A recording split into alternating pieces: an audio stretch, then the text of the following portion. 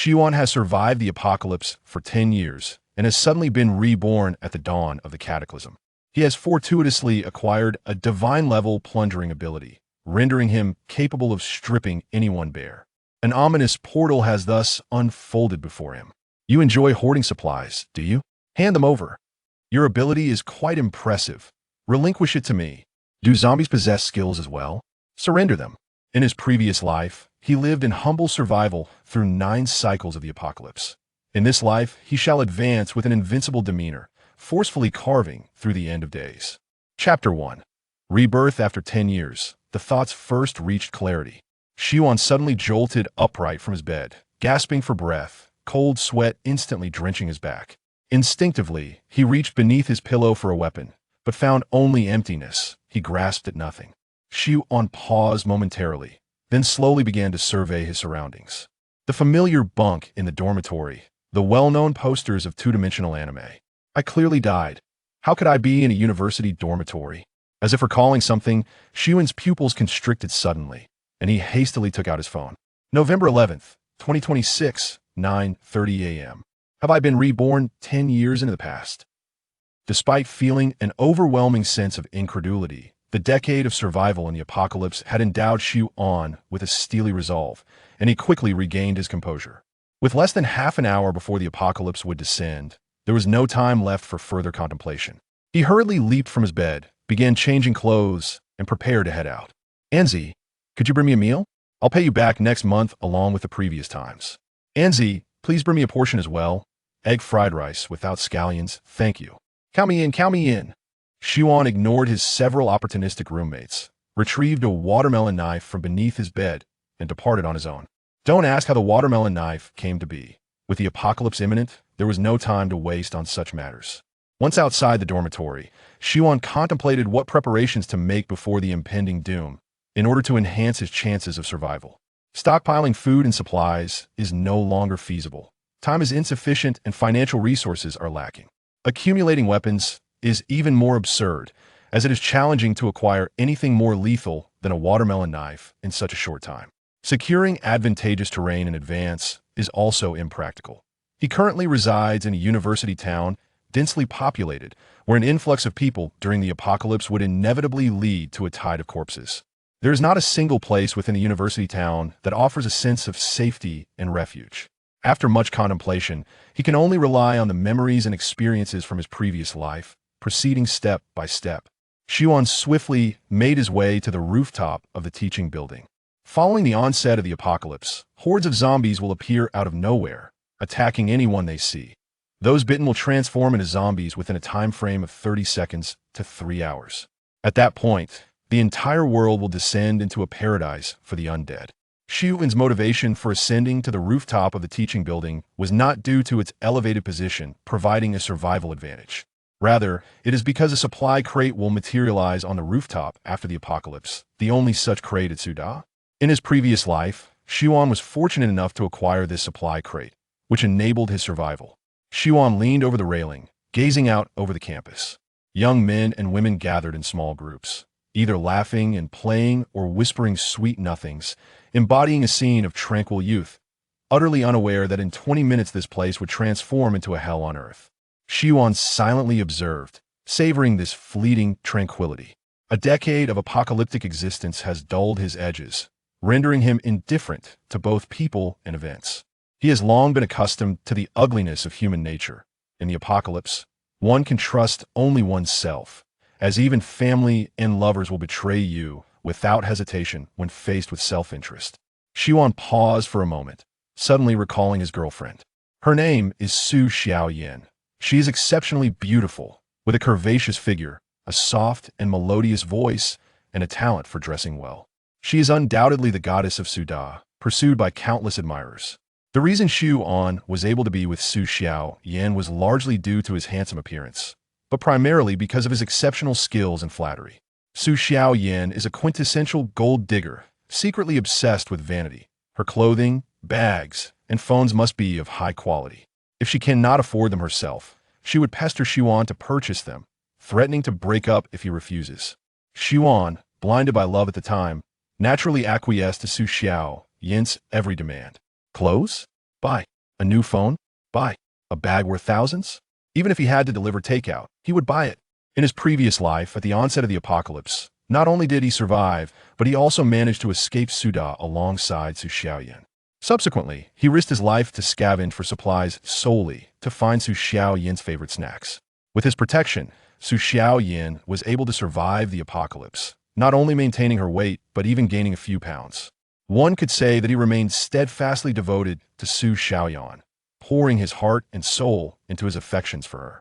Yet, a lovesick admirer is destined to possess nothing in return.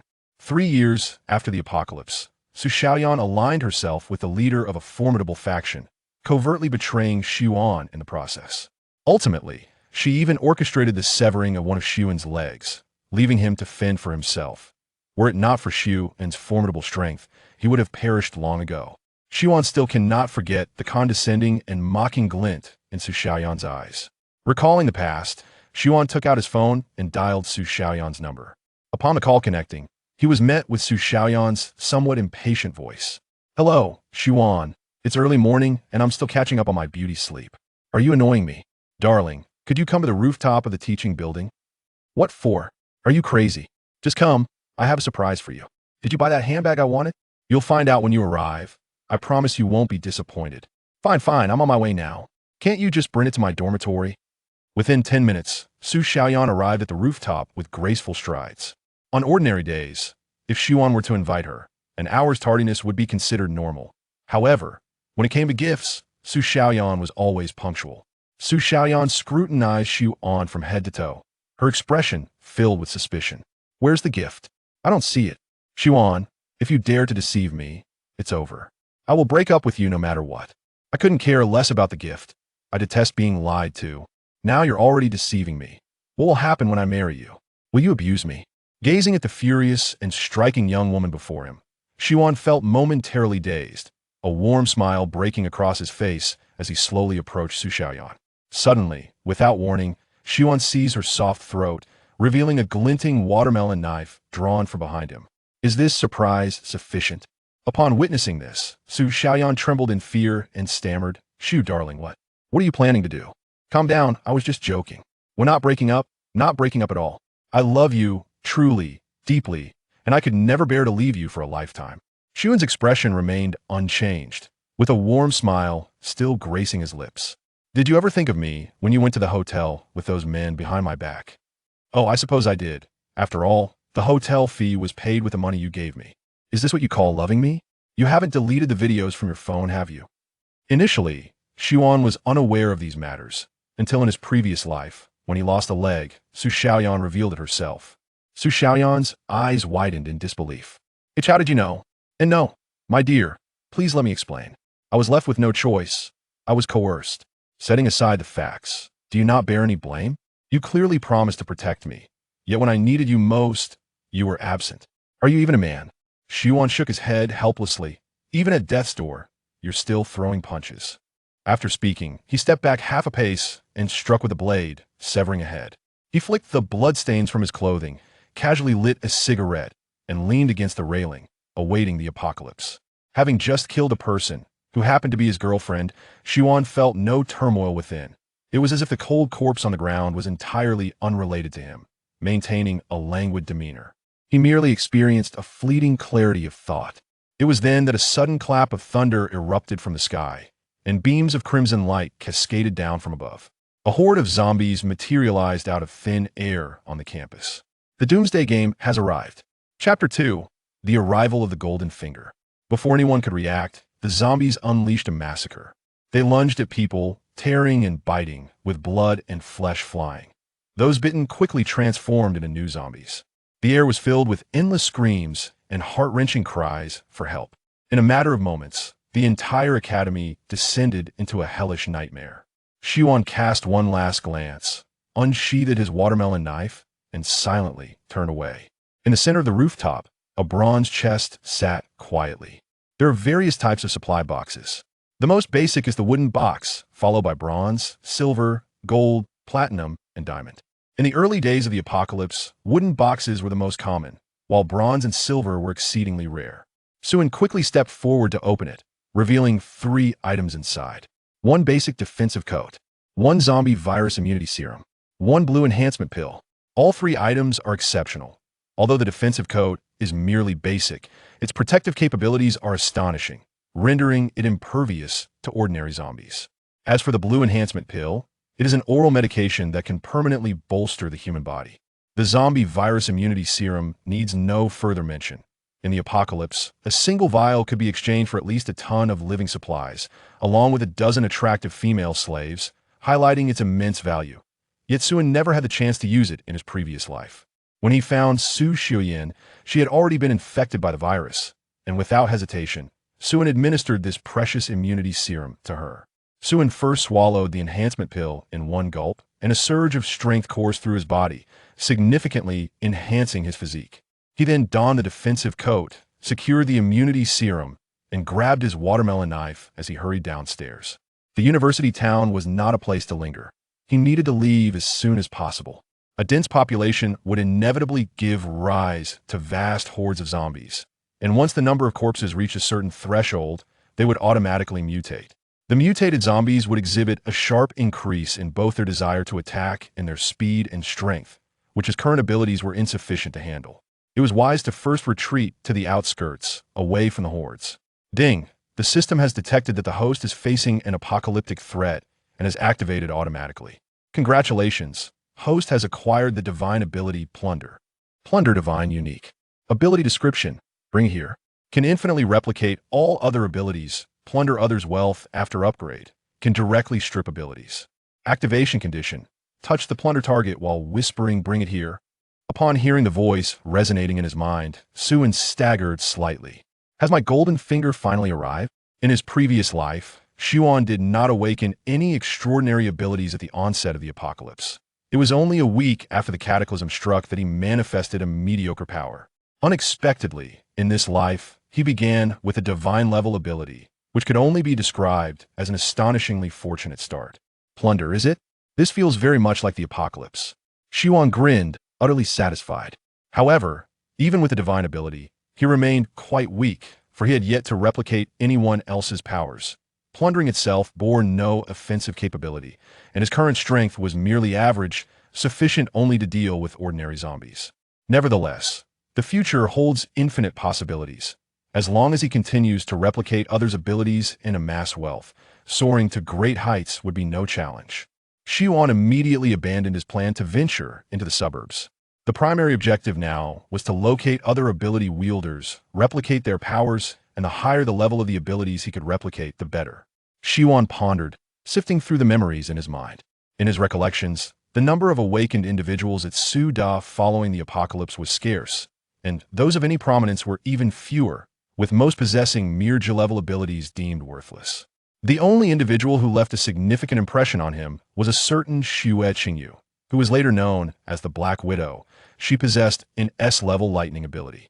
Xue Qingyu was also a student at Suda, just a sophomore, 1 year his junior. Her beauty, sweet voice, and pure demeanor earned her a place among the 4 campus flowers of Suda. However, he had little interaction with her, having merely crossed paths a few times. Although he knew that Xue Qingyu must have awakened her lightning ability by now, he was unaware of her exact whereabouts, which posed a dilemma. Moreover, following the onset of the apocalypse, global networks vanished in an instant, rendering all communication devices inoperable, making it impossible to contact Xue Qingyu by phone. I can only go looking for her, he thought. Even if it felt like searching for a needle in a haystack, he had to muster the courage to proceed. An S-level ability is no trifling matter. In the future, each S-level wielder would be a local tyrant, illustrating the immense value of such powers. Furthermore, Xue Qingyu developed a profound hatred for men in her later years. She would kill nearly any male she encountered, earning her the nickname Black Widow, a testament to her ferocity. Now that Xue Qingyu's powers were newly awakened, she likely had not yet mastered them, making it the perfect opportunity for replication. Missing this chance would complicate future attempts. With this thought in mind, Xue grasped his watermelon knife and headed towards the dormitory building where Xue Qingyu resided. As soon as he descended the stairs, several zombies immediately howled and surrounded him. Xue remained unperturbed, swiftly severing the head of one zombie with a decisive stroke. However, he had no intention of lingering. He fought while skillfully evading the zombies' attacks with agile movements. After dispatching another zombie, Xue used the momentum to slip out of the encirclement and dart toward his predetermined direction like a phantom. Just a few hundred meters away, he spotted a relatively attractive girl by the roadside, struggling as a zombie clawed at her. The girl clung desperately to the car door, clutching the keys, while a zombie gnawed at her calf, eliciting a heart-wrenching scream of agony from her. Without a moment's hesitation, Xue rushed over, knife in hand. Upon witnessing the situation, a glimmer of hope flickered in the girl's despairing eyes as she hurriedly sought rescue from Xue. "Big brother, please save me. I am willing to do anything." Before she could finish her plea, she was met with the sharp blade of a watermelon knife. With a swift motion, Xue brought the knife down, and the girl's head fell to the ground. The girl had already been infected by the zombie virus. There was no hope for her salvation, and besides, he had no intention of saving her. Even assisting in her release could be considered an act of merit. Xue crouched down to retrieve the car keys from the corpse, settled into the vehicle, started the engine, and pressed the accelerator, sending the car roaring forward.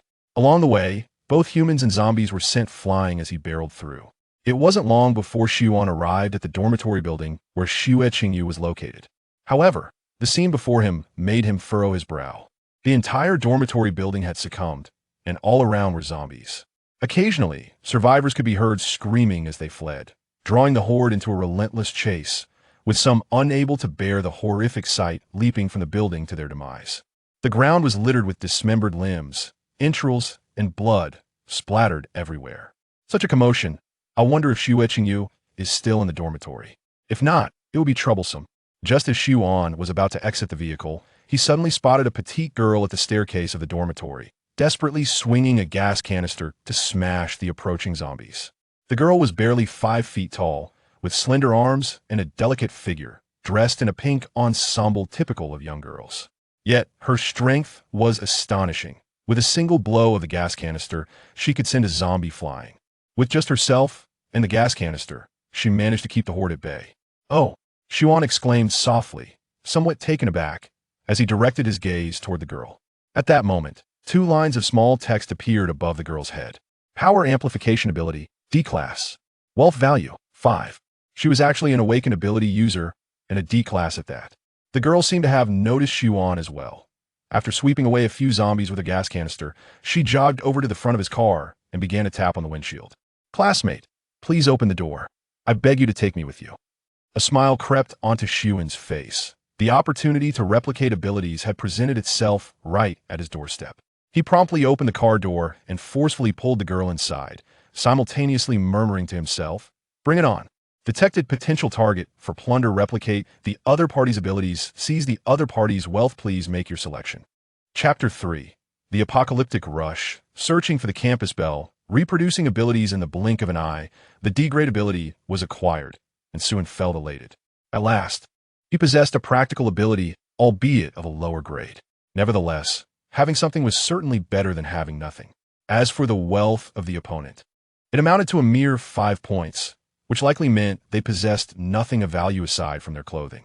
He harbored no peculiar penchant for women's attire, and the acquisition would be futile. "Thank you, young man. You nearly frightened me to death. Is this the end of the world?" The girl exclaimed nervously as she returned to the car. Xue did not respond directly, but inquired instead, "Do you know Xue Qingyu?" The girl nodded eagerly, of course. "We are roommates." Xue's heart leaped at this stroke of fortune, prompting him to ask urgently, "Do you know where she is now?" After a moment of contemplation, she replied, "I recall she went to her uncle's photography studio today to be a cover model." Xue pressed on, "Do you know the location of her uncle's studio?" "Yes, I have accompanied her there twice. It is right beside the television station building to the north." Armed with the newfound knowledge of Xue Qingyu's whereabouts, Xue wasted no time, swiftly turning the car towards the school entrance. "I can take you with me, but you must help guide me to find Xue Qingyu." "Okay, no problem." The girl nodded eagerly in agreement. With a few presses of the accelerator, the car successfully exited the school grounds, heading towards the television station. At that moment, Sioux City was already engulfed in chaos. The roads were lined with zombies and panicked crowds fleeing in terror, while countless abandoned vehicles cluttered the sides of the highway. The air was thick with smoke and anguish cries, creating a scene reminiscent of hell on earth.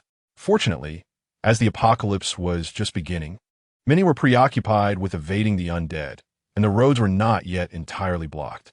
Occasionally, zombies and fleeing individuals could be forcibly cleared from the path.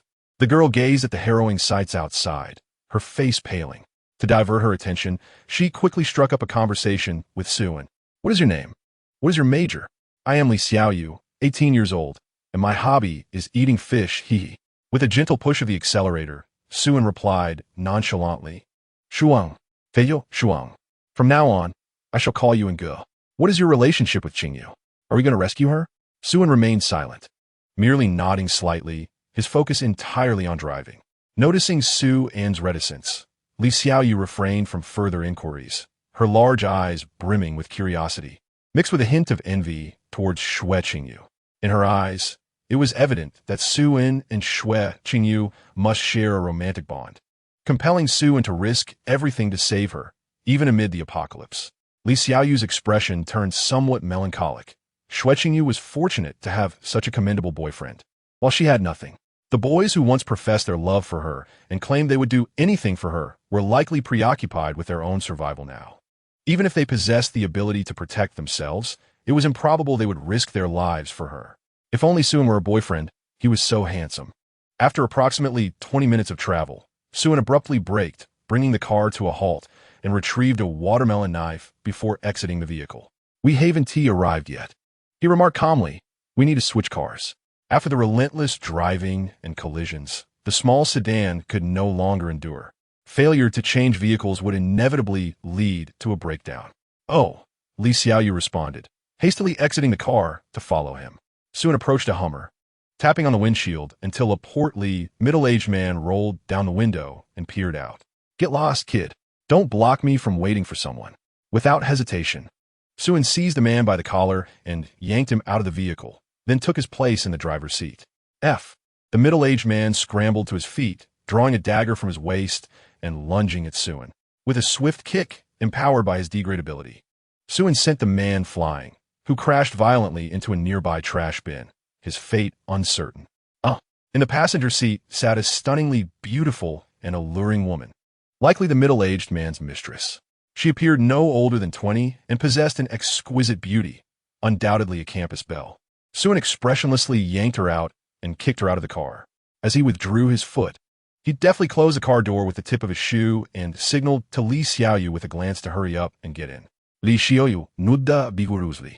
"All right, brethren." She had been observing Xue's actions closely. Whether they were living beings or zombies that dared to obstruct his path, he would simply knock them aside, and he would seize any vehicle he desired with ruthless abandon. However, Li Xiaoyu dared not voice her thoughts, as she was still reliant on Xue for her survival. Besides, this was the apocalypse, a time when kindness and morality had long ceased to exist. She had not experienced the end of the world firsthand, but she had watched enough apocalyptic films to know that the virtuous often met grim fates early on. She was still young and had yet to experience love. She certainly did not wish to perish prematurely. As they resumed their journey, what was expected to be a 30-minute drive stretched into an hour before they finally reached their destination. The photography studio Li Xiaoyu pointed out in the distance. Xue understood and parked the car at the studio's entrance. He took the car key, tucked it into his pocket, and grabbed a watermelon knife before stepping out. "Brethren, wait for me. I'll go with you," Li Xiaoyu called out. Logically, the car should have been the safer option, but she lacked the courage to remain alone inside. Inside the studio, Xue Qingyu was curled up in a corner of a photography room, trembling. Outside, intermittent screams echoed, further draining the color from her face. "Qingyu, don't be afraid. Uncle will protect you." Thank you, Uncle," Xue Qingyu nodded obediently. In the room with her was another middle-aged man in a suit, softly comforting her. This man was Lu Qingyu, Xue Qingyu's uncle and the owner of the photography studio. Since childhood, Xue Qingyu had been blessed with beauty, and as she grew up, her radiance only intensified, exuding an ethereal charm that rivaled even the stars of the entertainment industry. However, her family circumstances were not favorable, often necessitating her work as a cover model in her uncle's studio to earn a modest living. Lu Qingyu welcomed this, as Xue Qingyu's presence significantly boosted business, attracting numerous clients. Xue Qingyu had come to the studio as usual for a photo shoot, but a terrifying event unfolded shortly after they began. Around 10 o'clock, Chaos erupted outside as a horde of crazed individuals attacked anyone in sight, biting and devouring flesh, leaving behind a gruesome scene. Those who succumbed to the bites quickly resurrected, continuing their rampage. The studio had not yet closed its doors when the lunatics burst in, prompting Xue Qingyu to quickly hide with Xue Qingyu in a small photography room, narrowly escaping disaster. Reflecting on the turmoil, Xue Qingyu's heart sank. He suddenly realized that this scene bore an uncanny resemblance to the apocalyptic worlds depicted in films. The end of the world had come. With the apocalypse upon them, the studio he had labored over for years would likely be lost, along with all his wealth and prestige, reduced to mere illusions. This thought filled Xue Qingyu with an indescribable frustration. Noticing the youthful and vibrant Xue Qingyu beside him, a wild impulse surged within him, and he reached out toward her, a glint of madness flickering in his eyes. "Qingyu, come into my arms. You won't be afraid. Uncle will protect you well." Xue Qingyu, alarmed by Xue Qingyu's frenzied expression, instinctively stepped back. "No, thank you, I'm fine." Xue Qingyu paused, his expression darkening. "Qingyu, are you being disobedient? I watched you grow up. What is wrong with the hug?" Xue Qingyu shook her head, retreating until she was cornered against the wall. "Please, don't do this." Xue Qingyu grinned wickedly, his eyes bloodshot as he coldly replied, "The apocalypse has arrived. Everything is gone. I've toiled my entire life, and in the end, I have nothing. Qingyu, in this world of despair, morals and ethics no longer matter. Can't you help me just this once? I've treated you well. I assent it only fair you assist me now." As he spoke, he lunged toward her. Terrified, Xue Qingyu struggled, crying and pleading for mercy. Yet, Xue Qingyu was undeterred. When he found it difficult to approach her due to her fierce resistance, he stepped aside and began to remove his clothes. "Qingyu, keep your voice down. There are monsters out there that eat people. If they discover you, your delicate body will be devoured. Wouldn't it be better to submit to me than be eaten by those creatures? Don't worry, I'll take good care of you. I've wanted this for a long time." With tears streaming down her face, Xue Qingyu shook her head in despair. "Don't come any closer, you beast." Xue Qingyu grinned as he advanced, determined to indulge his primal instincts. The more she cursed him, the more exhilarated he became. Suddenly, the door was violently kicked open, and in walked a man and a woman, Suan and Li Xiaoyu. "Qingyu, are you all right?" Li Xiaoyu rushed in first, immediately spotting Xue Qingyu's distressing state. Fortunately, her clothes remained intact, though she was clearly shaken. Li Xiaoyu quickly grabbed a set of clothes from a nearby rack to drape over her. Seeing his plans thwarted, Xue Qingyu seethed with rage and shouted at Suan, "Who let you in? This is my studio, get out." Suan cast a casual glance at Xue Qingyu before turning his attention to the sobbing Xue Qingyu. With a brief deduction, he pieced together the events that had transpired. Suan was not surprised by Xue Qingyu's actions, having lived through the apocalypse for a decade. He had witnessed far more depraved scenes and had grown weary of the madness that stripped humanity of its morals. The apocalypse was a ravenous beast that devoured all ethical principles once unleashed. However, Xue Qingyu's adaptation to this new reality seemed alarmingly swift. At that moment, Suan understood why Xue Qingyu harbored a deep-seated resentment toward men. As Xue Qingyu noticed Suan's indifference, a glint of malice crossed his eyes. He grabbed a stone used for photography backgrounds and hurled it at Suan's head. Watch out!" Li Xiaoyu, witnessing the unfolding scene, hurriedly called out a warning. Xue Qingyu, with remarkable speed, struck decisively without a trace of hesitation. Yet, before Suan, he appeared somewhat outmatched. When it came to the art of killing, Suan was indeed a seasoned expert. In a flash, the blade glimmered, and Xue Qingyu missed his target, hastily discarding the hefty stone in his grasp, clutching his throat in desperation. However, the crimson blood continued to gush forth relentlessly between his fingers, soon pooling around him. Xue Qingyu yearned to speak, but as he opened his mouth, only the raspy sounds from his throat emerged, accompanied by a spray of blood and froth. Suddenly, with a thud, Xue Qingyu collapsed to the ground, convulsing violently. It seemed he would not perish immediately. His survival depended on the volume of blood he had left. At that moment, the previously sobbing Xue Qingyu leaped into Suan's embrace, weeping uncontrollably. Suan was taken aback, filled with a multitude of questions. He longed to inquire, "Are we so familiar, my lady?" Despite his confusion, he instinctively tightened his hold around her, silently urging, Bring it on. Beep. Detected a plunderable target. Please select the direction of plunder. Ability replication. Ability replication successful. Acquired ability. Lightning Control S-Class. Finally obtaining an S-Class ability, Xue smiled with satisfaction. This was truly a formidable power, providing him a reliable advantage in the uncertain days ahead. However, in Li Xiaoyu's eyes, Xue's smile seemed tinged with a hint of bitterness, akin to someone savoring a sour lemon. The attractive young men and women shared a sweet connection, which left Li Xiaoyu feeling inexplicably envious. After all, she was not the first to arrive at this scene. Shortly thereafter, the trio exited the photography studio and returned to their vehicle. Xue took the driver's seat, while the two girls occupied the back, whispering secrets and occasionally casting furtive glances at him. Xue Qingyu's cheeks were flushed, and she dared not meet Xue's gaze, while Li Xiaoyu attentively observed the two. Xue, however, furrowed his brow deeply. The apocalypse had descended upon them with startling abruptness. It had only been a matter of 2 or 3 hours. Yet many had already reacted, hastily fleeing in their vehicles to escape the hordes of zombies, seeking refuge in the suburban outskirts. However, this exodus led to a swift congestion of the roads. Zombies seized the opportunity to swarm onto the highways, smashing at car windows indiscriminately, transforming the situation into a deadly gamble. Once the blind box was opened, those within were destined for doom. Death itself was trivial compared to the peril of pressing the accelerator in the face of such chaos. Traffic ground to a halt, extinguishing Xue's thoughts of fleeing the city. Walking out of the city would take hours and pose too great a risk, rendering it unworthy of consideration. After much contemplation, Xue abandoned the idea of leaving the city and signaled for the two women to exit the vehicle. They proceeded, guided by Xue's recollections, to a nearby affluent residential area. The security guard had long since fled, leaving the gates wide open, through which the faint roars of zombies could be heard.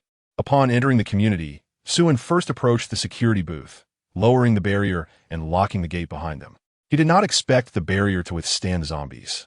However, the alarm would serve as a warning should the zombies breach it. This luxurious neighborhood consisted primarily of standalone villas, adorned with picturesque scenery. Yet, it now lay in desolation, with scattered zombies roaming amidst the silence, while not a single living soul was in sight. The wealthy residents had not only enjoyed superior living conditions, but had also fled faster than others. With vehicles rendered useless, they took to the skies, leaving behind only a few survivors in this once thriving enclave. As Xue cleared the remaining zombies in his path, he eventually selected a villa near the community entrance as their temporary refuge. After thoroughly inspecting the premises and confirming the absence of zombies, he settled in. Chapter 5, Ambitions. Neighbors hoard supplies while I hoard arms, of course. Before fully moving in, it was essential to gather some basic supplies. Xue instructed Xue Qingyu to remain in the villa to organize usable items, while he took Li Xiaoyu to scavenge for resources in other residences. He also aimed to eliminate the zombies within the community, simultaneously honing Li Xiaoyu's personal skills. Li Xiaoyu possessed a D-class strength amplification ability, which had limited growth potential and offered little promise for the future. Nevertheless, it proved highly practical in the early stages, making her an excellent candidate for labor-intensive tasks. At the very least, her ability was straightforward to wield, unlike Xue Qingyu's lightning powers, which required time to master. Li Xiaoyu was more than willing to follow Xue's directives. She feared not being treated as a mere tool, but rather worried about being unceremoniously cast aside. In this chaotic apocalypse, where support was scarce, she felt her strength as a power-type awakened individual made her well-suited for hard labor. Choosing a baseball bat as her weapon, she wielded it with ease, each swing resulting in a gruesome display of shattered zombie skulls. Xue followed closely behind, offering guidance and addressing any questions Li Xiaoyu had regarding her ability. Upon learning of her awakened status, Li Xiaoyu danced with excitement, exclaiming, "I am an awakened one. No wonder I feel so strong." Xue could only shake his head in resignation, reluctant to dampen her confidence. Her ability, like a certain part of her anatomy, was a D-class with limited growth potential. While she had fared well in recent days, the evolving zombies would soon surpass her, rendering her strength amplification ability inadequate against even elite foes. Is Xue Qingyu also an awakened one? Li Xiaoyu inquired with curiosity. Indeed, she possesses lightning powers, Suen affirmed. Li Xiaoyu's eyes sparkled with intrigue. Wow, that sounds impressive. Suen concurred. After all, lightning abilities were indeed formidable. Not only could they generate electricity, but their speed and lethality were unparalleled among abilities. Moreover, during thunderstorms, they gained a significant advantage, allowing for the manipulation of lightning to one's benefit. With such power at hand, it was only natural to find it appealing. Suen contemplated this, channeling the electrical energy within his body towards a nearby zombie. A flicker of lightning arced from his fingertips, piercing through the zombie's chest and leaving a charred cavity in its wake. Though his aim had faltered slightly, he had intended to strike its head. This indicated that further practice was necessary. Suen also noted a slight increase in the proficiency of his lightning ability. In the first apocalypse, individuals could not level up. Only abilities could evolve. This process was remarkably simple. Using an ability increased its proficiency, and once it reached a certain threshold, it would automatically upgrade until it reached its maximum level. Thus, the quality of abilities held paramount importance in the first apocalypse. After accessing the skill panel, he indeed observed some changes. Strength Amplification D, 15 Proficiency, 80, Lightning Control S, 125 Proficiency 1, Plunder God Level Unique, 1 Proficiency, 20. The proficiency of all three abilities had improved to varying degrees. With Strength Amplification nearing an upgrade, it appeared that the maximum level was 5, while Lightning Control could reach 25. Using abilities would enhance proficiency, while the specifics of the Plunder ability remained unclear, leading Suen to speculate that it too could upgrade, though its maximum level was unknown. It is evident that there exists a significant disparity in the ratings of supernatural abilities. Setting aside the aspect of plundering, let us compare the powers of lightning manipulation and strength amplification. The initial potency of strength amplification falls considerably short of that of lightning control. And in terms of growth potential, the contrast is even more pronounced. One caps at level 5, while the other reaches its zenith at level 25, thus being overwhelmingly superior in numerical value. Suen could not help but cast a sympathetic glance towards Li Xiaoyu. The variance among awakened individuals is stark. Fortunately, he is somewhat of an anomaly. Li Xiaoyu, oblivious to the pity reflected in Suen's gaze, exclaimed with wide eyes, "Brethren, you can discharge electricity. Are you also of the lightning ability?" "I suppose so," Suen nodded nonchalantly. "But I noticed you possess considerable strength as well. I thought you also had strength amplification." "Indeed, I possess that ability as well," Suen replied. As expected, a brother-in, Li Xiaoyu beamed, not probing further. The greater Suen's prowess. The more delighted she felt, a fundamental realization for a supportive companion. When the big leg is strong, the support can rest easy. After laboring tirelessly throughout the day, the two managed to cleanse the area of zombies while scavenging a significant amount of supplies. Upon returning to their base, Suen walked ahead with his hands in his pockets, while Li Xiaoyu trailed behind, burdened with hundreds of pounds of goods. Her petite frame nearly engulfed by the various packages, save for her sparkling, wide eyes. Xue Qingyu also organized the supplies within the base, cleaning and tidying all the rooms, thus imparting a semblance of home to their temporary refuge. A preliminary tally of supplies revealed 9.5 barrels of cooking oil, over 300 pounds of rice and flour, 13 boxes of beverages and juices, 629 bottles of liquor, over 60 pounds of fresh vegetables, 40 pounds of fresh meat, and more than 20 boxes of canned goods, albeit primarily pet food. Seasoning supplies, including soy sauce, monosodium glutamate, cooking oil, and iodized salt, amounted to merely 6 boxes, while 2 large sacks brimmed with assorted snacks and delicacies, and another 2 contained precious ingredients like abalone, bird's nest, and sea cucumber. Additionally, substantial sacks were filled with various medicines and herbs. These provisions were sufficient for the trio to sustain themselves comfortably for 2 months. However, it is essential to recognize that this constituted the entirety of supplies from more than 20 luxurious residences, highlighting the shortcomings of the affluent district. The food reserves were pitifully scant, likely less than that of an average apartment building in a regular neighborhood. This was a consequence of the proximity of commercial streets, where the wealthy frequently dined out, and even when cooking at home, they prioritized purchasing quality over quantity, leading to minimal stockpiling of food pet food being an exception. Conversely, the alcohol supply was ample, with a total of 629 bottles, including numerous fine red and white wines, some of which were rare vintages valued at several thousand yuan per bottle. In a few months, the worth of these bottles would soar to astronomical heights. Additionally, there were many precious herbs, such as ginseng, deer antler, and various animal parts, favorites among successful middle-aged entrepreneurs and the elite in this post-apocalyptic setting, all of considerable value.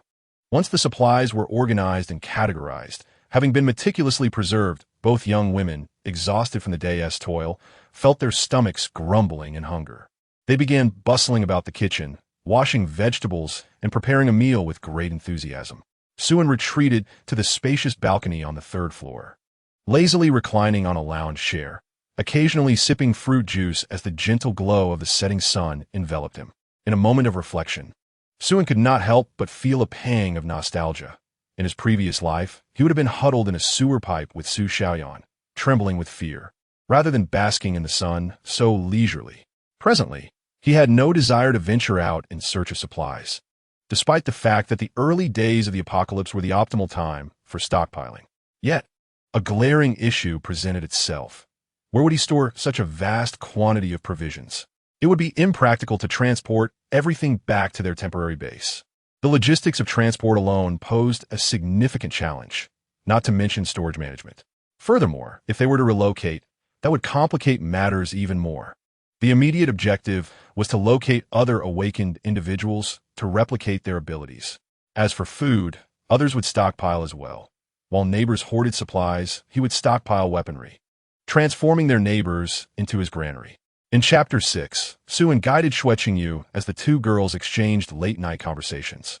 They prepared a sumptuous feast comprising 3 dishes and a soup, a true banquet in this desolate world. The meal was delectable, and Xue found himself indulging in several bowls, still yearning for more. Li Xiaoyu, stroking her rounded belly, reclined completely on the lounge chair, a satisfied smile gracing her face. Xue Qingyu, meanwhile, extracted a small notebook to calculate their supply reserves and plan for their daily consumption, occasionally tucking stray strands of hair behind her ear. Qingyu, have you managed to control your abilities yet? Xue inquired, sipping tea. Huh? What abilities? I don't know.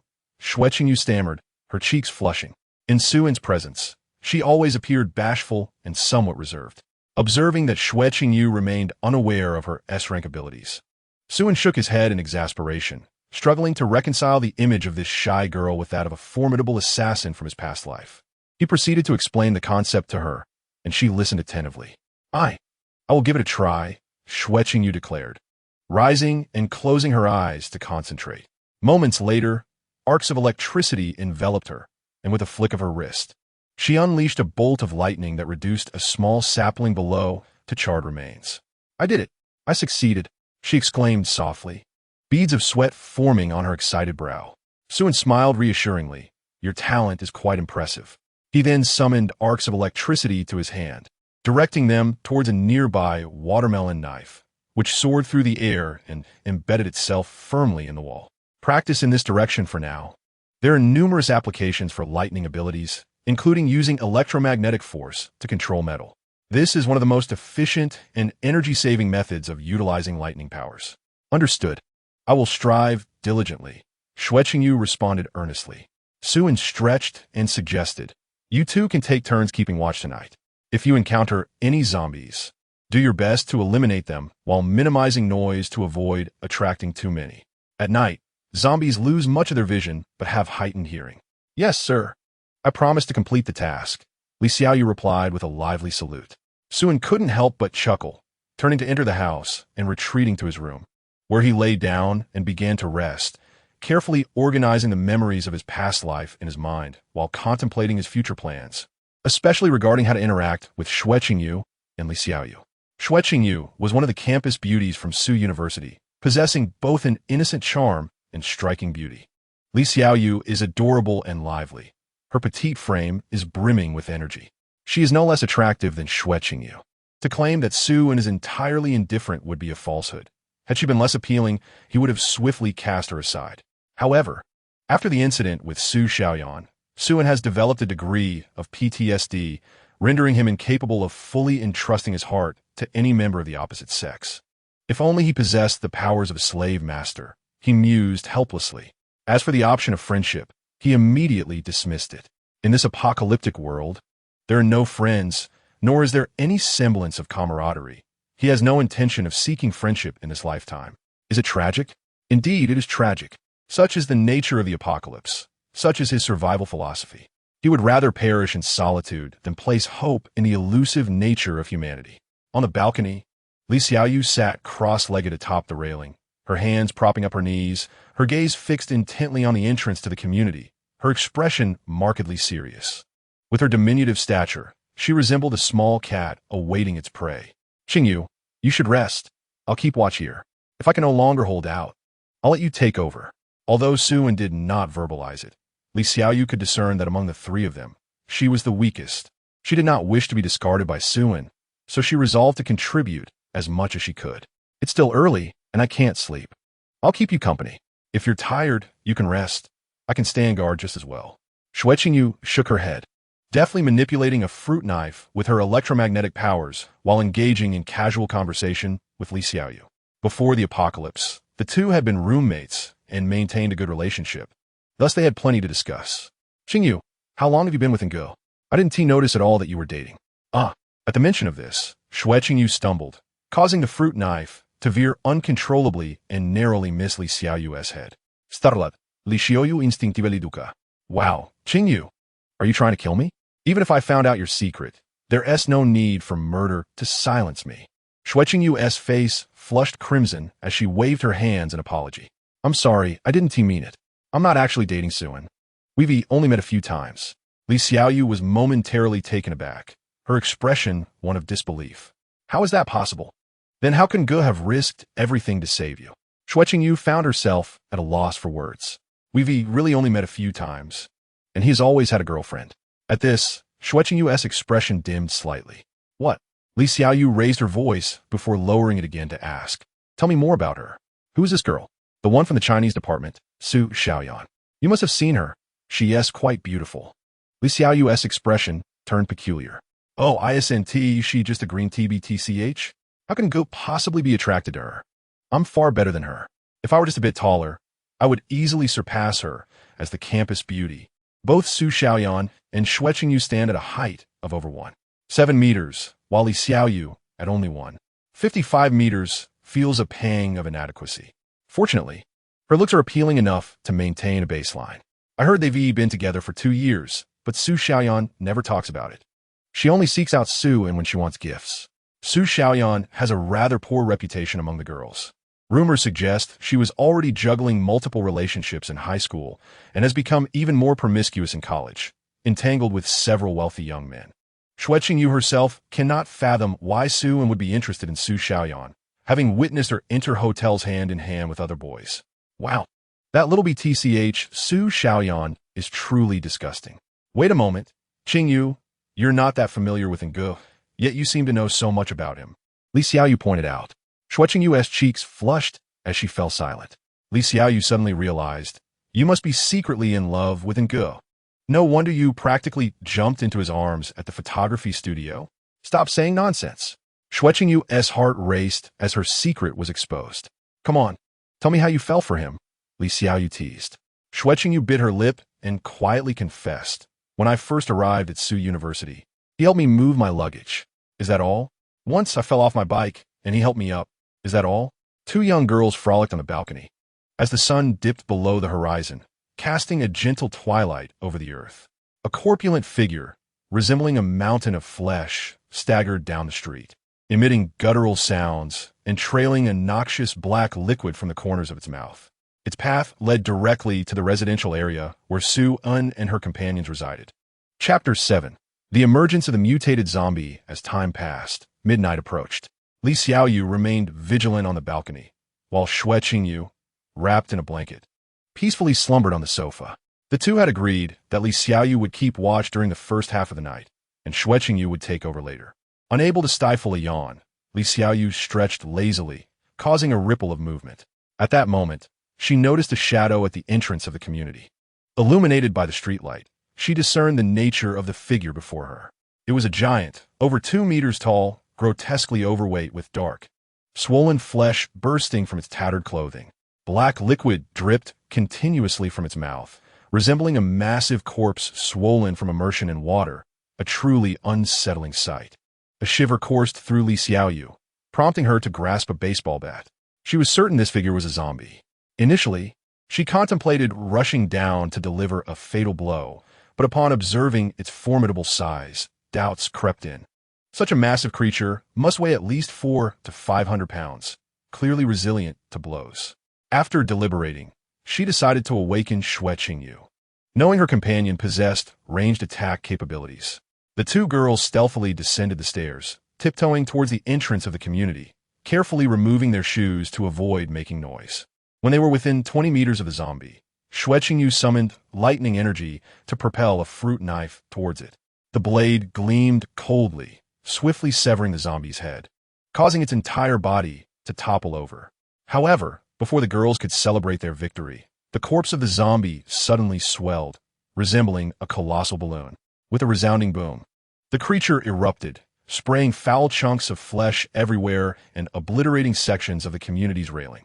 The explosive shockwave triggered the alarms of several parked vehicles, the shrill sounds piercing through the stillness of the night, echoing through the nearby streets. One by one, zombies sprang forth, drawn by the cacophony, their howls echoing in the darkness. Realizing the gravity of the situation, Li Xiaoyu cursed under her breath and rushed forward with her bat. Xue had previously warned them that zombies would exhibit heightened senses at night, and such a piercing alarm would undoubtedly attract a horde. She had to find a way to silence the car alarms.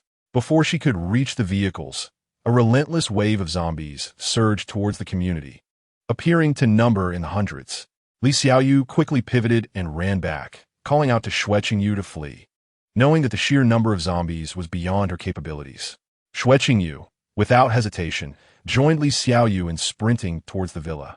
Hot on their heels, a throng of zombies pursued them, with several particularly swift ones gaining ground. Their legs appeared emaciated and grayish, yet they moved with alarming speed, closing in on the girls in the blink of an eye. Just then, a whoosh sliced through the air as a gleaming cleaver sword passed, instantly decapitating the two foremost zombies. Their bodies tumbled forward, rolling several meters before coming to a halt. Xue leapt down from the third-floor balcony, the cleaver spinning gracefully in her hand, severing the heads of several more zombies before returning to her grasp. Hold the entrance. Do not allow the zombies to breach and threaten our supplies. Xue commanded the two girls, brandishing the cleaver as she charged into the horde. With each decisive swing, more zombie heads fell. After a flurry of strikes, Xue successfully diverted the zombies' attention away from her companions and sprinted towards the gate, rhythmically striking the ground with her cleaver to further captivate their focus. Over 100 zombies followed Xue and towards the entrance. However, the incessant car alarms continued to blare, and the steady influx of zombies showed no signs of abating. With a swift motion, Xue summoned magnetic force to lift several segments of railing, forming a triangular barrier in front of her, then charged boldly into the throng of zombies. The barrier effectively shielded her from their grasp. In no time, she broke through the mass of corpses, reaching the incessantly blaring vehicles. Channeling lightning energy, she swiftly disabled the car alarm system, silencing the cacophony. The nearby zombies, deprived of their auditory lure, ceased their pursuit, standing bewildered in place. However, around 200 zombies continued to pursue Xue, howling in frenzy. While wielding her cleaver, Xue manipulated metal objects with her magnetic power, swiftly dispatching dozens of zombies. Despite this, the insatiable horde pressed on, with a few zombies displaying a grayish exterior, revealing a bony shell upon closer inspection. Xue found that even her cleaver struggled to sever their heads, a testament to their formidable defense. Frowning, Xue focused her attention on one of the gray zombies, as a line of small text appeared above its head. Zombie, hardened type LV2. Just as she suspected, the zombies had begun to evolve. In less than a day, LV2 hardened types had emerged. These evolved zombies boasted speed and strength several times greater than their ordinary counterparts, with defensive capabilities that had escalated significantly. Ordinary individuals, armed with cold weapons and possessing skill, might still have a chance against several ordinary zombies. However, Facing hardened types was tantamount to certain death unless equipped with heavy firepower, ideally at least a shotgun or its equivalent. Furthermore, the peculiar stench lingering in the air hinted that these zombies had not only evolved into LV2 hardened types, but also into LV3 explosive types. Dubbed fat zombies, their attacks were not particularly potent, yet they posed an immense danger. Once injured, a violent explosion will ensue, resulting in the immediate demise of anyone in close proximity. Following the explosion, a pungent and unpleasant odor will linger in the air, attracting zombies from hundreds of meters away. Those who come into contact with this scent will become prime targets for the undead. Even if one does not perish in the explosion, they will likely be dismembered by the approaching horde. It seems that Xue Qingyu and her companion inadvertently killed a blaster-type zombie, leading to an ensuing swarm of zombies. Xue ceased his thoughts and maneuvered through the streets, retreating while engaging in combat. After approximately 20 minutes of fighting, the horde had diminished by half. "Brethren, we are here to assist you," Li Xiaoyu exclaimed, brandishing a baseball bat as she sprinted from the nearby community, striking a zombie with a powerful swing. Xue Qingyu silently followed, unleashing arcs of electricity to vanquish the undead. With the addition of the two women, the zombie horde was nearly eradicated within 10 minutes. Leaving a gruesome pile of corpses, numbering at least 100. Li Xiaoyu swung her bat one final time, obliterating the last zombie's skull and signifying the complete annihilation of the horde. Xue Qingyu approached Xue and, her lips pressed tightly together in remorse as she lowered her gaze. "I am so sorry. It is all my fault." Chapter 8. The mutated lizard man, seeing Xue Qingyu's expression of guilt, Xue waved his hand dismissively. "Do not blame yourself too harshly. It was my oversight." He had not anticipated that on the very first day, the zombies would evolve into LV3 blaster types, demonstrating his negligence. Fortunately, it was Xue Qingyu who struck. Had it been Li Xiaoyu, a single swing of the bat could have resulted in a disastrous exchange with the blaster type. It seems necessary to take some time to educate them on the basic classifications of zombies. "You two should return for now. I will check the vicinity." Ordinary zombies typically become inert at night, entering a brief state of dormancy, only awakening in response to unusual sounds. However, those above LV3 retain their ability to move freely at night. If ordinary zombies are merely the reanimated, mindless victims of infection, then those above LV3 have fully evolved into a new species, possessing their own modes of movement and exhibiting rudimentary biological awareness. The significant commotion here is likely to attract nearby LV3 zombies, and if not dealt with promptly, allowing them to evolve near the stronghold could pose a grave threat. Xue had not taken more than a few steps when a bright light illuminated the road. A large dual-axle truck was slowly approaching, stopping at the entrance of the community. The two young women instinctively moved behind Xue in, keeping a vigilant watch on the vehicle. Xue squinted at the truck. Driving aimlessly at night could only indicate either foolishness or genuine capability. Given the blood splatters on the truck, it was likely the latter. Most probably, it housed awakened individuals. The truck doors swung open, and two young, muscular men jumped down. One of the men glanced at the scattered zombie corpses and grinned. "Impressive skills, my friend. I'm Ahu, and this is Xiao Shan. We were searching for survivors nearby when we heard the commotion and came to investigate." Xue nodded in acknowledgement. Scanning the two men, Xiao Shan appeared to be an ordinary person, while Ahu was an awakened individual. Ability: Iron Arm F. Wealth value: 100. The ability level was merely a basic enhancement of a body part. Rated F, 2 levels lower than Li Xiaoyu. And the wealth value was also modest. "Brother, would you like to join us? The world has become chaotic. Strength in numbers increases the chances of survival," Ahu said earnestly, his gaze occasionally drifting toward Xue Qingyu and Li Xiaoyu. Li Xiaoyu pouted, turning away in silence, while Xue Qingyu remained composed, her eyes occasionally flashing with cold light. After the incident with Lu Qingyu, she had developed a subtle resentment toward the opposite sex. Although she had not reached the extreme level of hatred exhibited by a certain Black Widow in her previous life, she still held significant hostility toward unfamiliar males. "No, thank you," Xue replied coolly. He had no intention of joining any faction or group, given his understanding of the apocalypse and his own capabilities. It was unnecessary to subordinate himself. To be realistic, no existing force could provide him with protection, at least not at this stage. Joining a group would only encumber him. rendering in net loss. Come on, brother, you can see for yourself that the number of zombies is increasing daily. Just the three of you will struggle to survive. Take my advice and come with us. We can watch each other's backs. We have stocked up on supplies, food and water, far better than starving outside. You can manage it. But those two girls certainly cannot. Wouldn't you agree? Noticing that Xue did not immediately refuse, Ahu hurriedly added, I won't beat around the bush. You certainly seem capable. If you join us, your safety will be assured. But rest assured, I guarantee 3 meals a day. And we have enough supplies to last for years. This entire truck is filled with provisions. If you don't believe me, I can show you. As Ahu spoke, he casually draped his arm over Xue's shoulder, leading him toward the truck. Let me tell you, we have plenty of seafood. But the northern boys find the smell too strong to handle. If you enjoy it, you'll be in for a treat. Really? You wouldn't deceive me, would you? Why would I lie to you? Just take a look. At that moment, the hand resting on Xue's shoulder began to glimmer with a metallic sheen. And in the blink of an eye, Ahu's entire arm transformed into a steel limb. The previously amiable expression of Ahu twisted into a fierce demeanor.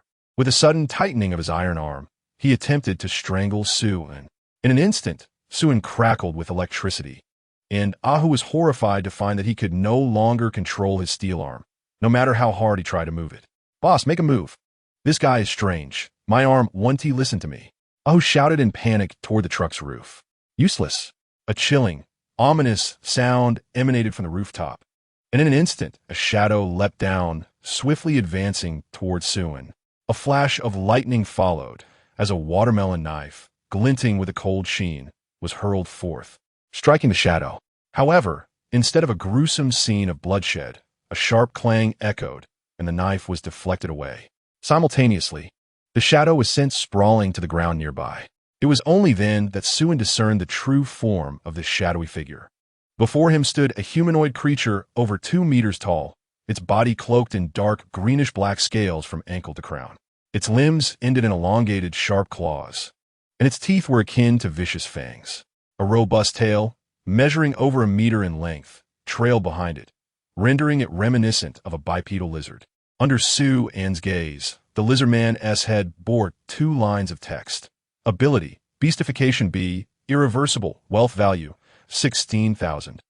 Xue was slightly taken aback upon seeing the creature's ability and wealth value. A wealth value of 16,000 could indeed be considered a substantial prize, especially since his own wealth was barely over 3,000. It became evident that this lizard man was the leader of this ragtag group, the true possessor of their collective wealth.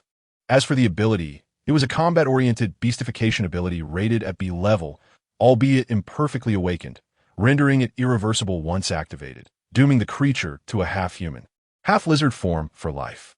Xue silently lamented this unfortunate flaw. Such a defective ability was of no interest to him. The lizard man turned its gaze toward Xue, a glimmer of cold light flickering in its earthy yellow eyes. It lightly caressed the shallow wound on its chest, which bore the mark of the watermelon knife, leaving a trace of blood. Kid, it seems your awakened ability is quite impressive. I'll give you a chance. Either kneel and pledge allegiance to me, and you can join my crew with one of those 2 women left for you after I tire of them, or face death. I have yet to taste the flesh of an awakened one. As it spoke, the lizard man extended its forked tongue to lick the blood from its claws, its expression morphing into a savage, predatory snarl. Chapter 9. First encounter. Abundant gains in the face of the lizardman's threat, Xue remained impassive. With one hand, he seized the immobilized Xue, lifting him effortlessly while silently invoking, "Bring it on." Detected potential target for Plunder. Please select Plunder direction. Replicate ability, acquired ability, Iron Arm F. Though the Iron Arm ability might be somewhat lackluster, even the smallest mosquito is still meat, so he considered it an opportunity to hone his skills. Boss, save me. Xue's face turned crimson as he weakly pleaded with the lizard man. The lizard man suddenly sprang into action, transforming into a blur as it lunged towards Xue with incredible speed. Xue, in turn, hurled Xue at the lizard man. Before Xue could rejoice at his newfound freedom, the lizard man, relentless, swiped downwards. Get lost. With 2 sickening thuds, Xue was torn apart before he could even scream, reduced to a pile of mangled flesh on the ground. The lizard man continued its assault towards Xue. Electricity crackled around Xue, and as the watermelon knife, spinning through the air, aimed directly for the lizardman's eyes. The lizard man let out a furious roar, hastily shielding its eyes with its hands. The clash of metal rang out, sparks flying, but the knife was once again repelled. The lizard man remained unscathed, with only a white mark left on the back of its hand, indicating its formidable defense. Useless kid, I am impervious to blades and bullets, ha ha ha. Yet, in that fleeting moment when the lizard man's vision was obscured, Xue surged forward, arriving right before the creature. His right arm shimmered with a metallic sheen. The lizard man, taken aback by Xue's speed, instinctively swiped its claws towards his head. However, Xue was swifter, activating his strength augmentation. He unleashed a powerful punch toward the lizard man's chin. A dull thud resonated as the lizard man's massive form was sent flying several meters into the air, emitting a beastly howl. More electric sparks erupted as Xue coldly declared bind. Dozens of steel barriers surged forth, twisting and coiling like serpents, swiftly enveloping the lizard man. Moments later, the creature found itself encased in a colossal iron ball, crashing to the ground and stirring up a cloud of dust. Even so, the lizard man refused to concede. Thrashing and roaring in an attempt to escape, its scaled limbs exerting tremendous force, causing the steel bindings to creak and groan. With another surge of electricity, the iron ball erupted with blinding currents. Under the onslaught of the immense electrical surge, within a minute, the lizard man succumbed entirely, collapsing to the ground, its body charred and emitting the acrid scent of burnt flesh. Xue approached the fallen lizard man, his expression devoid of emotion as he placed a hand upon its forehead. Silently invoking Bring It On, detected potential target for plunder. Please select plunder direction. Plunder wealth. Wealth plunder successful. Acquired 17,000 wealth value. Remaining 1,000 wealth points cannot be plundered due to insufficient skill proficiency. Please select storage location for resources. Let us store it in the base villa. Resources have been transferred. Please check promptly. Big brother, please spare my life. I will follow you and obey your every command. The lizard man pleaded weakly. Xue cast a disinterested glance at the creature, rose, dusted off his hands, and turned to leave. Regrettably, you hold no value for me any longer.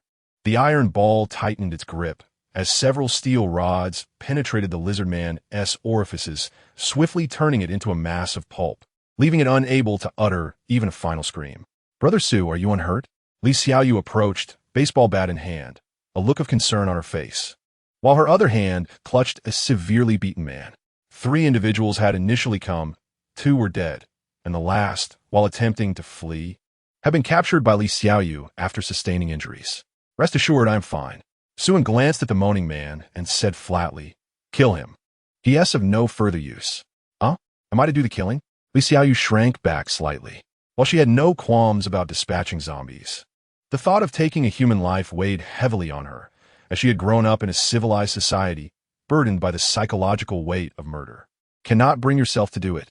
Confronted by Xue's indifferent gaze, Li Xiaoyu felt a tightening in her heart. Unable to meet his eyes as she lowered her head and stammered, I understand. After much hesitation, Li Xiaoyu bit her silver teeth and wielded the baseball bat, bringing an end to the towering man. As she gazed at the pool of blood, her hands trembled involuntarily. Xue reached out to gently ruffle her hair in a gesture of comfort, reminding her that to survive in this apocalypse, one must dirty their hands. Otherwise, it would be their own life at stake. In this world, one could even feel pity for the zombies, but never for others. Human hearts in the apocalypse are far more terrifying than natural disasters.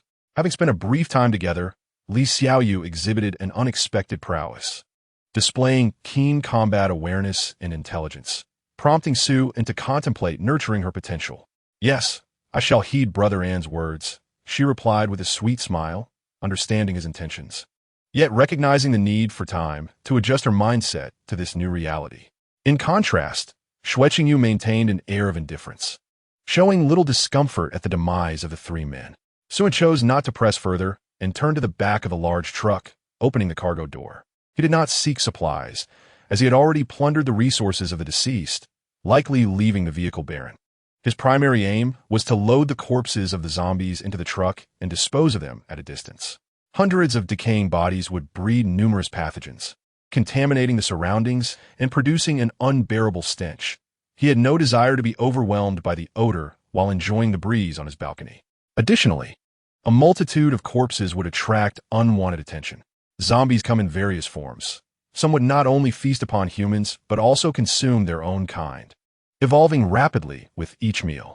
Thus, it was prudent to remove the bodies surrounding their stronghold. However, upon opening the cargo compartment, Xue discovered a surprising number of living individuals, around 17 or 18, both men and women, bound tightly, their mouths taped. Upon seeing Xue, they emitted muffled cries as if pleading for rescue. It was evident these individuals had been captured by the previous lizard men, either to serve as laborers or to be used as fresh meat. Xue suspected both scenarios, as the lizard men had long forsaken their humanity and would feel no remorse in devouring humans. Furthermore, living flesh is easier to preserve than animal meat. Using a piece of metal, Xue navigated through the crowd, swiftly freeing all their binds. "Thank you, young brother, for saving us. I thought I was done for when that monster caught me. That creature is formidable. We should leave quickly before we are caught again." The group clamored to escape, but Xue's fist struck the truck, resonating with a thunderous sound, creating a significant dent in the metal. Ignoring the frightened crowd, he coldly declared, "Did I permit your departure?" Chapter 10. Do you still desire human rights in the apocalypse? Rest assured, the monster that captured you is dead, and you are free. However, the condition is that you must load the nearby corpses onto the truck and take them away with you. A bit of labor in exchange for your lives seems quite fair. The group exchanged glances, but none made a move to lift the bodies. The lizard man is dead. What is there to fear? A woman dressed in office attire brushed off the dirt on her clothes, expressing her dissatisfaction.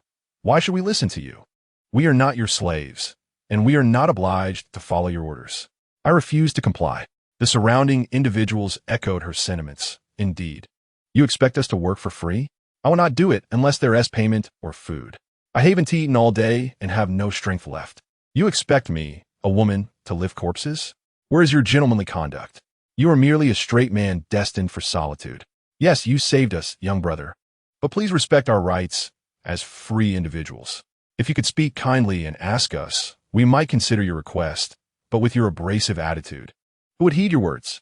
Young people must learn how to conduct themselves, otherwise they will face consequences. We are many. What can you do to us?" As the crowd became increasingly discontented at the prospect of labor, they vocally criticized Xue. Some resorted to moral coercion, while others, taking advantage of their slightly older age, attempted to instruct Xue on proper social conduct. Li Xiaoyu, incensed by their disrespect, could not contain herself, exclaiming, "Hey, have you no shame? Brother and saved your lives. He merely asked for your help in moving the bodies. You have already gained a tremendous advantage. If that monster had captured you, you would not have known how you would perish. Little girl, this is not your place to speak." One retorted, "Do we ever ask him for help?" As tensions escalated, Xue intervened, halting Li Xiaoyu's attempts at debate. In a swift motion, he approached the woman who had spoken first, seizing her and lifting her off the ground before crushing her life from her body and carelessly tossing her into the truck. The thud of her corpse echoed ominously within the vehicle. Xue continued this grim task, dispatching the next individual with the same efficiency and discarding them into the cargo hold. Desiring human rights, are we? Allow me to expedite your journey to the afterlife where you may claim your rights. He continued, "You wish to engage in violence? I shall also indulge. You presume to teach me how to conduct myself? You believe you are worthy?" In mere moments, Xue had dispatched 5 individuals. "Murderer!" they cried, shrieking in terror as they attempted to flee, only to be captured one by Xue. Some quick on their feet were met with Xue Qingyu's electric shock, followed by Li Xiaoyu dragging them back. Who among you still desires human rights? Xue's icy gaze swept over the group. They trembled in silence, some too frightened to speak, while the timid were reduced to shaking on the ground. "My patience is limited. I hope you will refrain from further provoking my temper. You have 10 minutes to either load the nearby corpses into the truck or become corpses yourselves to be disposed of. Choose wisely." Panic surged through the crowd, and they hurriedly scrambled to lift the bodies, no longer feeling fatigue or hunger, each working diligently. Within 10 minutes, the area was cleared of corpses. Even those from the vicinity were stuffed into the truck. "Who among you can drive?" One among them, trembling, raised his hand and said, "It's you. Get in the car and take everyone along. I don't care where you go, the farther the better. However, it would be best not to drive too fast or make too much noise, for if anything happens, don't blame me for not warning you." Upon hearing this, the group felt as if a heavy burden had been lifted and hurriedly climbed onto the large truck. With a swift press of the accelerator, they sped away. Yet, it seemed they had not heeded Xue warning, as they drove at breakneck speed, roaring off into the distance, disappearing at the end of the road. Xue shook his head, lamenting the futility of trying to dissuade reckless individuals. Such a cacophony would undoubtedly attract countless zombies trailing behind them. The road conditions were already poor. If they were forced to stop, it would spell trouble. "Let's head back." Xue called to the two women as they turned to retrace their steps. The evening had borne fruit, having replicated a unique ability and seized a considerable amount of resources. However, before returning to the villa, Xue instructed Li Xiaoyu to line up several cars at the entrance of the community, while he utilized his magnetic powers to draw metal railings from the street, stacking them atop the vehicles. Thus, a rudimentary yet functional barricade was constructed, sufficient to deter some wandering zombies from infiltrating the community. They could easily enter and exit the community through the car doors.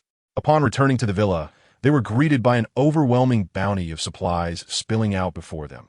Meat, eggs, milk, fruits, vegetables, snacks, beverages, and kitchenware in abundance. Xue remarked, "It seems that Lizardman must have directly raided several small to medium-sized supermarkets." The wealth of 17,000 points was indeed substantial, filling the entire villa to capacity. The two women stared in astonishment at the sudden influx of resources. "What are you all standing around for? Hurry up and organize," Xue urged.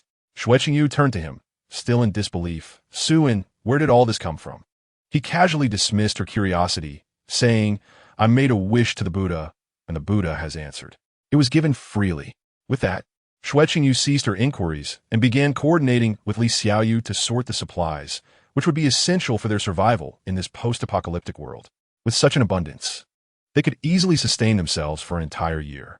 The two girls busied themselves categorizing the resources, while Xue went to lift refrigerators from other villas. Unfortunately, this haul included a significant quantity of fresh vegetables, fruits, and meats, at least 1 or 2 tons. The summer heat posed a threat to these perishable items. If left outdoors, they would spoil within 3 days, with meat going foul overnight. Thus, refrigeration was imperative. Xue transported over 20 refrigerators to a nearby villa, connecting them to power outlets, designating this as their storage facility. Once the refrigerators were set up, he scoured the community for generators, fortuitously finding 4 units. This would ensure that even in the event of a power outage, they could rely on the generators to keep the refrigerators running. If all else failed, there was always Xue Qingyu, the human generator, although her endurance posed a significant challenge.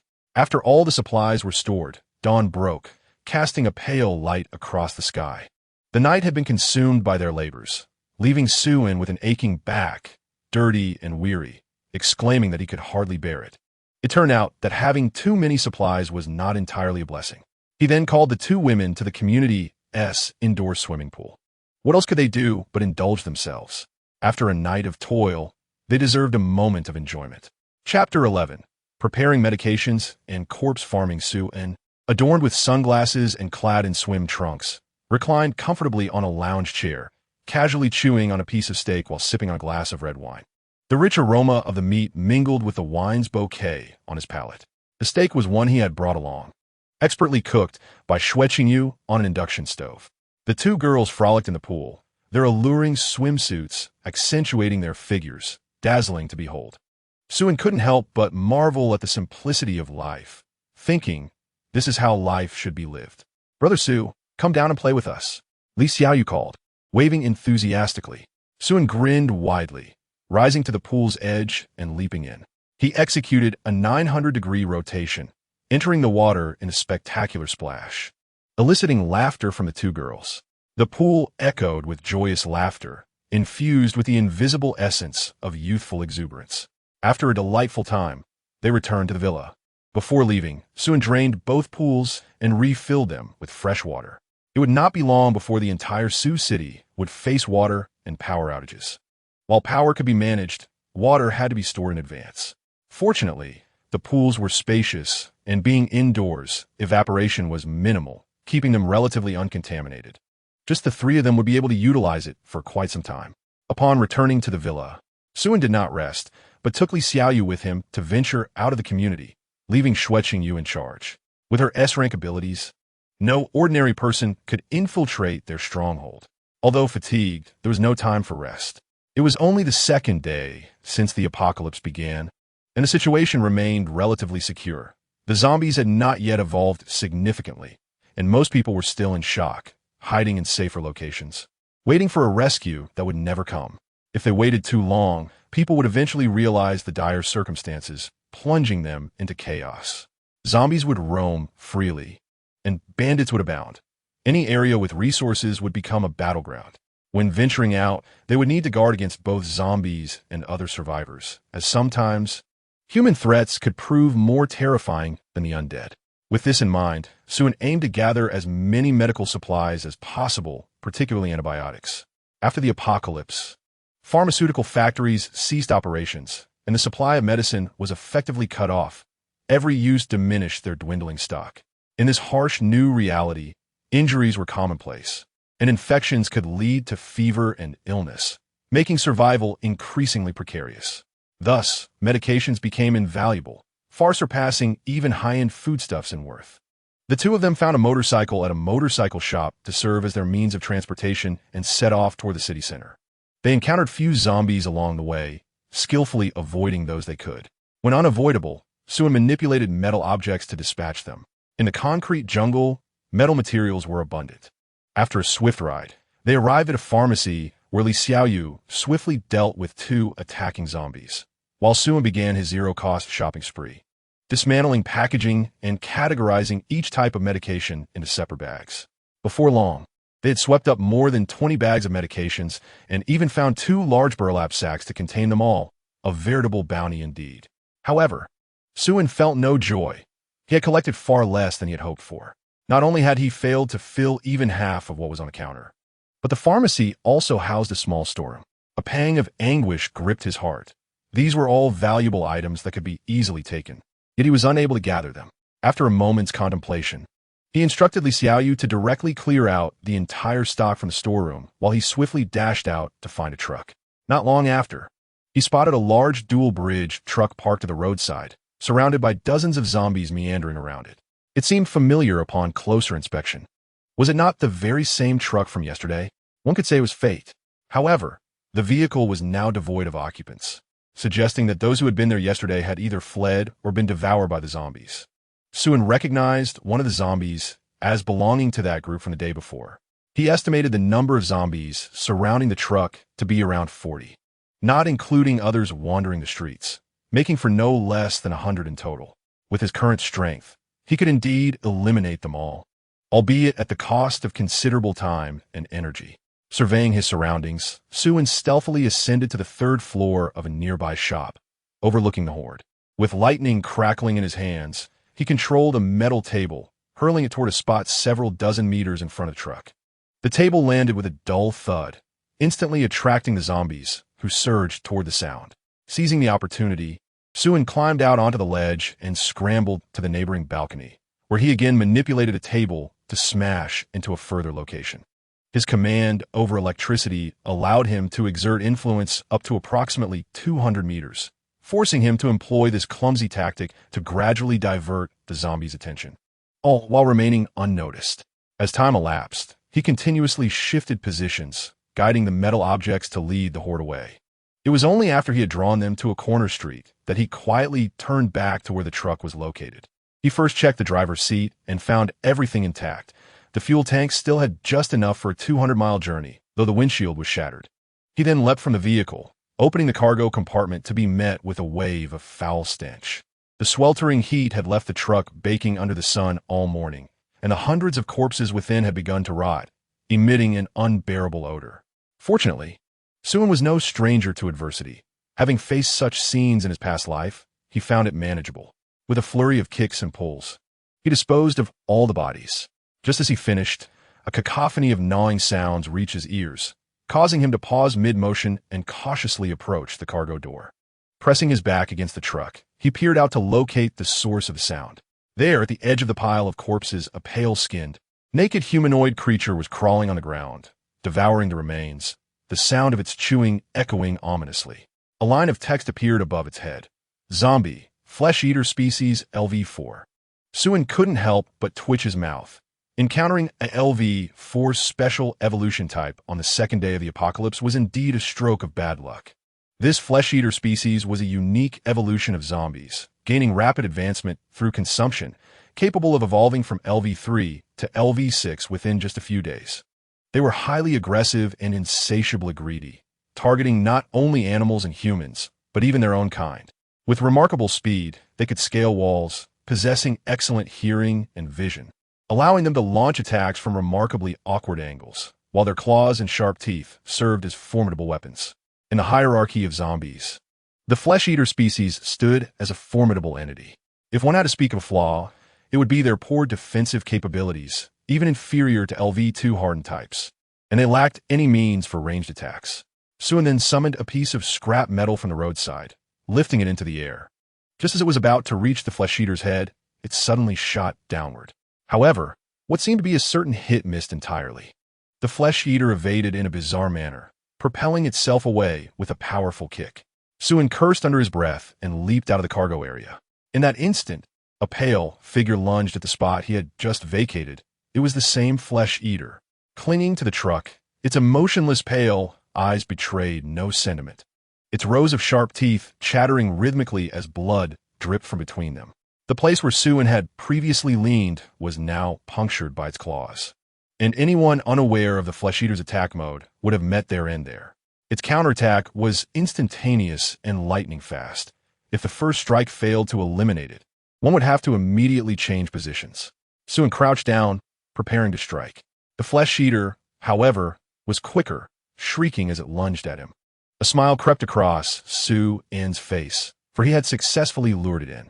Lightning surged forth, hitting the airborne flesh-eater squarely, while his steel-imbued right arm swiftly seized its throat, slamming it down onto the ground. The flesh-eater let out a mournful cry, its claws thrashing in a desperate attempt to retaliate. Yet Xue was faster. He had already directed a piece of metal to pierce directly into the flesh-eater's skull, swirling it within. After a few futile convulsions, the creature lay still. Its insatiable hunger for combat meant that any sign of aggression prompted it to attack first. With proper timing, one could exploit this to dispatch it. Xue spat, kicking the corpse of the flesh-eater aside. He secured the cargo compartment, sprinted back to the driver's seat, and started the vehicle, crushing the scattered bodies beneath the wheels as he drove towards the pharmacy where Li Xiaoyu awaited. While he could handle the flesh-eater, Li Xiaoyu would not stand a chance against it. He hoped fervently that she had not encountered such a creature. Upon his return to the pharmacy, he found Li Xiaoyu had already moved all the medications outside, hiding behind the counter in anticipation of his return. Seeing her safe, Xue breathed a sigh of relief and hurriedly instructed her to load all the medications back into the truck. The two then set off toward the next pharmacy, determined to leave no medicine unclaimed. The dual-bridge truck was capable of carrying dozens of tons, making it more than sufficient for their needs as long as they could fit it inside. After raiding over a dozen pharmacies, they had barely filled half the truck, with still ample space remaining. Yet Xue had no desire to continue searching for more pharmacies. While locating them was easy, the labor of transporting the goods was exhausting. Even with both he and Li Xiaoyu possessing enhanced strength abilities, the back and forth of hauling was taxing enough. Enough for today. Let's head home. Xue downed a bottle of honeysuckle beverage in one gulp, waving his hand in resignation. Li Xiaoyu, already exhausted, slumped in the passenger seat. I'll listen to you, brethren. With that, Xue pressed the accelerator, turning the vehicle around to retrace their route back to their stronghold. To avoid making excessive noise, and due to the state of the roads, the vehicle was not traveling at a high speed, merely exceeding 30 miles per hour. Nevertheless, it still attracted a considerable number of zombies trailing behind. Xue had no choice but to drive while simultaneously controlling metallic objects to obstruct the horde. The large truck not only drew the attention of the zombies, but also caught the interest of several survivors. Occasionally, heads popped out from the buildings lining the road, pleading for assistance with offers of money. "Brother, could you bring up some food? I'll give you 1,000. I'll offer you 5,000 for a box of instant noodles. I will pay 200,000 if you bring me a pound of steak. Just grade 2A will do. Brother, I will give you 1,000,000 if you can bring me a bag of rice and a pound of pork. I'll write you a check." Xue ignored them all.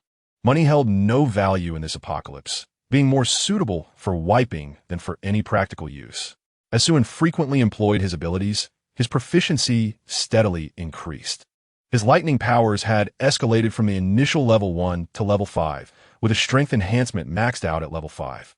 The Plunder ability remained at level 1, with a proficiency of 30. The Iron Arm ability at level 1 was already at its peak, while F-grade abilities lacked any potential for growth. With a level 5 strength enhancement, Xue could lift approximately 1 ton unaided. His level 5 lightning ability allowed him to control around 2 tons of metal from a distance, and its power had significantly increased, capable of reducing zombies to charred remains with each strike. As time passed, they drew closer to the stronghold, and the number of zombies trailing the truck reached an astonishing figure, no less than 1,000, including a notable number of evolved types. Among them were the bloated explosive zombies, the fully calcified hardened zombies, and the astonishingly agile jumping zombies. This accumulation occurred even as Xue cleared the way while driving. If he were to simply drive back to the stronghold, it would likely flatten the entire place. Xue promptly pressed the accelerator to increase speed, unleashing the full power of his lightning ability, frequently controlling nearby small vehicles to crash into the horde, particularly targeting the explosive types with precise accuracy, resulting in explosive bursts and scattering flesh. With Xue's interference, the zombie horde quickly fell behind the truck, and soon it vanished from their sight. Deprived of their target, the zombies froze momentarily before dispersing aimlessly, pursuing any living beings they encountered with frenzied determination. The survivors who had previously peeked out from the buildings inadvertently attracted the attention of the mutated jumping zombies, which leaped and climbed to the upper floors, crashing through windows.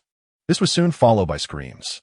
The cacophony of screams drew more zombies, who broke down the doors of the residential buildings and surged inside, escalating the cries for help. As time advanced, the number of mutated zombies would increase, making life increasingly difficult for ordinary people, a struggle that could be described as living day by day. The awakened ones faced challenges as well. The abilities were categorized into 8 ranks: S, A, B, C, D, E, F, and G. Under the assumption that abilities reached maximum proficiency, F and G rank awakened individuals could at most contend with level 2 mutated zombies, while facing level 3 might offer a glimmer of hope. D and E rank awakened could confront levels 3 to 4, B and C could tackle level 5. A rank could manage level 7, and the most extraordinary S rank could face levels 7 to 8, or even higher. Level 8 marked the pinnacle of zombie evolution. However, these classifications were not absolute. Even high-ranking awakened individuals could falter against advanced zombies if their proficiency was low. For instance, while S-rank awakened individuals theoretically had a high ceiling, in the current stage with low proficiency, it would not be surprising if they fell to level 4 zombies. The present scenario was a race against time.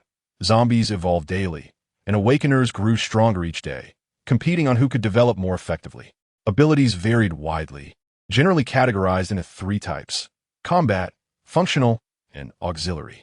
The first 2 excelled in battle, while the combat prowess of auxiliary abilities tended to be somewhat lacking. Even an S rank could struggle against level 3 zombies in solo combat. Ultimately, abilities are inanimate, while humans are alive. The same ability can yield different results in different hands. Some individuals could surpass limits, while others could not even maintain their minimum. This was the true essence of the apocalyptic era, where every moment tested the limits of survival. After driving the truck back to the stronghold, Xue first removed the obstacles and drove the truck directly into the community.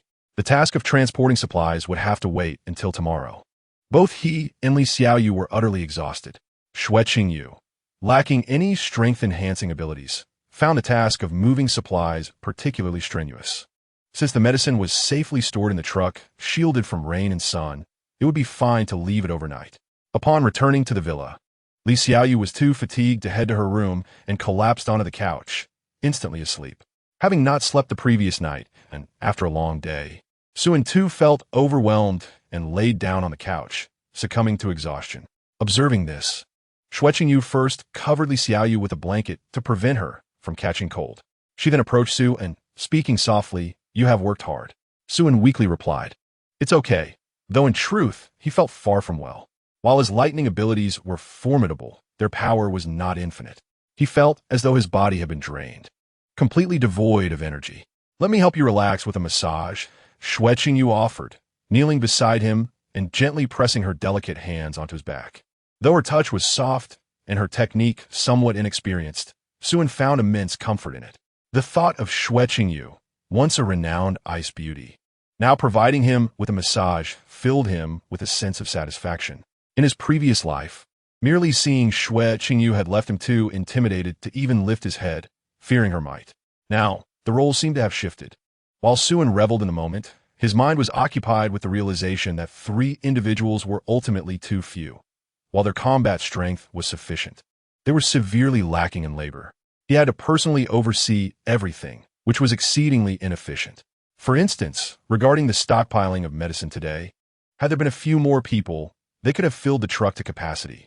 He contemplated whether to recruit a few more loyal individuals for labor, to keep watch and assist with moving supplies. Overall, the current situation was characterized by an abundance of resources, yet a scarcity of means to store them. Apart from recruiting laborers, he had another, more advantageous option: to replicate a spatial ability. Spatial abilities, while not combat-oriented, were exceptionally valuable. Each spatial ability awakener possessed an independent space where anything, except living beings, could be stored. Moreover, this independent space could preserve items indefinitely, ensuring that whatever was placed inside remained unchanged upon retrieval, a truly remarkable existence. However, spatial abilities were exceedingly rare, regarded as treasures by various factions. And in his previous life, Xue had encountered very few. These factions would not disclose the identities of their spatial ability awakeners, leaving Xue with scant information. Encountering one would be a matter of luck, or he could wait until some major factions formed and directly seek out such individuals. A wave of drowsiness washed over Xue, and he gradually succumbed to sleep. When he awoke, it was already midnight. Xue Qingyu was still on the balcony, keeping watch, occasionally stifling a yawn. Upon seeing Xue, she greeted him with a warm smile. "You're awake." Xue nodded in acknowledgement. "You should go to sleep. I can take the watch," he suggested. Xue Qingyu shook her head. "It's all right. I'm not tired. You must be hungry. I'll go prepare some food." "Thank you." Xue Qingyu rose and headed to the kitchen, returning shortly with steaming dishes. There was a soup and a plate of stir-fried meat, suggesting she had prepared it in advance. Waiting for Xue to awaken, Xue eagerly dug in, while Xue Qingyu quietly observed, her eyes sparkling with joy, occasionally serving him more food. After finishing the meal, Xue Qingyu cleared the dishes and even prepared a cup of hot tea for Xue and relaxing with his legs crossed. Xue savored the tea while gazing at the vast night sky. Under the moonlight, several dark figures circled in the air. Moments later, they dove towards Xue's direction. Without a change in expression, he swiftly commanded a fork to fly out, piercing the incoming shadows, which fell to the balcony, struggling briefly before becoming still. Upon closer inspection, there were several large, menacing black bats, resembling dinner plates. These were level 2 bloodthirsty bats, active at night, known for attacking the living, carrying viruses that could turn victims into zombies upon being bitten. Following this night, the number of such bats would increase exponentially within 3 days. Their population in the vicinity would exceed 10,000. By the 6th day, the bats would vastly outnumber both the human and zombie populations combined, darkening the skies. At that point, the global population would diminish by 60% within a mere 2 days. Xue Qingyu gasped, covering her mouth in horror. The brutality of this apocalypse far exceeded her imagination. If what Xue said were true, did humanity still hold a glimmer of hope for survival? He merely stated the facts, simultaneously offering a precautionary warning to Xue Qingyu. The more desperate reality, which he had yet to articulate, was that the bloodthirsty bats only ventured out at night, remaining dormant during the day. However, this did not imply that daytime was devoid of danger. A majority of zombies were active during daylight, and in addition to them, there were also the bloodthirsty crows, which posed a threat akin to that of the bats. Both the crows and the bats proliferated exponentially, culminating in a darkened sky filled with swarms of crows and bats. One hunted during the day, while the other hunted at night, both with the singular aim of preying upon the living. In comparison to these crows and bats, the zombies were but trifles. In the face of millions of bats and crows, even the most powerful S-rank ability user would meet their demise in an instant. Of course, the crows and bats would not persist indefinitely. They would vanish without a trace after the 14th day. Their emergence resembled a vast funnel, filtering out the unsuitable remnants unfit for survival in the apocalypse, all in preparation for the next, more brutal phase of the end times. Indeed, the apocalypse has manifested multiple times, each with its distinct stages. We are merely at the initial phase of the first apocalypse, and everything has only just begun. While zombies are certainly terrifying, they pale in comparison to the bizarre monsters that are yet to come. Chapter 14. Chaos. Hoarding oil the following morning after breakfast. Xue and Li Xiaoyu ventured out once more. Their objectives were twofold: to locate an oil tanker and procure a supply of fuel, and to search for additional awakened individuals to replicate abilities. The duo found a motorcycle and sped towards the city center. Compared to the previous day, the streets were now teeming with zombies, and the number of evolved zombies had significantly increased. Once the most common type, ordinary zombies had now become a rarity, with the LV2 hardened zombies dominating the scene, alongside the ubiquitous fat explosive types and the leaping varieties. After 3 days of apocalyptic turmoil, most people had come to their senses, abandoning hopes of rescue and instead venturing out from their shelters in search of supplies. However, for the average person, the realization that they needed to gather resources had come too late. The zombies had evolved to higher levels, and the bloodthirsty crows were selectively hunting, making every outing a potential death sentence. Yet, they had no choice but to risk their lives in search of food. In the days to come, the zombies would level up daily, rendering each day more perilous than the last. If one hesitated today, they might utterly lose hope of survival. Today was destined to be anything but tranquil. Numerous survivors braved the streets in search of provisions. Those fortunate enough might find something to sustain them, while many others would meet their end at the hands of zombies. Simultaneously, survivors began to clash violently over resources. The zombies grew agitated, plunging the entire district into chaos, with screams, cries, curses, and the roars of the undead echoing throughout the streets. Xue and Li Xiaoyu arrived at a gas station, where several survivors were desperately snatching items from the shelves of the convenience store. Upon noticing Xue and Li Xiaoyu, their expressions turned wary. One individual, wielding a fire axe, stood guard at the entrance, keeping a vigilant eye on the duo. Clearly, these survivors were a group, fearful that Xue and Li Xiaoyu would contest them for resources, hence they stationed a guard. Xue paid them no mind, instead checking the gas station's fuel reserves.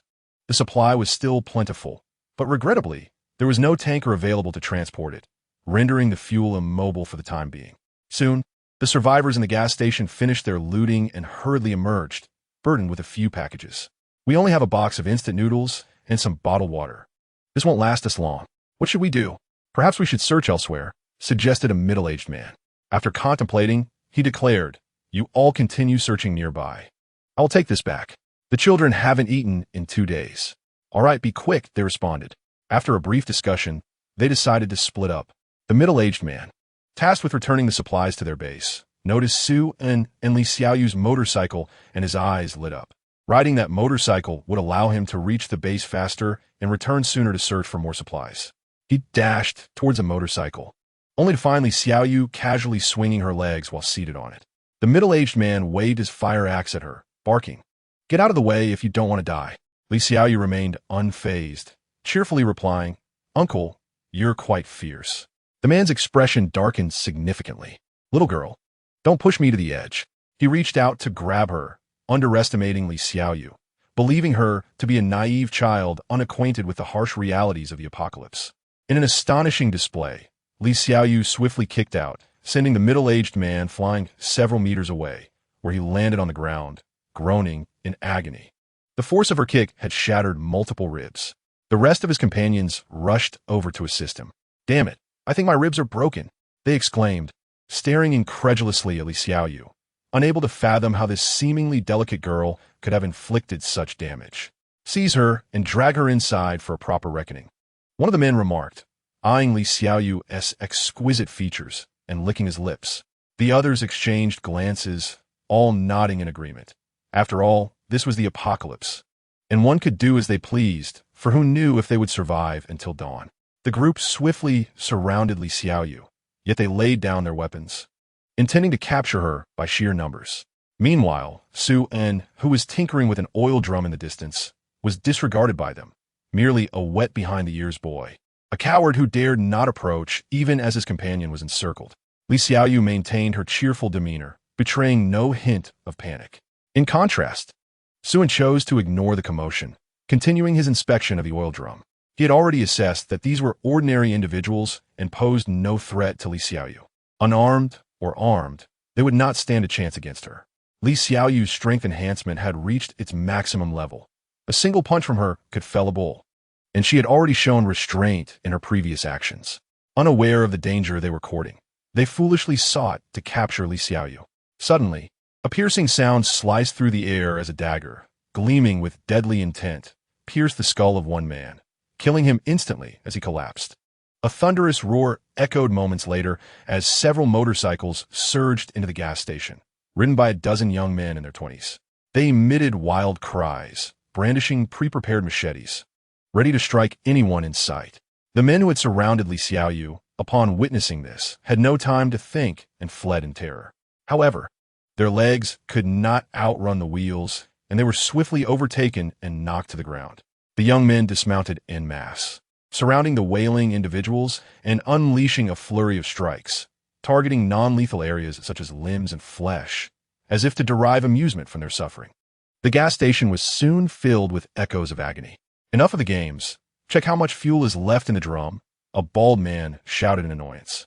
The young men begrudgingly ceased their assault, but did not spare the moaning victims, executing them one by one and kicking their heads around like a ball. The bald man's eyes lit up as he turned to Li Xiaoyu, his fortune seemingly favored today with the presence of such a beauty. Little miss, wandering alone out here is quite perilous, don't you know? He grinned as he approached her. Li Xiaoyu rolled her eyes in response. I came with my husband. I'm not alone. Where is your husband? I don't see him. Li Xiaoyu pointed towards Xue Qingyu, who was squatting by the oil drum. There he is. The bald man signaled to a nearby young man, who understood and approached Xue Qingyu with his machete drawn. How about you stick with us? I can guarantee you'll never go hungry. In this world, that useless husband of yours can't provide for you, the bald man suggested. Li Xiaoyu's expression turned icy at his words before shifting to a smile as she extended her hand towards him. All right, then take me with you. The bald man was elated. Smart girl. I promise you a life of luxury. He reached to embrace her waist just then, but Li Xiaoyu's eyes glinted coldly as she kicked him fiercely in the chest while supporting herself against the motorcycle. For an ordinary person, the kick would have been devastating. Yet the bald man reacted swiftly, raising his arms to block the blow. Nonetheless, he underestimated Li Xiaoyu's strength and was sent flying, his arms snapping under the impact. You are the useless one. Your whole family is worthless. Spit. Li Xiaoyu spat, unable to tolerate the insult towards her beloved brother. The bald man staggered to his feet, his left arm hanging uselessly by his side, cold sweat trickling down his forehead as he gritted his teeth. Damn it. Are you an awakened? Cursing his misfortune internally, he realized that Li Xiaoyu's strength exceeded normal limits, a trait of the awakened. He knew the terrifying power they possessed and understood that one should never provoke an awakened without cause. However, having crossed paths, he had no choice but to eradicate the threat. With a sense of urgency, he drew a dagger from his waist and activated his ability, eagle-eye tracking, hurling the dagger toward Li Xiaoyu. Anticipating the attack, she deftly dodged the incoming weapon. Yet the bald man wore a twisted smile. You wench. The dagger, having missed its target, suddenly veered back, aiming to strike her once more. By the time Li Xiaoyu realized the danger, it was too late. The dagger, glinting ominously, was mere inches from her. Just as it was about to pierce her, it abruptly halted mid-air, suspended in silence. The bald man's menacing grin froze on his face. What is happening? What did you do? You possess a decent Barank ability, a calm voice interjected. Xue Qingyu stepped forward, flicking Li Xiaoyu on the forehead. Remember this. Always finish off your opponents without giving them a chance to recover. There are many types of abilities, and you must be wary of being caught off guard. While theoretically, higher-ranked abilities were stronger, they did not guarantee absolute dominance over lower-ranked ones. The effectiveness of an ability greatly depended on the user, with proper application. Even a lower ability could triumph over a higher one. Had Li Xiaoyu pressed her advantage and not allowed her opponent a chance to retaliate, she could have easily dispatched him before he could activate his power. Li Xiaoyu covered her forehead with her hands, sheepishly sticking out her tongue. Got it, hubby. Suan raised an eyebrow. When did I become your husband? I wasn't aware. Isn't it said that one must repay the debt of life with their body? You've saved me twice. I'm merely being modest, she retorted playfully. Suan chuckled. Repayment doesn't necessarily mean offer your body. You could also work as a servant. Li Xiaoyu pouted in displeasure, then seemingly struck by a thought, grinned mischievously. That's close enough. Suan couldn't help but smile. Your driving skills are unmatched. The wheels just crush my face. Li Xiaoyu laughed joyfully as she embraced him. Suddenly, a flurry of daggers whistled through the air, aimed at the pair. The bald man, incensed by their disregard, hurled several daggers in a rage. He bellowed. Suan simply cast a casual glance, and the daggers came to a standstill in midair. You did this, didn't you? You're also unawakened. The bald man trembled as he pointed at Suan. By now, even a fool would comprehend that he had encountered a formidable opponent.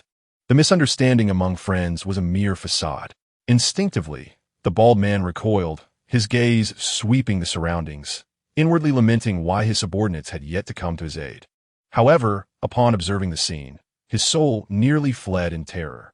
The ground was strewn with bodies, his subordinates long since dead. Each individual had been silently pierced through the mouth and throat by steel rods and machetes, their cries for help stifled before they could escape their lips. The bald man felt a surge of panic and collapsed onto the ground, trembling uncontrollably. I was wrong. Please spare my life. Give the Longhu gang some face. If there is ever a need for my services in the future, I am at your disposal. My leader is Hu Yi, an awakened one, a powerful awakened. If you kill me, Hu Yi will not let you go. Suan pondered briefly. Longhu gang, Hu Yi. These names resonated in his memory, though the details were hazy. He recalled that the Longhu gang was originally an underground gang in Sioux City, which had fortified its position after the apocalypse, establishing a respectable power in the New World. It seemed imperative to pay a visit to the Longhu gang. With a nonchalant wave of his hand, several daggers returned and struck the bald man to the ground. He approached and placed his hand on the man's head, silently invoking, "Bring it forth." Chapter 16. Inside the Longhu gang Big Brother, this is the place. Under the guidance of the bald man, known as Yego, the trio arrived at a high-rise district, once the most vibrant entertainment street in Sioux City. It was filled with numerous bars and nightclubs, colloquially dubbed the Night City. Even before the apocalypse, the Longhu gang had established its presence here, and after the world had changed, they continued to use it as their stronghold. Now, the labyrinthine roadways of Night City had transformed entirely. Most intersections were blocked off with fences and iron nets, leaving only a straight path leading deeper into the heart of the area. Big Brother, let me guide you. Hu Yi will be thrilled to see you. He admires individuals of your caliber, Yego stammered, leading the way despite the pain from his wounds. Yet, his demeanor remained subservient, while a flicker of resentment danced in his eyes as he contemplated how to rid himself of Suan. He may not be able to defeat Suan alone, but that did not imply Hu Yi could not. With hundreds of brothers in the Longhu gang, even a single spit from each could drown this scoundrel. Yego had navigated the streets for over a decade, and he had never suffered such a humiliating defeat. He could not swallow his pride without eliminating Suan. You need not lead the way any longer. I know how to proceed from here. Your usefulness has expired, Suan stated, casually flicking his wrist as a dagger flew forth, piercing Yego's throat. Yego clutched his throat, eyes wide with disbelief, and collapsed lifelessly to the ground. Suan seized several of Yego's daggers, finding their craftsmanship satisfactory enough for use as throwing knives. Accompanied by Li Xiaoyu, Suan sauntered down a straight street, encountering very few zombies, indicating that someone had likely cleared the area. Occasionally, a few jumping types would spring from the shadows to attack, only to be effortlessly dispatched by Li Xiaoyu wielding her baseball bat. Soon, they arrived at the end of the street, where a bar named Blood Queen stood. The ground floor's entrance and windows were sealed shut with steel plates from the outside, leaving only a shattered floor-to-ceiling window on the third floor as the sole entry point, accessible via a soft ladder. Two young men squatted nearby, evidently stationed as sentries. "Hey, what are you two doing?" Upon sighting Xue, one of the men hurriedly stood, brandishing a handgun while eyeing Xue warily. Surprised to see a firearm, Xue noted that it was merely a handgun, suitable for humans but ineffective against zombies, unable to breach even the defenses of a level 2 hardened type. Yet, these individuals displayed some intelligence by positioning their entrance on the third floor, as hardened zombies could not ascend, while jumping types would struggle against gunfire. Overall, it appeared relatively secure, at least for the moment. In a few days, that might change. "We are here to pledge allegiance to Hu Yi. May we ascend?" Xue explained with a smile. The two men exchanged a few words before calling out to those below. "All right, the female can come up first. The males will wait down here."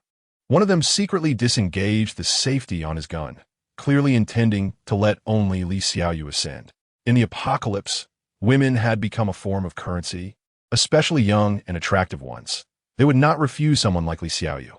With the enhancement of his eagle eye ability, Xue's vision was several times sharper than that of an ordinary person, allowing him to perceive their covert actions clearly. Originally aiming to blend in discreetly to avoid alarming others, it seemed that plan was now futile. Without hesitation, Xue surged forward, sprinting up the wall. The floor-to-ceiling window was only 8 or 9 meters from the ground, a distance he could manage easily. Anything higher would be a different challenge. As Xue effortlessly scaled the wall, the two guards exclaimed in disbelief and opened fire, their bullets whistling through the air, only to curve back and strike both guards squarely in the head. Xue nimbly leaped through the window, surveying the room, which appeared empty. However, the sound of gunfire would likely draw attention momentarily. He beckoned to Li Xiaoyu below. "Come up." Li Xiaoyu nudda, taking a running leap of 2 to 3 meters to grasp the soft ladder and swiftly climb up. Despite her augmented strength, she still lagged behind Xue and unable to match his grace in scaling the vertical surface. Just as Li Xiaoyu entered, the door to the room was violently thrown open, and a dozen individuals armed with machetes and axes stormed in. Upon seeing the two fallen bodies on the ground, the apparent leader barked orders without seeking clarification. "Kill the men and dispose of their bodies for the zombies. Keep the woman." A raucous uproar ensued as the henchmen lunged towards Xue. With a swift motion, several daggers shot out from behind Xue and weaving through the room. In the blink of an eye, numerous warm bodies lay lifeless on the floor. The leader, witnessing this carnage, was struck with terror and hastily drew his handgun, firing indiscriminately at Xue. The bullets curved, piercing the leader's limbs. Collapsing in agony, the leader let out a heart-wrenching scream. Xue approached, placing a foot on the leader's chest, his expression cold as he inquired, "Where is Hu Yi?" The leader's face turned ashen. "Hu Yi is in the office on the 5th floor. Please spare me. I can." Before he could finish, a dagger flew through the air, silencing him forever. Xue kicked aside the corpse blocking the door and stepped inside with measured strides. Li Xiaoyu hastily tightened her grip on the baseball bat and followed closely. Exiting the room, Xue found himself in a corridor where several armed individuals approached, coldly questioning him. "Who are you, kid?"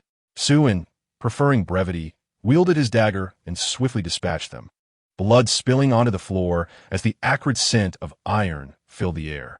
Navigating through the corridor, he reached the end where a large door stood, behind which the faint sound of piercing rock music could be heard. Xue hurled his dagger, taking out 2 guards stationed at the entrance, then pushed the door open. Before him lay an expansive dance hall, illuminated by flickering neon lights, with loud rock music thrumming, causing discomfort to the eardrums. Dozens of men and women writhed in rhythm on the dance floor, while in the center, a large iron cage contained a zombie with sewn lips and clipped nails, pursuing a woman. A group of ruffians jeered at the cage, occasionally dousing it with water. Xue frowned in distaste, while Li Xiaoyu crouched on the ground, retching. "Stay by the door and ensure no one escapes," Xue urged, patting Li Xiaoyu's back. This scene was nothing particularly distressing for him, but for Li Xiaoyu, it was far more repulsive than the gruesome images of blood and flesh. Nodding, she covered her mouth and exited the dance hall, closing the door behind her. At that moment, the occupants of the dance hall noticed Suin. Hey kid, who are you? I haven't seen you before. Who brought you up here? Suin waved his hand, sending several daggers spiraling through the hall. The cries of men and the shrieks of women filled the air, drowning out the blaring music. 5 minutes later, with a resounding crash, one dagger pierced the sound system, restoring silence to the hall. The floor was littered with corpses and blood. With only a few women huddled in the corners, trembling incessantly, every man lay dead. It was not that Suin was lenient towards women, but rather that most of them were merely playthings of the Longhu gang, seeking refuge in this chaos. Their ties to the gang were superficial, and eliminating them would only add to the bloodshed. He was no bloodthirsty demon, unwilling to expend energy on the innocent. Of course, a few women who had exhibited hostility towards him had been dealt with. Suin proceeded upstairs, daggers hovering behind him. He dispatched anyone who crossed his path, leaving a trail of blood and bodies, his gaze remaining serene throughout. He was neither swayed by pleas for mercy nor driven to madness by the act of killing. In the blink of an eye, he reached the 4th floor, only to be halted by a massive man adorned with tattoos. This is not a place for you, kid.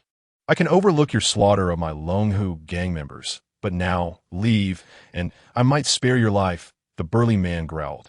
Suin glanced at the man's head, taking note of his abilities.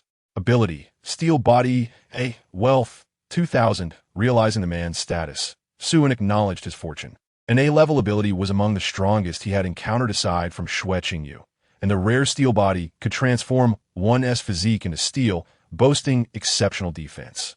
Even a shotgun could not breach it, and it granted immunity to most abilities, impervious to fire and water, while also delivering devastating attacks. A veritable human tank and a bane to melee fighters. Suin controlled several daggers to strike, but the man's body shimmered with a metallic sheen, transforming him into a veritable iron figure. The daggers, once unstoppable, merely sparked against him, unable to pierce his skin. The Iron Man narrowed his eyes upon seeing a dagger and seized one. This is old 3's dagger. Where did you get it, kid? Suin shrugged, of course. I took it from the corpse. I believe he was called Wild Dog. But don't worry, my methods of killing are quite refined. He left this world peacefully. Fury ignited in the Iron Man's eyes. You dared to kill old 3. His voice was low, teetering on the edge of wrath. He had shared a brotherly bond with Wild Dog, having known each other since childhood, navigating the streets together. When the apocalypse struck, they awakened their abilities simultaneously and aligned with Hu Yi, rising to the ranks of the Longhu gang.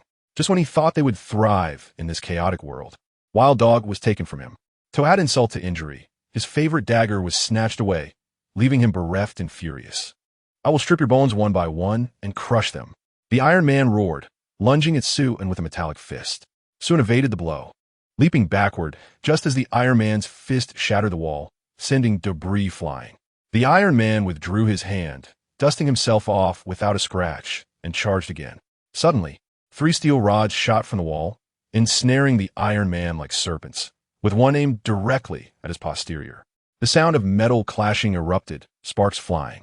A mere parlor trick, the Iron Man scoffed, effortlessly tearing the rods apart, a mocking smile curling his lips. Is that all you've got? Suin gasped, realizing the vast difference in their strength. How about this? I've changed my mind. I don't wish to kill you. Since you've slain old 3, you shall take his place and serve me. But be warned, I want to treat you with the same kindness I afforded him. Suin staggered back several paces, taken aback by the Iron Man's unexpected cunning. The thought of Wild Dog's demeanor in the company of this brute sent chills down his spine. Don't just stand there. Kid, keep running. The more you struggle, the more I enjoy it. The real show is just beginning. The Iron Man cackled, lunging once more at Suin. Yet Suin stood resolutely, his expression stoic, causing the Iron Man to believe he had frightened him into submission.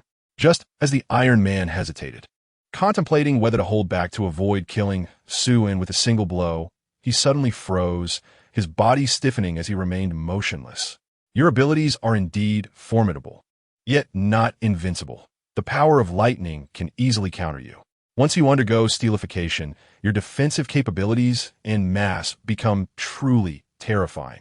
However, this transformation makes your body susceptible to electromagnetic forces, which can directly influence and even control you. Suin slowly approached the immobile Iron Man, raising his palm as lightning crackled and danced within it. It is unfortunate that I possess the power of lightning. Your defeat is well-deserved. The Iron Man remained frozen in a punching stance, his eyes filled with horror and unwillingness. He wished to utter something, yet he could not even move his mouth. Do you have any last words? I fear your utterances may nauseate me. Xue pressed his hand upon the opponent's head, silently reciting, "Bring it forth." Detection of Plunder target. Please select Plunder direction. I want it all. Replication of ability successful. Acquired ability. Steel body. Wealth plundered successfully. Acquired 2,000 points of resources. Please select resource transfer location. Xue quietly chose to transfer the resources back to the courtyard of the stronghold. Done. Although 2,000 points of resources is not a significant amount, the A-grade steel body perfectly compensates for his defensive shortcomings. The mere replication of this one ability makes this expedition worthwhile, yielding abundant rewards. Xue patted the Iron Man's shoulder. My dear brother, I must say, you two are truly perverse in your games. With a snap of his fingers, the Iron Man began to twist and contort, his head and body rotating in opposite directions. Moments later, with a resounding crash, the head and torso separated, the head thudding to the ground. The Iron Man was thus slain, and the ability was lifted, the corpse reverting to its original form. Xue stretched lazily and ascended the stairs to the 5th floor. Lord Hu is on the 5th floor. I wonder if he is an ability user as well. Upon reaching the 5th floor, Xue surveyed his surroundings, discovering the area utterly devoid of life. The entire floor was eerily silent. He kicked open several rooms without encountering a single soul. Could they have fled? That seems unlikely. The esteemed Lord Hu should not be so cowardly. Yet, after thoroughly searching the entire 5th floor, no figures appeared. Xue entered a lavish office, reclining on the chair, his feet propped on the desk, feeling quite vexed. Had I known, I would have dealt with that iron lump sooner. Now I find myself a loss. Frustrated, Xue kicked the desk, sending it crashing against the wall with a dull thud. Wait a moment. The sound of the desk colliding with the wall was not quite right. It reverberated dully, with a faint echo. The office's dimensions also seemed off. Judging by the decor and opulence, it should undoubtedly belong to Lord Hu, yet its area appeared rather cramped, barely 40 square meters. Xue's eyes lit up as he approached the wall for a closer inspection, then pushed aside a bookshelf. Behind the shelf, he discerned a narrow crack in the wall, and after tapping it twice, he heard a metallic resonance. Indeed, there was a hidden chamber. Xue stepped back a few paces and shouted, "Steel body." Upon uttering the incantation, a metallic sheen enveloped him, transforming his entire body into steel. He then charged directly at the wall. With a resounding crash, a large hole was created in the wall. Xue pushed aside the bricks, poking his head through, grinning wickedly. "Found you." What greeted him was a frying pan plastered against his face. Xue's expression darkened as he exerted more force to clear the wall, squeezing his entire body through. Before him lay an opulently furnished, sealed bedroom. In the center stood a grand bed, beside which sat a computer playing martial arts action films. A rotund man in a bathrobe stood before the bed, holding a frying pan. Upon seeing Xue burst through the wall, the man promptly discarded the frying pan and chuckled nervously. "Brother, your iron head technique is truly impressive. I, Lord Hu, am in awe." Xue tilted his head. "Do you think yourself humorous?" The rotund man's legs buckled, and he knelt, repeatedly bowing his head. "I was wrong. Dear brother, please do not kill me. I can give you anything you desire. Take whatever you wish. The entire Longhu gang is yours." As he spoke, he rushed to the bedside and pulled out a stunning woman with an alluring figure and exquisite features. "Brother, behold. This is Xiao Bingbing, a first-tier starlet. I offer her to you. I have trained her well. I am certain you will find her to your liking." Xue's gaze fixed upon the pair, his pupils narrowing, and his breath quickening. Observing this, Lord Hu hastily nudged Xiao Bingbing forward. "Hurry up." Xiao Bingbing shot Lord Hu a disdainful glance, her expression filled with resentment. "Oomph. I refuse to go. What do you take me for? What is my stature? I am a first-tier star. What makes him worthy of me? I will not go. If anyone should go, it should be you." Hearing this, Lord Hu nearly choked with rage. Evidently, his training had not been very successful.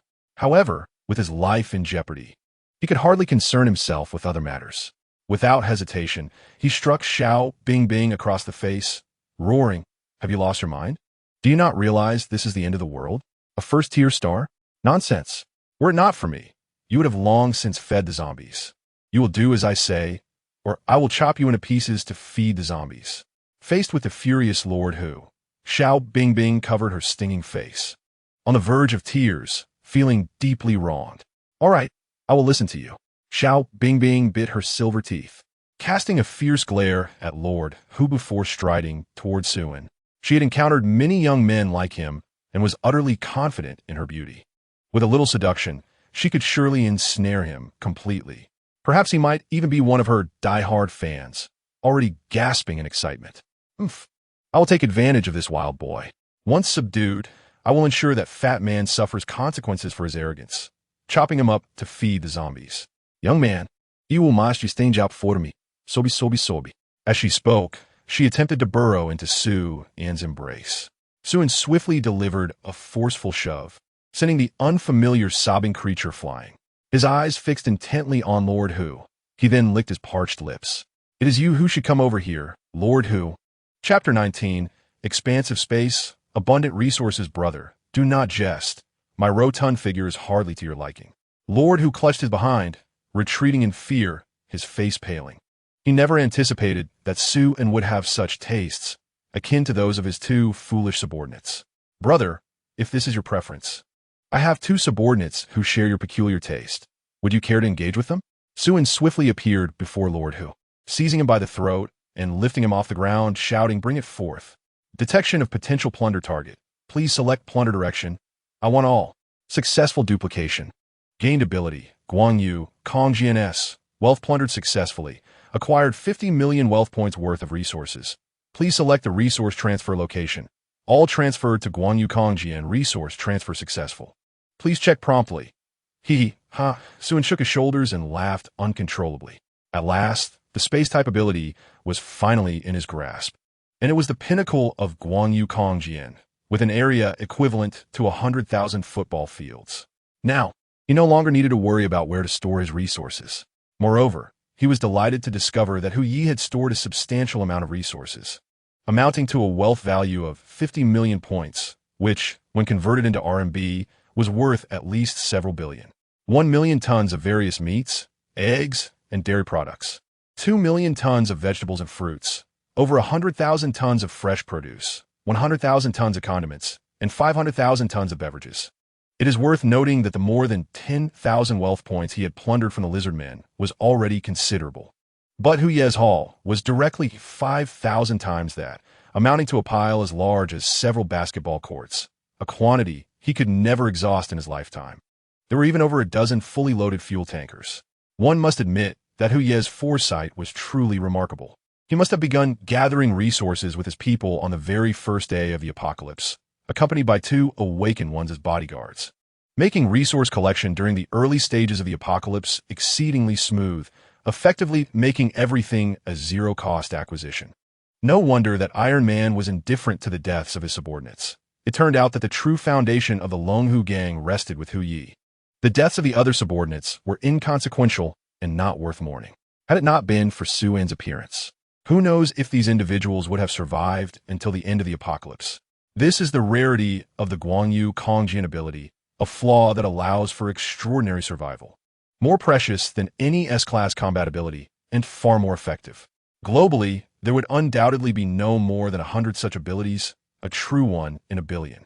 Hu Yi might be said to have an extraordinary start, with capable subordinates awakening Guangyu Kongjian at the onset of the apocalypse. However, he encountered Suin, and what began as a heavenly boon turned into an impending catastrophe.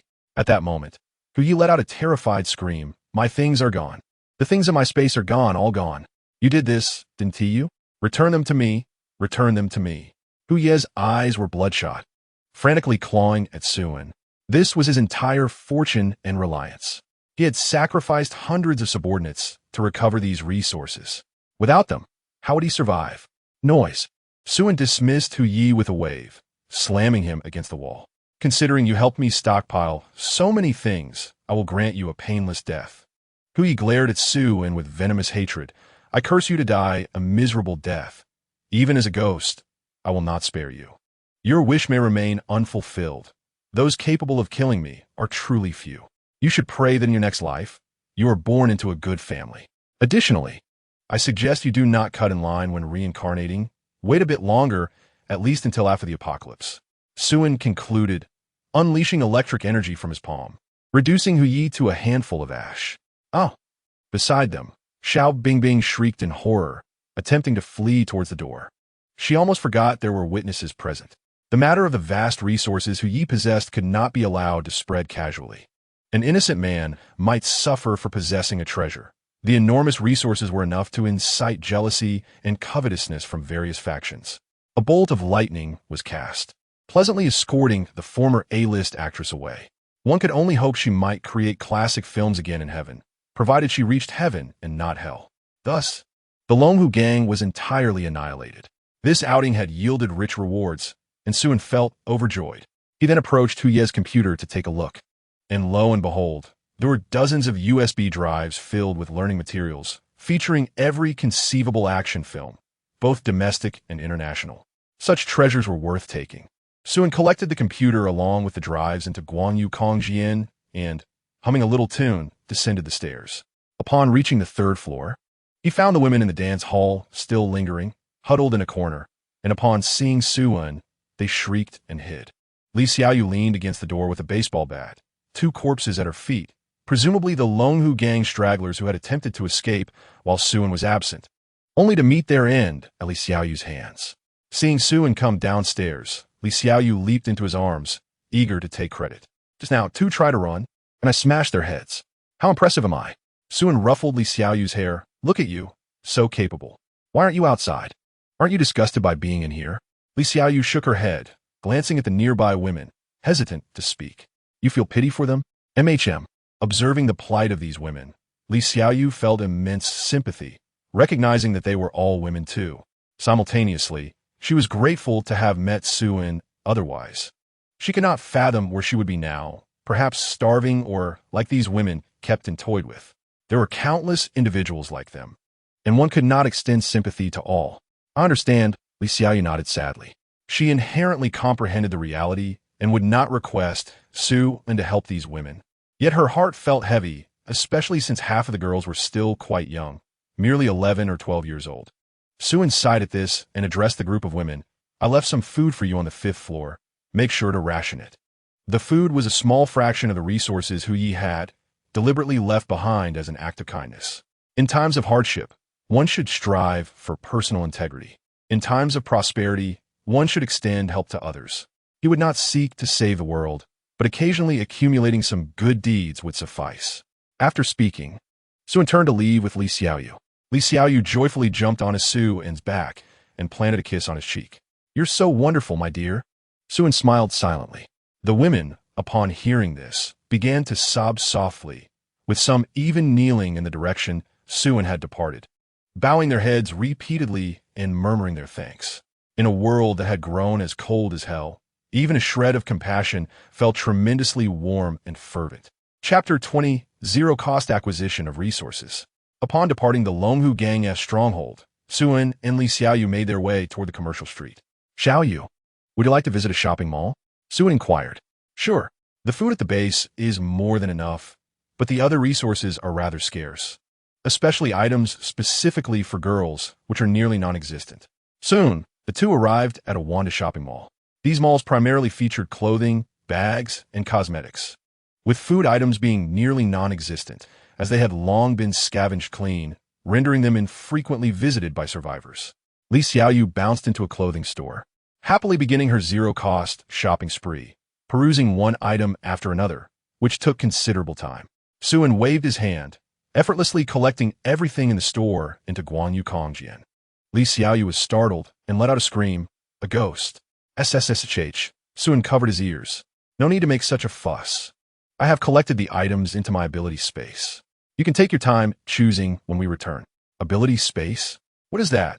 Li Xiaoyu asked, filled with curiosity. Literally, I possess a vast ability space where I can store everything except for living animals and humans, Xue patiently explained. Really? Then, covering a lot of things with me too? Li Xiaoyu's eyes sparkled brightly. However, the tedious task of selecting items from each household was quite bothersome. Consequently, Suen directly transported all the merchandise from the entire shopping mall into the Guangyu space. He proceeded to clear one mall after another, emptying each in succession. Passing by a 4S car dealership, he collected everything.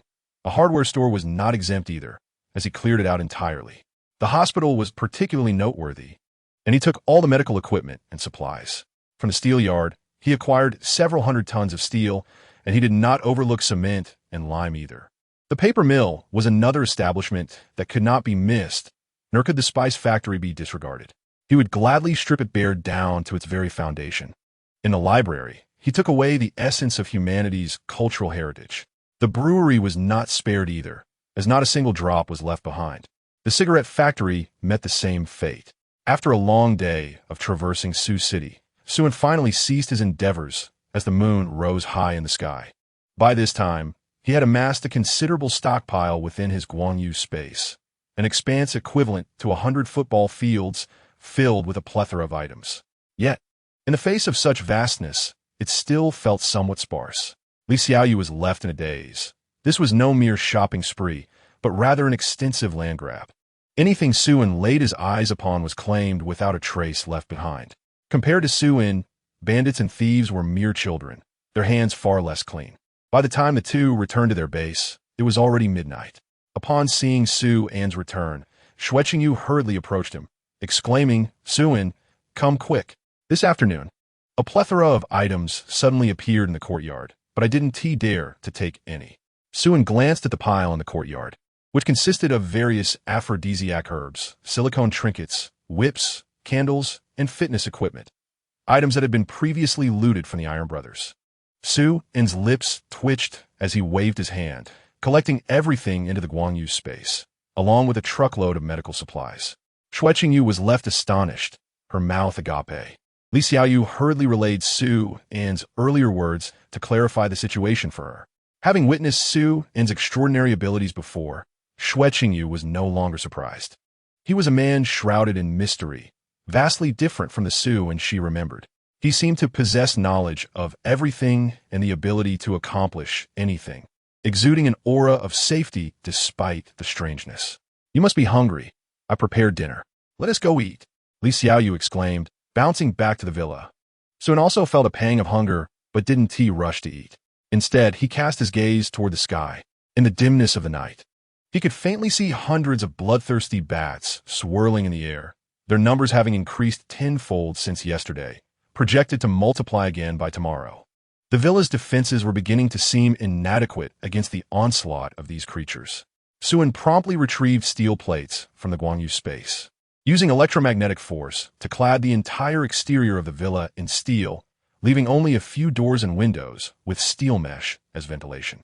This transformation turned the villa into an iron fortress, a necessary precaution for the impending challenging fortnight. Only after completing this task did Suen return to the villa to enjoy his meal. The dinner consisted of 2 dishes and a soup, stir-fried shredded potatoes, 3-flavor tofu soup, and garlic stir-fried, twice-cooked pork. One must commend Xue Qingyu's culinary skills. Her dishes were at least on par with those from most restaurants, both in flavor and presentation. However, the variety was lacking, and there weren't enough hearty dishes. The supplies he possessed could easily sustain the 3 of them for a lifetime, rendering such modest and frugal meals unnecessary.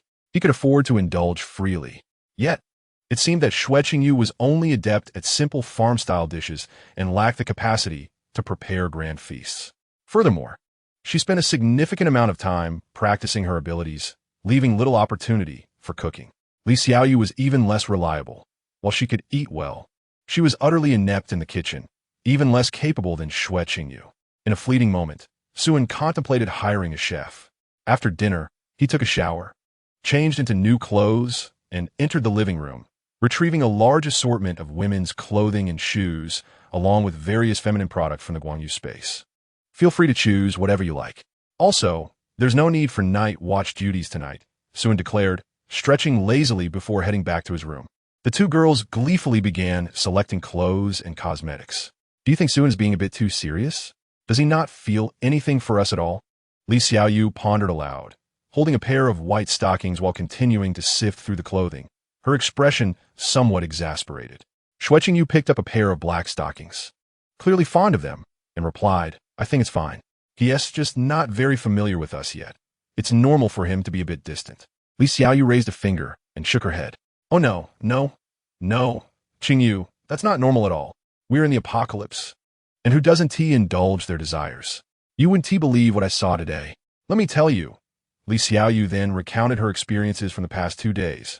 Continuing, look at those men, living indulgently, yet Suin seems completely uninterested in such matters. Why? He is far superior to them, and should be more indulgent. He should have consumed us both long ago. I'm starting to doubt my own charm, and yours too, Qingyu. Xue Qingyu's face flushed as she scolded. You really have no shame. Doesn't this just prove that he is special? Unlike those beasts, he is a trustworthy gentleman. Li Xiaoyu, in frustration, held her forehead and lamented, Oh dear, my pure Xue. You're being too one-sided. I would prefer Suin to be a bit more beastly. Do you think it's possible that Suin refrains from approaching us because of Li Xiaoyan? Has he been searching for her all along? Xue Qingyu froze at the thought. Chapter 21 Li Xiaoyu. We can win if we team up 2 against 1. Could it be? Xue Qingyu was uncertain about Li Xiaoyu's speculation. After all, she had witnessed Su An's deep affection for Su Xiaoyan. Su An's love for her was genuine. He would go so far as to buy her gifts even when reduced to a mere delivery boy. His love was profound. If it were true that Su An still harbored feelings for Su Xiaoyan, it was entirely plausible. With this thought, Xue Qingyu could not help but believe a fraction of Li Xiaoyu's theory. Think about it. If Su An finds Su Xiaoyan and brings her back, given Su Xiaoyan's personality, we are likely to face dire consequences. Being kicked out is a real possibility. Xue Qingyu replied, It seems there is indeed a chance of that happening. What should we do? Li Xiaoyu raised her tiny fist, feigning a grasp, and sprang into action, pushing the crystal on the high ground. Before finding Su Xiaoyan, she aimed to secure engage, transforming raw rice into cooked meals. At that point, we would also be the mistresses of the house. And what do we have to fear from Su Xiaoyan? Moreover, we are 2 against 1. We can win the battle without a doubt. Li Xiaoyu looked earnestly at Xue Qingyu, already having devised a plan for their identities. Qingyu, you shall be the first wife, and I will be the concubine. Together, we will encroach upon the existence of that green TBT6, Su Xiaoyan, driving her out. Alternatively, we could simply persuade Engage to abandon his pursuit of her altogether. Anyone else would suffice. I cannot bear the thought of Su Xiaoyan entering this home. She is both insufferable and repugnant. Who knows what diseases she might carry? I certainly do not wish to be indirectly infected. Xue Qingyu stared blankly, her lips agape. Is this truly permissible? Did Li Xiaoyu not possess even a shred of shame? How could she express such audacity so openly? Why had she never noticed that Li Xiaoyu was such a daring person? Xue Qingyu's worldview was shaken, leaving her momentarily speechless. Noticing Xue Qingyu's hesitation, Li Xiaoyu grew anxious. Qingyu, this is no time for shyness. Hesitation leads to defeat. It is better to seize the opportunity. If you do not act, I will take the initiative myself.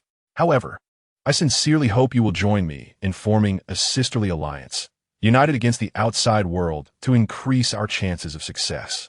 Yet Xue Qingyu's cheeks flushed crimson. There are no buts here. This is the apocalypse.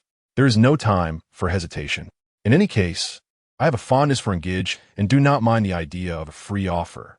I can see that Engage surely has feelings for you. Otherwise, he would not have gone to such lengths to rescue you. Qingyu, you must seize this chance. Once it is lost, it may never return. Under Li Xiaoyu's relentless persuasion, Xue Qingyu's principles began to sway, and she surprisingly found herself agreeing with Li Xiaoyu's perspective. Xue Qingyu's face burned like fire, beads of sweat forming on her brow. The truth was she had harbored a secret crush on Su An for quite some time and did not resist the thought of submitting to him. In fact, it brought her a flicker of joy. Thus, the 2 young women officially formed their sisterly alliance, with Li Xiaoyu crafting a battle plan. The 2 of them simultaneously executing their strategies, with 3 guiding principles: free offerings, and once more, free offerings. While the 2 girls secretly conspired, Su An remained blissfully unaware, still nestled in bed, pondering what to eat the next day or where the chef might procure supplies. The following morning, as the sun rose high in the sky, Su An lazily rose from his slumber, having not slept so soundly in quite some time. With the burdens of supplies lifted, he felt considerably lighter. After washing up, he descended to the living room, where Li Xiaoyu and Xue Qingyu were already awake, huddled together on the sofa, whispering about something.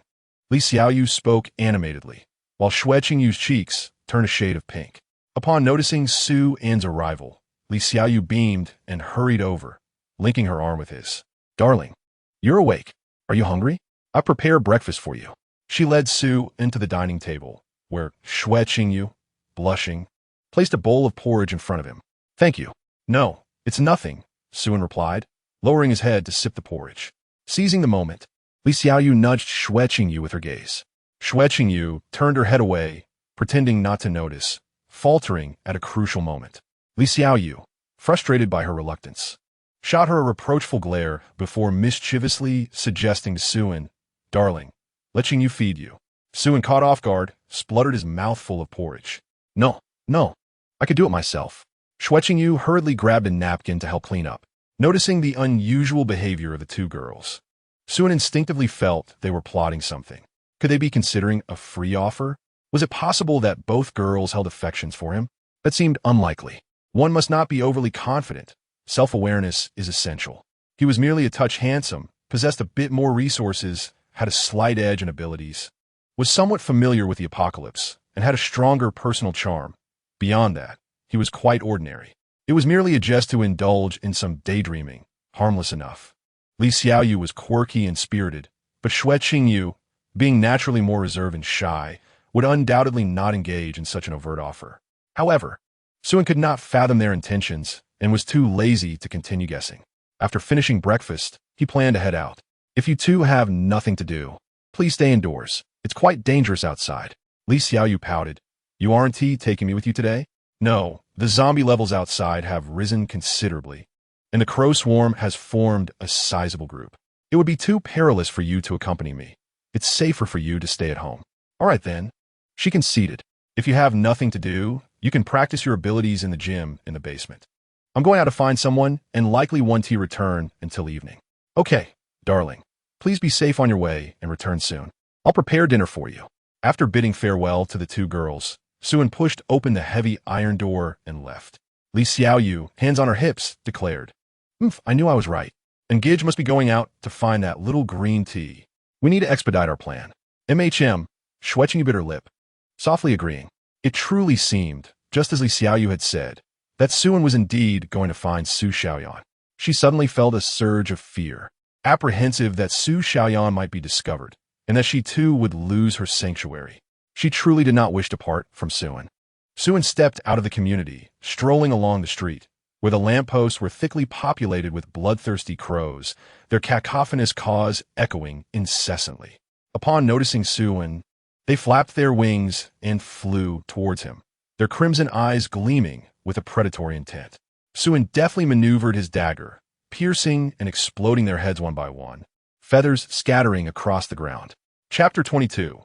Haitian Hotel. Having slain over 100 bloodthirsty crows, the number of the avian horde only seemed to multiply. Suan felt helpless, as if the carnage were endless. He had no choice but to retrieve a motorcycle from the vast space and rev the engine, speeding away until he vanished at the end of the street. The time left for him to find a chef was rapidly dwindling. The swarm of crows would only increase. And after tomorrow, even he could not guarantee absolute safety when faced with millions of bloodthirsty crows. All supernatural abilities would be rendered futile. He had to locate a desirable chef within the day, for if the crows were to disperse, it would take another fortnight before he could find a suitable one again, if he could find one at all, as they might already have been fed to the crows and bats. Suan formulated several potential locations where he might find a chef and surge forward, effortlessly dispatching a blocking fat zombie with a thrust of his dagger.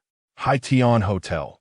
On the day the apocalypse descended, Haitian Hotel was hosting its annual charity auction. Elites and luminaries from various sectors had gathered, including many distinguished dignitaries, corporate magnates, and a plethora of stars. The charity event attracted no fewer than 1,000 attendees. The ground adorned with a red carpet, as media reporters clamored for interviews, creating an atmosphere of grandeur and solemnity. However, with the onset of the apocalypse, everything changed. Suddenly, zombies surged into the crowd, unleashing a merciless slaughter. The deceased were either devoured by the zombies or reanimated, dragging their mangled bodies to join the ranks of the undead. The chaos quickly spiraled out of control. Some individuals risked their lives to escape the hotel, while many others found themselves trapped inside, desperately fleeing to the upper floors. In the ensuing turmoil, numerous souls were trampled to death. The pandemonium persisted for a full day and night before gradually subsiding. The original crowd of over 1,000 dwindled to less than 200 after just one day. These survivors retreated to the higher floors above the 18th, hiding in a desperate bid to cling to life. With communication devices rendered useless, the hotel became an isolated fortress, surrounded by thousands of zombies lurking below, while those above were trapped in a precarious perch, unable to descend, and no one outside would dare to enter. In this dire situation, the survivors could only pray for timely rescue. However, as time wore on, the zombies began to mutate. The barriers that once hindered them could no longer contain these ravenous monsters. The mutated zombies broke through doors and windows, devouring one survivor after another. By the second day, the 18th floor fell, followed by the 19th and 20th. By the fourth day, only the 22nd floor remained occupied by survivors. The 22nd floor was not composed of guest rooms, but rather a narrow storage area at the top of the hotel, containing only 3 rooms. At that moment, the largest room housed over 20 survivors, men and women, young and old. Everyone sat dazed on the floor, the air heavy with despair. "I'm so hungry. Does anyone have food to share? I'll give $1 million, just for a small bite," a glamorous woman in a black evening gown weakly uttered. She was Ma Yingying, a top actress from Longhua, once a national goddess, now disheveled with cracked lips and a sallow complexion. A middle-aged man in a suit retorted sarcastically, "Who isn't hungry? Don't talk about a mere million. I'd gladly pay 10 million for a pack of instant noodles." Known as Brother Hua, he was a celebrated director, having orchestrated numerous blockbuster films and amassed considerable box office success. The others nodded in agreement with Brother Hua. 10 million was trivial if it could secure a pack of noodles. They were not destitute individuals. All were quite affluent. Unfortunately, at this juncture, money was worthless, and not even a grain of rice could be procured. Over the past 4 days, they had scarcely eaten anything and were on the verge of madness from hunger. The only food they had shared previously was 3 loaves of bread, contributed by a woman named Lu Hui. At this thought, the group's gaze turned toward a corner where a mother and daughter sat. The mother, appearing to be around 30, was Lu Hui, dressed elegantly in a water-ink qipao, with a figure that was both curvaceous and graceful. Her skin was as fair as snow, and her features were exquisite, as if time had left no mark upon her visage, still radiant like a youthful maiden, surpassing the beauty of most of the actresses present. It was hard to believe she was already a mother. Even in this desperate environment, Lu Hui maintained her appearance meticulously, her hair neatly pinned back, and aside from a hint of melancholy in her eyes, she appeared relatively unscathed. Cuddled in her arms was a girl of about 14 or 15, clad in a pink dress, with large eyes and an oval face, her cheeks adorned with 2 adorable dimples. The girl was named Xue Qingyu. Born into a prestigious family and a child star since her youth, possessing remarkable screen presence and beauty, now a well-known young actress. Both mother and daughter had attended the charity auction, and when the apocalypse struck, they were unable to escape and became trapped in the hotel. They were among the first to seek refuge on the 22nd floor, opening the door for other survivors when they arrived, as the entrance was relatively concealed, making it difficult for zombies to discover them, allowing them to survive until now. "Lu Hui, do you have any food left? Please share some with everyone," Brother Hua inquired. His gaze filled with hope. Lu Hui shook her head. "There is none left. Where did the bread you had come from? You must have some hidden away." Brother Hua pressed on, seemingly unwilling to relent. Lu Hui furrowed her brow. "I truly have none left. I shared the last 3 loaves with everyone." Brother Hua became increasingly agitated. "That's impossible. You must have food. You and your daughter were the first to come here. Who knows how much you've hidden away? Bring out the food quickly." Hua Gu, with an expression of intense agitation, began to roar. Chapter 23. Gratitude turned to enmity. "Lu Hui, if you have something to say, now is the time to speak. Indeed, we are all in the same boat, so there is no need for secrecy. Bring out the food, and we will all owe you a favor. Have you considered our identities? You won't suffer any losses. Once the rescue arrives, you will certainly reap the benefits. I happen to have a major production set to begin, and if you bring out the supplies, Xiao Xiao will be the designated lead actress. Instead of stopping Hua Ge, the crowd began to urge Lu Hui to present the food. Lu Hui sighed helplessly, stating that there was truly nothing left. I did not deceive you. Those loaves were taken from the restaurant on the 21st floor, and there were not many to begin with. I've already brought out the last 3. If you really want more, you will have to go to the 21st floor yourselves. There should still be some left. Upon hearing this, the crowd exchanged glances. But no one volunteered to fetch the bread. The 21st floor was likely a paradise for zombies by now. Going there would be tantamount to seeking death. They were all members of the privileged class, and their lives were precious. Who would willingly venture into danger? Liu, why don't you go to the 21st floor for the bread? You've been there before and are familiar with the route. Once you succeed, Li Dogong, will owe you a favor. You should know how significant my favors are. At that moment, a lean middle-aged man spoke up. This man, named Li Degang, held a high position among those present, reputed to be the foremost director of Longhua, with countless artists under his command and numerous blockbusters to his name, making him a towering figure in the industry. Director Gang is right. Lu Hui, do make the trip. Everyone will be grateful. Yes, Director Gang is correct. After all, you know the route best. What are you hesitating for? Since Director Gang has spoken, you should take joy in having him owe you a favor. Listening to the cacophony of voices, Lu Hui's complexion turned pale. This was clearly a death sentence for her, with little chance of returning alive. Mom, don't go. Yu Xiao rushed in front of Lu Hui, glaring at the crowd. If you want to go, you can go yourself. Don't you have legs? We kindly opened the door for you and offered you food, and now you want my mother to risk her life. You are all ungrateful scoundrels. Many in the crowd averted their gazes in shame upon hearing Yu Xiao's words. After all, what she said was the truth. Without the mother-daughter duo opening the door, they would have long been bitten by zombies. But what could they do now? They could not just starve to death. Someone had to make a sacrifice. What is a little girl like you doing talking here? Lita Gang's expression darkened. Lu Hui, you must go, whether you like it or not. You are the only one who knows where the bread is, and it is your duty to help everyone. If you refuse to go, not only will everyone starve, but what about your daughter? As a mother, don't you care about her? If you insist on not going, that would anger the masses, and you should not expect to stay here. Lita Gang abruptly stood up, coercing Lu Hui to go to the 21st floor for food. Lu Hui pressed her lips together, her expression gradually returning to calm, maintaining her dignified and poised demeanor. Fine, I will go. With a subtle glance at the crowd, Lu Hui took Yu Xiao and prepared to leave. Stop. Lita Gang intercepted the mother and daughter, who agreed to let your daughter go with you. She is still so young, with a bright future ahead. If you're going to die, don't drag her along. Only you may go. Upon hearing this, Lu Hui's expression turned icy. These shameless scoundrels intended to use her daughter as leverage against her. If she left alone, it was evident that her daughter would suffer unspeakably. Such people, who had completely abandoned their conscience, were capable of anything. Lu Hui looked at the crowd with derision. Let us not even entertain the idea of rescue. Even if help arrives, will those who are rescued still be human?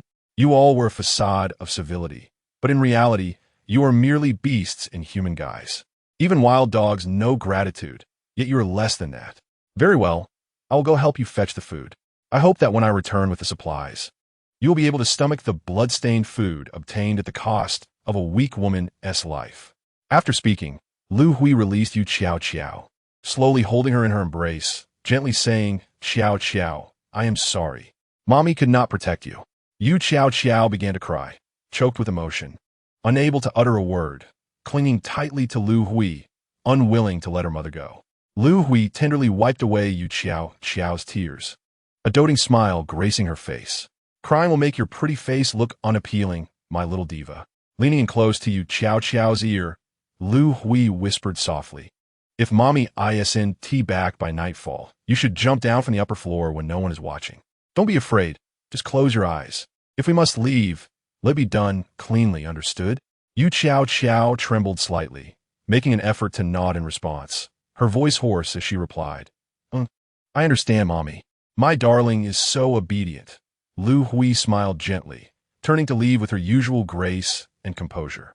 Her heart held a singular conviction. If she did not return, she would claw her way out of the abyss, consuming the flesh and blood of these wretches. Meanwhile, Suen had wandered through the city for quite some time without finding a suitable chef. His target had been high-end hotels, where he expected to locate someone fitting. Unfortunately, after much searching, he had killed numerous zombies and encountered many survivors, yet no suitable candidates emerged. Most chefs in the hotels had either perished or transformed into mindless zombies. Even those who were alive were not to his liking, either too unattractive or too old, mostly being stout, hefty men, with two delicate young women living under the same roof. It was inevitable that some awkward moments would arise, and while he could indulge his eyes, he did not wish to bring a male back home to discomfort himself. After considerable wandering, Suen finally arrived at the entrance of Hai Tian Hotel. This establishment was the most luxurious in Sioux City, favored by celebrities and socialites. And he anticipated that the chefs here would possess considerable skill, even though he had never dined there himself. With a per capita expenditure exceeding 10,000, it was not something he could afford in the past, but now, with the means, the opportunity had slipped away. Life is indeed unpredictable. As Suen lamented, he stored his motorcycle in a vast spatial pocket and casually strolled into the Hai Tian Hotel. Chapter 24, You Disturb the Witch.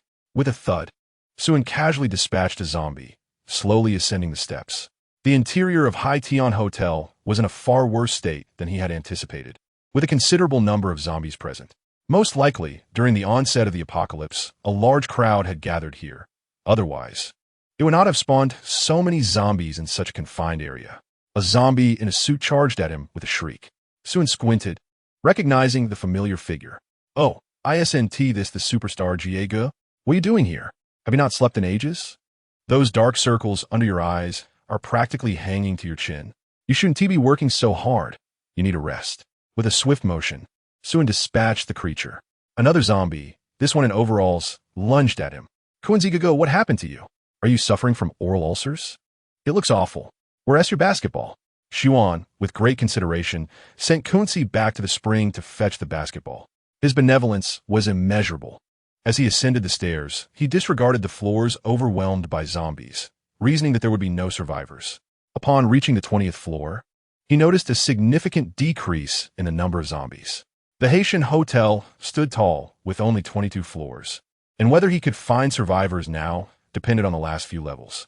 Xuan meticulously searched each room on the 20th floor, discovering dozens of zombies, yet encountering not a single living soul. Just then, a faint sound of weeping reached his ears. Upon closer inspection, it was the cry of a woman. It is well known that zombies do not weep. A glimmer of hope stirred within him. There was indeed a survivor. Following the sound of sobbing, he arrived at the door of a room at the end of the corridor. The door was ajar, and the sorrowful cries emanated from within.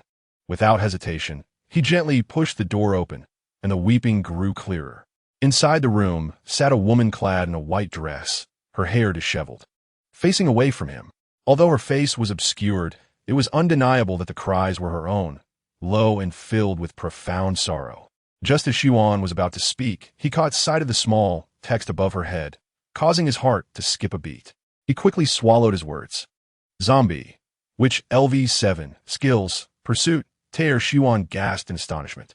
He had never anticipated encountering such a creature. The witch, also known as a female ghost or sorceress, represented a class of evolved zombies, a pinnacle of the undead. With an initial level of a terrifying 7, it surpassed the capabilities of most mutated zombies and possessed unique skills. Its desire for attack and its offensive power were extraordinarily high. Indeed, encountering this creature could spell doom, even for most awakened ones. It was merely the 4th day since the apocalypse began. Logically, such a being should not have emerged yet. Why had he encountered it? Xuan wished to avoid provoking this monster and cautiously began to retreat. However, in a moment of carelessness, he stepped on a soda can, producing a sharp sound. Steel body, he declared without hesitation, activating his ability. The witch let out a piercing scream, abruptly turning to reveal a ghastly pale face.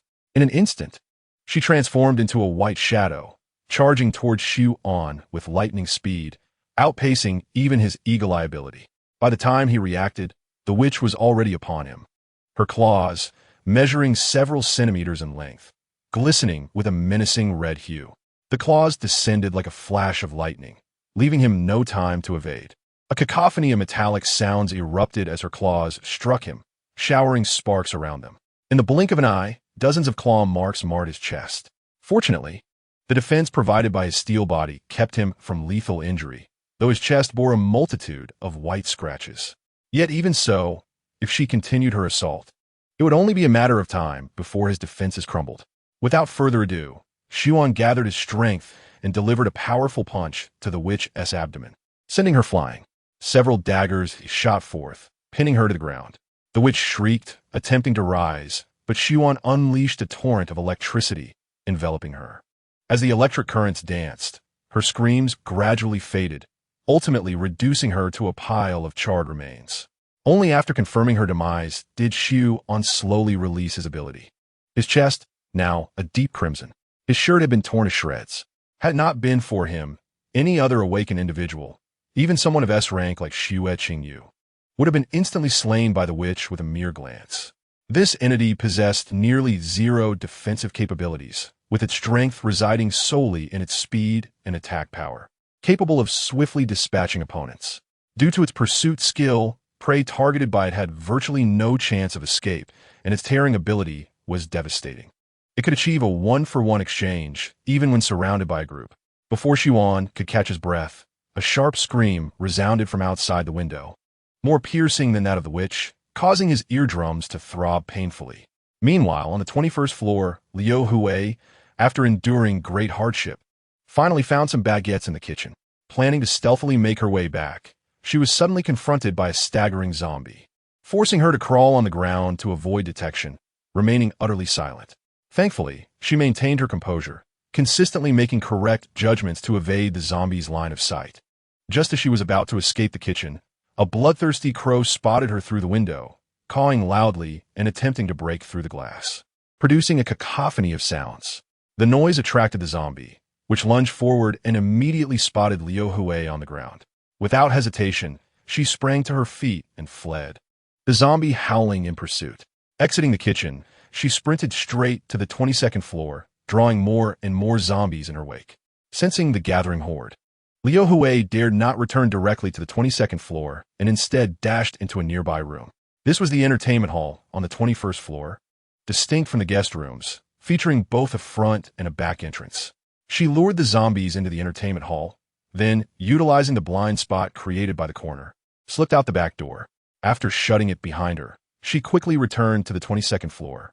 Upon reaching the door of her room on the 22nd floor, Liu Hui, relieved to find no zombies nearby, knocked gently. The door soon creaked open to reveal Li Dagong, his face pockmarked. "I've returned with food," she announced, holding up the baguettes. Li Dagong's face lit up with joy. "Quick, pass it to me." Liu Hui's expression darkened. "You need to open the door first." With a sneer, Li Dagong's demeanor shifted to one of menace. "Ha! You filthy wretch, you have no standing to negotiate. If you don't want your daughter to become a dish, hand over the food first, then fetch me a bucket of water. I'm parched and burning up. Your daughter is still a virgin, right? With such a lovely appearance. Her blood must be sweet." Liu Hui trembled at his words, her face drained of color. She hurriedly surrendered the hard-earned food. "Please, don't harm Xiao Xiao. I'll get you the water right away." Having long lost hope in humanity, she had instructed her daughter to jump from a building and end her life if she did not return. Yet, she had still underestimated the depths of human depravity. These beasts had never sought mere bread. Their true objective was her daughter herself. Indeed, or a few loaves of bread compared to the flesh and blood of a living person. Chapter 25. If you wish to make a wish, go worship the Buddha. At the moment when Liu Hui was praying, an unexpected shadow quietly appeared behind her.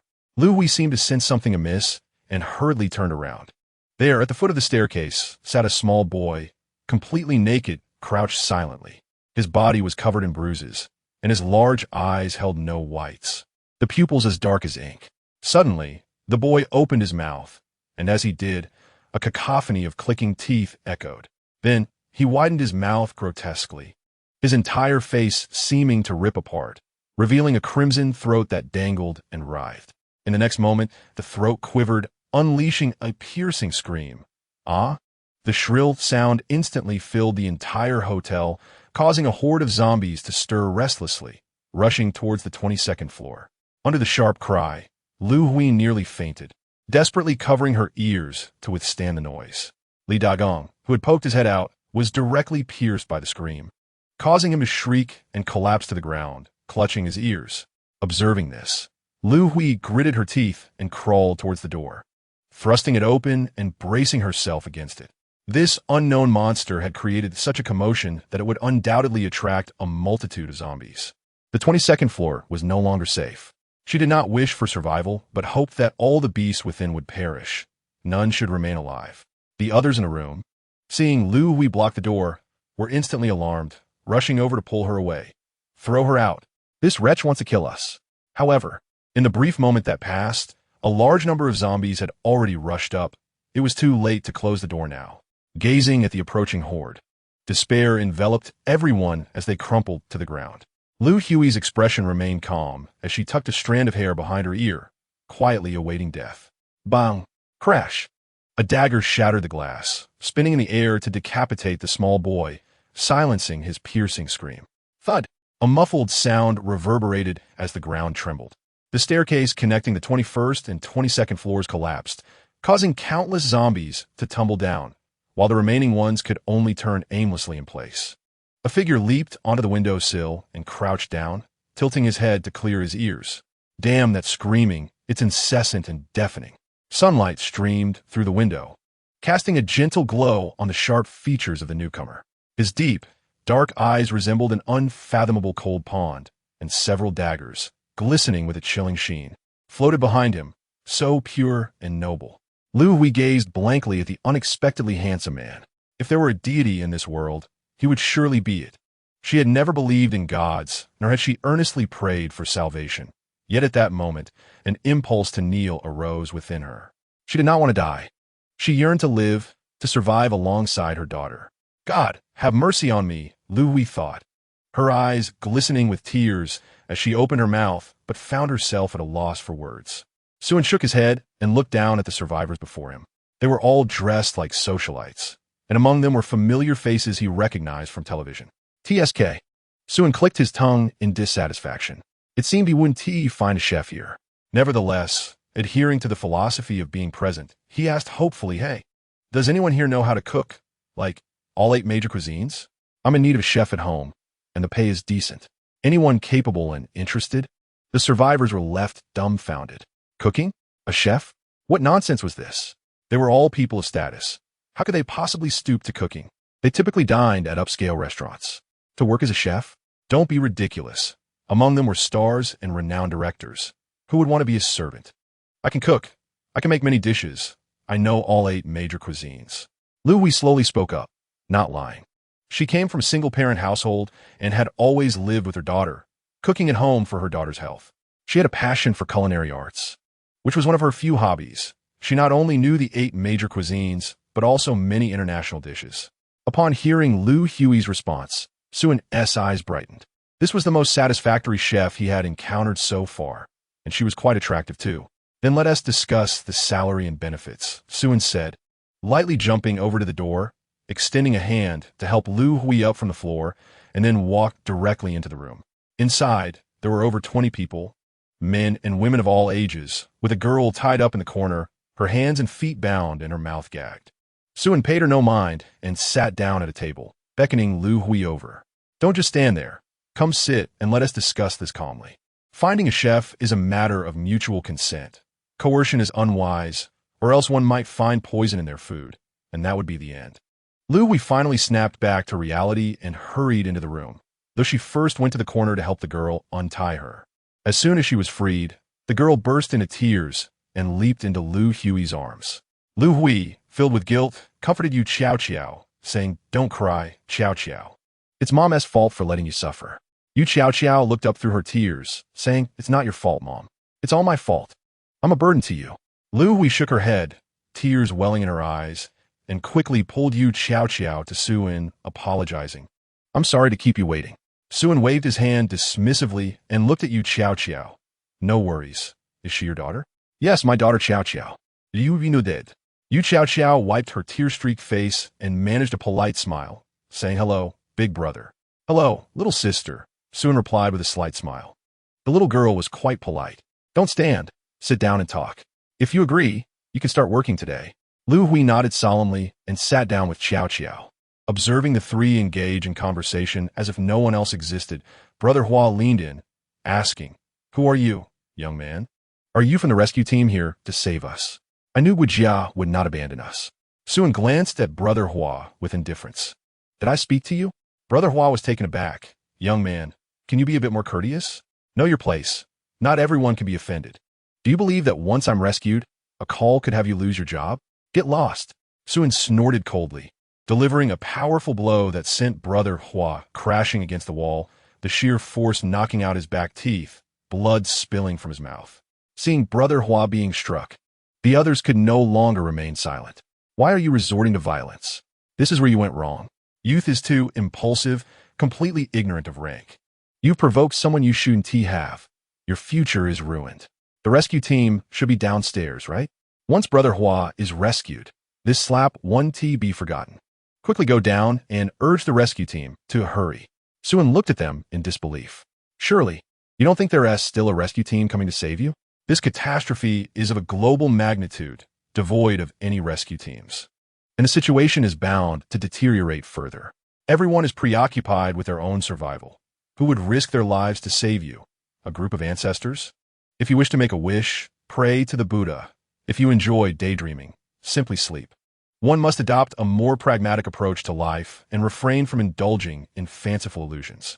Upon hearing Su An's words, the crowd was left in stunned silence. A global disaster? No rescue. Would no one come to their aid? Could it truly be the end of the world? Impossible. You must be lying. I refuse to believe it unless you provide evidence. Others, unable to accept the harsh reality, voiced their skepticism. Believe it or not. Your survival is of no concern to me. Suan shrugged indifferently. Those who dwell in the apocalypse are most pitiable, for they fail to recognize reality and cling to unrealistic fantasies. Such individuals often perish swiftly, unable to endure even a single phase. Let us continue our discussion. I will outline the conditions and compensation I offer. You may then determine if they are acceptable. Suan turned to Lu Hui. "All right, please proceed." Lu Hui nodded in response, having lowered her expectations regarding compensation. As long as she and her child could have a warm meal each day, she would be content. In truth, she had already realized that this was indeed the end of the world, and no rescue teams would come. Each day, she had to prepare 3 meals, ensuring that the quality of the food was adequate and the variety sufficient. Occasionally, she would also need to prepare snacks, help maintain cleanliness in the home, and work virtually year-round. This constituted her job description. As for remuneration, you may share meals with me. Whatever I eat, you will eat as well. With 3 hearty meals a day. In terms of material compensation, you will receive a new outfit each month, which you can choose according to your preference, along with a set of cosmetics monthly, 2 packs of sanitary pads, and 1 bottle each of shampoo and shower gel per month. Should you fall ill, medication will be provided. If you wish to keep a pet, you will need to apply, and I will decide based on the circumstances. Currently, entertainment options are rather limited. I can only provide fitness equipment, books, and some music. Of course, if you have additional requests, you may apply, but I cannot guarantee complete fulfillment. Upon hearing Su An's terms, Lu Hui's jaw dropped in disbelief. Was this the treatment one could expect in an apocalypse? It exceeded her wildest expectations by 100-fold. Such a generous offer was beyond imagination. "I am willing," Lu Hui exclaimed without hesitation. Suan waved his hand. "I am not finished yet. Do not rush to agree. The employment system I employ is a lifelong contract. You cannot unilaterally breach it unless I dismiss you outright." Suan smiled broadly. "In other words, you will be working for me for life. Once you agree, your freedom will essentially come to an end. Think carefully before you respond. Lifelong employment? Cooking for a lifetime? My goodness, are you certain this is not a welfare scheme? Is there any need for contemplation? There is absolutely no need to think it over. I am willing. As long as you do not mind, I will cook for you for a lifetime." Suan nodded in satisfaction and extended his hand to Lu Hui for a handshake. "Welcome to my home. I hope we can coexist harmoniously." "Thank you, boss, thank you. May I bring Xiao with me? If not, I shall not go." Suan glanced at the anxious girl sitting beside Lu Hui, contemplating briefly. With a cook on board, a cleaner was also required. This arrangement was quite fortuitous. One more person would not be excessive, provided she did not become a burden. She could join, but she must bear the majority of the household chores, laundry, cleaning, serving tea, and so forth, with compensation identical to Lu Hui's. Xiao Xiao is very obedient and diligent. She will not disappoint you. Thank you for taking us in. I'm truly grateful. Lu Hui's eyes glistened with tears as she stood and bowed in thanks, followed by Xiao Xiao, who also bowed in gratitude. Thank you, big brother. Xiao Xiao will be obedient and work hard. I promise not to be a burden. The dramatic highs and lows of life had come swiftly, and both women felt an overwhelming urge to cry. Suin smiled slightly and waved his hand, retrieving a steaming bucket of KFC chicken and 2 bottles of cola from his spatial realm, placing them on the table. Given your expressions, it seems you haven't eaten in quite some time. First, enjoy this to fill your stomach. Once you finish, I will take you away from here. Upon seeing the fried chicken and cola suddenly appear on the table, the 2 girls gasped, covering their mouths in astonishment, gazing at Suin as if he were a deity. What sorcery is this? Is it not to your liking? Suin inquired, puzzled by their lack of response. No, no, they both exclaimed in unison, and soon they abandoned their restraint, diving into the feast with abandon. Xiao Xiao even cried as she ate, not out of sorrow, but from sheer joy. Observing the 2 girls devouring the food and drinking cola, the onlooking survivors were thrown into disarray. The aroma of meat wafted through the air, and the sound of swallowing filled the atmosphere. Brother, could you spare me a bucket of fried chicken? I will pay 10,000. Little brother, I would like a bucket as well. No, half a bucket will suffice. I will pay 100,000. Me too. I will offer 1 million, no, 10 million, as long as I can have just a chicken leg. Brother, I can issue you a check. Fill in the amount yourself. I will be satisfied with half a chicken leg or even a bone. I am not picky. The survivors were driven mad with hunger, beginning to bid frantically. Suin waved his hand dismissively. Go find a cooler place to wait. Seeing Suin's disinterest in money or checks, the crowd was left helpless.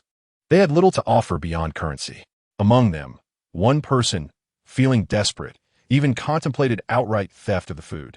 With a mere glance from Suin, a dagger shot forth, swiftly incapacitating the would-be thief. The reason for not delivering a fatal blow was solely due to the presence of his 2 new employees, who were enjoying their meal. A bloodbath would surely ruin their appetite. Now, no one dared to approach and attempt to snatch the food.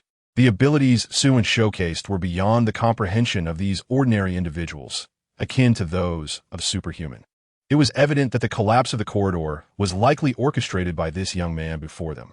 Such a superhuman was not someone they could provoke. As they finished their meal, Suin rose and stretched. Once you're done, let's leave this place. The 2 promptly stood up. Xiao Xiao even hastily gathered the remnants of the chicken bones, cradling them like treasures.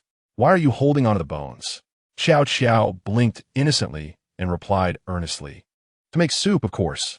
Suin chuckled softly, patting Xiao Xiao on the head. It seemed that the 2 had endured significant hardships during this time. In truth, you can discard them. As long as you are obedient, you shall have as much food as you desire. Thank you, big brother. Xiao Xiao will be very obedient. Upon hearing Xiao Xiao's intention to discard the bones, the others grew animated. Xiao Xiao, don't throw them away. Give them to Auntie. I will give you money. Give them to Uncle. Don't you remember how he treated you to ice cream when you were little? Come now, Xiao Xiao. Remember the time we acted together last year? Xiao Xiao looked at the smiling faces of the crowd, but turned her head away, unwilling to engage.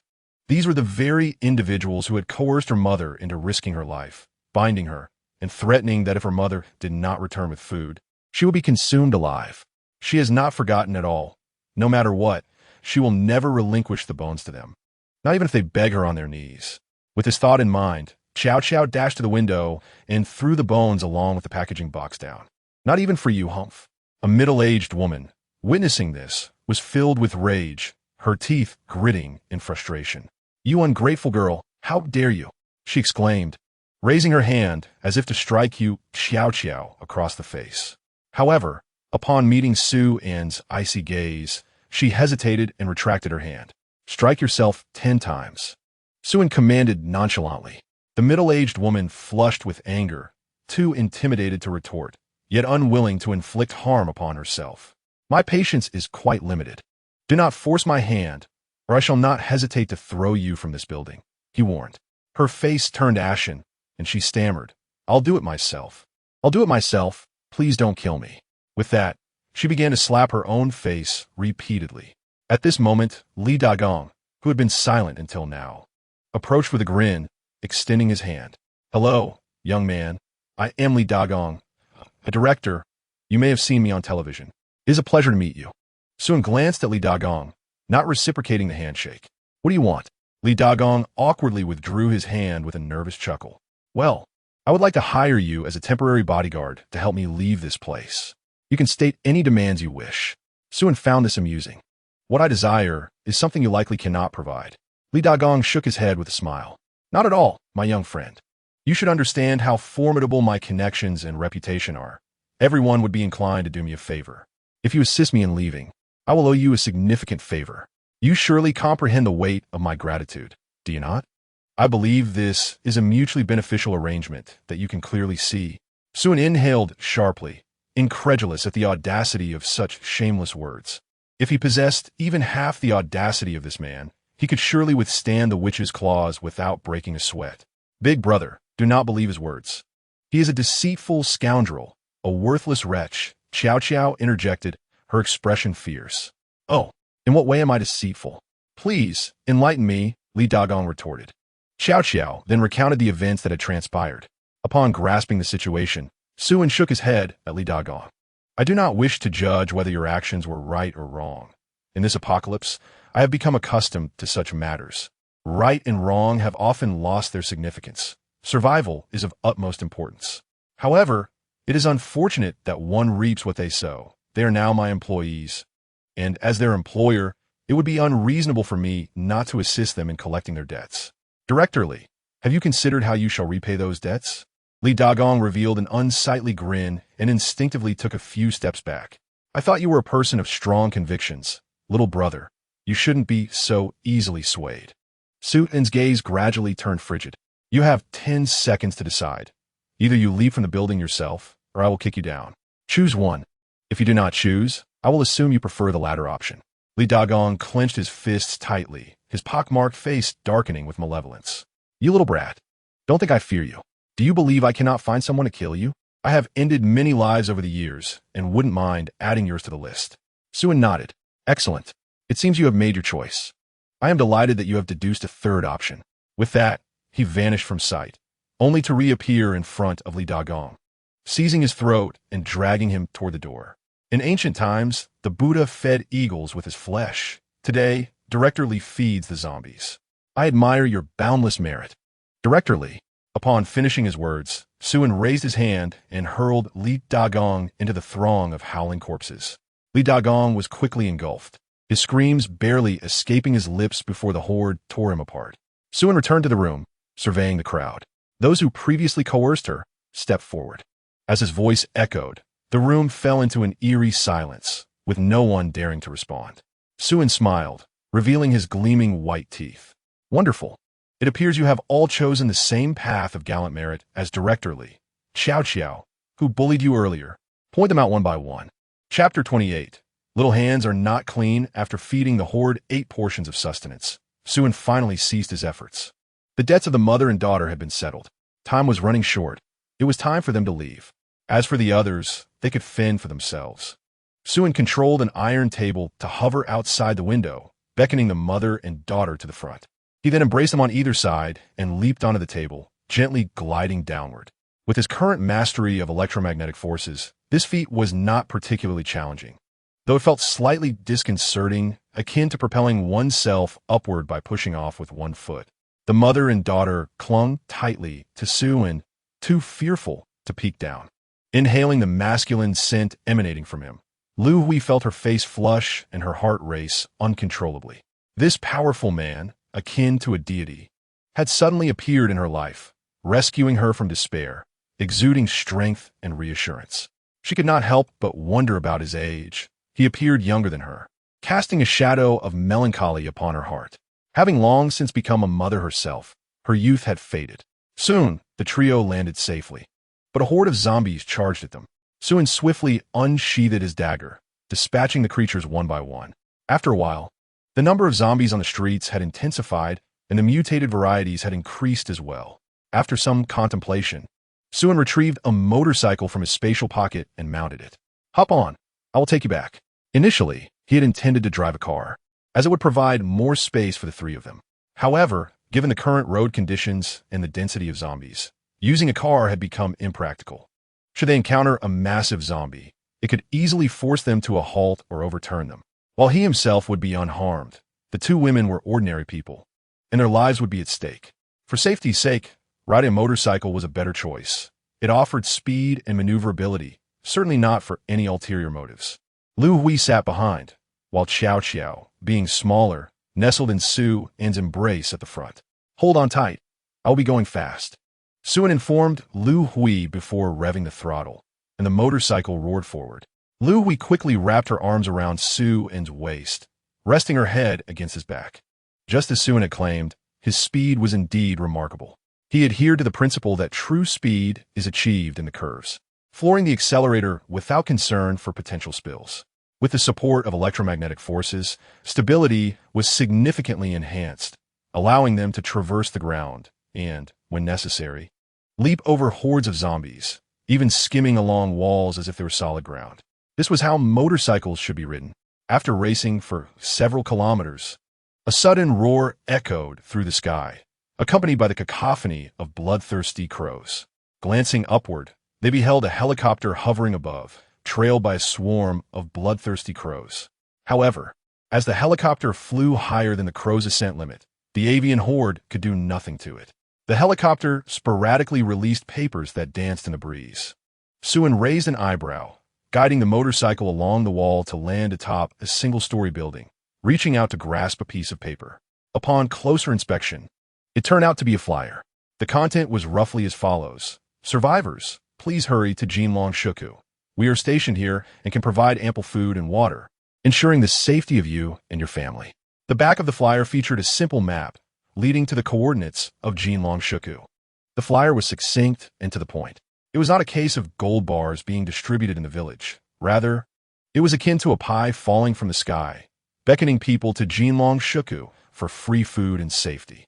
Xue disdainfully crumpled the flyer and discarded it. Such words were fit only to deceive ghosts, and even they would not be swayed. Yet, it was undeniable that, at times, people proved more gullible than ghosts. His disbelief did not imply that others would share his sentiments. In this chaotic era, the primal needs of food and safety surpassed all else, compelling many to risk everything for the sake of exploration, even knowing the likelihood of deception. In his memory, there indeed existed knowledge of Jinlong Shuku. It was a rather unique power organization formed by prisoners who escaped during a riot in a post-apocalyptic prison. Armed with the firearms and ammunition they had brought from the prison, they swiftly seized control of Jinlong Shuku as a base for development.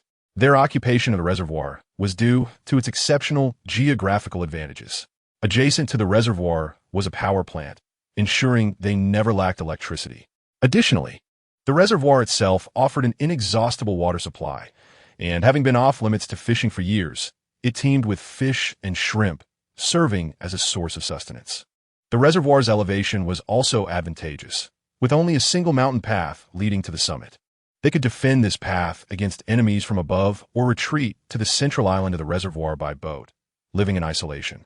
From energy to food and water resources, not to mention topographical benefits, everything was exceptionally favorable. In many respects, Jinlong Shuku could indeed be considered a remarkably safe haven. However, the location's safety did not guarantee the integrity of its inhabitants.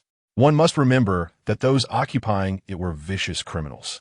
Would they genuinely offer food and shelter to survivors without ulterior motives? Perhaps not. Moreover, Jinlong Shuka later adopted the moniker Criminal Island, showing a degree of self-awareness. Yet, many mistakenly interpreted criminal as drunken, believing that Drunken Island was a paradise of indulgence.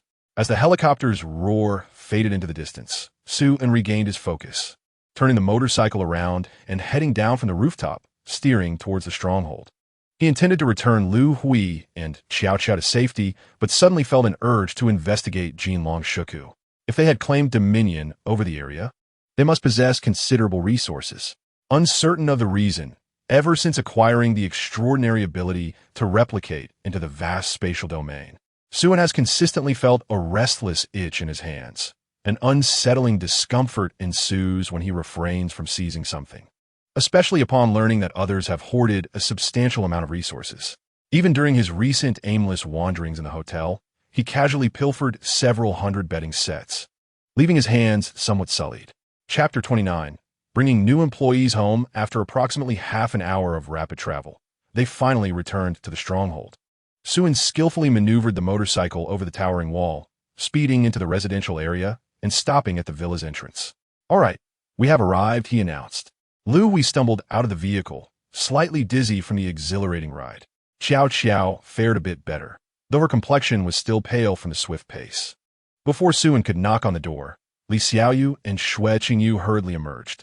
"Darling, you're back," Li Xiaoyu exclaimed, only to freeze mid-stride. "What's going on? Who are these two women, one big and one small, besides Xue?" Li Xiaoyu quickly turned to Xue Qingyu. "They don't seem to be Xu Xiaoyan." Xue Qingyu nodded. "Indeed, they are not Xu Xiaoyan." "Thank goodness for that." Li Xiaoyu sighed in relief. Xue beckoned the others to enter. "Let us head inside." Lingering outside too long might attract a flock of bloodthirsty crows. Dealing with them isn't overly troublesome, but the thought of being targeted later is quite vexing. Upon returning to the living room, Xue sat down decisively on the sofa. "Don't just stand there, please take a seat." Xue Qingyu brought over several glasses of water. "Thank you." "Thank you, sister," the mother-daughter duo expressed hurriedly. "You're welcome," Xue Qingyu replied with a warm smile. Quietly taking a seat beside Xue, "Allow me to introduce you," he began. "This is Sister Hui, the chef I specifically hired to oversee our meals from now on. This is Yu Qiao, Sister Hui's daughter, who will serve as our apprentice maid, responsible for cleaning and household chores." Upon hearing this, Li Xiaoyu and Xue Qingyu exchanged knowing glances, realizing that Xue had rushed out to bring back a cook and a maid. They held no objections, grateful that it was not Xu Xiaoyan. Given that this was Xue's decision, they would not interfere. Within this household, he possessed absolute authority and a veto power. Both women needed to devote considerable time to practicing their abilities, so having assistance with household tasks was indeed a blessing. "Welcome to our little family. I am Xue Qingyu, and it is a pleasure to meet you both. I am Li Xiaoyu, and I extend my warmest welcome." As Hui observed the two beautiful girls before her, she glanced at Xue, pondering the dynamics among the three. "Thank you, I will work diligently." Qiao tilted her head and inquired, "Sisters, are you both Big Brother's wives?" Qiao's words were startling, and Xue splashed water directly. Xue Qingyu's expression turned awkward, unsure of how to explain. Li Xiaoyu, however, chuckled and said, "Not yet." The speaker was oblivious, but the listener was attentive. Hui pondered within, if it is not now, then it will be later.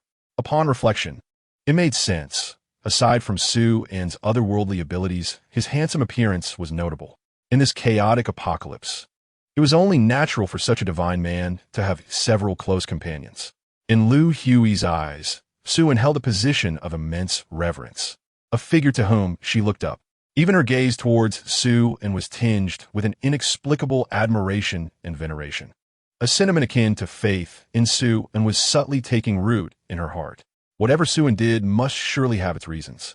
Subsequently, Xue arranged 2 rooms for the mother and daughter, retrieving a plethora of clothing from the expansive space for them to choose from, followed by some feminine necessities.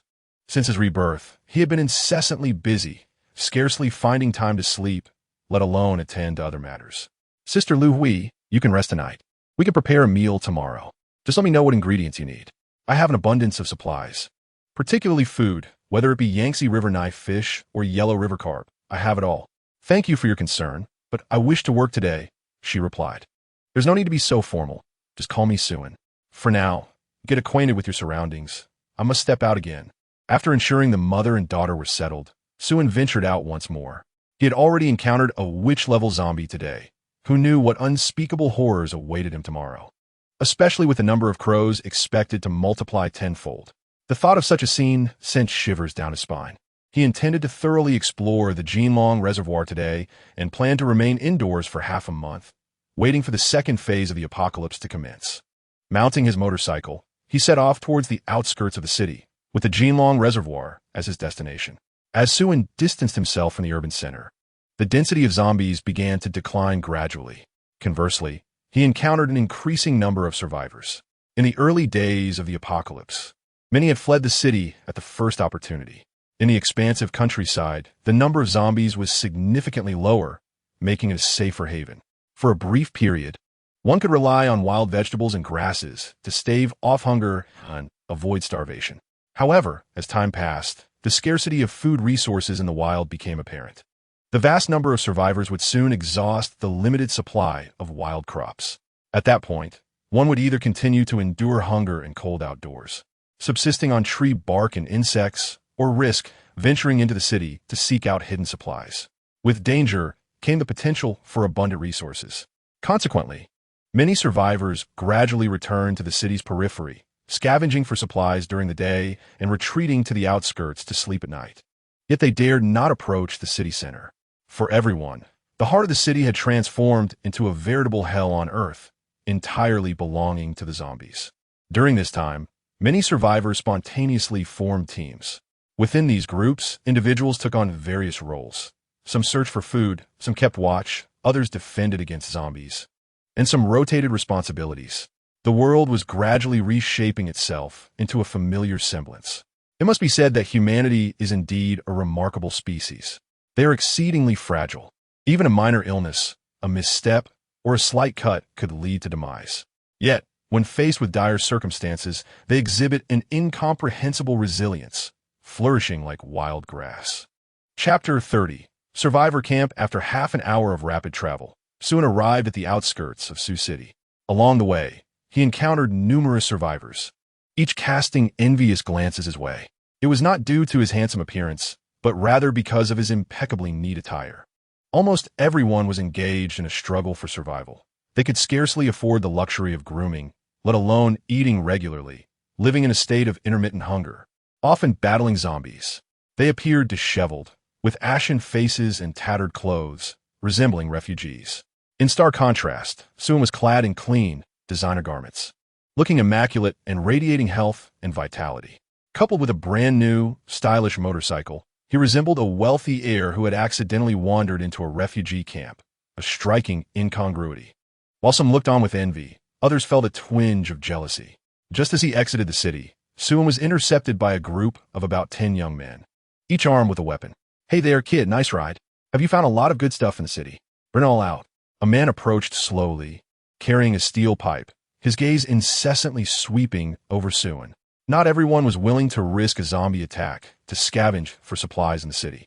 Many had resorted to banditry, waiting for others to brave the dangers of searching for resources while they lay in wait to rob them. At this moment, humans were far easier to deal with than the undead. This group before him was a band of robbers preying on other survivors. Xue scanned the crowd and found no awakened ones among them, only ordinary people. The number of awakened individuals at the onset of the apocalypse was still too scarce, making encounters with them rare. It was only upon the commencement of the second stage that a large number of survivors would awaken, significantly increasing their ranks. However, the prerequisite was to survive until that second phase. In the days to come, every ordinary person would need to exert themselves to the utmost to survive each day. After just half a month, the global population would once again be reduced by 50%. Only those who remained would have the opportunity to awaken. Xue maneuvered his motorcycle through the throng, leaving without a backward glance, as behind him, the metallic implements transformed into a grim reaper's scythe, harvesting one life after another. The band of robbers met their inevitable demise. Before long, Xue arrived at the entrance of a small survivor camp. Peering inside to see approximately 200 to 300 people of various ages, both men and women. The camp was surrounded by makeshift walls constructed from abandoned vehicles and scrap metal, serving as a barrier, with no other defensive structures in sight. No one stood guard, rendering the safety of the place quite low. Such temporary camps were numerous, mostly functioning as transient markets where people did not settle permanently, but came to trade. They either exchanged goods for living supplies or engaged in illicit transactions. Within the camp were several small, dilapidated shacks, hastily constructed, serving as venues for such dealings. Negotiations concluded, A door could be closed for further discussions, often leading to engagements for merely half a loaf of bread. The pricing was transparent, fair, and reasonable, with the quality of services depending entirely on fortune. At that moment, many individuals were seen carrying their belongings out of the camp, their faces alight with excitement, tightly clutching flyers for Xue. Numerous people were planning to head to Xue for a respite. After a brief preparation, entire families set off. The distance to Xue was less than 30 kilometers. A swift run could see them there before nightfall. After a moment's contemplation, Xue stored his motorcycle in his space and ventured inside. He could blend in with these people heading to Xue, but his current attire was too conspicuous. He needed to change into something more worn and tattered. Not far along, an older woman with a flirtatious demeanor approached Xue, throwing him coy glances. "Hey there, handsome. Come play. Just a pack of instant noodles will do," she said, emphasizing her skills with a wink. Another young woman, barely 20, chimed in, offering her services at a similarly reasonable price, clearly presenting a better quality. A scruffy man sidled up to Xue, winking suggestively. "Looking for a girl, brother? My wife's a real beauty. A quick meal for one, 3 for the night, and if you want me around, just add 1 more." Beside him stood a voluptuous woman in her 30s, who was quite attractive, scoring at least an 80 on any scale. A little girl, around 8 or 9, peeked from behind the woman, her wide eyes fixed on Xue, clearly a family of 3. Xue's gaze shifted to the girl, and her head gradually revealed 2 lines of small text. Ability, Dreamweaver, wealth value, 3. A smile crept across Xue's lips, unexpectedly. He had stumbled upon a hidden treasure. This little girl was indeed an awakened one, with a commendable level of ability. A rare psychic talent that could not be wielded directly in battle, but could manipulate the dreams of others, crafting them at will. Thus, those possessing such abilities were referred to as Dreamweavers.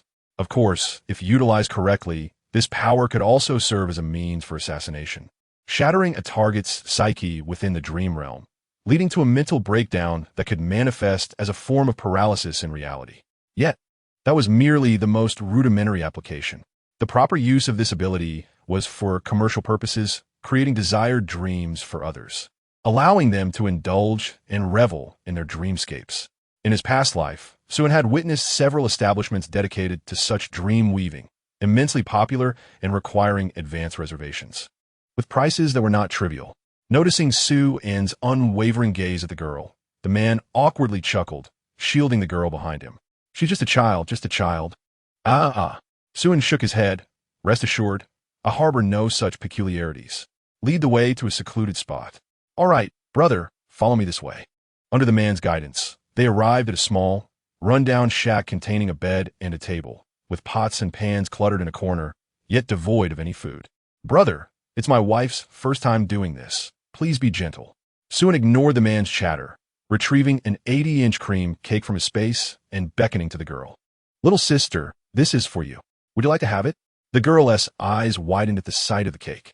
Having gone 2 days without food, she instinctively rushed to Xue, her gaze glued to the cake as she swallowed hard. "Is this cake really for me, big brother?" Xue smiled lightly, ruffling her hair before placing the cake in her arms. "Indeed, it is yours now." Plunder initiated. Detected plunderable target. Select plunder direction. Ability replication successful. Acquired ability. Dreamweaver, Chapter 31. The fantasies of people having effortlessly obtained an A-grade ability. Xue felt elated. The couple gazed in astonishment as Xue seemingly conjured the cake from thin air, leaving the man stammering. Xue continued to rummage through the shack, soon discovering a set of men's clothing, tattered and dirty. "This will do," he decided, changing into the soiled garments, which fit surprisingly well. He then retrieved 3 boxes of instant noodles from his spatial realm and placed them on the ground. "Your daughter is an awakened one and can control dreams. With a little practice, she will master it. If you wish to survive the coming weeks, it is best to find a safe place to hide," Xue advised before turning to exit the shack, swiftly joining the throng of refugees, soon vanishing from sight. Inside, the family took a moment to comprehend what had just transpired. The man dashed out of the shack, scanning the surroundings, but Xue was nowhere to be seen. He hurriedly returned, closing the door behind him. Overwhelmed by the unexpected generosity, The man felt tears welling in his eyes. He didn't even know the stranger's name. It was no exaggeration to say that even if they sold their entire family, it would not amount to a single box of instant noodles, let alone 3 large boxes accompanied by a cake. The weight of this kindness was immeasurable. He turned to his daughter, choking back emotion. Xian. Remember the big brother from just now. We must repay his kindness someday, understand? The girl nodded earnestly, her expression resolute. At this moment, Xue had already honorably become a refugee, joining the throng of displaced individuals as they surged towards Jinlongshuku. Their group consisted of approximately 70 to 80 people, with new faces joining continuously, thereby expanding the size of their procession. Though they still had some distance to cover before reaching Jinlongshuku, they traversed desolate wilderness where numerous zombies lurked along the way. Acting alone posed considerable danger, so traveling in groups was relatively safer. Young men spontaneously positioned themselves at the front to fend off the zombies. With sheer numbers on their side, they could effortlessly deal with the occasional zombie encounter. It was not until dusk that the crowd finally arrived at Jinlongshuku, where a substantial gathering of people had amassed at the foot of the mountain, numbering in the hundreds. Barriers and watchtowers had been erected at the entrance of the mountain road, and a group of armed individuals equipped with firearms stood guard at the checkpoint. The refugees pushed forward into the checkpoint. No shoving, one at a time for inspection. If anyone disobeys orders, I'll personally execute them, a burly man at the entrance barked, his expression one of palpable impatience. Everyone, form an orderly line. With that, he fired a few shots into the air. The sound of gunfire gradually restored order to the crowd, which lined up in an orderly fashion. Those who completed their inspections were allowed to enter the checkpoint. Though referred to as inspections, it was merely a cursory search, accompanied by the confiscation of weapons, which did not consume much time.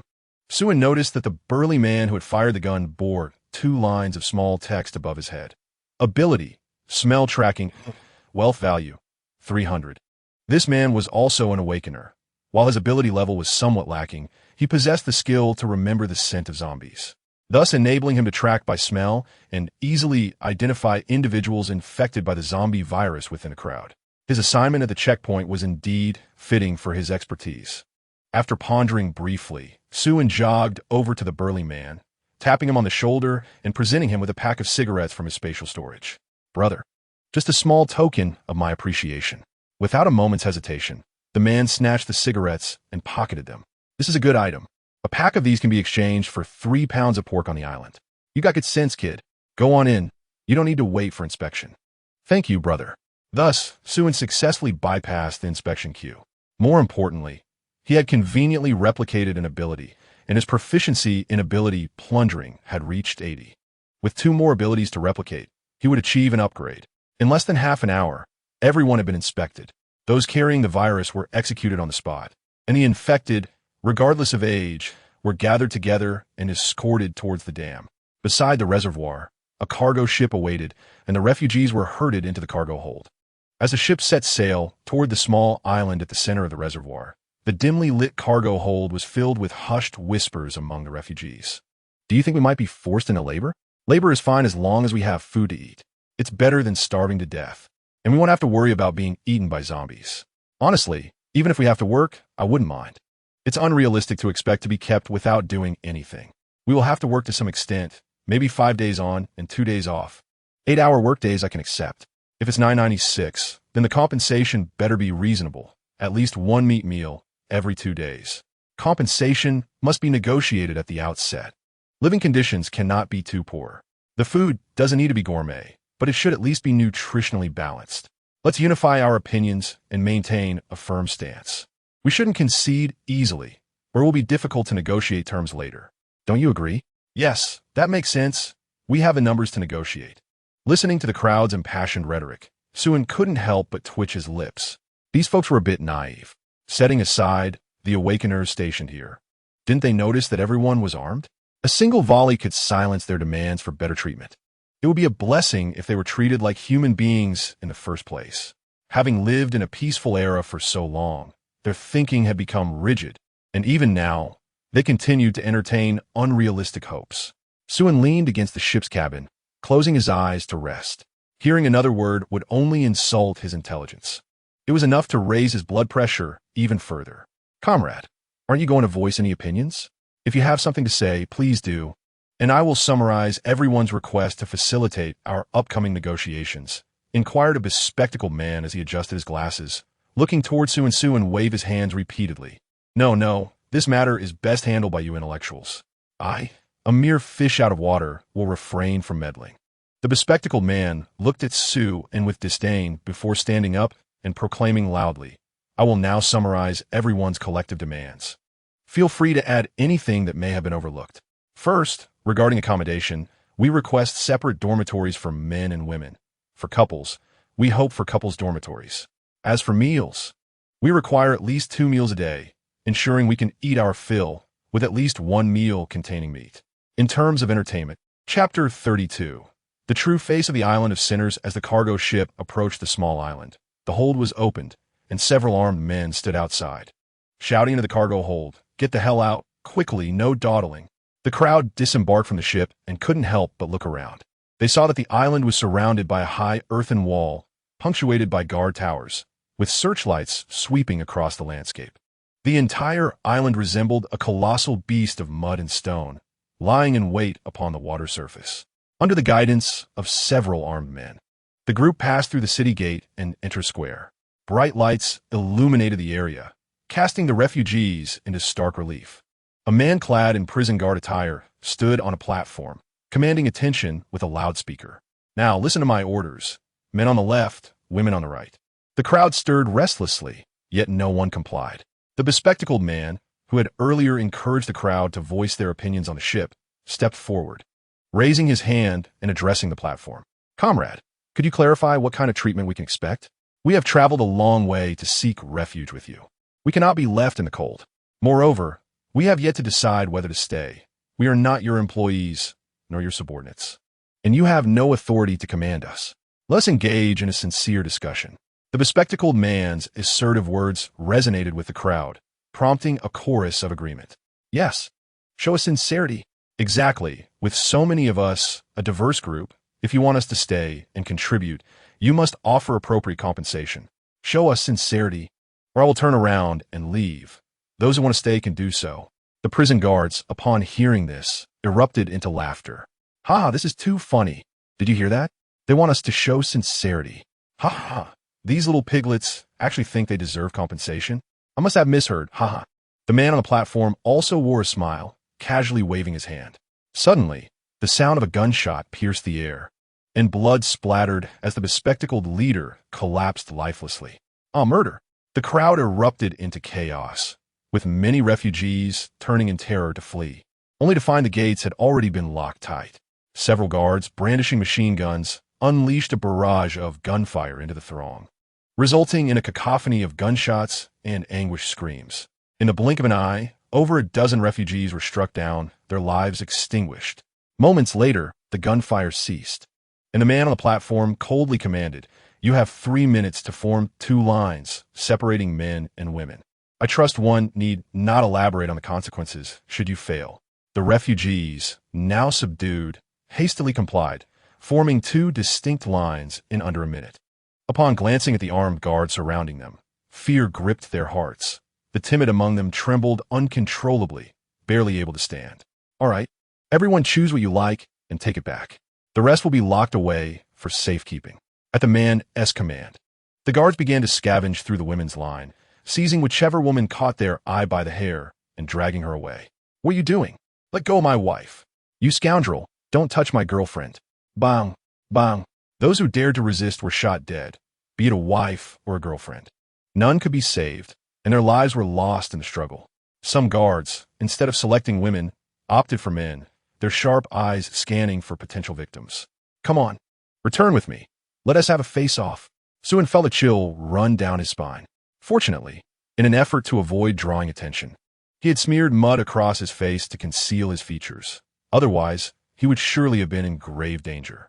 After about 10 minutes, the guards completed their selection of women and forcibly led the remaining individuals away, locking them in cells. The cells were divided into 3 tiers, comprising hundreds of rooms, each barely 20 square meters, yet housing dozens of inmates. Besides those newly incarcerated, Many cells were already filled to capacity, with at least 700 or 800 individuals detained within. Xue found himself confined in one such cell. Damn, these subhuman beasts deserve to rot in hell. One inmate exclaimed, punching the iron bars in frustration, his eyes brimming with anger and resentment. They had hoped for a better life upon arriving at Jinlong Xue Qingyu. Yet little did they know they had plunged into the depths of a den of devils, each one a cold-blooded killer. You were deceived by the flyers too, weren't you? A rotund man, already imprisoned, sneered. When has fortune ever fallen from the sky? We've all been duped. Were you also misled? How long have you been here? Not long, just 2 days ahead of you.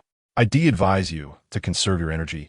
Try to maintain a cheerful demeanor, or else the fat man will have you for tomorrow morning's soup, he said with a sinister grin. What do you mean? The rotund man leaned against the wall, scratching his belly as he chuckled wickedly. Hell, what else could it mean? Do you know what they call us? Meat pigs. Pigs destined for slaughter to provide flesh for consumption. The hearts and livers will be saved for drinking, while the intestines and fatty meat will be stewed together and then brought back to feed the prisoners. Either you obediently consume human flesh, or you'll be dragged out, slaughtered, and boiled for soup. In the past, I was often called a fat pig, and now I have truly become one. Ha ha ha. Upon hearing the words of the hefty man, everyone felt a chill run down their spine. Some were even frightened to the point of fainting. There is no bread, no milk, and it is far from safe here. He lures those with delusions to willingly come here and become fodder, blood food. This is the island of sinners, a cannibalistic den built upon lies. Chapter 33. Pillaging under the cover of night. That night, the once boisterous prison gradually fell silent. Several guards were patrolling outside the cells with flashlights, occasionally banging on the cell doors, scolding the inmates to stop talking and hurry to sleep. Xue slowly opened his eyes and walked to the cell door, peering through the iron bars to observe the situation outside. There were 3 guards on patrol, one on each floor, and all were ordinary people, not difficult to kill. The more troublesome aspects were the surveillance and alarm systems, which had to be circumvented. After a brief moment of contemplation, Xue turned around and knocked out all his cellmates, then quietly waited at the cell door for the patrolling guard to arrive. After about 10 minutes, a guard approached with his flashlight. Xue seized the opportunity to quietly call out to the guard, "Officer, could you come here for a moment? I have something interesting to show you." The guard, puzzled, grumbled as he walked over. "You little." However, before the guard could finish his sentence, the iron bars, thick as a wrist, automatically parted, and Xue swiftly seized the guard by the throat, pulling him into the cell. With a slight exertion of force, Xue silently dispatched the guard. He then donned the guard's uniform and confidently strode out of the cell. Navigating through the corridor, Xue made his way to the living area where the guards resided. He dismissed the ordinary dormitory area with a glance, knowing that awakened individuals held a higher status and would not reside in such places. After meandering through the living area and encountering only commoners, he decided to inspect only the independent dormitories. As he passed one such dormitory, he caught sight through the window of 2 robust men engaged in a fierce clash, causing his eyes to ache. One was an ordinary person, while the other was an awakened individual with the ability, doubling B, wealth value, 1,800. The doubling ability allowed the user to exponentially increase their physical size, enhancing both strength and speed, with the potential for localized control. It was indeed a commendable ability. Xue first retrieved a chain from his spatial domain, then silently unlocked the door and stealthily slipped into the room, unbeknownst to the 2 combatants. The chain shot out swiftly, ensnaring them like dumplings. He then promptly activated his plundering ability, first replicating the ability, then seizing the wealth. In an instant, he decisively silenced them, exiting the room and shutting the door behind him, continuing his search for the next target.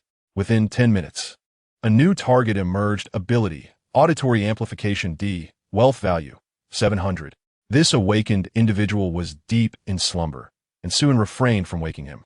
Instead, he employed his newly acquired dream-manipulating ability to weave a nightmarish scenario of being devoured by a horde of corpses.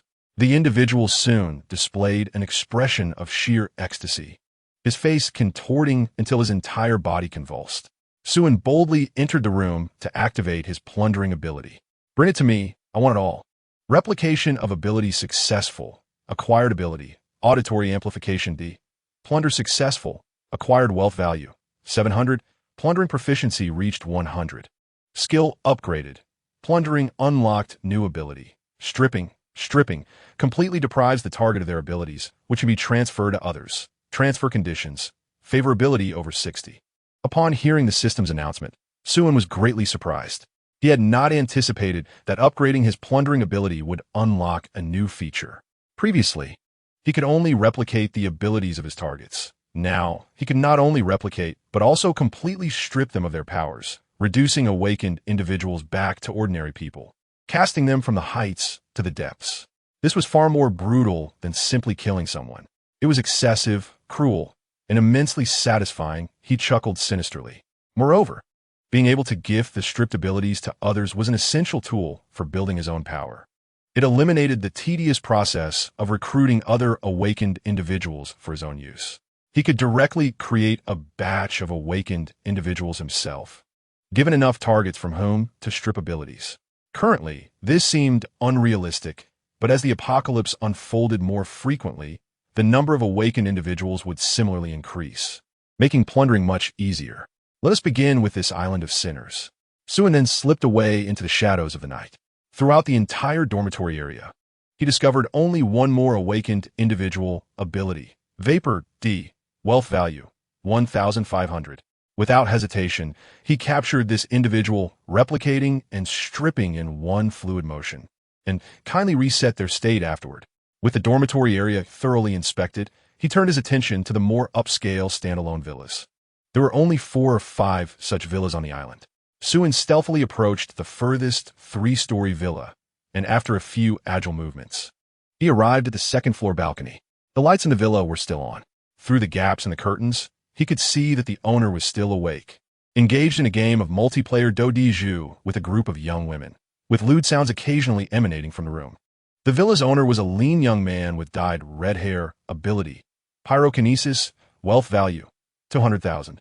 Upon seeing the small text above the red-haired youth's head, Xue's eyes narrowed. An elemental combat ability rated was indeed impressive, with a wealth value soaring to 200,000, marking him as a minor boss-level figure. Undoubtedly a lucrative target. It must be said that the strength of the island of sinners is formidable. Thus far, he had identified 5 awakened individuals. Compared to the likes of the Longhu gang, a small faction, the overall strength of the island of sinners was significantly superior. It was likely that even within the entire Sioux City area, they ranked among the top. If minor bosses possess A-level abilities, the major bosses must surely be S-level. The thought of S-level abilities made Xue lick his lips. To date, he had collected 11 types of abilities, though most were of inferior quality. He had only 2 S-level abilities, an S-level functional ability of broad spatial manipulation, and an S-level elemental combat ability of lightning control. He realized he was still far too weak, nowhere near the realm of invincibility. If he could simultaneously master 17 or 18 S-level abilities, would he still need to be so stealthy? Rushing directly, he yanked the ground bear beneath him. The road ahead is long and arduous. Chapter 34. Slaying the minor boss. The red-haired monster.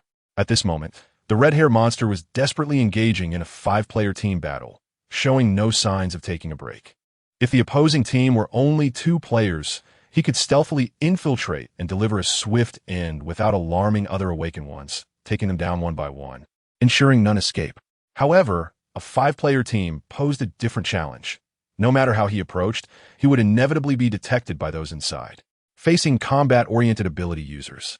A confrontation was unavoidable. Although he had absolute confidence in defeating them, it would certainly draw the attention of other awakened ones. For a moment, Xue found himself in a quandary. But upon noticing the bloodthirsty bats soaring overhead, a glimmer of inspiration struck him. He promptly leapt onto the rooftop and spread his arms toward the swarm of bats, enticing them with a call for delectable treats. The bats immediately detected Xue's presence and swooped down with lightning speed, only to become ensnared in the vast electric net he had set up. Xue skillfully controlled the voltage, scorching the bats' neural pathways while leaving no visible signs of harm. He then retrieved wires from his spatial storage, binding them to the bat's wings and manipulating them to mimic flight. He guided a small group of bat puppets back to the balcony, scattering dozens of steel nails on the ground before stealthily retreating into the shadows. Under the influence of the wires, the bats flapped their wings, repeatedly colliding with the window. The sounds of the skirmish inside gradually faded, and the red-haired monster, cursing, approached to push the window open. "You filthy rodents, daring to ruin my enjoyment," he spat, unleashing a torrent of flames. In the blaze, the bats were reduced to ashes, and even the wires melted into molten iron. Yet, the red-haired monster failed to notice the dozens of steel nails rising ominously near his feet, with several stealthily slipping into the room, while the rest aimed their points directly at him. Now was the moment. Xue morphed into a shadow, darting from the darkness, his arm transforming into an iron fist aimed at the red-haired monster. True to his status as an A-grade awakened one, the red-haired monster's keen senses allowed him to narrowly evade the fatal strike. "You're courting death." Enraged by the ambush, the red-haired monster retaliated with a blast of flames. Xue had anticipated this, crouching to evade the fire and countering with a powerful punch. The red-haired monster ignited his fists, meeting Xue's blow head-on. The collision produced a dull thud. Despite the enhanced strength of Xue's iron arm, he could not push back the red-haired monster. In that exchange, they were evenly matched. This demonstrated the remarkable utility of A-grade fire abilities. The fire spirals erupting from the red-haired monster's fists created multiple small fire whirlwinds, enhancing both offensive and defensive capabilities, indicating his mastery over his powers. "Huh, you think you can kill me? You're still too green." The red-haired monster laughed maniacally. Xue smiled faintly. "You're already dead, my friend. Remember to watch your step in your next life." All of this unfolded precisely as Xue had anticipated. If a single punch could knock him out, he wouldn't truly deserve the title of an A-grade awakened one. At that moment, several steel nails shot rapidly towards the red-haired monster. The sudden turn of events startled the red-haired monster, who hurriedly attempted to retreat, breathing fire to melt the steel projectiles. However, before he could catch his breath, a tremendous current surged through his body, leaving him paralyzed and motionless. Several wires shot forth, binding the red-haired monster. Losing his balance, he tumbled to the ground, letting out a couple of cries as he opened his mouth to unleash another wave of flames. Just then, Xue closed in, wielding a steel nail the size of his palm, thrusting it upward to pierce through the red-haired monster's jaw, impaling his tongue and exiting through the top of his mouth, effectively silencing him forever. "Come to me." Detected objects available for plunder. Please select the direction of plunder. Replicate abilities, strip abilities, plunder wealth. Ability replication successful. Gained ability. Fire ability stripping successful. Gained transferable ability. Fire wealth plunder successful. Gained wealth value. 200,000. Objective achieved. Xue released the steel nail, which, under his mental control, pierced through the red-haired monster's upper jaw, emerging from the top of his head. The red-haired monster had perished. Rising, he dusted off his hands and walked into the room. Inside, several women lay sprawled on the ground, each with a steel nail embedded in their throats, irrevocably dead. At the moment of his strike, Xue had directed the nails into the room, eliminating those women who would have served as alarm bells if they had screamed. However, one woman remained, her mouth bound by wires. Xue settled onto the sofa, leaning forward to gaze at her. "Now, answer my questions, and do so truthfully. If you dare to scream, you shall join your companions." The woman, teary-eyed, nodded frantically. Xue waved his hand, releasing her bindings. "Who is the red-haired monster I just killed? And where does he rank here?" "His name is Ho Chi, nicknamed Monkey 3. He is the third in command on the island," she answered without hesitation. "How many commanders are there on the island?" "3, she replied. "Name them one by one." I will. "The second in command is called Huang She, and the leader is called Zhu Tai. Both the leader and second in command were prisoners from Heishan prison. After the disaster struck, they led a rebellion and escaped here, while the third in command joined later." "Were the abilities of the leader and second in command?" I don't know." Xue frowned slightly. "Are you certain?" "I swear. Please don't kill me. I will tell you everything I know." The woman pleaded, falling to her knees. "I heard that all the earthen walls on the island were built by the second in command alone, and he completed them in just one day." Xue was somewhat taken aback by her words. This small island was roughly the size of over 10 football fields. Yet one person managed to construct walls several meters high in a single day, which seemed rather exaggerated. What a construction maniac! He mused, intrigued. And what of the leader? Is there no gossip about him? I have never seen the leader, but I've heard others say that he enjoys eating people and must do so every day. Chapter 35. The Cannibalistic Leader. Xue rose from the red-haired monster's villa, casually closing the door behind him, vanishing into the night like a shadow. As for the woman, he had rendered her unconscious. She would not awaken for several hours. Under the dark, windy night, others remained oblivious that their third-in-command had hastened to the afterlife. Xue's next targets were the remaining two commanders. He had an instinctive feeling that both the leader and second-in-command might possess S-grade abilities. And even if they were not S-grade, they would certainly be among the elite A-grade awakened ones he had encountered thus far. They would represent the strongest adversaries he faced to date. The best strategy would be to take them down one by one. Confronting two S-grade awakened ones simultaneously would be overwhelming even for him. A guard, yawning during his patrol, was suddenly ensnared by several wires, dragged into the shadows. He was met by a pair of icy eyes. Tell me where your leader and second-in-command are. If you wish to live, you may try shouting for help or remain silent. The guard nodded fervently, and the wires around his mouth gradually loosened. Please spare my life. I will tell you everything. The leader is always in the basement, and the second-in-command is in the tallest villa. Where's the basement? In the rear mountain. Merely casting a glance reveals the entrance to the underground chamber, where only the chief resides. Typically, no one dares to approach, not even our own. When the chief is enraged, even his own men suffer. Does your chief have a penchant for consuming humans? Upon mentioning the chief, the guard's countenance paled. It is not that the chief enjoys eating people. Rather, he exclusively feasts upon them, particularly relishing their hearts and livers. Several of our brethren have met their demise in this gruesome manner, which is why outsiders are lured here. Those unfortunate victims are raised as livestock for the chief's appetite. Hearing the guard's response, Xue could not help but furrow his brow.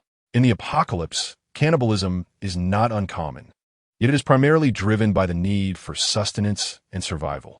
Human flesh is hardly palatable, and cannibalism carries the risk of contracting prion diseases, which often lead to a slow demise. The dangers are far too great, thus those with options typically refrain from such acts, while only those teetering on the brink of death resort to consuming anything they can find. Xue had never encountered someone who indulged in cannibalism for the sheer thrill of it. Such a person could either be deemed a pervert or a monster. Regardless of the label, Xue was eager to witness this individual to broaden his horizons. Subsequently, with a single sweep of his hand, he severed the guard's head with a wire and stealthily made his way towards the rear mountain as indicated by the guard. As the guard had stated, the entire rear mountain lay in eerie silence, devoid of any human presence, a testament to the profound fear instilled by the chief. After maneuvering around a large boulder at the back of the mountain, a half-open iron door came into view, through which dim, yellowish incandescent light spilled. The night was dark, the lights flickered, and the mountain breeze howled, causing the iron door to creak ominously, creating an unsettling atmosphere. Xue approached the door and peered inside. What lay before him was a colossal underground passage, hewn by human hands, measuring over 5 meters in width and height. Fresh chisel marks were discernible on the passage walls, indicating that it had been excavated not long ago. Numerous electrical wires were strung along the walls, with incandescent bulbs illuminating the space at regular intervals. At that moment, the narrow corridor was devoid of any figures, and its end was nowhere in sight. Xue, without a second thought, gently pulled open the iron door and slipped inside. Upon entering the passage, a foul stench assailed him, nearly inducing nausea, a scent he was all too familiar with. This was the odor emitted by decaying corpses. As humans are long-lived omnivores, the stench of their decomposition is far more putrid than that of herbivorous animals. After traversing approximately 100 meters, the surrounding space gradually expanded. It grew increasingly bizarre. Human skeletal remains hung from the walls and ceiling, reminiscent of the white bone demon cave from Journey to the West. However, these bones were freshly stripped, still clinging to morsels of flesh and rotten skin, and under the oppressive summer heat, the remnants had begun to decay and emit a stench. A multitude of flies swarmed around the bones, and occasionally maggots wriggled down to the ground, while a small pile of them crawled desperately upwards in the corner. The nauseating odor in the passage emanated from this gruesome scene. Delving deeper for several dozen meters, the passage branched off. Xue casually chose one route and proceeded. This corridor was not lengthy, extending less than 20 meters before reaching its end. There stood a massive iron door, surrounded by a noticeable increase in temperature, both stuffy and warm. This iron door resembled those found in cold storage facilities, able to be opened from the outside. Driven by curiosity, Xue approached the door and turned the handle, slowly swinging it open. A rush of cold air instantly enveloped him. As he had anticipated, behind the door lay a large freezing chamber. The refrigeration unit connected to the passage was responsible for the slightly elevated temperature within. This cold storage was approximately 200 to 300 square meters in area. Above, an array of iron hooks dangled, each bearing a corpse wrapped in frost, numbering roughly 40 to 50. This, it seemed, was the chief's refrigerator. Xue could not help but wonder if he could possibly consume all this meat. However, the psyche of a pervert is something a normal person could hardly comprehend. After departing the cold storage, Xue made his way back along the passage to its other end, soon arriving at another imposing iron door that barred his path.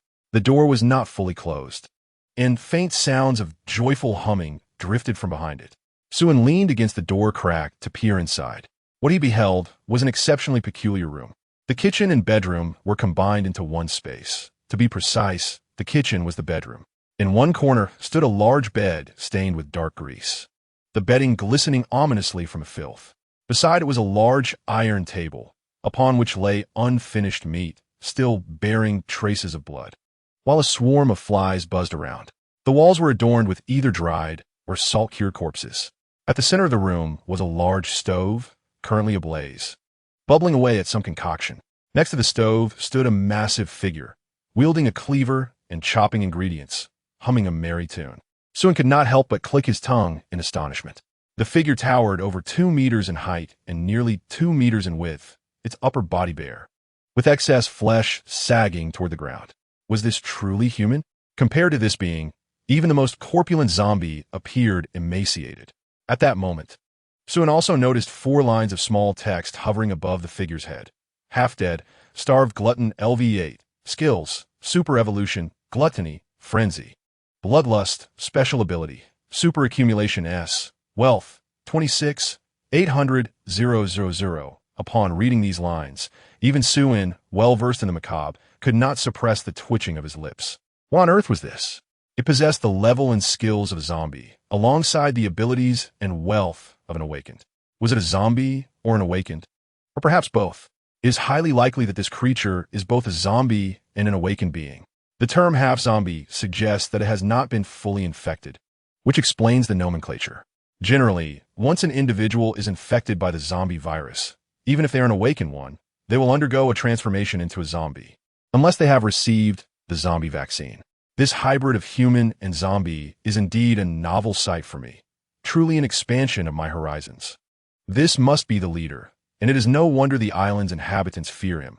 He has completely evolved into a creature that transcends both humanity and zombification. The instinct to consume human flesh has become second nature to him.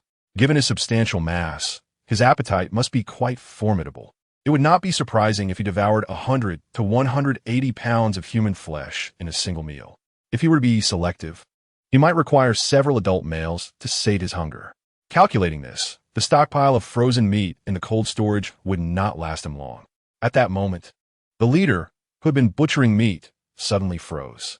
He lifted his head, sniffing the air like a dog, emitting guttural sounds from his throat. The scent of fresh human flesh, how delightful. The leader abruptly turned his gaze toward the door, his grotesque visage adorned with excess flesh. To avoid the flaps of skin obstructing his vision, he had torn away a piece. His gaping maw was 4 to 5 times larger than that of an average person, with teeth resembling serrated shark fangs. He emitted a bizarre, gurgling sound, grasping 2 large kitchen knives over a meter long from the wall, charging towards the door with a ground-shaking momentum. Xue inwardly cursed the situation and, without hesitation, kicked the door open, propelling himself backward. He had forgotten that the leader had become akin to a zombie, continually consuming human flesh, making him particularly sensitive to the scent of the living. In this confined space, Suin's living essence was easily detectable. Just as he retreated, the door was violently flung open, and the leader's corpulent figure emerged from the dust. In each hand, he wielded a kitchen knife, the blades rasping against each other with a piercing sound. Where did this little mouse come from? Such a delightful aroma. I long to devour your heart and liver. He cackled. The leader's gaze bore into Suin, his eyes glistening with avarice and brutality. Suin, unperturbed, retrieved dozens of steel bars from his spatial domain, crackling with electric energy, and launched them toward the leader. The leader did not flinch. He raised his kitchen knives to shield his head, allowing the steel bars to impale his body. Blood erupted, and electric sparks danced chaotically. Yet, Suin felt no joy. The steel bars had only penetrated shallowly, barely breaking the surface of the leader's ample flesh. Furthermore, he sensed the power of the electricity he had unleashed diminishing rapidly. The thick layer of fat on the leader was absorbing the voltage, and his extraordinary ability was activating. This extraordinary ability, known as superaccumulation, essentially allows him to absorb damage for his own use while simultaneously storing energy, amplifying his subsequent attacks exponentially. This ability is exceedingly terrifying in combat, excelling in counterattacks with an explosive force that is particularly formidable. If one cannot defeat him in a single blow, they will face a retaliatory force multiplied several times over. The leader, in a fit of rage, declared, "You little mouse, your attack hurts me greatly. I shall kill you and feast upon your heart and liver." His pupils turned blood red, indicating the activation of his berserk state. His physical capabilities surged, speed and strength reaching terrifying heights, combined with his superaccumulation ability, rendering him a creature of immense destructive power, devoid of reason and consumed by fury. The leader charged at Suin, enveloped in a crimson aura, his speed astonishing, resembling a rapidly advancing war chariot, a stark contrast to his grotesque bulk. Suin, wary of the threat, activated his iron body, instantly transforming into a metallic form. However, even in this state, he dared not confront the leader head-on. Instead, he utilized magnetic energy to manipulate his iron-clad body, propelling himself upward and delivering a kick into the rocky ceiling, flipping himself onto it. The leader missed his target entirely, his knives carving deep grooves into the ground. Undeterred, he leaped upward without raising his head, his massive frame hurtling towards Suin like a cannonball. Anticipating this, Suin deftly evaded the onslaught. The leader crashed into the ceiling with a resounding thud, debris scattering, creating a substantial hole, with half of his body embedded in the rock. Retreat. Suin, without the slightest hesitation, accelerated towards the exit of the passage. The terrain here was exceedingly cramped, and the formidable leader's speed and strength had reached their zenith. In such confines, he held no advantage and could only lure his opponent to a more spacious area for a protracted struggle. A furious roar erupted from the leader as he tore through the stone walls, his massive form crashing to the ground. In a fit of rage, he brandished a cleaver and pursued Suin, causing the ground to tremble with each thunderous step, leaving deep imprints in his wake. Chapter 37. The veiled leader Suin leaped out of the underground passage, deftly retrieving several hundred pounds of fine steel wire from a spatial pouch and casting it onto the ground. Under the control of electromagnetic forces, the steel wires wove into an expansive net that spread across the floor. With a resounding crash, the basement door was flung open, and the leader charged out in a frenzy. "I will kill you, you cursed rodent," he bellowed, a visage of pure madness. Upon spotting Suin not far away, he lunged forward with a thunderous roar. At that moment, the steel wire net that Suin had set up earlier suddenly sprang up, ensnaring the leader's corpulent body. The unexpected turn of events caused the leader to lose his balance and tumble to the ground, rolling several meters under the force of his own momentum. Suin, ever prepared, dashed forward and seized the steel wire net, shouting, "Ha!" He effortlessly lifted the leader's massive form, which weighed around 800 or 900 pounds, and began to pummel him against the ground, the sound of impact echoing through the air, leaving a series of craters in the earth. After delivering several heavy blows, Suin hurled the leader toward a nearby stone wall with tremendous force. The leader crashed against the wall with a resounding thud. Although he believed himself severely injured, he was still dazed, his eyes swirling with stars. Suin, seizing the advantage, followed up with a punch that struck the leader's ample body unimpeded. Upon contact, Xue activated his Plunder ability, proclaiming, "Come forth." Detected plunderable target. Please select plunder direction. Replica, strip, plunder wealth in an instant. He executed a triple plunder on the leader. Replica successful. Obtained ability. Super accumulation S, stripped ability, successfully obtained. Can be granted ability. Super accumulation S, wealth plunder successful. Acquired wealth value of 26.8 million. Resources transferred to spatial pouch. Please check promptly another S-level ability at his disposal, alongside resources valued at 26.8 million wealth. If there were a special effects narration, it would undoubtedly exclaim, "Wow." Golden Legend. The leader emitted a deep, throaty growl, his massive form unleashing a tremendous force that tore through the steel wire net with a resounding crack. With a punch imbued with the strength of 1,000 June, he aimed at Xue. This time, however, Xue neither dodged nor retreated. Instead, he assumed a defensive stance while conjuring a lightning sphere in his palm. With a resounding thud, the leader's fist struck Xue's arm, producing a dull metallic clang. Xue was forced back several meters, his feet leaving deep gouges in the earth. Super accumulation, Xue intoned slowly, blood-red light flaring around him as the lightning in his palm swelled to more than tenfold. Then, with a powerful push off the ground, he transformed into a bolt of lightning, hurtling toward the leader. The unstoppable punch shattered the sound barrier, ripping through the leader's thick flesh and penetrating his body, with a significant portion of Xue's arm embedded within. The leader coughed up blood, the crimson hue in his eyes gradually fading, his frenzy subsiding as his rationality returned. "No, it cannot be. Why is your ability the same as mine? How can this be?" "Because it was originally your ability, you fool," Xue retorted. The leader's pupils dilated in shock. "How can this be? My ability is gone. Return my ability to me. I will kill you." As he spoke, he reached out towards Xue. "You no longer have that chance." Xue clenched his fist, unleashing a torrent of lightning from his palm. The violent electric force erupted from the leader's body, tearing through his flesh. With a resounding crash, the leader's form disintegrated into hundreds of pieces of mangled flesh, leaving only a bloated head atop the pile. The leader opened his mouth as if to speak, but with his trachea shattered and vocal cords rendered inoperative, no sound escaped. Ultimately, in a state of defiance and rage, his eyes lost focus, and his life came to a halt in that singular moment. The leader was defeated. Xue lightly leaped onto a large boulder, surveying the blood-soaked remains with a furrowed brow. "I hope to avoid this technique in the future." Although the explosive lightning from within the enemy was undeniably powerful, the visual aftermath was somewhat unsatisfactory, and being splattered with gore was certainly distasteful. This leader was indeed formidable. A half-corpse combined with the abilities of an awakened one. The sheer force and defensive capability nearly approached S-level powers. Moreover, he possessed S-level super accumulation, making him a formidable opponent with high damage output but a glaring lack of intelligence, particularly when caught in a frenzied state. Who knows if excessive consumption of human flesh had damaged his brain? The thought of the leader's penchant for cannibalism sent a chill down Xue's spine. Surely, the resources he had plundered from this creature were not all human flesh, were they? Hastily, Xue inspected his spatial pouch.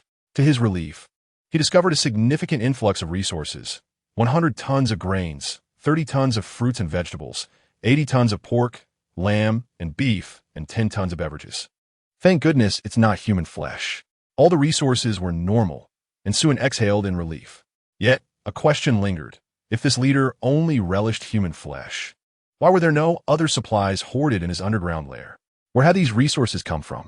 After much contemplation, it seems that these items must have been pillaged from the island's stockpile. Although the chief does not favor them, they indeed rightfully belong to him. Additionally, the meat bears traces of having been frozen, suggesting it was previously stored in a cold storage facility. It stands to reason that there exists a substantial supply warehouse somewhere on the island. One can only speculate how much remains. The spoils acquired this time are nearly equivalent to half of what was obtained from Huyi.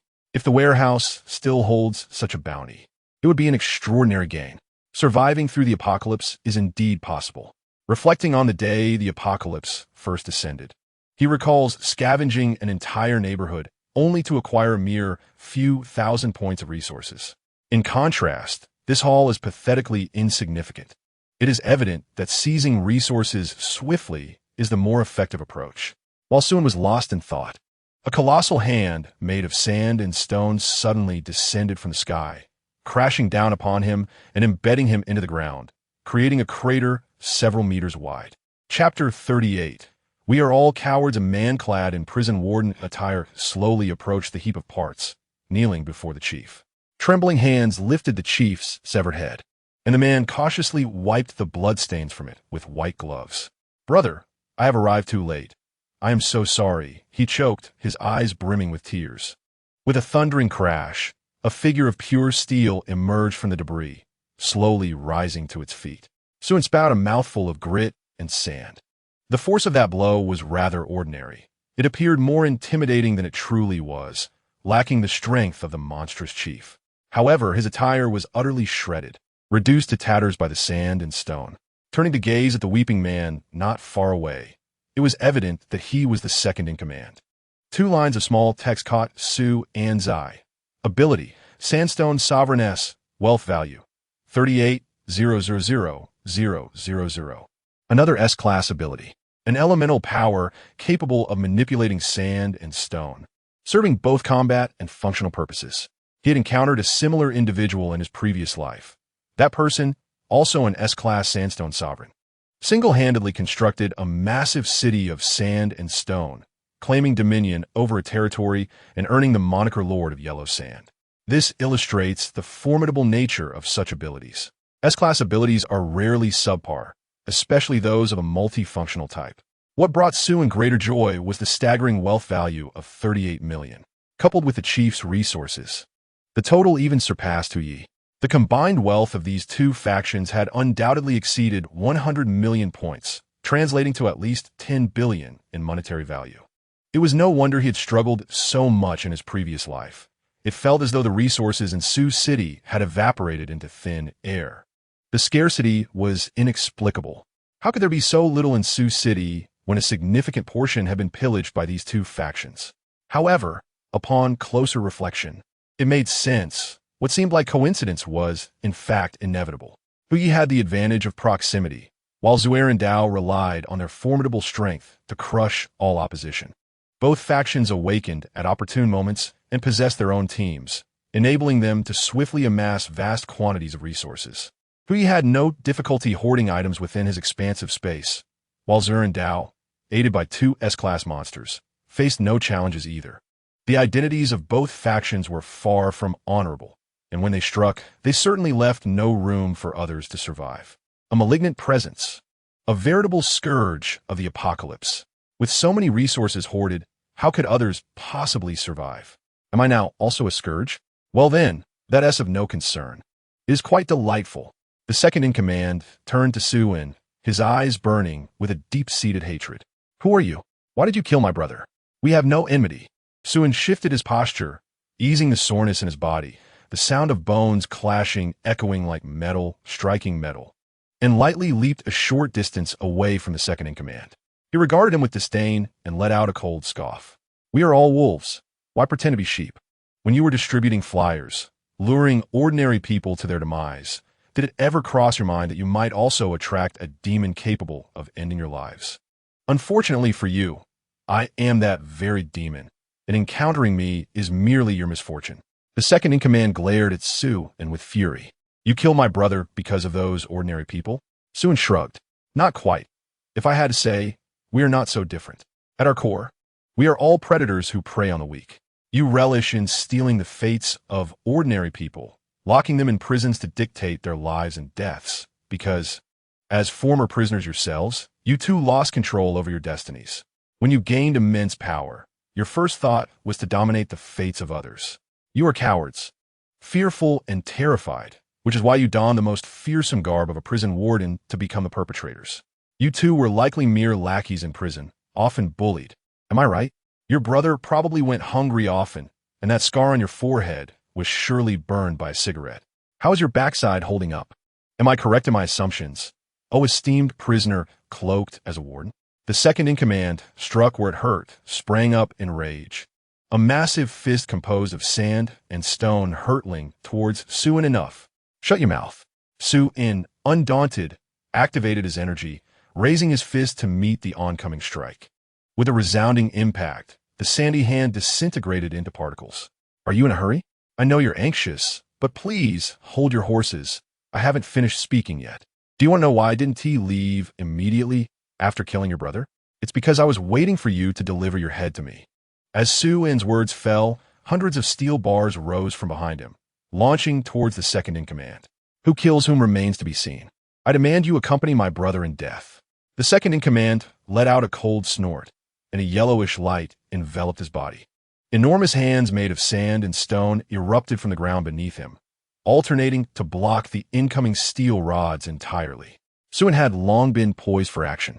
After gathering momentum, he leaped high into the air, accompanied by a crackling, thunderous light, and descended upon the second-in-command with a mighty strike. Observing Xue's ascent, the second-in-command displayed a hint of disdain. With no leverage in midair, Xue was left vulnerable to his opponent's onslaught. The second-in-command stomped his foot lightly, causing a colossal hand, measuring 10 meters in width, to burst forth from the earth. This giant hand transformed into a fist, crashing towards Xue, who hung suspended in the air. Perish, fool! This strike encapsulated all his strength. Even a body forged of iron would be crushed under its might. The only one capable of withstanding such a blow would be the eldest brother, who possessed extraordinary energy reserves, yet he had already met his demise. Just then, Xue heard a chilling incantation from above that sent shivers down his spine. Super energy reserve. In the instant the giant hand struck, Xue activated his super energy reserve for a counterattack. With a powerful thrust, he transformed into a projectile, effortlessly piercing through the giant hand. In the blink of an eye, he appeared before the second-in-command, seizing his throat with one claw and slamming him forcefully into the ground. Pinning the second-in-command down, Xue slid several meters, leaving a deep gouge on the ground before finally coming to a halt. The second-in-command tasted blood in his throat and coughed violently. Xue's voice resonated slowly. In truth, you and I are not so different. We are both cowards. I fear my own impotence, fear betrayal, fear being controlled by others, fear ending up like in my past life, having a leg severed and discarded into a mass grave, living like a beast, scavenging on carrion to survive. Hence, in this life, I shall become more powerful than anyone else, and I am willing to pay any price for it. Chapter 39, Prosperity. All that is mine. Replication of ability successful. Acquired ability, Sandstone Mastery S. Plundering ability successful. Acquired transferable ability, Sandstone Mastery S. Plundering wealth successful. Acquired 38 million wealth points. Transferred to the vast space. Please check promptly. After a series of successful plunders, Xue eliminated the second-in-command as well. Thus, all three chiefs of the Sinner's Island were dead without exception, and Xue had ransacked the supplies thoroughly. It seemed that the storages on Sinner's Island were now utterly depleted. However, Xue did not leave immediately. Instead, he turned back to the island to continue his looting. With the absence of the three chiefs, he could act with impunity, brazenly raiding the enemy's base.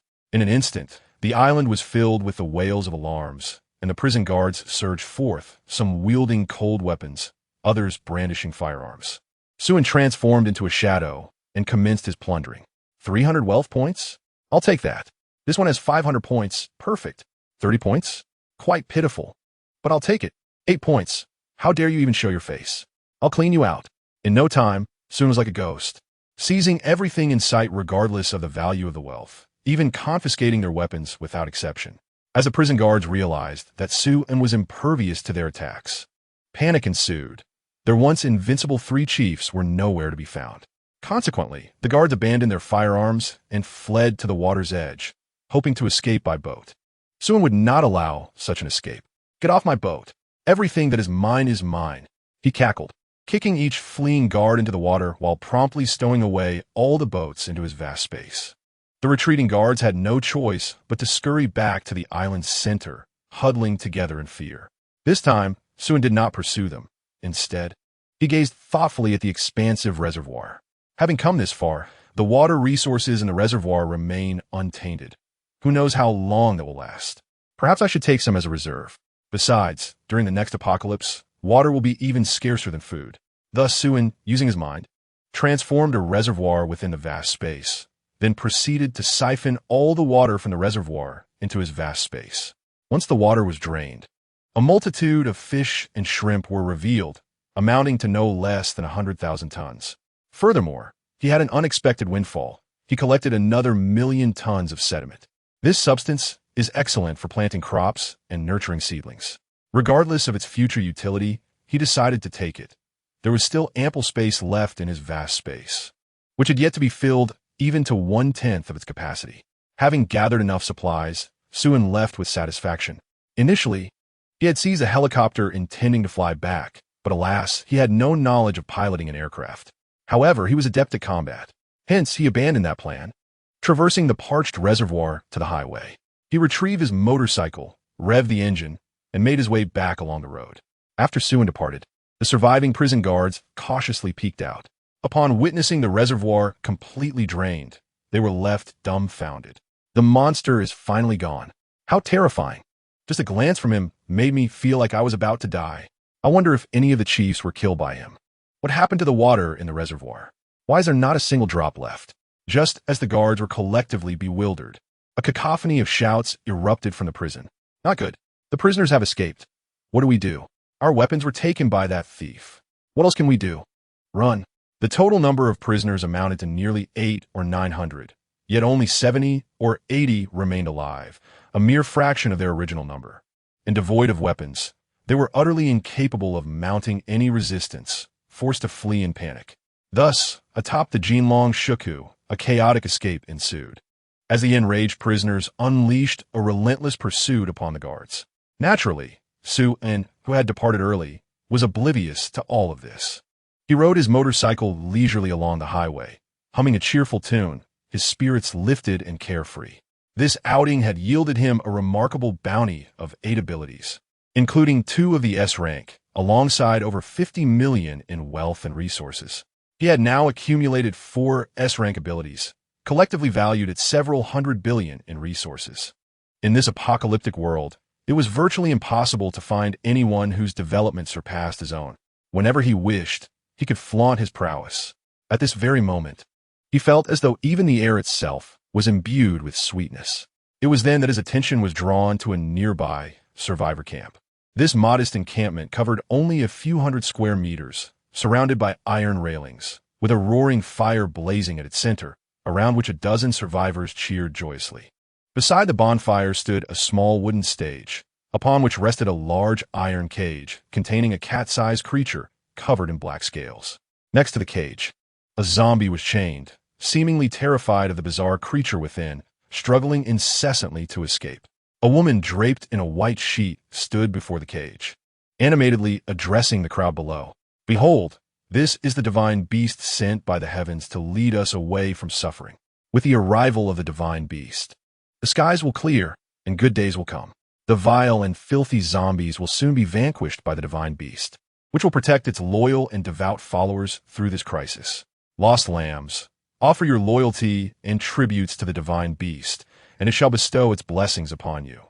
Under the woman's enchanting words, the crowd erupted into applause, some even producing food to place in an iron barrel at the edge of the platform, offering it to the so-called divine beast. Xue observed the creature within the cage, recognizing it from his previous life. This was no divine beast. It was merely a mutated domestic cat. Not only would it not protect humans, but it would also feast upon them. Chapter 40. Taming a new pet. One could hardly blame these individuals for being so easily deceived. The presence of this mutated cat deterred ordinary zombies and bloodthirsty bats from approaching the camp, leaving the onlookers bewildered. They were normally too fearful to even step outside, lest they fall victim to the bloodthirsty bats. Yet here they were, congregating around the fire, completely unharmed. However, in truth, mutated creatures were also new species that had evolved from the zombie virus. Due to differing levels of individual evolution, some mutated animals were indeed stronger than ordinary zombies. To the typical zombie, this was simply a matter of bloodline suppression, rather than any divine protection offered to the followers. Moreover, felines are inherently skilled hunters, exhibiting extreme brutality towards smaller creatures, often playing with their prey rather than consuming it. This trait only intensified post-mutation. In the wake of the apocalypse, Humanity had been relegated to the lowest tier of the food chain, rendering them prey in the eyes of mutated creatures. This mutated cat likely bore injuries. Otherwise, it would have long since escaped the cage, swiftly dispatching its worshippers. However, if it continued to be fed in this manner, once its injuries healed, these people would be doomed regardless. Yet, Xue found it surprising that the mutated cat remained quite tranquil, lazily sprawled in the cage, occasionally nibbling on the tributes from its followers, its large, bell-like eyes fixed intently on the crowd, filled with a mocking, almost human-like expression, as if observing a group of simpletons. Was it truly uninjured? If the mutated cat were not hurt, it would not be confined by such a cage.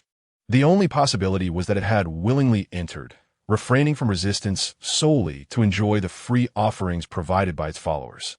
What a master of exploitation! It was entirely conceivable that, once its followers could no longer afford to feed it, the cat would turn on them. With most mutated creatures losing their intellect due to the virus, they became bloodthirsty and violent.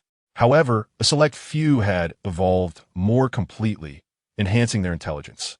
Before its mutation, the cat's intelligence could easily match that of a 2- or 3-year-old child. After evolution, its intellect had multiplied several times over, capable of rivaling that of an average human. This explained why the mutated cat exhibited such cleverness.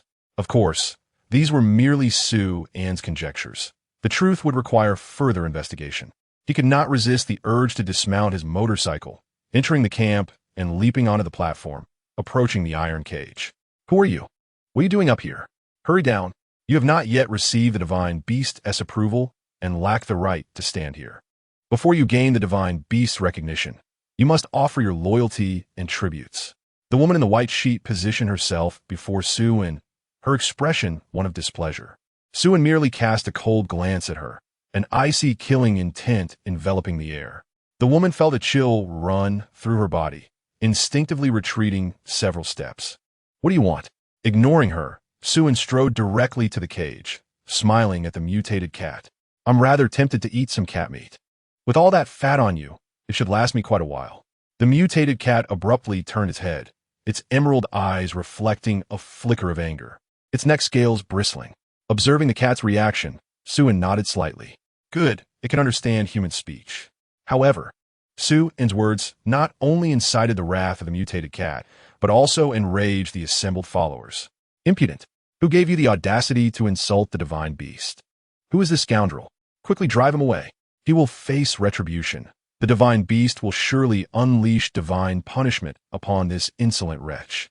Xue paid no mind to the crowd's outcry, slowly raising a finger, faint sparks of electricity dancing at its tip.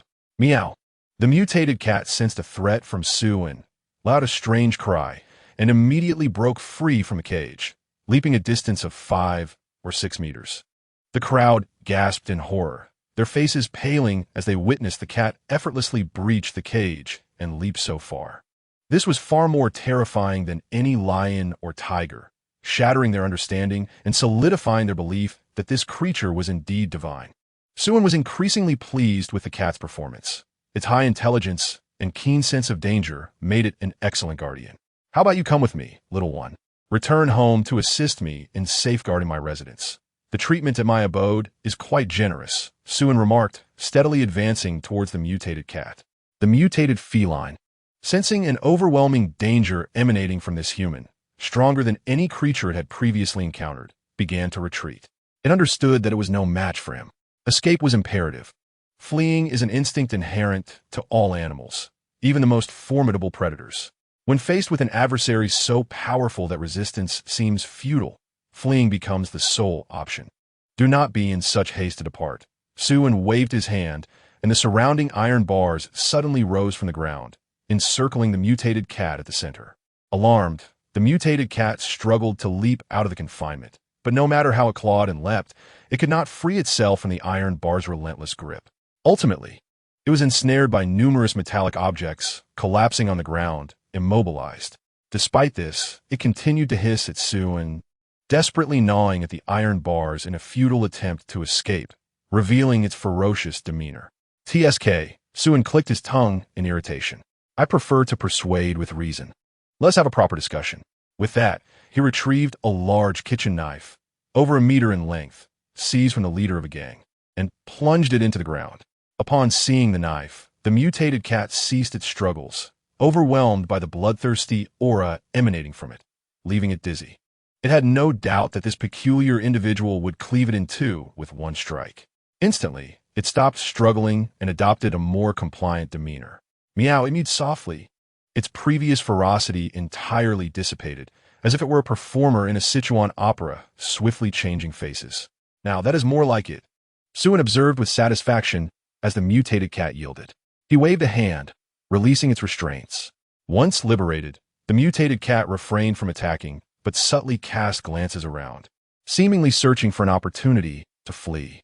Being at the apex of the food chain, it could not easily submit to a mere human, regardless of the latter's strength. This pride was etched into its very DNA. Cats shall never be subjugated. Have you made your decision? Will you accompany me to help guard my home? Xue smiled kindly, retrieving a box of cat food and a case of premium cat treats from his spatial storage. Here, this is for you once you finish. There's more, abundant in quantity. The sight of an entire box of cat food left the mutated cat wide-eyed and transfixed. And this, Xue tossed out dozens of pounds of dried fish. And this, he added, producing several pounds of chicken breast. Not to your liking? Very well then. As he spoke, he withdrew all the offerings back into his spatial storage. Meow. The mutated cat screeched, leaping to Xue's feet, nuzzling against him with a face full of ingratiating charm. It was no wonder the cat appeared so spineless. The bribes were simply too generous. Not only was it a mere mutated cat, but even other devotees were tempted by the offerings. Brother, perhaps I could accompany you? I could help guard your home, one follower suggested. Step aside, I am a dog. That is my calling, another interjected. Brother, I too am a dog. I am not picky. Cat food will suffice. I am easy to care for. In that moment, notions of faith and divine beasts became inconsequential. Witnessing the devotees vying for the same role, the mutated cat became incensed, its scales bristling as it glared at them, as if to declare, step back. I arrived first. Seeing the mutated cat so easily swayed, Xue felt a sense of relief. If the mutated cat had resisted with fervor, he would not have forced the issue, for a coerced alliance is seldom fruitful. He would have had to dispatch it instead, having never experienced the taste of a mutated cat in his 2 lifetimes. Very well, you are now my pet, Xue declared as he leapt onto the back of the mutated cat. Let us return home. The mutated cat. Wasn't he had agreed that it would be a guardian pet? How had it become a steed? Such a position was incongruous for a being at the pinnacle of the food chain. Cats shall never be subjugated. Xue casually tossed a large fish weighing several dozen pounds. Meow.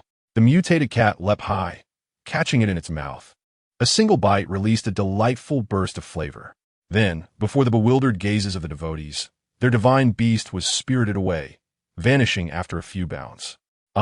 The true deity has descended. The divine beast heeds the summons of the supreme, true God and departs with him. The leading woman knelt in the direction Xue had taken. The other devotees were equally perplexed, but the divine beast was clearly lured by cat food. The woman shot them a glare. Address me as the high priestess. Foolish mortals, can you conjure food from thin air? Only a god possesses such power. He is indeed a divine being, the supreme, true God.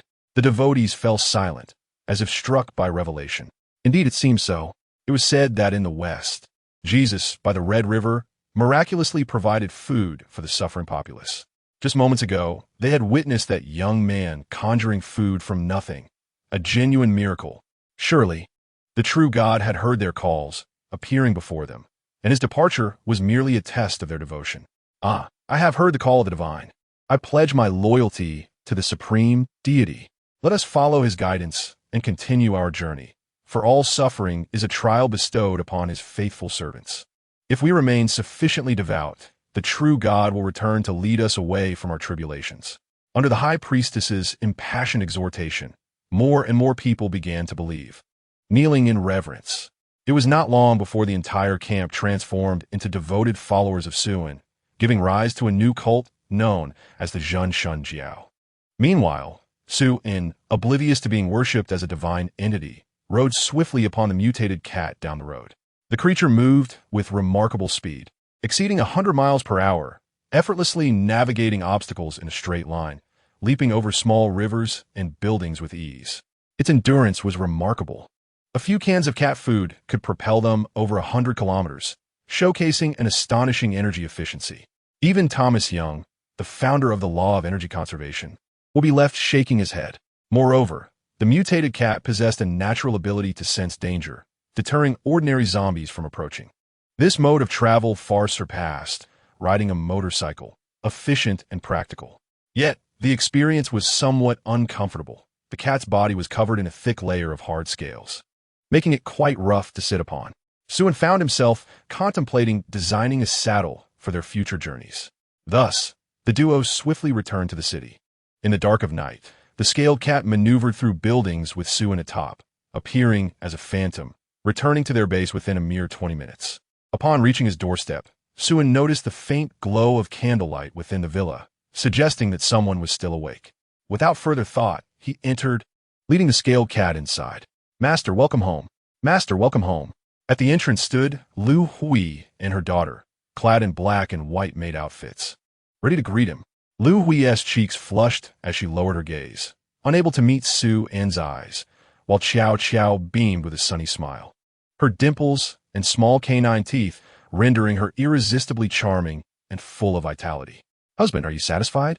She, Li Xiaoyu peeked her head out with a mischievous grin. Xue raised his thumb in admiration, exclaiming, "You really know how to have fun." Chapter 42. Wang Kai, the noble scaled cat, is truly mature. "Darling, you have finally returned. Everyone has been deeply worried." Although they were all aware of Xue's strength, his prolonged absence naturally caused concern, especially in this perilous apocalyptic world. Li Xiaoyu pushed Xue through the door, only to be startled by a scaled cat the size of a calf. "What a huge tiger!" she exclaimed. "It's not a tiger. It's a cat," Xue casually explained. "I brought it back as a pet. It can help guard the house." "Ah, this is a cat? Is there such a large cat? Is it really appropriate to keep a cat the size of a cow as a pet? It won't eat people, will it?" "Generally not. It's very well behaved, right, Wang Kai?" Xue affectionately stroked the cat's large head. This was the name Xue had given the scaled cat, simple yet auspicious and elegantly rustic in its charm. "Meow." Wang Kai responded with a soft call. Li Xiaoyu's lips twitched slightly. No wonder you are the man she admires. Even your cat exudes such dominance, though the name sounds a bit like a dog's. The group then returned to the villa and entered the dining room, where the table was laden with 2 large feasts. Dishes included shrimp in tomato sauce, dompa pork, crispy sea cucumber, steamed base, lemon sauce beef, spicy hot pot, goji berry stir-fried cabbage, silver ear lotus seed porridge, fluffy sweet soup, sour and spicy salad, Thai-style chicken feet, seafood stone pot rice, pan-seared snow fish, charcoal grilled foie gras, sashimi platter, seafood pasta, and rosemary grilled steak. The spread was diverse, encompassing a range of flavors, sweet, spicy, sour, and savory, featuring various cuisines, including Thai-style dishes from Yunnan, and even some international specialties. There were more than 20 dishes in total, a feast far more extravagant than what most families would prepare for the new year. This is all thanks to Sister Lu Hui and Qiao Qiao, who worked hard all day to prepare it. "You must try it," Xue Qingyu said with a gentle smile as she served Xue in a bowl of soup to warm his stomach. She felt inferior to Lu Hui's culinary skills, even contemplating becoming her apprentice, as she had never encountered a chef quite like her. No, she should be called a gourmet. "It looks quite splendid," Xue nodded in satisfaction. Lu Hui blushed slightly and replied, "It was a bit rushed. These are just simple home-cooked dishes. I hope you find them to your liking." Xue raised an eyebrow. "Is this what you call home cooking? It seems this chef possesses quite a skill. I will be well fed in the future. Let us all sit down and eat together."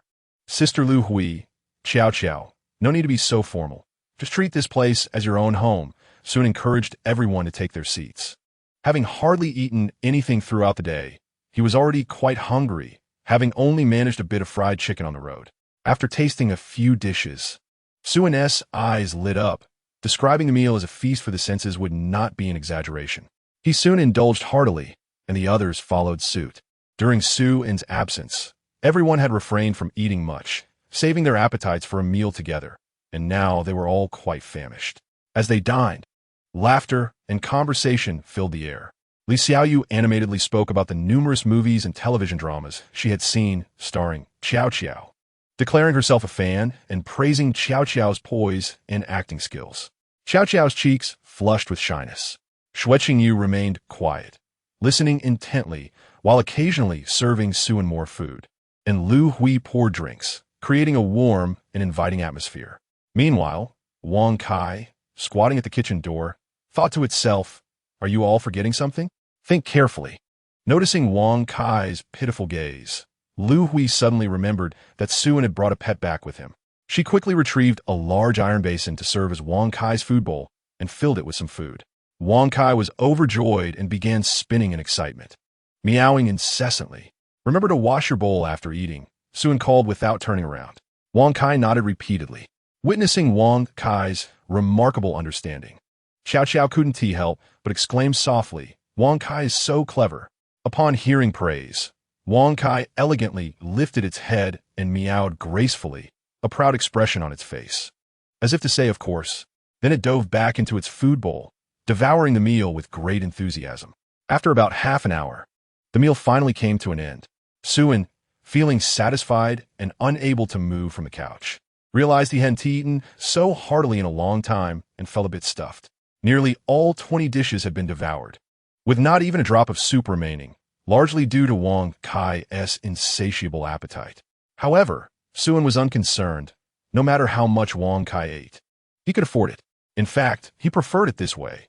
Any leftover food could simply be consumed by Wang Kai, eliminating concerns about waste. What a wonderful cat. As Xue had instructed, Wang Kai cleaned its bowl after finishing its meal, prompting the women to praise Wang Kai's intelligence, which swelled its chest with pride. As the clock struck midnight, Xue felt sleepy and turned to Wang Kai, advising, when sleeping tonight, be mindful not to sleep too soundly. Always pay attention to the sound around you. Don't forget your duty to guard the house. Wang Kai meowed in understanding. Xue pondered for a moment and then retrieved several 100 pounds of cat litter from his space, scattering it on the ground. You can dig a hole outside for your litter box. In the future, when you need to go, just take care of it yourself. But remember to clean it regularly. You are a mature cat now and must learn to handle your own affairs, understood? Li Xiaoyu, Xue Qingyu, and Yu Xiao Qiao looked on in astonishment. Is it really possible to raise a pet like this? Xue replied, "Is there a problem? It is indeed Wang Kai, not an ordinary cat, but a noble Lin Mao. This is quite normal." Wang Kai mewed in agreement, affirming the truth of the statement. Yes, it is precisely how a noble Lin Mao behaves.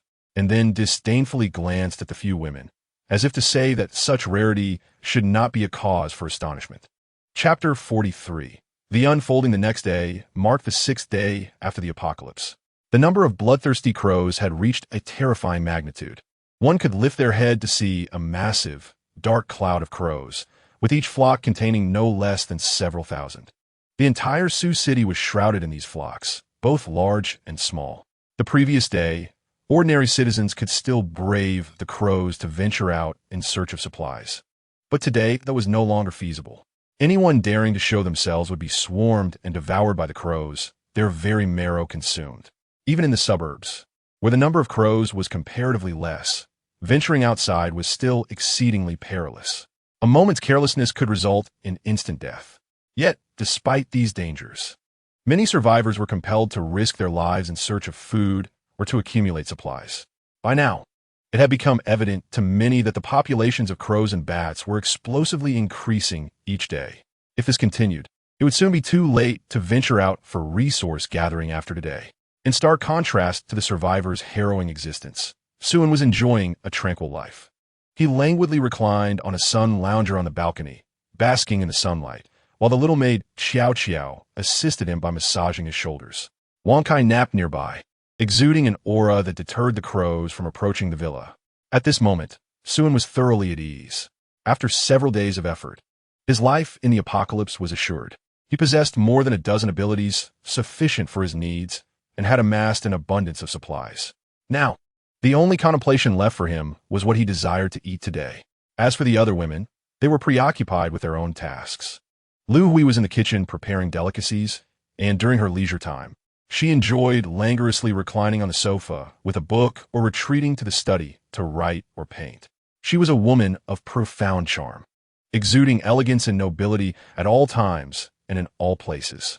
Xue Qingyu and Li Xiaoyu had transformed the neighboring villa into a training ground, where they practiced their abilities. Both were still making significant progress in mastering their powers, particularly Xue Qingyu, whose S-rank ability held immense potential for growth. As for Li Xiaoyu, her room for improvement was rather limited. This made Xue reminisce about the several abilities he had acquired from the Island of Sinners, including 2 S-rank ones.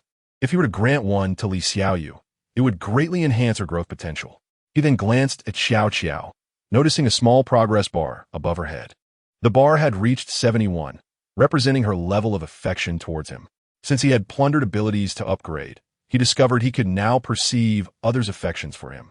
Xiao Qiao's affection was 71, Li Xiaoyu's was 85, Xue Qingyu's was 90, and Lu Hui's was an astonishing 98. Even Xue found it perplexing why Lu Hui's affection for him was so high, considering they had only known each other for 2 days. Moreover, the seemingly demure Xue Qingyu had a higher affection level than the more overtly enthusiastic Li Xiaoyu. Despite having lived 2 lifetimes, he still could not comprehend the nature of women. Fortunately, with the existence of the progress bar, everything became simpler. A score of 50 denoted a pivotal threshold. Achieving this indicated sufficient trust had been established. Each increment of 10 thereafter represented a new stage. 60 for infatuation, 70 for romantic love, 80 for being one's only beloved, 90 for unwavering devotion, and 100 for deification. Naturally, Xue was inherently suspicious and reluctant to easily trust others, even Li Xiaoyu and Xue Qingyu. With the presence of the affection progress bar, the insincerity of others could be discerned at a glance, providing him with a sense of reassurance. At the very least, the few women around him were worthy of his trust. The prerequisite for bestowing abilities was that affection had to surpass 60, and, currently, all the women had met this criterion. Xue contemplated manually empowering the women. He had a total of 4 abilities available for bestowal: Water Vapor D, Fire Energy A, Supercharge S, and Sandstone Sovereign S. Xue Qingyu already possessed an S-rank lightning control ability, making it unnecessary for her to receive another power at this time. Otherwise, she might be overwhelmed. Unlike her, Xue had lived 2 lifetimes and had encountered numerous abilities, fully aware of how to swiftly and skillfully wield them. The others, however, required gradual familiarization and exploration. Lu Hui and her daughter were primarily engaged in logistical tasks and did not yet require additional powers. However, if he were to bestow one, he could grant Lu Hui Fire Energy A, as they were currently without electricity or water and cooking required gas. Although he had plenty, acquiring free energy was undeniably more appealing.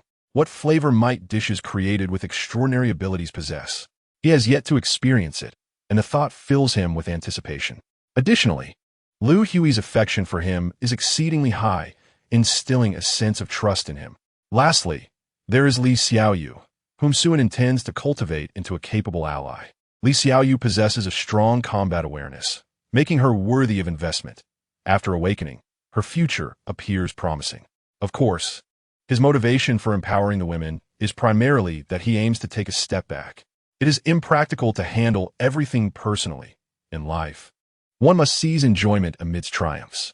He called Lu Hui over, removing his sunglasses and gently patting Xiao Qiao's tiny hand.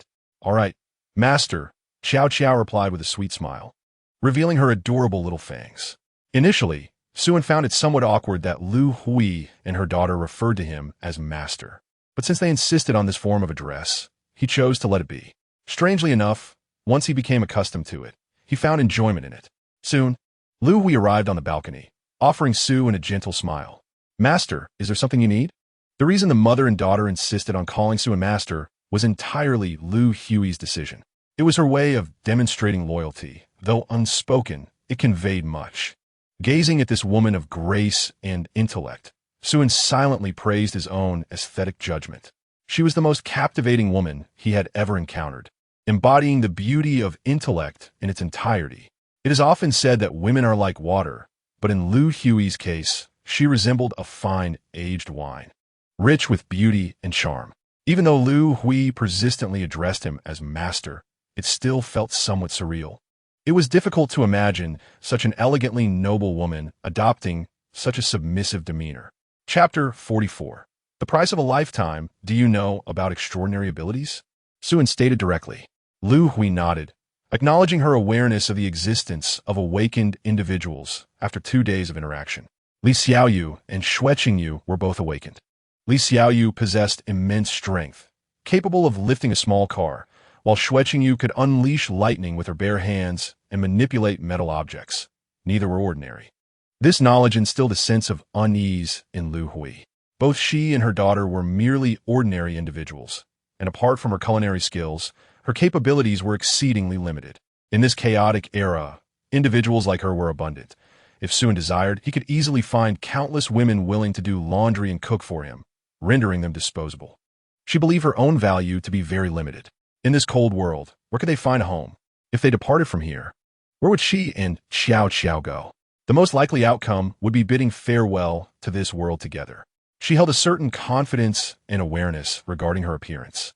Yet in a world devoid of moral constraints, what should have been her pride became a burden. As for Xiao Xiao, her status as a beloved starlet only added to the weight of expectation. Do you wish for extraordinary abilities? I can bestow them upon you. Suan said slowly as he observed Lu Hui's troubled expression. Hearing this, Lu Hui's heart raced. What did you say? I seem to have misheard. You did not mishear. I can grant you an extraordinary ability. Do you desire it? Lu Hui's eyes widened with disbelief. To her knowledge, Li Xiaoyu and Xue Qingyu had both awakened their abilities on their own. Unable to comprehend it fully, she instinctively replied, I want it. Suan smiled slightly, extending his long fingers to gently tuck a strand of hair behind Lu Hui's fair neck. Her face flushed, yet she offered no resistance or distaste. Instead, she felt a sense of honor. Yes, it was indeed an honor. Everything comes at a cost. To gain one thing inevitably means to lose another.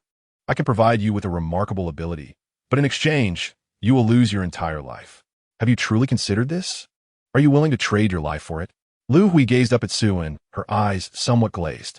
In her heart, this man appeared as a deity, rescuing her from despair.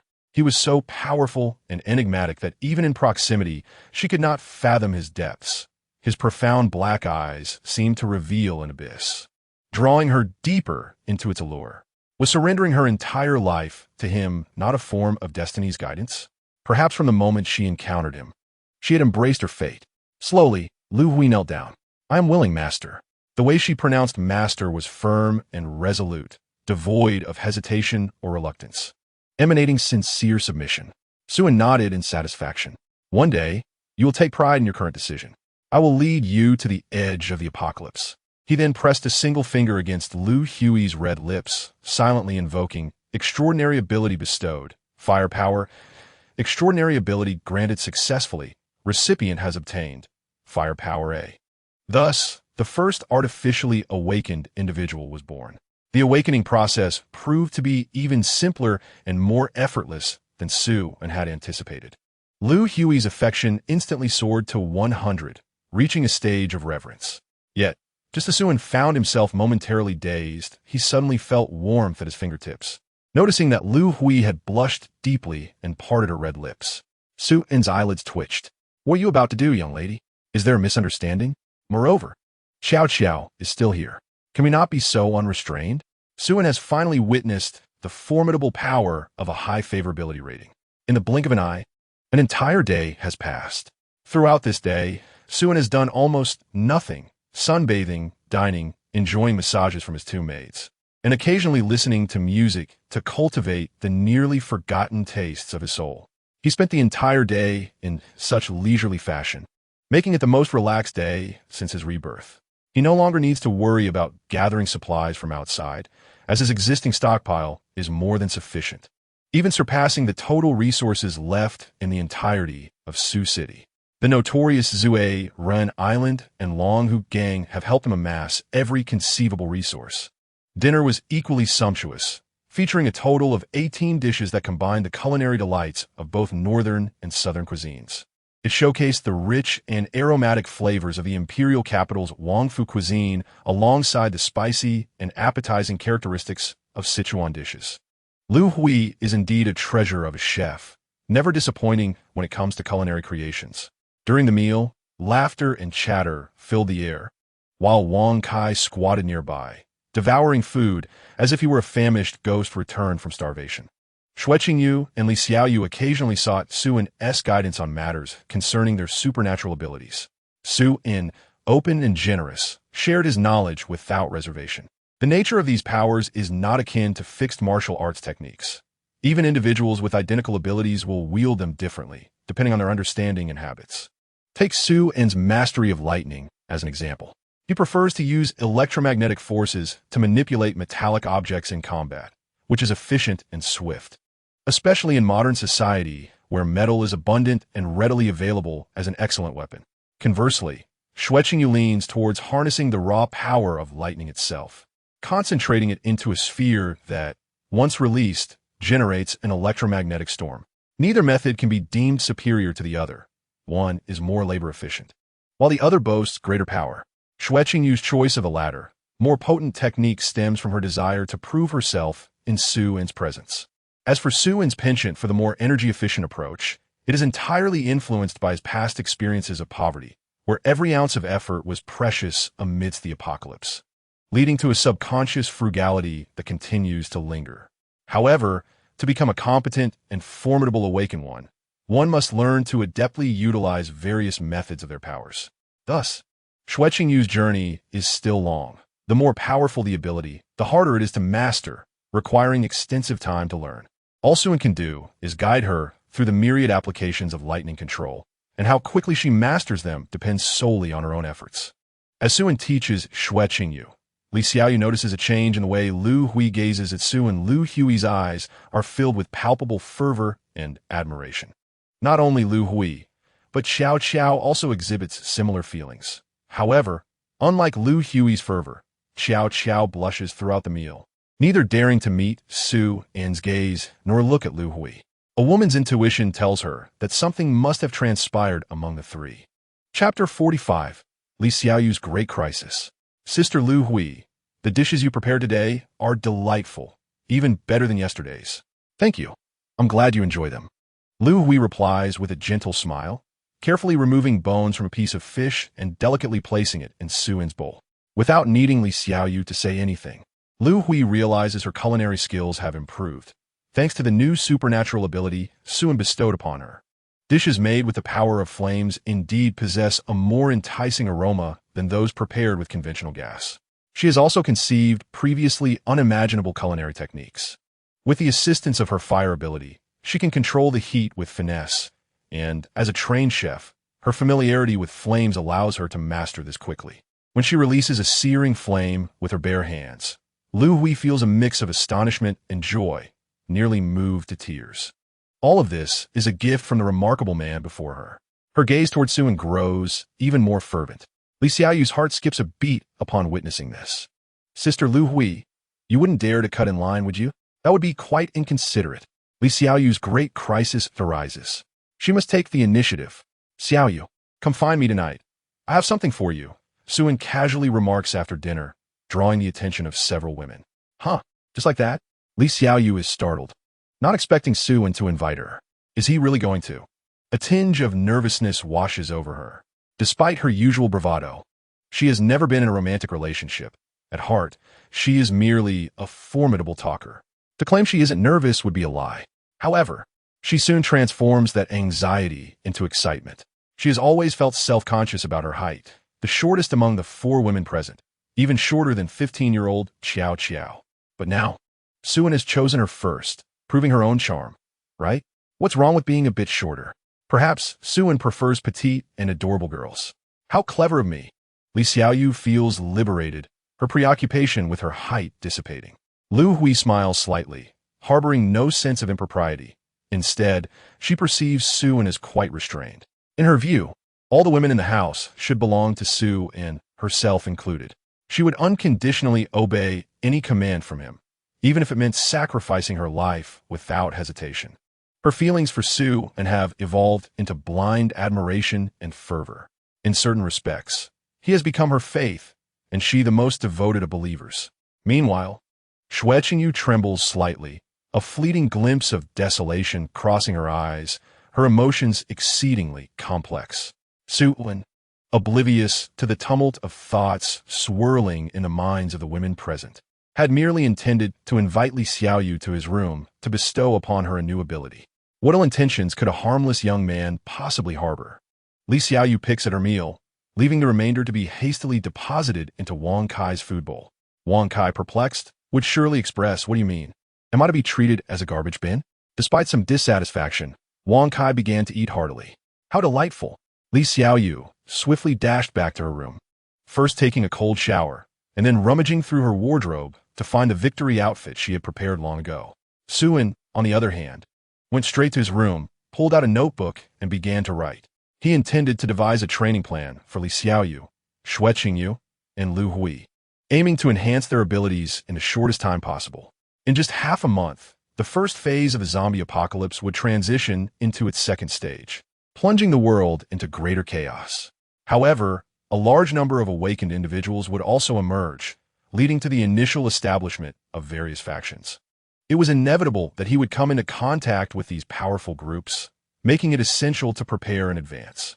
At the very least, he could not allow those around him to become burdensome, lest they impede his progress, for his greatest strength lay in pilfering from others, while his greatest fear was being robbed himself. Approximately half an hour later, Li Xiaoyu knocked on the door and entered. Xue turned to look and couldn't help but raise an eyebrow. Dressed in a short white skirt with twin ponytails, she asked, "How do I look? Adorable, right?" As she tiptoed and spun around, Xue stroked his chin, sizing her up, and admitted, "To be fair, you do." Li Xiaoyu grinned mischievously and leapt into Xue's embrace, whispering in his ear, "I heard someone say this is called the victory outfit." Even Xue, with his unshakable composure, found it somewhat overwhelming.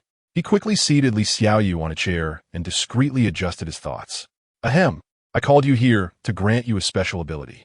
Upon hearing this, Li Xiaoyu pouted. "What? That's not what I expected." "Wait, did you just say you would give me something? An ability, an S-Class 1. Do you not want it? You can give me an ability? How is that even possible?" "Nothing is impossible. If I say it, I can make it happen." Seeing Xue's serious demeanor, Li Xiaoyu couldn't help but believe him, though she remained utterly astonished. Xue had previously informed her that each awakened individual could only awaken once and attain one ability. Once awakened, their fate was sealed. Through her recent interactions with Xue Qingyu, she realized that although they were both awakened, their strengths differed significantly. Initially, she could spar with Xue Qingyu, but now she couldn't even withstand a single move from her. Meanwhile, Xue Qingyu continued to grow stronger every day, while she had stagnated. As time passed, the gap between them would only widen. It was evident that she was the caterpillar, while Xue Qingyu was the dragon. Life was unfair. Xue Qingyu had been endowed with perfect beauty and physique, crafted into a delicate gem, while she, Li Xiaoyu, felt more like a flawed product. She had often succumbed to deep self-doubt. Yet now, Xue claimed he would grant her an ability, an S-Class 1.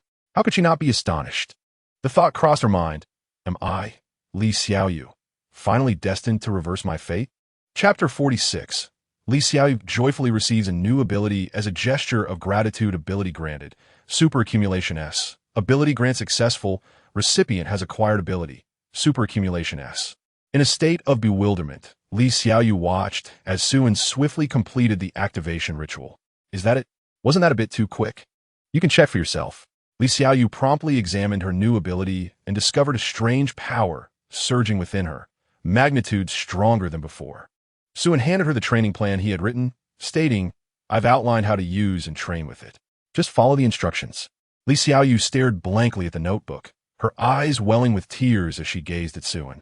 Then, overwhelmed with emotion, she tossed the notebook aside and lunged towards him with a joyful cry. The following morning, a warm ray of sunlight poured into the room.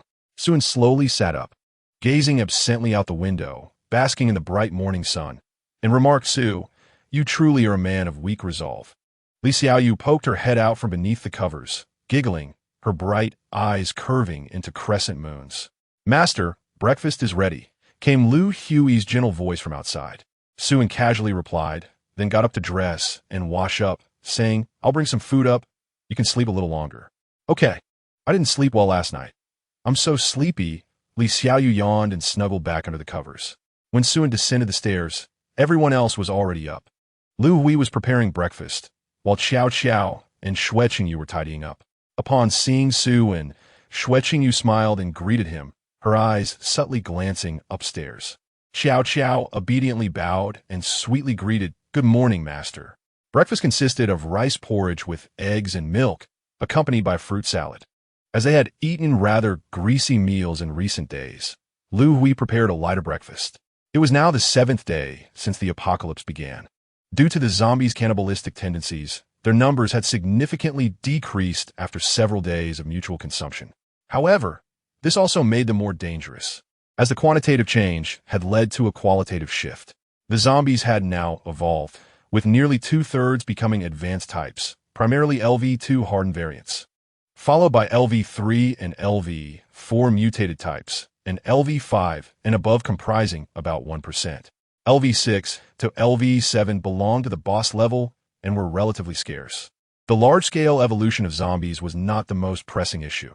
The more alarming problem was the explosive increase in the number of bloodthirsty crows, reaching a terrifying number. Their cacophonous cawing filled the air, and one could see swarms of crows circling just outside the window, within the confines of their small community. The number of bloodthirsty crows had already exceeded 100,000, perching everywhere, on the ground, rooftops, and power lines. If these crows were preying on zombies, it would be manageable, but they specifically targeted living humans and animals. Any survivor daring to show themselves would be devoured. Even the most powerful ability users could not escape their fate.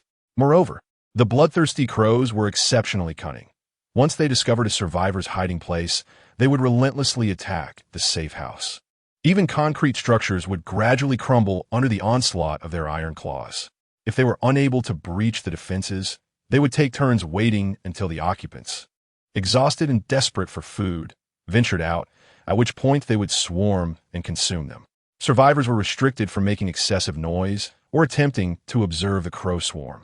Their only option was to remain silently hidden in the dark safety of their shelters, patiently awaiting the slow passage of time. Countless lives were halted on this day. They had survived the initial wave of the zombie apocalypse, but fell victim to the crows. In such perilous circumstances, even Xue found himself compelled to seize the fleeting moments of sunlight. In just 2 days, the crows would blot out the sun, leaving no opportunity to bask in its warmth. The presence of the Wonkai and the protective aura surrounding the villa ensures that the ravenous crows do not dare approach this residence easily. Even if a few audacious ones occasionally make their way here, they hardly pose any significant trouble. After basking in the sun, one can retreat to the villa's private cinema, where, in the company of a petite maid, films can be enjoyed.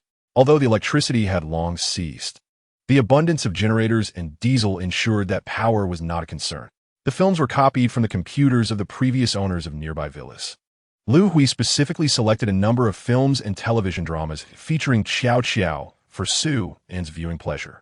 Xiao Qiao, who debuted as a child star at the tender age of 3, has featured in no less than 40 to 50 works to date, playing both supporting and leading roles across various genres, including period dramas and contemporary pieces. Even someone as indifferent to the entertainment industry as Xue had heard of Xiao Qiao, having witnessed several lewd roommates enamored by her videos, reflecting her undeniable popularity as a charming young starlet reminiscent of the girl next door.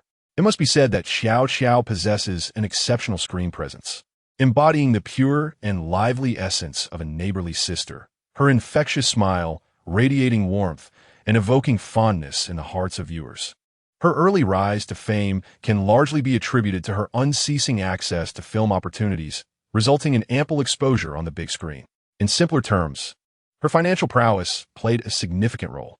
Lu Hui once casually revealed that prior to the apocalypse, Xiao Qiao owned 2 companies, while she herself had several, one of which was publicly listed. Their family's total assets exceeded 100 billion, solidifying their status as a prominent family.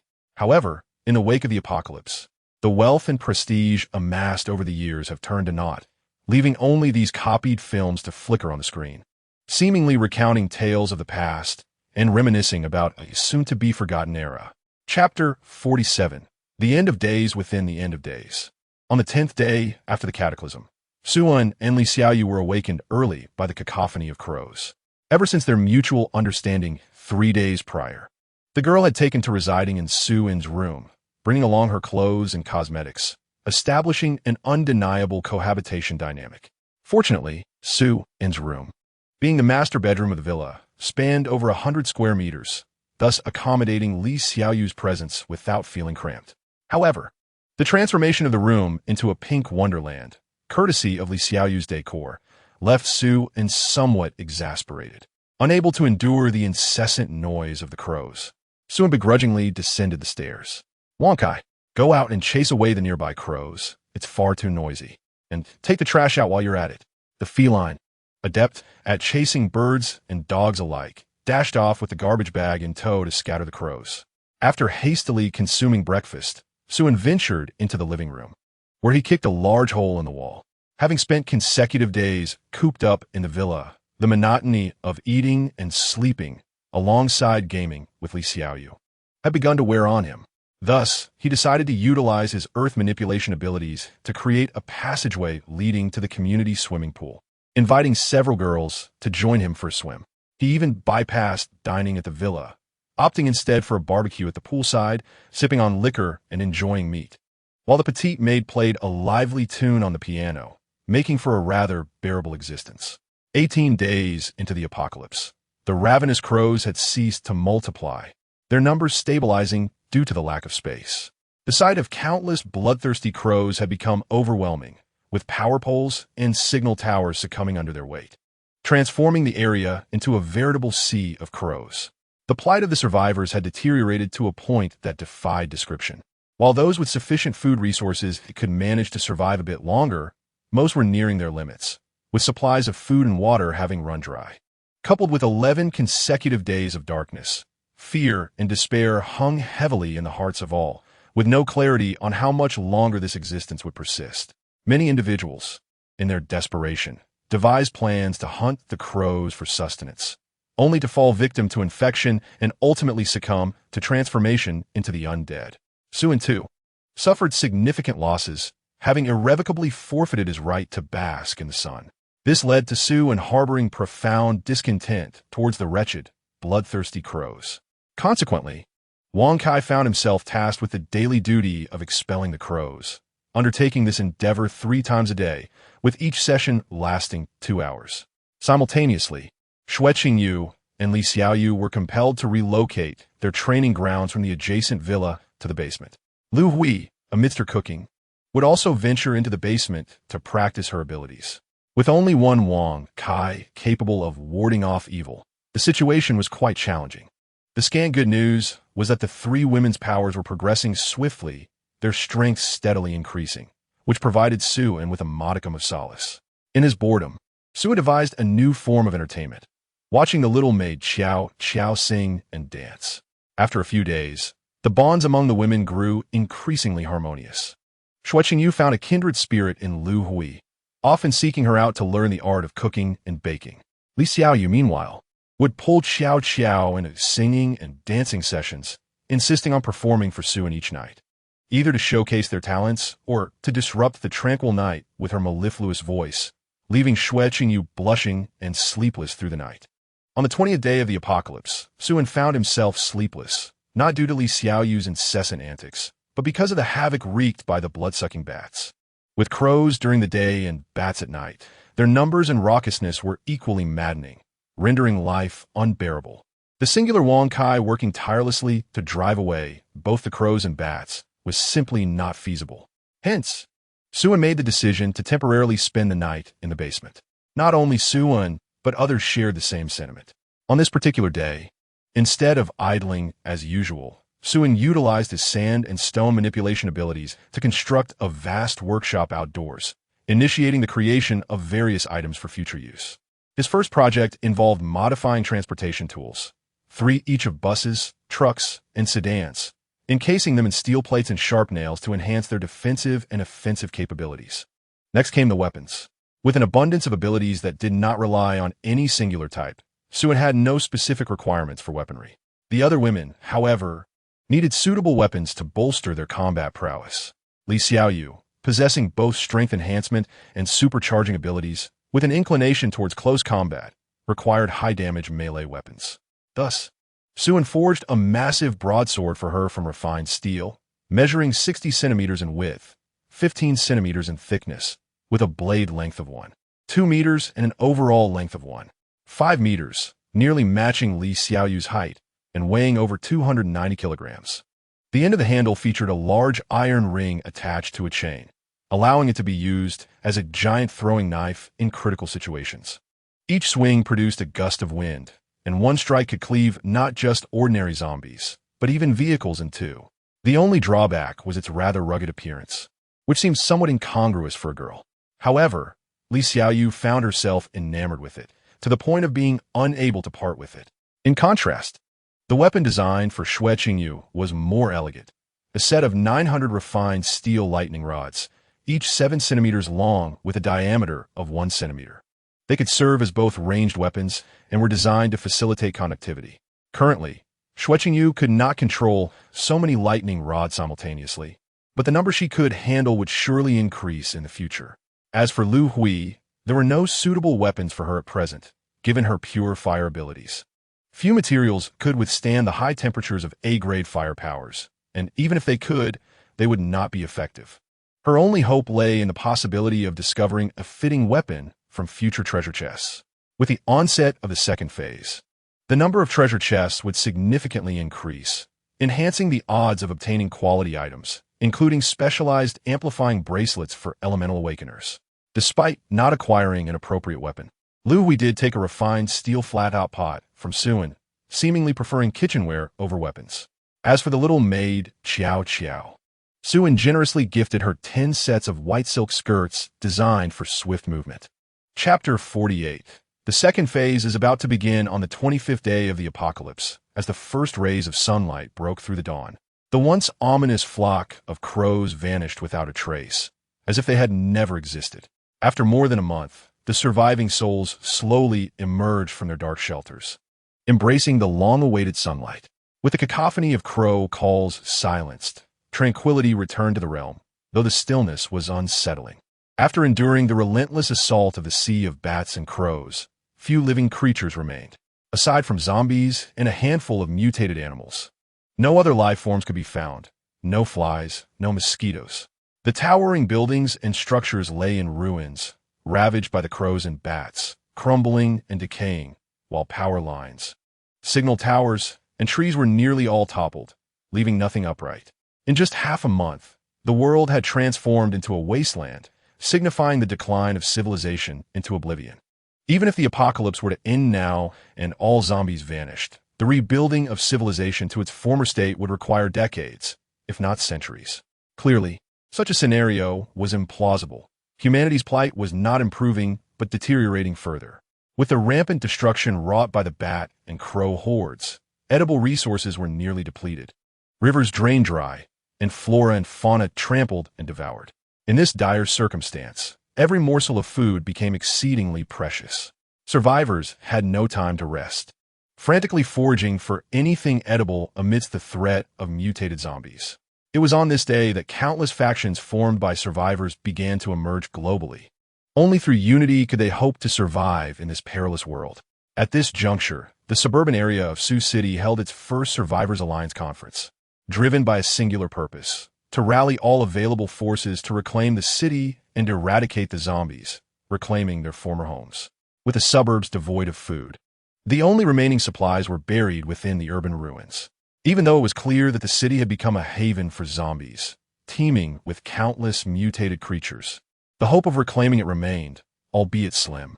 Yet, people had no choice but to pursue this course, wagering countless lives for the mere possibility of survival. In response to the collective call of various factions, an increasing number of individuals began to converge towards the city's outskirts. Sioux City, the largest metropolis in Sioux Province, once boasted a permanent population of around 12 million before the apocalypse. Now, fewer than 4 million remained, including those hiding beneath the ruins of the city. Presently, the outskirts of Sioux City had gathered no less than 1 million survivors, with various factions rising in prominence. While the cry to reclaim their homes was indeed genuine, the underlying objective was the acquisition of resources. The current situation dictated that there were many people but few resources, and no one could guarantee safety when searching for supplies, fearing betrayal from others. Thus, amidst shared goals and conflicting interests, survivors were both allies and adversaries, with the best strategy being to form diverse factions, each advancing towards the city independently. Simultaneously, many began to awaken at this time. Initially, only 1 in 10,000 had awakened, but now the ratio had improved to 1 in 1,000. The once scant few awakened individuals had burgeoned into thousands. However, relative to the million-strong population, this number remained woefully inadequate. These awakened individuals represented power and hope, quickly becoming coveted assets for the larger factions.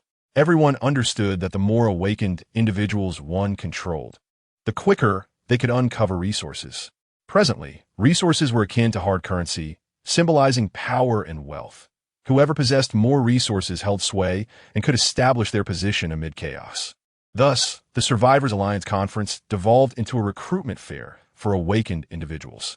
Regardless of the quality of their abilities, there were always eager factions vying for their allegiance. The Wolf Adventure Group was actively seeking awakened individuals to join, offering a modest reward of half a loaf of bread for G-level awakeners, with progressively better compensation for higher levels. Recruitment calls echoed throughout, though not everyone could afford to offer such incentives. The Wolf Adventure Group was considered quite generous, as most factions, including their leaders, were struggling to survive, let alone provide salaries. Consequently, those groups that could offer some form of compensation were often favored by the awakened individuals. A half loaf of bread, though seemingly meager, was a significant lifeline in crucial moments. In times of desperation, even a grain of rice is more precious than gold. As for the ordinary individuals, their plight is even more dire. Joining a faction offers no tangible benefits. The sole advantage lies in the protection from the faction's power, along with the opportunity to accompany the awakened ones into the city to scavenge for supplies. However, it is not a matter of possession. The spoils are divided in a ratio of 70 to 30. Is 70% insufficient? 70% belongs to them, leaving the scavengers with merely 30%. Yet, even this meager share compels them to compete for the chance to scavenge. Abstaining means awaiting starvation. Operating as a lone wolf is permissible with no one to obstruct, save for the zombies. In most instances, the efficiency of solitary scavenging pales in comparison to the speed of group efforts, yielding little income and posing a constant threat to life. Thus, despite their awareness of the exploitation, they muster the resolve to press on, for they have no alternatives. Those with options are the esteemed awakened ones. Amidst the fervor of the talent recruitment fair, a heavily armed black double-decker bus slowly emerged from the city center, capturing the attention of the crowd. In this era, even large adventure teams dare not drive into the urban area, for the sound of engines attracts hordes of zombies. Even with awakened ones present, such actions are deemed reckless. Yet, this bus emerged unscathed from the city. How audacious! Who would dare to drive in and out of the city? The last adventure team to attempt such audacity has likely met its demise. It is likely that they are an S-rank adventure team, led by an S-rank ability user. Otherwise, even with tenfold courage, they would not dare to act so recklessly. If only I could join such an adventure team, I would gladly accept an 80-20 split. I would even be content with a 90-10 distribution. As the crowd buzzed with speculation, the black bus gradually came to a halt in the recruitment area. The doors opened, and a dapper young man, clad in sunglasses, beach shorts, a floral shirt, and flip-flops, stepped down while carrying a table, followed by 4 women. With a thud, he placed the table on the ground. A striking young woman hurriedly brought over a small sofa, and the man settled himself comfortably. The 4 women lined up behind him, each unique in beauty. The man retrieved a large megaphone from the table and cleared his throat. Good afternoon, everyone. The Chongqing Adventure Team is officially recruiting members, offering generous benefits. Successful applicants will enjoy 3 meals a day, with 1 meal including meat, a bottle of soda every 2 days, a new outfit, and a bar of soap each month, along with 3 pounds of fruit. We will organize a movie outing every week, a concert or stage play every 2 weeks, and festivities every 2 months, with abundant food and drinks during celebrations. Additionally, accommodations are shared, 2 to a room, with access to public baths and restrooms. New members will receive a complete set of clothing, towels, toothbrushes, and toothpaste. Limited spots available. Interested parties should apply promptly. Upon finishing, he turned off the megaphone and ceased further commentary. A stir rippled through the crowd. What extraordinary treatment is this? I wouldn't even dare to dream of such conditions. Why wait? Let's rush to apply. Chapter 49. Recruitment of new team members is underway as a horde of survivors. Men and women of all ages surge forward. Suen could not suppress a twitch of his lips. He had underestimated their yearning for a stable life. Dear, you forgot to mention the recruitment criteria. Li Xiaoyu urgently grabbed the megaphone and shouted, "We are only recruiting female members. We are not accepting men at this time." Thank you. Upon hearing this, the male crowd was taken aback. After having already rushed halfway, they were now informed that no men were accepted. What is the meaning of this? Is it gender discrimination? Jinfu, will not be pleased with this. Men are the primary resource gatherers. Why are we excluded? I'm still an E-rank Awakened One. Do you understand the value of an Awakened One? We won't leave today. What will you do about it? If you don't want to hire us, then don't hire anyone. As the situation escalated, it became nearly uncontrollable. Nearby, Lu Hui, dressed in business attire, took the megaphone from Li Xiaoyu's hands, and a surge of scorching flames erupted from her palm. The flames struck the ground, resulting in a violent explosion that created a pit over a meter deep. Those nearby were blasted away by the shockwave. She is indeed an A-rank Awakened One. Such power is astounding. One touch could lead to incineration. Lu Hui scanned the terrified crowd and coldly declared, "I hope no one attempts to provoke my master. The consequences will be yours to bear."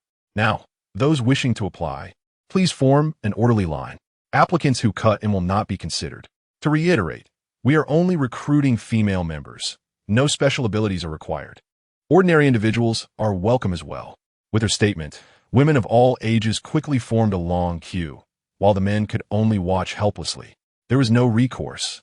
After all, they were at a disadvantage. They lacked the courage to protest, for they might be met with flames. Moreover, it was evident that this group was not comprised of a single Awakened One, especially the girl wielding a massive sword. That sword appeared to weigh at least several hundred pounds, and she carried it with ease. Who knows what rank she might be? An A rank is certainly not out of the question. A single strike could be fatal. Forget it. I'm not cut out for this. If I cannot join, I can at least send my daughter. Did they not say that ordinary individuals are welcome? Right. I will call my niece. I have a cousin. I have a sister-in-law. The conditions set forth by the Chongqing Adventure Team are undeniably unparalleled in the entire Sioux City. The only comparable options would be S-rank Awakened Ones seeking to serve as deputy leaders in large factions. Yet, how many S-rank individuals are there? Even in a city of several million, it is unlikely there are more than 10. If I could join, I would gladly toil like a beast. Soon, the news that the Chongqing Adventure Team was recruiting female members without any awakening condition restrictions spread rapidly. Within less than an hour, tens of thousands of applicants gathered, young and old, and even those over 100 years old. Suen gazed at the throngs of people, feeling a tingle of apprehension. "You all can handle this. I'm going back to the car for a nap," he declared, hastily retreating to the vehicle with Xiao Qiao. The three women could not help but smile at his retreat. Subsequently, Xue Qingyu took charge of recording. Lu Hui was responsible for inquiries, and Li Xiaoyu managed security. The trio began the recruitment process in an orderly fashion. Naturally, not everyone was welcome. First and foremost, applicants needed to possess outstanding appearances, not necessarily breathtakingly beautiful, but at least at the level of school beauties, with an aesthetic score of 80 being the minimum standard. Secondly, and most importantly, was loyalty and obedience. Those with insufficient obedience would be immediately dismissed, regardless of their beauty. Initially, these are the only two rigid criteria, but Li Xiaoyu suddenly added a third: cleanliness. This cleanliness specifically referred to physical cleanliness, as in being free from an irredeemable sort of dirt. As Li Xiaoyu put it, she did not want to recruit dubious women. If Suen were to indulge in infidelity, the consequences could be dire. She was looking out for everyone. If Suen were to get entangled in something undesirable, none of them would escape unscathed. Lu Hui cast a knowing glance in Suen's direction, smiling slightly as she added this criterion. Xue Qingyu shot a disapproving look at Li Xiaoyu, but ultimately acquiesced. Though Li Xiaoyu's words were somewhat crude, they contained a kernel of truth. It is better to err on the side of caution. Despite having only 3 requirements, they were already quite stringent. Claiming to select 1 out of 100 would not be an exaggeration. However, they did not intend to recruit too many members. According to Suen's preliminary plan, A maximum of 200 would suffice, while even 100 would be adequate. With tens of thousands present, it would undoubtedly take a considerable amount of time. Yet, with the 80-point appearance criterion in place, the initial screening should not prove too laborious. While the women busily engaged in their tasks, Xue lazily leaned back in his seat, sipping juice and listening to music, while the petite maid Xiao Xiao attentively attended to his needs. Xue reveled in his indulgence, scanning the crowd through the car window in search of awakened individuals. His intention to recruit members was entirely for the purpose of preparing for the impending second apocalypse, to survive and thrive in the forthcoming chaos. A certain number of hands were indispensable. Having been granted a second chance at life, he held no grand aspirations. He merely wished to go further and live longer, just as the name of his adventure team suggested. He estimated that around 200 elite individuals would be sufficient, transforming them into a formidable force of awakened individuals, capable of unimaginable power. In this post-apocalyptic world, it was not about quantity, but quality. An excess of people could become a burden. Before he could forge this elite unit, however, he had two issues to resolve. First, he needed 200 transferable abilities that were not too subpar, and secondly, all 200 recruits must hold a favorability rating exceeding 60. Each of these tasks presented considerable challenges. The former could be achieved over time as the number of awakened individuals increased, allowing for extensive plundering through diligent efforts. The latter was more daunting. A favorability rating of 60 indicated a level of affection. This meant he had to win over 200 women, ensuring that each one reached a favorability rating of 60. This was not merely a question of difficulty or effort. It was a daunting prospect that could induce a sense of helplessness. All he could do was try his best. Once a decision was made, there was no turning back. What did it matter if he was labeled a scoundrel? The second phase was about to commence, and with it, numerous tasks awaited. Now was the time to recruit. Once the second apocalypse arrived, finding new members would be a matter of chance. There would be no opportunity to leisurely sift through candidates as he could now, rather than waiting for a moment of realization that would come too late for regrets. It was better to decisively act in the present. Opportunities often favor the bold. A C-grade ability, Skin of Stone. At long last, he found one. After scanning the crowd for a while, Xue finally spotted an awakened individual. He quickly donned a hooded jacket and discreetly exited the vehicle, stealthily approaching the awakened individual. It was not that he enjoyed sneaking around. Rather, he did not wish to reveal his ability to plunder others' powers. Once or twice, he might escape notice, but if he continued, even the most oblivious would suspect him. If that happened, he would face the wrath of all awakened individuals. Just thinking about such a scenario unsettled him and made it difficult to act decisively. Thus, he preferred to remain as inconspicuous as possible. Xue casually approached the awakened individual, quietly retrieving a piece of bread from his spatial storage and tossing it at the individual's feet before tapping them on the shoulder. "Brother, you dropped your bread." The man quickly glanced down. "I didn't bring any bread." Thank you." Initially puzzled, he hesitated but then chuckled as he bent down to pick up the bread, tucking it into his pocket. "No need to thank me. One piece of bread in exchange for your ability seems fair, doesn't it?" In retrospect, he was too kind-hearted, opting to barter for bread when he could have simply taken it. He really felt like crying. Besides, he was performing a noble deed. Having stripped the individual of their power, they were no longer an awakened person and theoretically had the chance to awaken anew. What good was a C-grade ability? The next awakening might yield a B or even an A grade, or perhaps an S grade. Essentially, the future was bright with limitless potential. This act of kindness was akin to granting them a new lease on life. Not only did he not charge a fee, but he also gifted a precious piece of bread as a form of merit. Xue strolled away, hands in pockets, only to hear a terrified scream behind a moments later. "Where's my ability? Why can't I use it?" After another half hour of searching the crowd, he discovered another awakened individual, a D-grade enhanced perception, which was barely acceptable. "Brother, is that half a piece of bread on the ground yours?" "Huh? Oh yes, thank you. I almost lost it. I would have been heartbroken, haha." "No need to mention it. Your happiness is what matters most." This time, the ability was only D-grade, which rounded down to half a piece of bread. Yet another power acquired, Xue continued his aimless wandering. However, after a lengthy search, he still could not find any additional awakened individuals. Looking at the vast sea of people, it would be an exaggeration to say he was disappointed. But he certainly felt a tinge of disillusionment. Upon reflection, it was quite reasonable. Currently, there were approximately 4,000 awakened individuals scattered throughout Sioux City, and this recruitment fair was merely one of many across the region. It was unlikely to easily encounter another awakened individual here. Moreover, most awakened individuals were coveted by powerful factions. They had no need to wander around seeking employment. With their abilities on display, they would be in high demand. Why would such elite talent willingly endure the scorching sun in search of opportunities at a place like this? With this understanding, Xue decided to stop searching. If someone was willing to help him stockpile resources, why not do the same for abilities?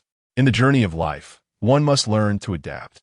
Once others have gathered sufficient awakened, he can simply bring a basket of bread to pay a visit. If one basket is too few, then bring two. After all, he is not a miserly figure. Currently, he awaits the arrival of a formidable leader. When Xue returned to the recruitment point, the process was progressing relatively smoothly. Albeit the two corpses lying nearby attested that the recruitment was not without its disturbances. At this juncture, a considerable number of individuals had already been recruited, roughly over 200, all of them fair-skinned and beautiful young women. Even in the picturesque city of Suzhou, it is rare to witness such a splendid sight, especially during these apocalyptic times. Noticing Xue An's return, Lu Hui gracefully approached to report, "Master, we have successfully recruited 218 individuals, exceeding our initial expectations by 18. However, I suggest we recruit a few more. Given today's influence, the news will swiftly spread to other regions, and we can expect even more individuals to arrive in the coming days. Let us continue recruitment for another 2 days, then return for further evaluation and screening. We shall eliminate those who do not meet our standards and retain only the best, ultimately selecting 200 outstanding individuals. What do you think?" Without much deliberation, Xue nodded and brushed off a speck of dust from Lu Hui's collar, saying, "Let us proceed as you suggest. You may take full responsibility for the recruitment. There is no need to consult me for every detail." He held great confidence in Lu Hui's abilities. As a former owner of a publicly traded company, she was undoubtedly more adept at hiring than he. "Thank you, Master," Lu Hui replied, her gaze tender and her eyes shimmering with emotion. Under such direct affection, Xue felt a bit bashful and rubbed his nose. "What is the situation with the corpses?" Lu Hui, regaining her composure, explained with a slight blush. "They were troublemakers who were dispatched by Xiaoyu. Well done. In the future, if we encounter anyone seeking trouble, regardless of their status, they should be dealt with immediately." "Were any of them awakened?" "Indeed, it seems 2 were awakened. One possessed B-level abilities, while the other had E-level abilities. However, neither could withstand a single strike from Xiaoyu." Xue An's lips twitched involuntarily, a pang of sorrow gripping his heart. Those 2 awakened individuals' potential assets were now lost. Punishment is necessary. She will have to perform for half an hour tonight without pause. Also, in the future, if we encounter any awakened, endeavor to capture them alive for research purposes. They could prove invaluable. If we come across an S-level awakened, report to me immediately and do not engage." "Understood, Master." The recruitment continued until dusk, concluding hastily. The initial target of 200 individuals had skyrocketed to 400 within a single day, far exceeding expectations. The large buses could barely accommodate 200 individuals, and even that was pushing it. Xue had to discreetly retrieve a motorcycle and ride back to the city, then procure a spare bus from his spatial abilities. Returning once again, while it was a hassle, it was necessary for safety. Such spatial abilities were exceedingly rare, more so than S-level capabilities. If anyone were to witness him summoning a bus from thin air, they could deduce that all the resources of the Chongqing Adventure Group were at his disposal. For now, it was imperative to keep this a secret, at least until the group was fully formed. With 2 buses, they could barely fit 400 individuals, but it was a tight squeeze. Xue took the wheel of one bus, while a skilled driver was found for the other. Fortunately, there was indeed a young woman capable of driving. Thus, the 2 buses, filled to capacity, leisurely made their way toward the city. Riding a motorcycle, Xiaoyu transported Xue Qingyu, clearing the path ahead. As the buses approached the city, many of the young women inside were gripped by fear, resulting in numerous screams. To ordinary individuals, the city was akin to a den of cannibals, teeming with flesh-eating zombies. To drive boldly into such a place was tantamount to courting death. Immediately, over 20 young women requested to stop, leaping from the buses and fleeing in a panic. Xue made no attempt to stop them, viewing it as a natural selection process. The more that left, the better. I can assure you that we are heading to the city, and I cannot guarantee your safety. If anyone wishes to withdraw, now is the time. I will not force anyone to stay. Understanding Xue's intent, Lu Hui stood up and conveyed the message. The young women were further terrified, and dozens more exited the buses, leaving the group dwindled to merely 300. Those who remained did so with a mindset of taking a gamble, clenching their teeth in resolve. After all, in this harsh, post-apocalyptic world, finding such a promising refuge was akin to striking gold. Is there anyone else who wishes to leave? As they ventured deeper into the city, the atmosphere grew increasingly tense. Upon repeated assurances from Lu Hui that no one would leave, she finally produced the employment registration form and began to call out names, marking those who departed. Those who wished to return for interviews the following day were promptly excluded. After this minor interlude, the bus resumed its journey, gradually penetrating the heart of the city. Faced with this forbidden territory, where few dared to tread, the apprehension among the young women on board escalated. Initially, they encountered only a handful of hardened zombies, but soon they were confronted with an unrelenting tide of corpses and advanced, evolved undead. There were bloated creatures ready to explode, agile jumpers that soared through the air, and tongue-extending variants that could ensnare from a distance, alongside corrosive types that spewed green acid. The variety was overwhelming, and many of these zombie types were unfamiliar to them. It was at this moment that they comprehended why the depths of the city were dubbed a human forbidden zone. It was no longer a realm for humanity, but a dominion solely belonging to the undead. They were now advancing further into this perilous territory. The more timid among them, frightened, stifled whimpers behind their hands. As Lu Hui had warned, once they reached this point, it was too late for regrets. They could only resign themselves to fate. However, these zombies mainly served to intimidate the novices who had long evaded the dangers lurking in the suburbs. With two S-level awakened beings leading the way, the likelihood of unexpected incidents was negligible, especially with Xue and a human-like combat enhancer, ensuring their safety. Those like Xue Qingyu had long grown accustomed to such encounters and even ventured out occasionally to hone their skills, as the nearby areas had become insufficient for practice. Most of the time, Xue Qingyu rode her bike while Xue Qingyu remotely controlled lightning to dispatch the zombies. Only when they encountered formidable foes, such as the giant variants, would they join forces to quickly eliminate the threats. After about an hour of shaky travel, the bus finally reached its destination. Xue Qingyu, with Xue Qingyu, returned to the rear of the vehicle, disembarked, and charged into the oncoming horde with her broadsword in hand. One swing could reap multiple zombies, and even the hardened types before her felt as fragile as paper. Gradually, Xue Qingyu found herself exhilarated, laughing maniacally as she exclaimed, "Die, die. All of you die?"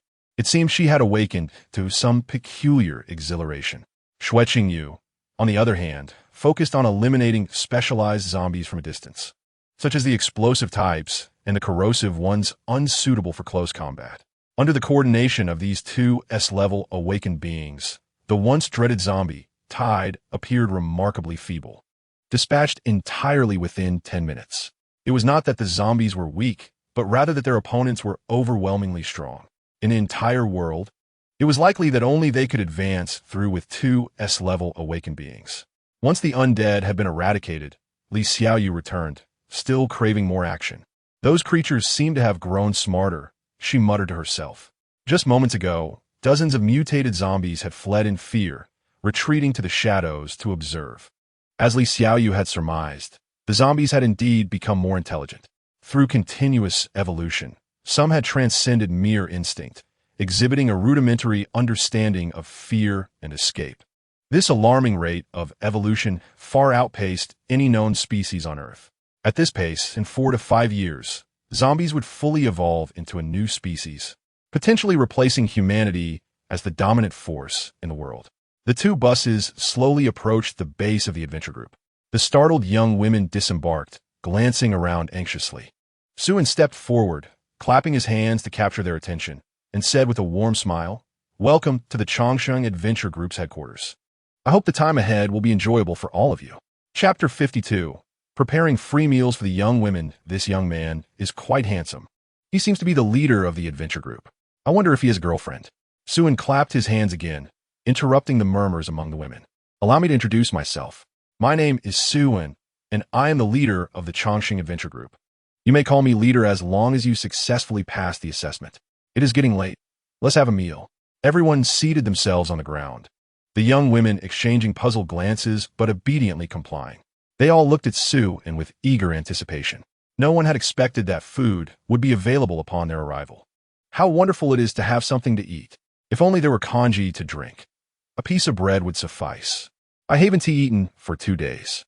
Sue dragged 4 large iron pots and a stand from truck, setting them before the group, pouring water into the pots, and stacking firewood beneath. With a flick of his wrist, flames sprang forth, igniting the wood. Soon, steam began to rise from the boiling water. Suin then retrieved 4 large burlap sacks from the truck. He opened 2 of them to reveal they were filled to the brim with potatoes, which he promptly dumped into 2 of the pots. The sight of the overflowing pots sent waves of excitement through the women, as such fresh ingredients had not been seen in ages, let alone consumed. They had only heard that in larger adventure groups. Only the upper echelons were permitted to eat potatoes. Many were already swallowing hard at the sight. Suin opened the remaining 2 sacks, revealing 2 hefty bags filled with fresh pork. A wave of astonishment erupted among the women, their eyes widening in disbelief. This was an entire 2 sacks of pork, weighing at least 100 pounds. Never had they encountered such a quantity of meat since the apocalypse. Most had not even seen meat, subsisting instead on grass and tree bark. Now, confronted with such a bounty of food, they could hardly contain themselves. Saliva flowing as they yearned to dive headfirst into the pots, the sounds of swallowing echoing around them. Suin continued to pour the meat into the pots, adding a bag of salt divided into 4 portions. At this moment, the women could no longer remain seated. There are seasonings too. After the apocalypse, seasonings had become exceedingly scarce, especially salt. It had been ages since they had tasted its flavor. Is this really for us? Suin smiled slightly, but did not answer directly. Instead, he instructed, you have 5 minutes to form 4 teams, each to send a temporary representative to distribute the food. Hearing this, the women erupted into joyous expressions, realizing that this food was indeed for them. In no time, they had spontaneously organized into 4 lines, each consisting of 75 individuals, perfectly totaling 300. Each team swiftly selected a temporary representative. Thus, 300 women gazed intently at the 4 large iron pots, awaiting the food to cook thoroughly. The young maid Xiao brought a stool for Suin to sit upon. At the same time, she stood by with a small tray holding a glass of red wine, ready for Su and to indulge at his leisure. It must be said that Xiao's performance during this period has greatly pleased Suin, leading him to contemplate finding her an appropriate ability as well. After approximately half an hour, the enticing aroma of the meat wafted through the air, indicating that it was ready. It's done. The 4 representatives may come forward, he announced. The bowls and chopsticks were retrieved from the truck and distributed. Once the utensils were handed out, the food could be served, each person receiving a potato, 2 spoonfuls of meat, and a bowl of meat soup. The 4 representatives hastily fetched the bowls and chopsticks from the truck, distributed them, and then, following Su An's previous instructions, began to serve the food. The young women lined up to receive their portions, returning to their places to devour the meals with fervor. Some even burst into tears while eating. It felt as though they were in a dream, completely unprepared for such exquisite cuisine. In no time, the 4 large pots of food were demolished, the soup consumed to the last drop, and not a scrap of potato skin remained. Seeing the women finish their meals, Suin smiled and remarked, "It seems you are quite satisfied with the chef's skills." "It was delicious. Thank you, esteemed leader," the women exclaimed in unison. "Long live the leader. I want to bear your children." The room erupted in joyous cheers, creating a lively atmosphere. Suin raised his hand to quell the commotion, stating, "As long as you enjoy it, that is what matters. Now, we can discuss your terms of employment. Before you become official members, you will receive 2 meals a day, with meat served every 2 days, similar to what you have now. If you have any questions, feel free to ask. After today, I shall not provide further explanations, so inquire while you can." A round-faced girl raised her hand to speak. "What is it?" Suen prompted. The girl stood, a look of confusion on her face. "Are we not official members yet?" Suen shook his head, choosing not to answer directly, but instead gazed at the young women with a half-smile. "What do you think of the terms offered by our adventure group?" "They are exceptionally good, better than any adventure group I have encountered. Even A-level awakened do not receive such treatment," came the chorus of agreement from the others. Suen nodded and spread his hands. "Then what can you offer our adventure group in return?" The young women exchanged glances, rendered speechless.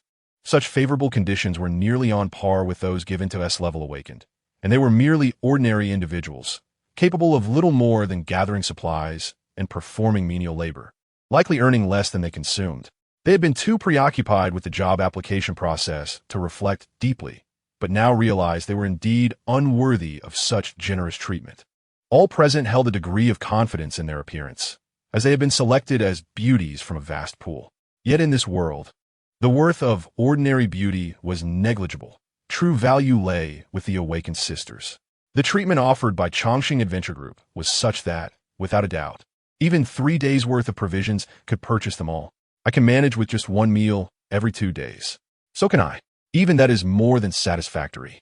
Having tasted meat, none of us wished to forfeit the opportunity to join Chongqing Adventure Group. Suen shook his head once more. "I lack nothing, least of all food. Whether you eat 2 meals a day or one every 2 days makes no difference to me. Frankly, the value you currently provide pales in comparison to the resources I expend on your upkeep. I'm not a charity. However, you are not entirely without merit. The only thing you can offer is your unwavering loyalty. Do you understand?" Chapter 53. The selection begins. Encountering familiar faces in the following 7 days. You will undergo assessments. Those who pass will remain, receiving the same benefits as during recruitment, while those who fail will be dismissed immediately. Additionally, I must caution you, the assessment process is not absolutely safe. Fatalities are a common occurrence. You have one final chance to reconsider. After tonight, whether you live or die will be at my discretion. If anyone wishes to withdraw, you may step forward now. Tomorrow, I will ensure your safe departure. Consider this meal a complimentary parting gift with no strings attached. You remain free." As these words settled, the young women exchanged glances, yet none stepped forward to relinquish their opportunity. After the meal, each woman pondered deeply. The financial strength and capabilities of Chongqing Adventure Group surpassed ordinary imagination, and the treatment akin to that of S-level awakened was indeed real. If they could successfully join as formal members, they would awaken from this dream with smiles. This once-in-a-lifetime opportunity lay before them. If not now, when would they strive for it? The possibility of death? What does it matter? It is not as if death is inevitable. To speak rather harshly, we are all but a single worthless life, fit only to scuttle like a rat in the sewers or to serve as playthings for others, potentially even to be toyed with to the point of demise by those with a twisted disposition. Yet, everyone maintains a resolute demeanor, unwilling to concede. It is rather the fool who chooses to surrender. I sincerely hope you will not regret the choices you have made." Suen then summoned the 3 women. He first pointed to Lu Hui, saying, "This lady will be your chief examiner, Lu Hui." He then gestured towards Xiao Qiao, stating, "This is your logistics minister, Yu Qiao Qiao." Next, he indicated Li Xiaoyu. "This is your chief instructor, Li Xiaoyu." Finally, he pointed to Xue Qingyu, declaring, "And this is your vice captain, Xue Qingyu." Upon hearing Suen assign her the role of vice captain, Xue Qingyu was taken aback. She felt that Lu Hui was far more suited for such a position. Simply serving as a secretary to Su and would have sufficed for her contentment. Suen seemed to perceive her thoughts and gently reassured her, "Qingyu, I believe in your capabilities." Though she appeared gentle and demure, Xue Qingyu possessed a remarkably astute mind. A wise woman of loyalty beneath her outward softness. Bestowing upon her this position was indeed fitting. "Thank you. I shall not disappoint you," she firmly resolved, clenching her fist. Since Su had chosen her, she would exert every effort to repay his faith. "I trust you," Suen replied before instructing the women on the forthcoming assessments. "Just follow through. My only request is that the level of obedience be as high as possible." After relaying these directives, Suen withdrew to the side, adopting the role of an onlooker. This evaluation would not solely assess the new recruits, but also serve as a measure for the women surrounding him. As Xue stepped back, the women expressed no dissatisfaction. Instead, they radiated excitement. Until now, Xue had been the one tirelessly laboring for their collective good, and they had not contributed significantly.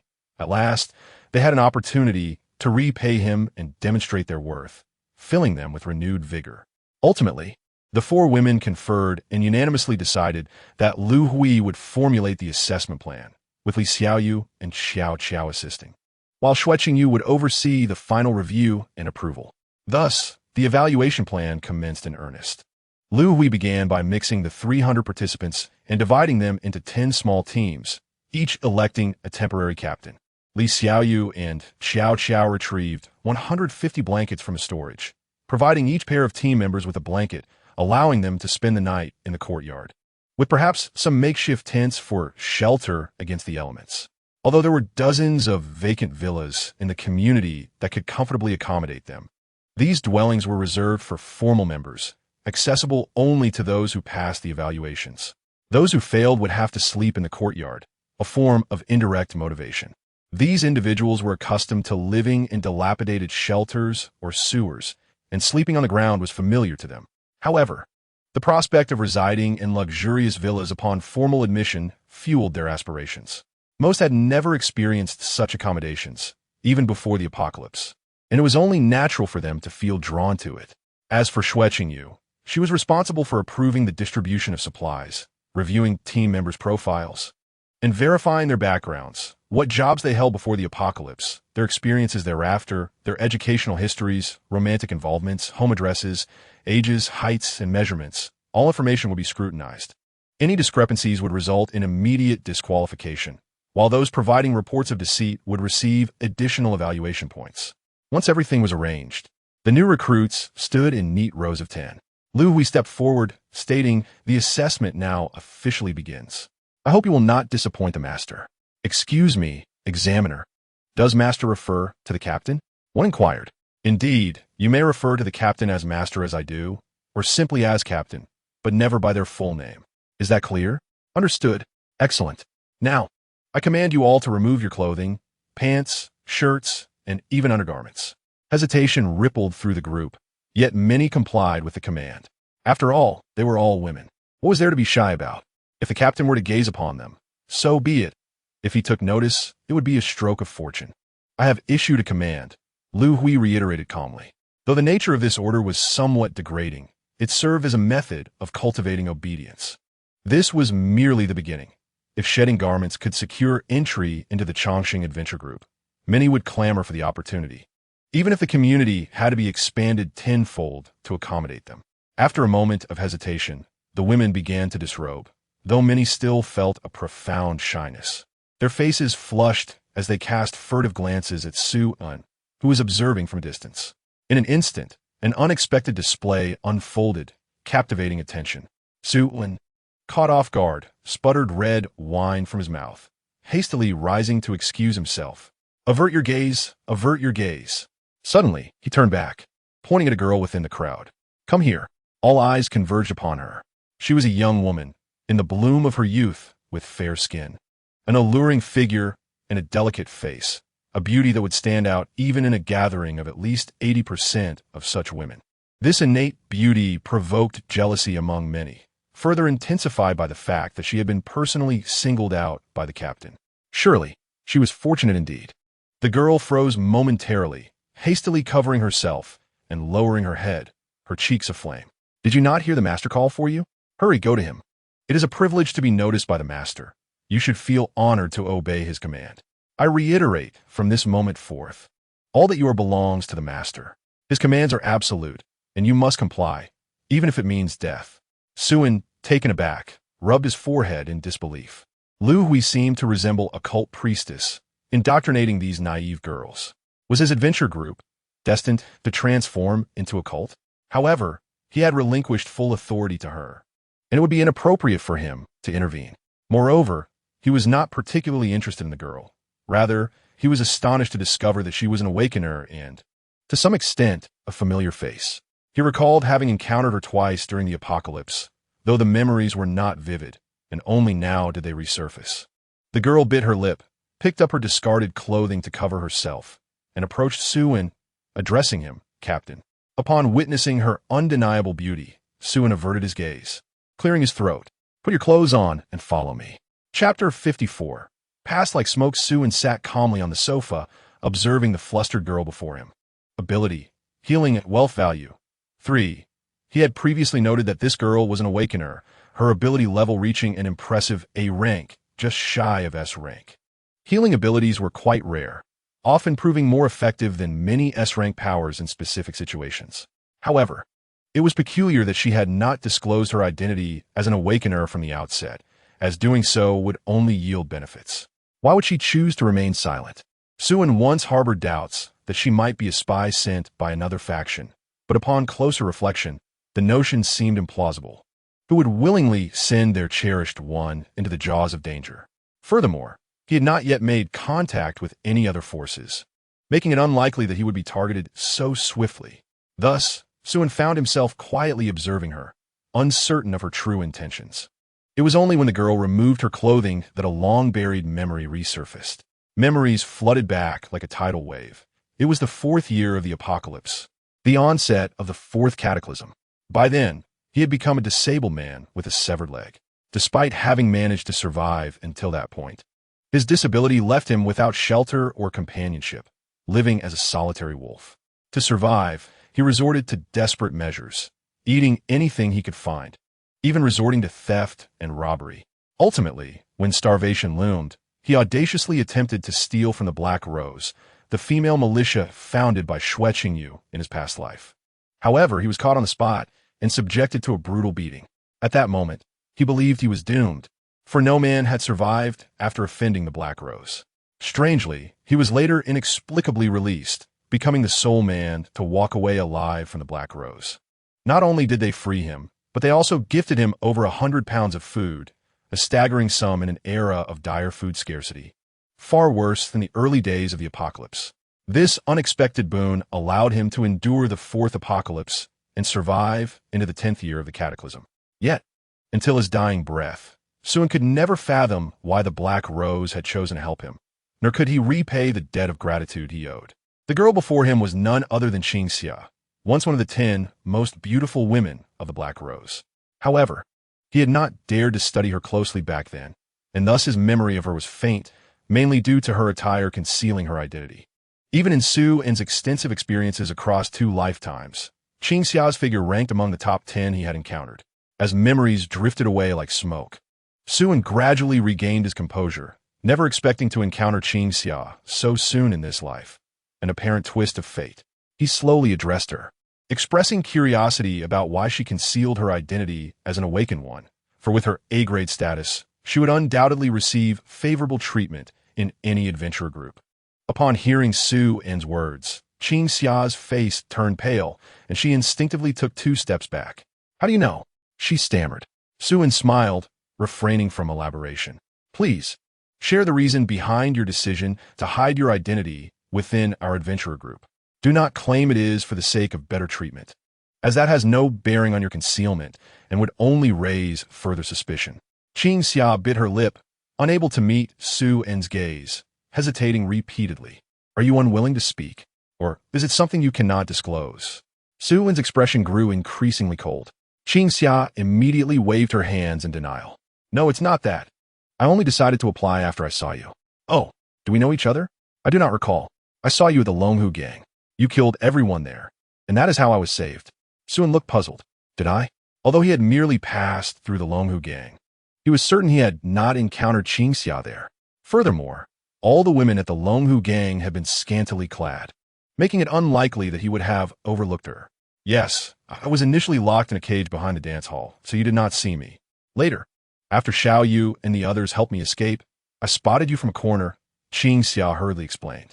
Xue stroked his chin thoughtfully for a moment before glancing at the progress bar above Xingxia's head, reading Affection Level 50. Such a high level of affection indicated a considerable degree of trust and fondness for him, which seemed inconsistent for a stranger. Combined with what Xingxia had previously mentioned, it was highly likely that her claims held truth. You were clothed at that time? Yes, the Tiger Master wanted me to obey his commands. When I refused, I was imprisoned. They merely withheld food from me, but did not harm me, Qingxia replied, her face reddening as she tugged at her tattered clothing. Su, with a smirk that bordered on playful, continued, so you're confident that concealing your identity as an awakened one will allow you to join our adventure group? Qingxia, feeling guilty, lowered her head and buried her face in her chest, opting for silence. Suin shook his head, chuckling helplessly. Little girl, you were attempting to take shortcuts. It was Xiaoyu who assured you could join, wasn't it? Qingxia's eyes widened in panic as she stammered. It has nothing to do with Xiaoyu. Suin raised a hand. There's no need to be so anxious. This is not a grave matter. You're more than qualified to join our adventure group. However, I hope you will not attempt to conceal anything further in the future, understood? Understood, Captain. I shall never do so again. I swear. Very well. You may leave now.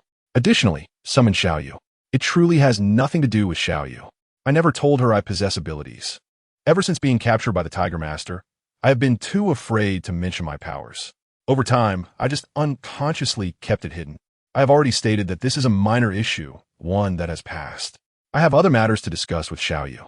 Really? I'll go fetch her right away. Please do not be angry. As Suin appeared somewhat displeased, Qingxia quickly bowed her head and dashed out. Before long, Li Xiaoyu entered, grinning broadly as she nestled against Su and playfully massaging his back and legs with a fawning expression. Darling, I was wrong. Please do not be angry. You must have wanted to help her at the Longhu gang. You two knew each other before? I have seen her a few times at the comic convention. Qingxia is a renowned figure in the Sea Circle. When she cosplayed as Ali and Sona, she was incredibly accurate. After seeing her, you would undoubtedly be smitten. She is exceptionally beautiful. Chapter 55. Qingxia joins the group half an hour later. Suin emerged from the villa, radiating vitality, with Li Xiaoyu trailing behind him. At that moment, the new members in the courtyard were diligently filling out their information on a form. Xiaoyu Jia, why is your face so flushed? Qiao, noticing Li Xiaoyu's rosy complexion, inquired with curiosity.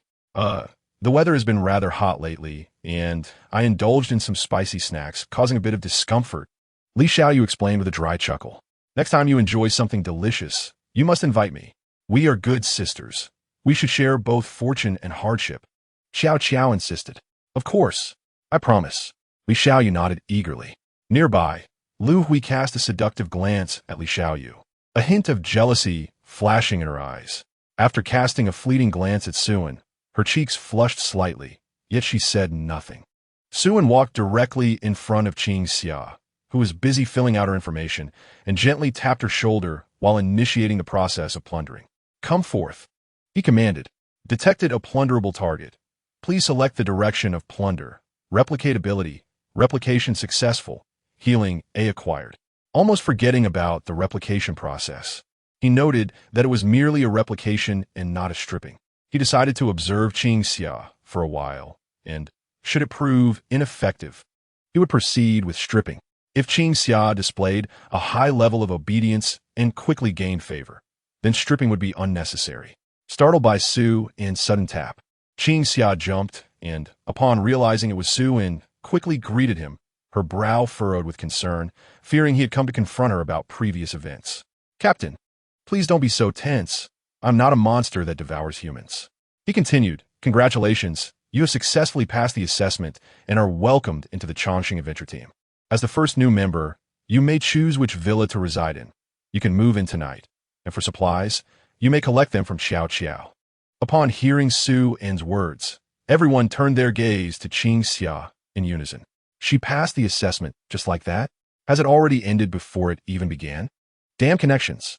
She must have taken a back door to secure her position. Many girls felt a pang of jealousy, their hearts sourer than if they had consumed 10 lemons. They believed their appearances were no less than Qingxia's. Why had fortune not favored them? I could do it too. Qingxia was momentarily stunned. But once she grasped the situation, she hurriedly bowed in gratitude to Suin. Thank you, Captain. I will certainly strive to do my best. Suin nodded, expressing his anticipation for her performance. I recall your primary profession is a doctor, correct? You will accompany the chief examiner during assessments, assisting in checking the health conditions of the team members and treating the injured. Is that acceptable? Absolutely. Qingxia nodded vigorously, confident in her abilities. Before Suen departed, the others gazed at Qingxia with intensified envy. Not only had she entered the team directly, but she had also ascended to a managerial position. At that moment, Suen's voice drifted back to them. I forgot to mention, she is an A-grade healer. You can manage her assignments as you see fit, Lingyu. Upon hearing this, the girls suddenly understood. So that's it. An A-grade awakener? That's no trivial matter. They realized they could not emulate such a fortunate entry into the team and resolved to accept their assessments with humility. The preliminary assessment continued until 11 in the evening. Concluding at last, the girls paired off and settled down on the ground to sleep, the courtyard lights extinguished. Beneath the pitch-black sky, the girls found it difficult to slumber, whispering to one another and gazing dreamily at the luxurious villas within arm's reach.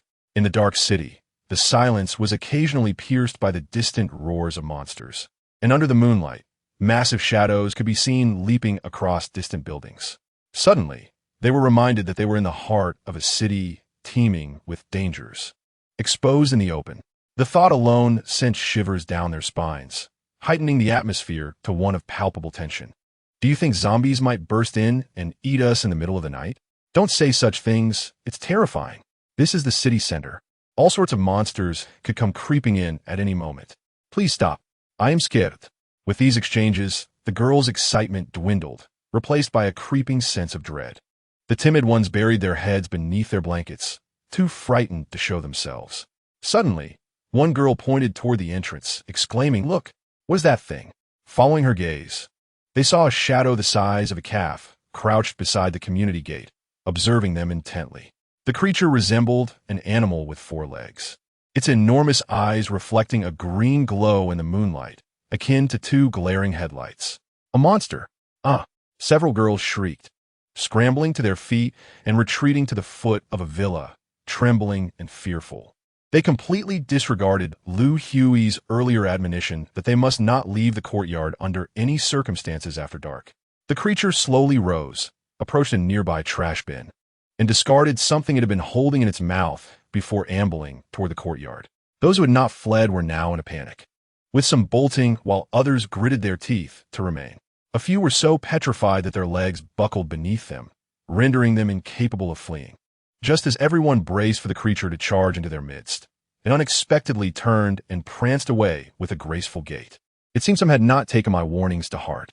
At that moment, Lu Hui emerged from a villa in the distance, her expression serious, flames flickering to life in her hand, illuminating the dark courtyard. Under the flickering light, they finally discerned the creature's true nature, a colossal black cat adorned with azure scales. It was named Wang Kai, the master's pet, merely taking out the trash. Wang Kai cast a disdainful glance at the terrified women, meowing, "What a nuisance. I have long since grown tired of human flesh. I have an abundance of leftovers to feast upon." Chapter 56. The Blooming Flower of Evil from Lu Hui. Ultimately, Lu Hui declared that the 8 girls who fled had failed the assessment and lost their chance to join the Chongqing adventure team. Several girls sank to the ground, sobbing. However, no one felt pity for them. Lu Hui had repeatedly emphasized the consequences of disobedience. If they violated her directives, they must be prepared for elimination. Did they not fear the same? They were all merely gritting their teeth and holding on. I hope you will remember every requirement I laid out. Violate any of them, and you will be eliminated. Furthermore, zombies can indeed breach the courtyard. Do not sleep too soundly. Your only path forward is to fight with all your might. Any future instances of fleeing will result in immediate execution. Lu Hui delivered her chilling words before turning and re-entering the villa. The entry assessment for the Chongqing adventure team was far more stringent than they had anticipated. This was only the first day. They could only wonder what grueling trials lay ahead. The girls convened and decided to select a few to take turns keeping watch. Thus, through a night fraught with anxiety and fear, the hours swiftly passed. In the morning, Suen descended the stairs after breakfast with several girls, while Qingxia had been waiting downstairs. "Good morning, Captain." Suen nodded and replied, "Please join us for breakfast when you are ready." "Thank you, Captain," Qingxia said, somewhat overwhelmed. Li Xiaoyu shot her a knowing glance, clearly pleased that her earlier whispers had borne fruit. Upon entering the courtyard, a glance reveals numerous young women adorned with dark circles under their eyes. They have spent the night in trepidation, with only a handful managing to find slumber, aside from a few carefree souls who can drift into sleep the moment they touch the blanket. Lu Huijia, you and Qing Xia shall remain to continue the assessment today. The rest shall accompany me to recruit new members. Understood, Master. Xue casually instructed before leading Xue Qingyu and others onto the bus, departing the community. Lu Hui then turned to the group of young women, displaying a smile that masked her true intentions. I trust everyone experienced an unforgettable night. However, this is merely the beginning. In the coming hours, I will endeavor to instill in you the understanding that dignity holds no value, and your lives are worth even less than wild grass. Lu's expression darkened with a hint of cruelty, her nails gnawing at each other. After tasting the food personally prepared by our master, none of you kneel in gratitude. I, who have never savored such honor, cannot tolerate your arrogance.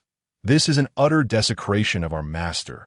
Unforgivable, simply unforgivable.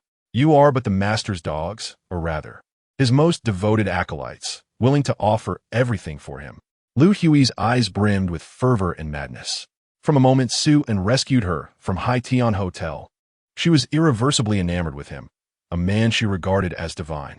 When he bestowed her with powers, her infatuation transformed into fervent worship. She viewed Xue as a god. Her affection for him was intense, a passion cultivated over 30 years void of romantic experience, buried deep within her heart, fermenting to its zenith. Yet, when Li Xiaoyu suggested a criterion for new recruits to be clean, it struck her heart like a dagger.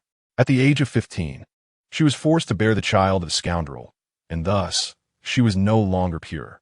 In contrast, the women surrounding Xue appeared as pristine as clear springs. Whenever she recalled the visage of that rogue, she felt a wave of nausea. Moreover, she was a full decade older than Xue, her youth long past. I was born when you were not. You thrive while I languish in age. This realization filled her with inferiority and suffering, leading to sleepless nights of silent tears and profound self-doubt. Ultimately, under the weight of twisted emotions, a malevolent blossom named madness quietly unfurled. She offered everything, even her soul. Had Xue glimpsed Lu Hui in her current state, he would have been utterly astounded, unable to fathom that the elegant beauty harbored such a frenzied side, akin to the most fervent cultist. Meanwhile, he had arrived at the recruitment site from the previous day with Xue Qingyu and others. To his surprise, the number of applicants was even greater than before. As soon as the bus halted, a tide of women surged forward. Here they come. The Chongqing Adventure Group is recruiting.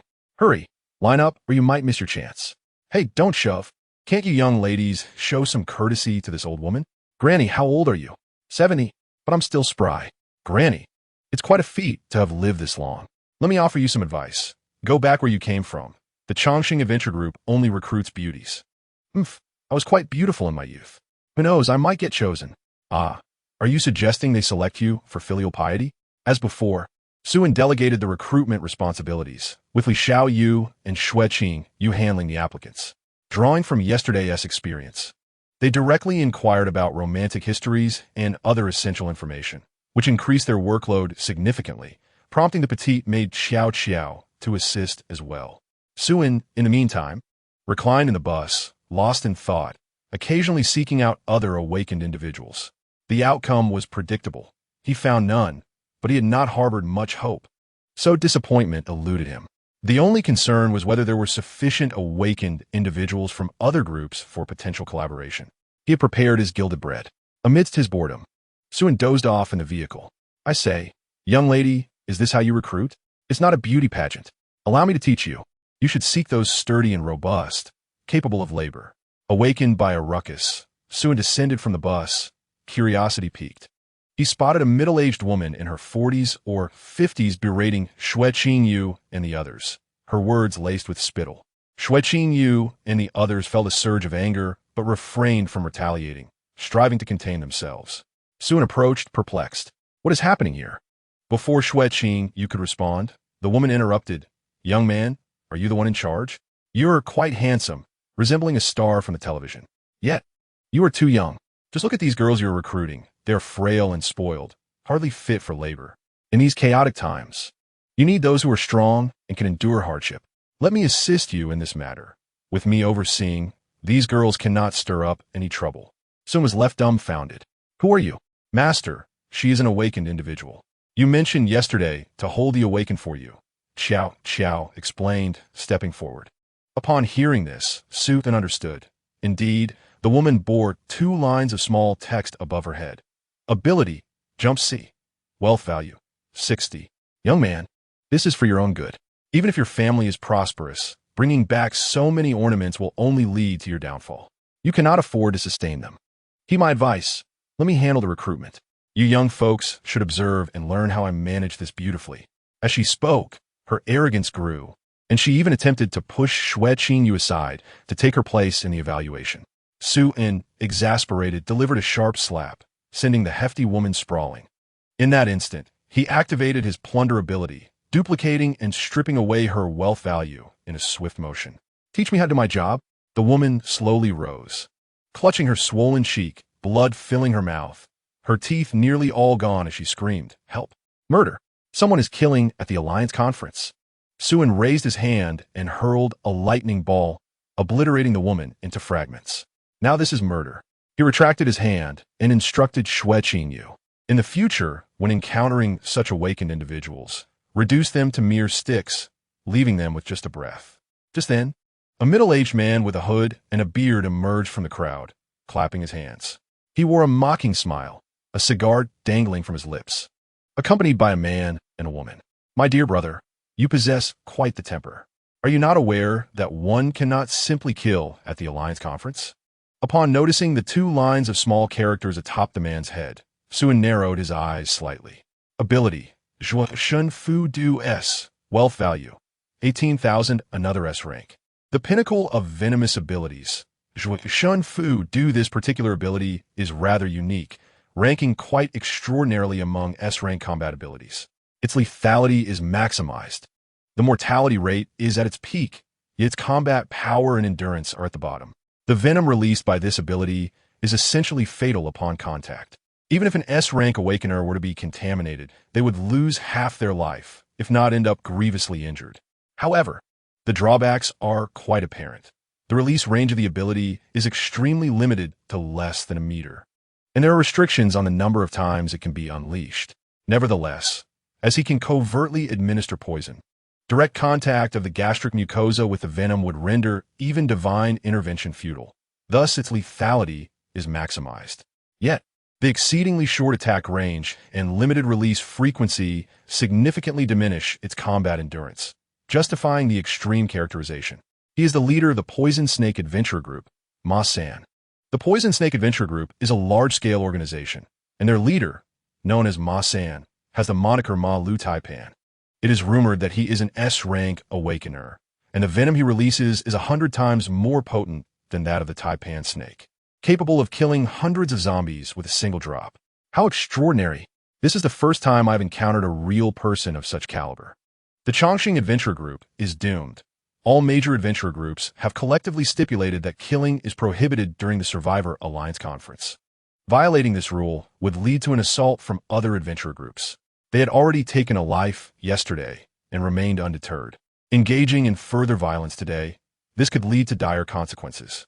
Listening to the murmurs of the crowd, Suin recalled that there seemed to be such a regulation. He had attended this Survivor Alliance Conference in his previous life, knowing it was one thing, but Suin did not take it to heart. What relevance does the knowledge of a past life hold in this current existence? Apologies, but I truly have not heard of such a rule, Suin lazily remarked as he leaned against the vehicle. The man, observing Su An's audacious demeanor, felt a chill in his gaze, but it vanished almost instantly as he chuckled heartily. It's not surprising that you are unaware. You look unfamiliar to me, and I've not seen you at the main conference. By main conference? I have not attended. If his memory served him right, it was a meeting organized 3 days prior by various factions, the details of which were unknown to him, for he had not participated in it during his past life, nor in this one. While others convened, he had been at the poolside, enjoying barbecue with the ladies. Initially, he had considered attending, but upon reflection, he opted against it. After that meeting, the Survivor Alliance Conference was established, bringing with it numerous rules. For instance, one must apply in advance to recruit at the Survivor Alliance Conference. Cannot kill indiscriminately, cannot seize awakening individuals from other adventure groups, and so forth. Hence, he decided not to attend. I have not participated, so I know nothing. Unfamiliar with the rules, he stood beyond their constraints. Within the range of his ability, his words were the only law.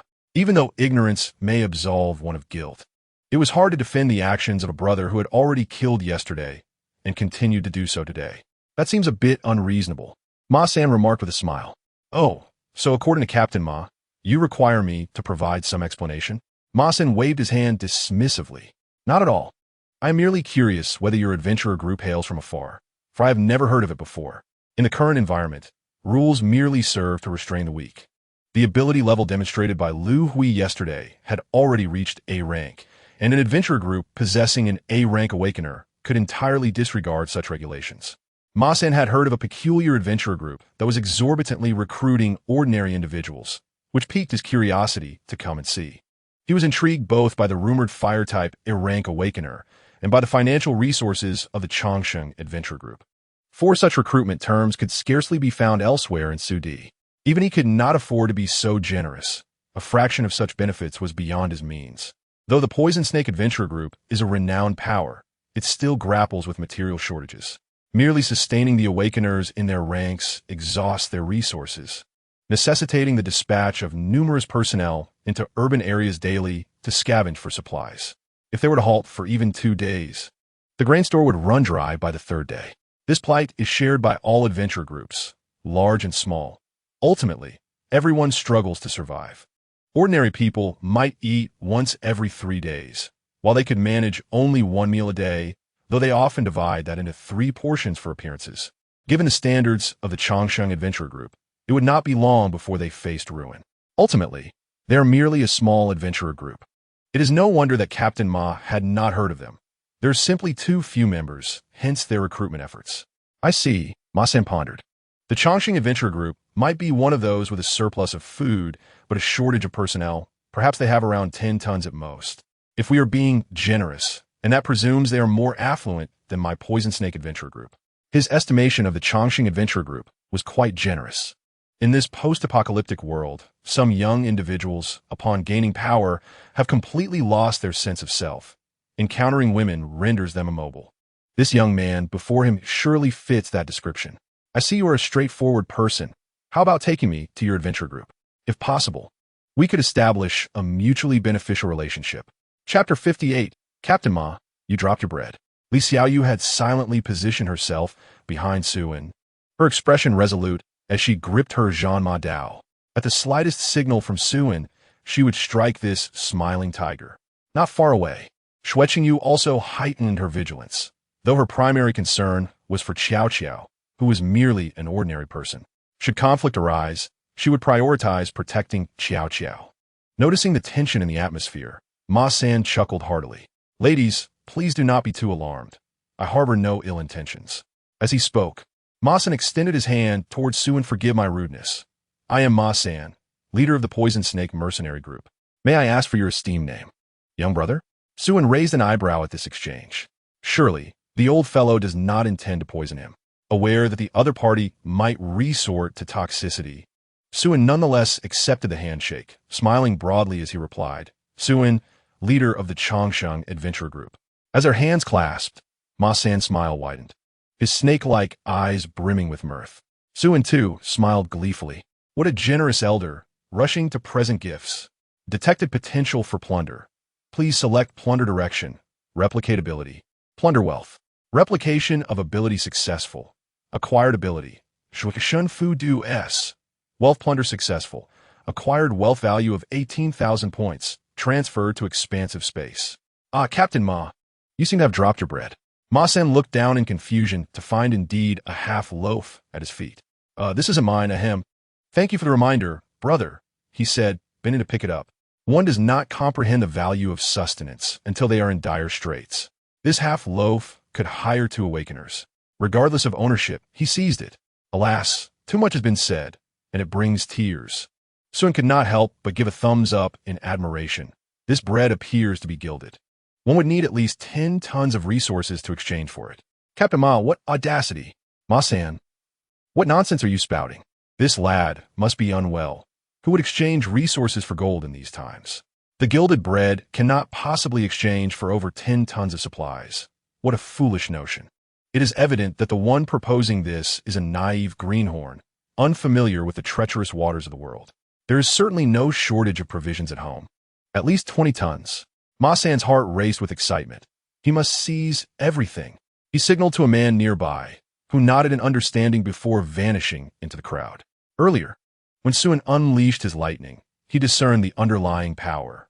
Though fleeting, the aura he exuded was at least of A-grade electric ability, possibly even S-grade. In a confrontation, he might not stand a chance. However, during their handshake, he had already planted a poison seed on the other, which would activate at his command. Even if the opponent possessed S-grade powers, he would have no choice but to surrender, unless he too wielded the rare Xue Qingyu ability. But is that likely? As long as one is human, it is impossible to possess two abilities simultaneously. His only concern was the few women nearby, who appeared to be awakeners. Though their levels remained unknown, they likely wouldn't be too formidable. Once subdued, capturing them would suffice. Awakened beauties are quite rare and could fetch a handsome price at auction. Suddenly, a deafening roar erupted from the direction of the city center. A gargantuan zombie, towering over 3 meters, burst forth, trampling the ground beneath its feet. With ease, it lifted a wrecked car and hurled it several meters into the crowd, crushing those unable to evade its wrath into mere pulp. Panic ensued as the crowd shrieked and fled in terror. Run! It's the giant zombie tank. Hurry! If there were a king among zombies, this tank would undoubtedly wear the crown. Its attributes are formidable, with a level of LV8 boasting unparalleled defense, strength, speed, and regeneration abilities. Its terrifying power could annihilate several awakeners simultaneously. Even A-grade awakeners will be grievously punished merely for meeting its gaze. Once it locks onto its prey, escape is nearly impossible, as it pursues at a staggering speed of 100 yards per hour, hurling projectiles with uncanny accuracy. With innate resistance to most elemental abilities below A-grade and exceptional durability, even sniper rifles struggle to breach its defenses, let alone ordinary melee weapons. Its recovery rate is astonishing. Unless dealt a fatal blow, it can heal in the blink of an eye, making it an exceedingly troublesome adversary. Confronted with such a creature, one faces a stark choice: either vanquish it or be vanquished. There is no third option, as it possesses tracking skills, ensuring it can reach your doorstep no matter how far you flee. If Xue were to draw a comparison, it would be akin to the notorious leader of the criminal island, albeit without any supernatural powers. Xue was taken aback to see the zombie emerging from the city. As these creatures typically possess territorial instincts and rarely venture beyond their domain unless provoked or in pursuit. Upon noticing a figure sprinting just ahead of the tank, he suddenly realized the truth. The person was none other than the man who had been beside Ma San moments before, now desperately fleeing towards Xue, with 2 lines of small text above his head indicating ability, taunt C, wealth value, 100. It became clear that this young man had intentionally drawn the tank out of the city, planning to turn off his ability and escape its pursuit once he reached a designated location. Losing its target, the tank would then attack the nearest individuals. This was a blatant act of misdirection. Xue glanced at the composed Ma San and surmised that this old rogue was no stranger to such antics. At that moment, the tank was engulfed in a frenzy, wreaking havoc among the crowd, leaving no one unscathed beneath its monstrous fists, creating a trail of dismembered corpses. The creature soon approached Xue and his companions, and one couldn't help but wonder, would Captain Xue not take action against such a rampaging beast? In a single glance, Ma recognized that Captain Xue was a master concealing his true abilities, a chivalrous figure deeply committed to loyalty and righteousness. The phrase Xue Rochong aptly describes someone of Captain Xue's caliber, who embodies the great ideal of chivalry, serving the nation and its people. Ma was confident in his judgment. Immediately, he began to flatter Xue albeit somewhat awkwardly, akin to forcing a duck onto a perch.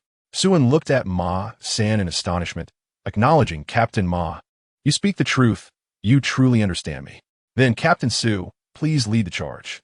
I shall assist you, but I shall not overshadow your glory, he added. Xue's expression turned slightly troubled as he waved his hand dismissively, stating, too weak, far too weak. This hulking brute, is on par with my family's guard dog. If I were to intervene, it would compromise my dignity. Suin was not speaking idly. Wang Kai started at level LV6, but after 2 weeks of feasting on leftovers, he had reached LV8, his power not inferior to that of a tank.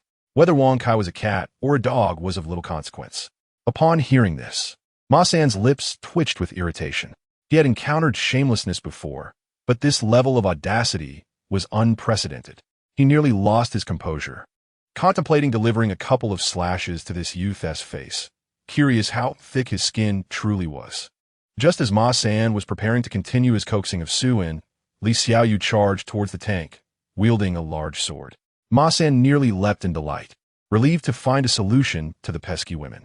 He exchanged a meaningful glance with another female subordinate, who too charged towards the tank. But her target was not the tank, it was Li Xiaoyu. The moment Li Xiaoyu showed any sign of faltering, she would strike. Like a tempest, Li Xiaoyu dashed before the tank, prompting the tank's ability user to gleefully lift his taunt. With the loss of his target, the tank hesitated momentarily before unleashing a furious roar and directing his colossal fist towards Li Xiaoyu. Yet, rather than retreating, Li Xiaoyu advanced, bracing herself to withstand the blow. Observing this, Ma San could not suppress a smirk, muttering, "How foolish. It is ill-advised to confront a tank head-on. Not even an A-class ability user specializing in power would dare do so. Their physical strengths are not comparable." He envisioned the scene of the young girl being launched away by a single punch from the tank, perhaps even meeting her demise. It was a pity, truly, for such a beautiful awakened woman would fetch a handsome sum. However, the tank's enormous fist struck solidly against Li Xiaoyu's sword. Contrary to the anticipated carnage, a crisp sound echoed. Li Xiaoyu unleashed a flurry of strikes with her blade, a dazzling display of cold light that vanished within an instant. A second later, she sheathed her sword behind her back, the broad blade nearly enveloping her petite form.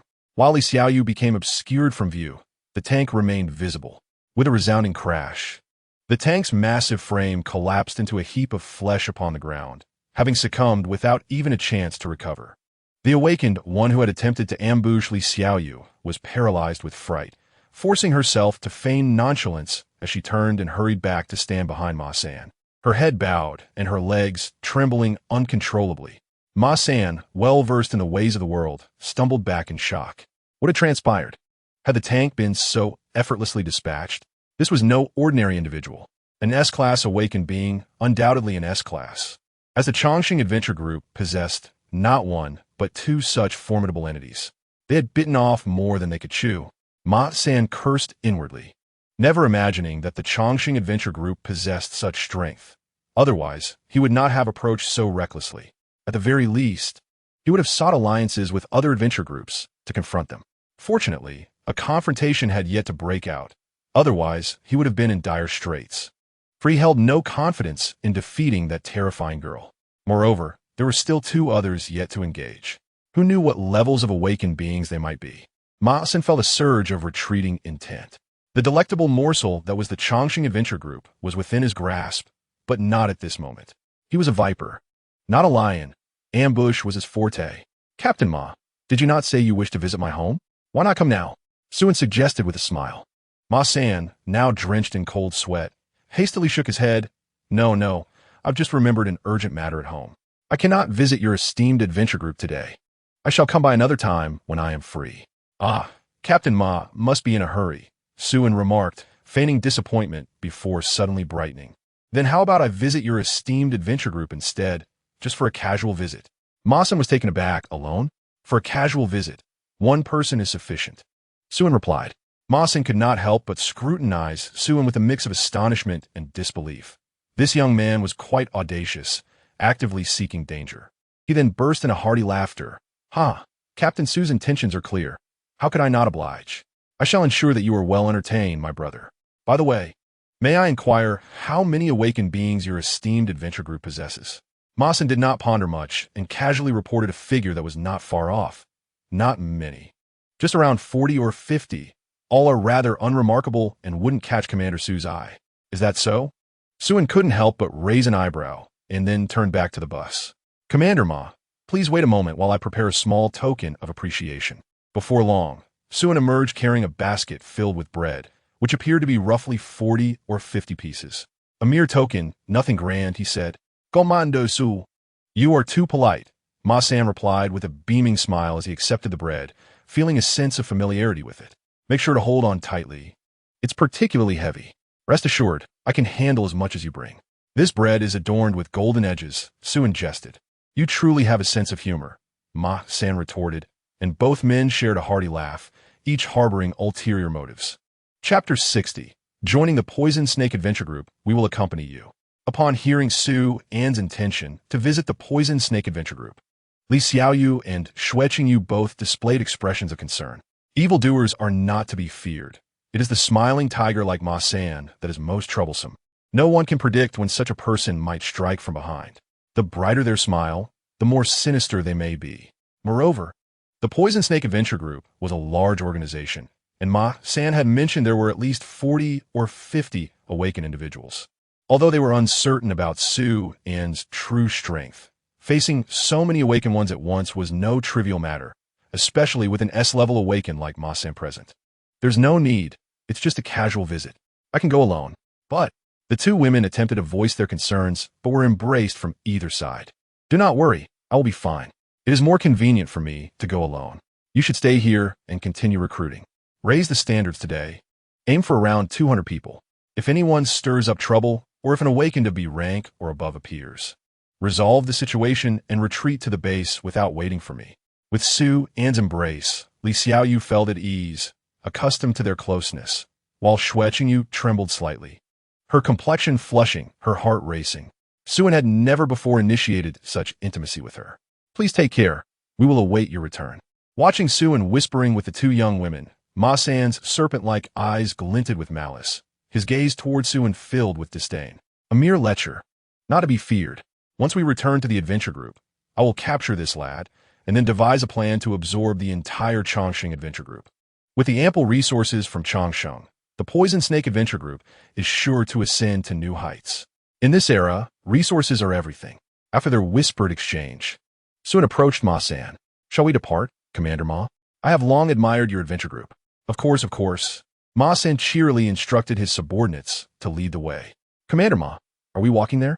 Ma-san paused momentarily. What else would we do? In this day and age, who still thinks of taking a vehicle? Gasoline is precious. We should conserve it.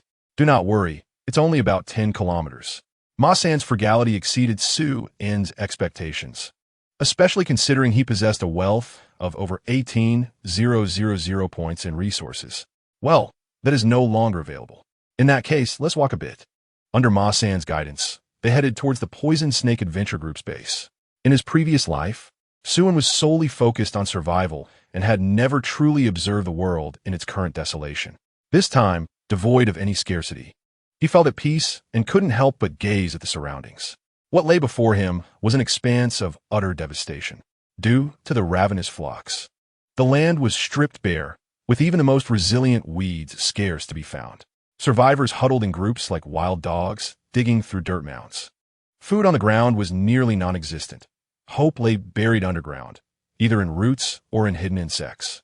A stroke of luck might yield a starchy plant root, making for a bountiful day. Should they find a few small insects, the crispy protein they offered was 6 times that of beef. It could be said that most people clung to life by relying on plant roots and insects, with the remnants of the earth almost depleted. Everyone appeared emaciated, with sunken eyes and protruding ribs. Even a minor illness could prove fatal, a reality far more despairing than ancient famines. Makeshift camps, in various states of decay, lay sprawled across the wasteland, groaning in the wind. The sounds of lamentation filled the air, devoid of children's laughter. A gust of wind stirred up clouds of dust, stinging the eyes. Suen gazed impassively at the scene before him. Once, he too had been among these refugees, struggling alongside Li Xiaoyan.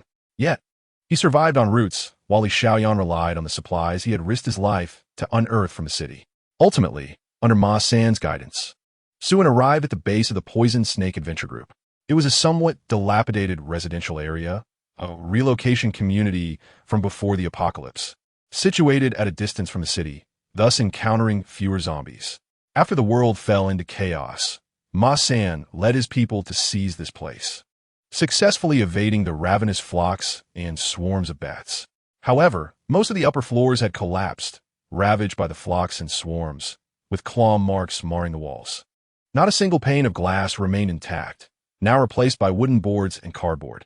Despite its dilapidated state, this was considered a relatively luxurious residence, starkly different from the squalor in which ordinary people lived.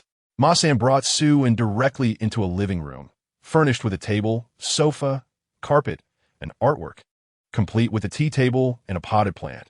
If not for the wind whistling through the gaps, it might have felt more like a proper living space. "Welcome. May I offer you tea?"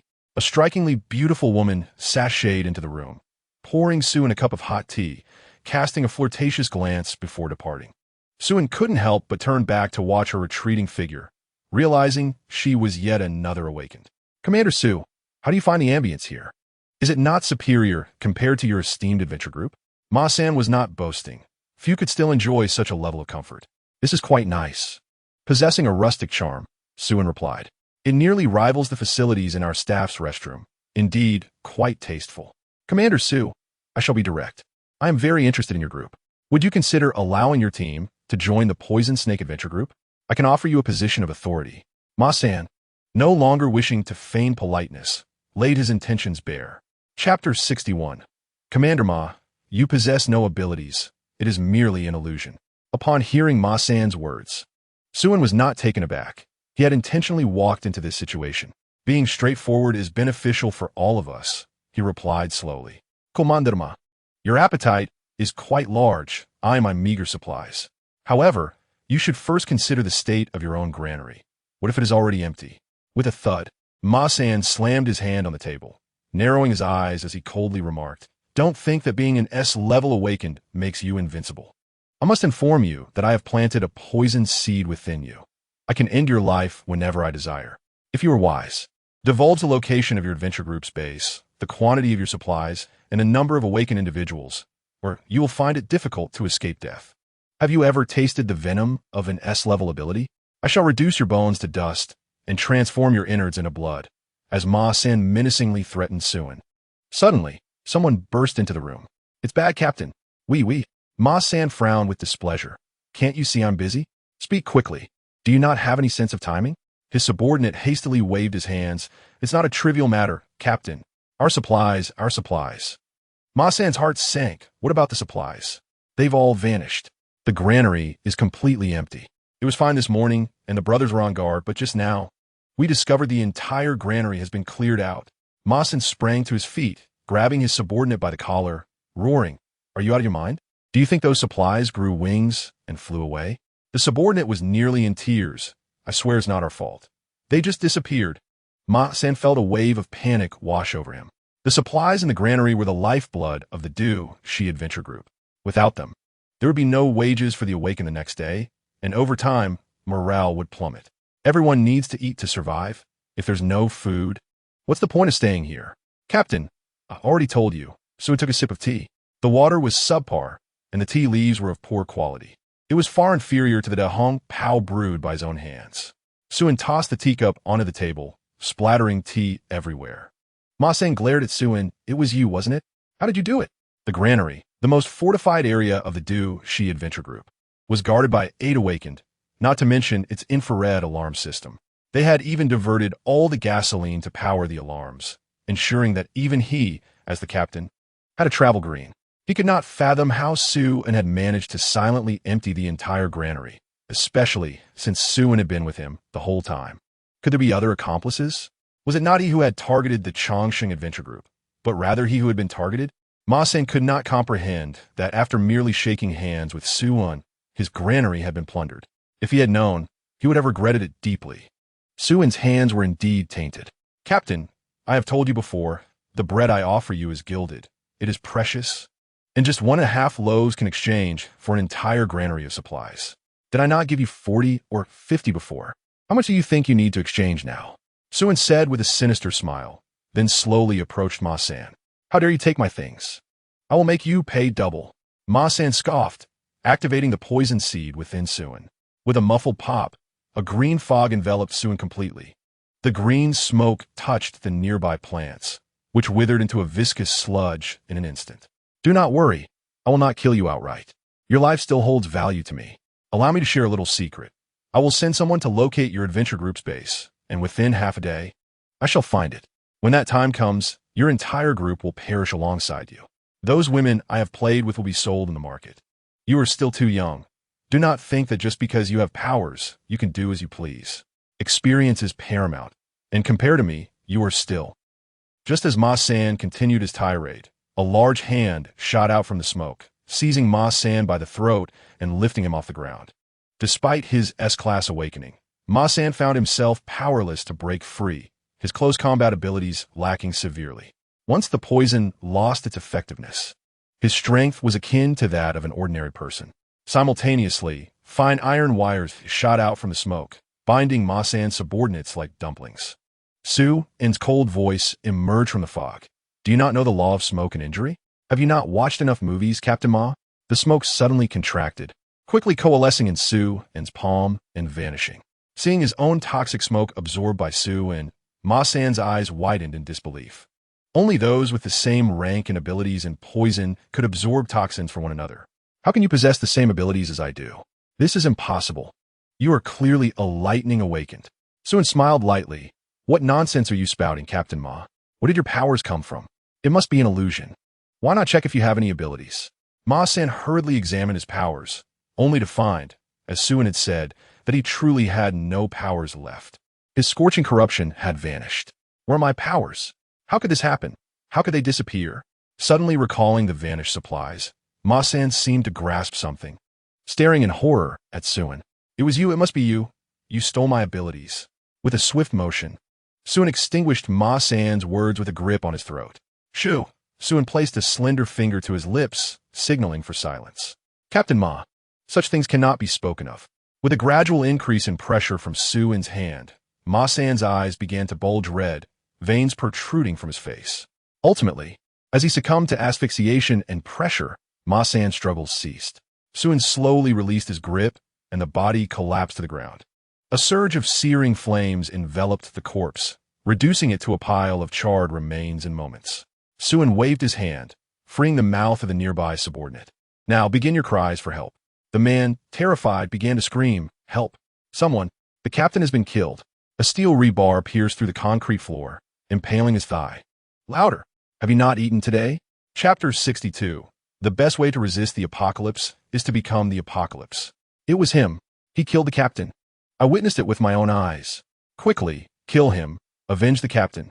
At the man's cries, the entire She mercenary group surged in. Looking around, there were 400 to 500 people, with a dozen or so awakened standing at the forefront, numbering around 40 to 50. Their powers ranged from G to B class, with 1A class among them. You bastard, you dared to kill our captain. You must die today. Stop wasting words with him. Incapacitate him first, then interrogate him slowly. Vice Captain, you are an A class awakened. With the captain gone, you should lead us. Let us discuss that later. First, we must avenge the captain. Since his rebirth, it was the first time Xue Qingyu had seen so many awaken at once. Looking at the furious crowd, he felt a strange excitement. The blood within him stirred. He was about to face dozens of awakened simultaneously. How exhilarating. Now, he possessed nearly 20 powers, 5 of which were S-class. Even he was unsure of his true strength. It was undeniable that he was strong, but to what extent? It seems that no one can provide a concrete answer anymore. Even when faced with an S-class awakened, he is capable of instant annihilation. But is that sufficient? No, it is far from enough. Power augmentation, a body of steel, enhanced hearing, amplified sense of smell, eagle-eye tracking, leap enhancement, mastery over lightning, supercharged energy, fiery essence, stone skin, and doubling of strength. Xiuan let out a furious roar, activating numerous abilities simultaneously. His physique surged to several meters, transforming into an embodiment of steel, cloaked in a layer of rocky armor, with crackling electricity entwined with flames swirling around him, conjuring a tempest of thunder and fire. Slowly, he raised his hands, and thousands of steel rods erupted from the walls, coiling behind him, each tip entwined with the essence of divine corruption. The sudden change left the members of the She adventure group in sheer shock. He possesses S-class abilities. No, he harbors not just one, but many. How could a mere human possess such a plethora of skills? He is a monster. Xue regarded the awestruck crowd with indifference. He had endured 9 apocalypses, witnessed the earth consumed and civilizations obliterated, saw the sky descend, and gazed upon the eye of the end in the endless sea of desert. At the ocean's edge, he beheld the colossal azure beast, and in the new world, he exchanged glances with deities. Under the cataclysm of disaster, even the mightiest S-class awakened are but humble ants. What does it matter if he can slay an S-class in an instant? Under the apocalypse, he too cannot grasp his fate. He merely lingers on the brink of survival. Human strength ultimately has its limits. The best way to confront the apocalypse is to become the apocalypse itself. Become the end. I'm the end. The earth trembled, and clouds of sand and stones surged upward, obscuring the sun and blocking the sky. Like a furious beast emerging from the ground, it devoured the entire Xue Adventure Group's stronghold in one gulp. Within the beast's maw echoed Xue's chilling proclamation, "Welcome to the apocalypse." As the last rays of the sun kissed the earth, the immense sand and stone fortress that loomed over the Xue stronghold gradually crumbled and collapsed. Once a formidable group, the Xue Adventure Group had been reduced to mere ruins. Xue sat naked atop a mound formed by charred corpses, quietly watching the sunset. He pulled a cigarette from the vast space and placed it between his lips, igniting it with a piece of still-burning flesh. Taking a deep drag, he noted that all members of the Xue Adventure Group had been piled here, awakened or ordinary folk, even the old, young, and women, all had perished. None survived. He spared no one. Too many secrets had been unveiled today, and only the dead could ensure absolute silence. Mercy towards enemies is cruelty towards oneself. A story lingered in his memory of a large adventure group that humiliated a C-class awakened by severing one of his legs and discarding him in a graveyard, leaving him to fend for himself. Perhaps to them, that C-class awakened was merely an ant, inconsequential. Yet, that very ant ultimately brought about the demise of the entire adventure group. In his revenge, he feasted upon the heart of the one who had harmed him. This tale taught him never to underestimate any foe, no matter how feeble they might seem. The best way to sever hatred is to extinguish the flames of vengeance before they can ignite. Xue leaped down from the mound of corpses and retrieved a set of clothing from the vast space. Though new, the garments could not mask the odor of charred flesh. "It's time for a shower. I need Xiao Qiao to help me scrub this off. It's unbearable." He then took out his motorcycle and sped away. The commotion caused by the Xue Adventure Group was immense, attracting many spectators. Yet, as they looked around, all they could see were ruins and piles of charred bodies. No living soul remained. In just half a day, the once prominent Xue Adventure Group had been completely annihilated. According to insiders, the Xue Adventure Group had provoked another group known as Changsheng, leading to their demise. They had only antagonized them in the morning, and by afternoon, there were no more. The rapidity of their eradication was astonishing. The news of the Xue Adventure Group's annihilation spread quickly throughout Sudi, reaching every corner and becoming common knowledge among various adventure groups. As for Xue, he had long since returned to the talent market. After another day of recruitment, he had gathered 200 fair-skinned and beautiful young women, with overall quality surpassing that of the previous day. Upon his return, Xue Qingyu rushed to greet him, her face filled with concern. "Are you all right?" "I'm fine. I even acquired quite a few valuable items," Xue replied with a grin. He had already plundered all the supplies from the Xue Adventure Group. It was merely 18,000 points of resources, not particularly noteworthy. What truly delighted him was that he had successfully acquired a total of 58 abilities, all of which could be bestowed upon others. 1 S-class, 1 A-class, 8 B-class, 12 C-class, and the remainder being lower-tier abilities from D to G. These abilities represented the most significant gain from his endeavors, and his strength had once again undergone a qualitative transformation. Previously, it would have taken him half a day to wipe out the Xue Adventure Group. Now, he could achieve the same in just an hour. Seeing that Xue was unharmed, Xue Qingyu finally exhaled a sigh of relief. "We have enough people now. Shall we leave? Let's go. I smell awful and need to take a shower." Similar to the previous day, a bus filled with beautiful young women returned to the city. But before departing, they spread the word that tomorrow would be the last chance to recruit new members for the Changsheng Adventure Group. Missing this opportunity would mean it would be nearly impossible to join the group afterward. After about an hour, they arrived back at the stronghold. Xiwan was taken aback by the sight before him. The courtyard was filled with young women lying in various disarray, some sobbing on the ground. Others curled up in corners trembling, and some gazing blankly, as if their souls had been lost. It was unimaginable what inhumane treatment they had endured in such a short span of time. "Master, you have returned." Liu Hui greeted him with a gentle smile, her demeanor still exuding nobility and elegance. Beside her, Qingxia remained silent, her body trembling slightly, her face pale as if she had been terrorized. Xiwan glanced at the varying states of despair among the young women and asked, "What has happened to them?" "Master need not worry. It's merely a slight reprimand to make them more obedient," Liu Hui replied with her ever-present smile. Xiwan hesitated. Is this merely a slight reprimand? They seem nearly broken. However, he ultimately chose not to press the matter. Liu Hui held his complete trust and loyalty and would not act against his interests. Let her manage as she wished. The goal had been achieved.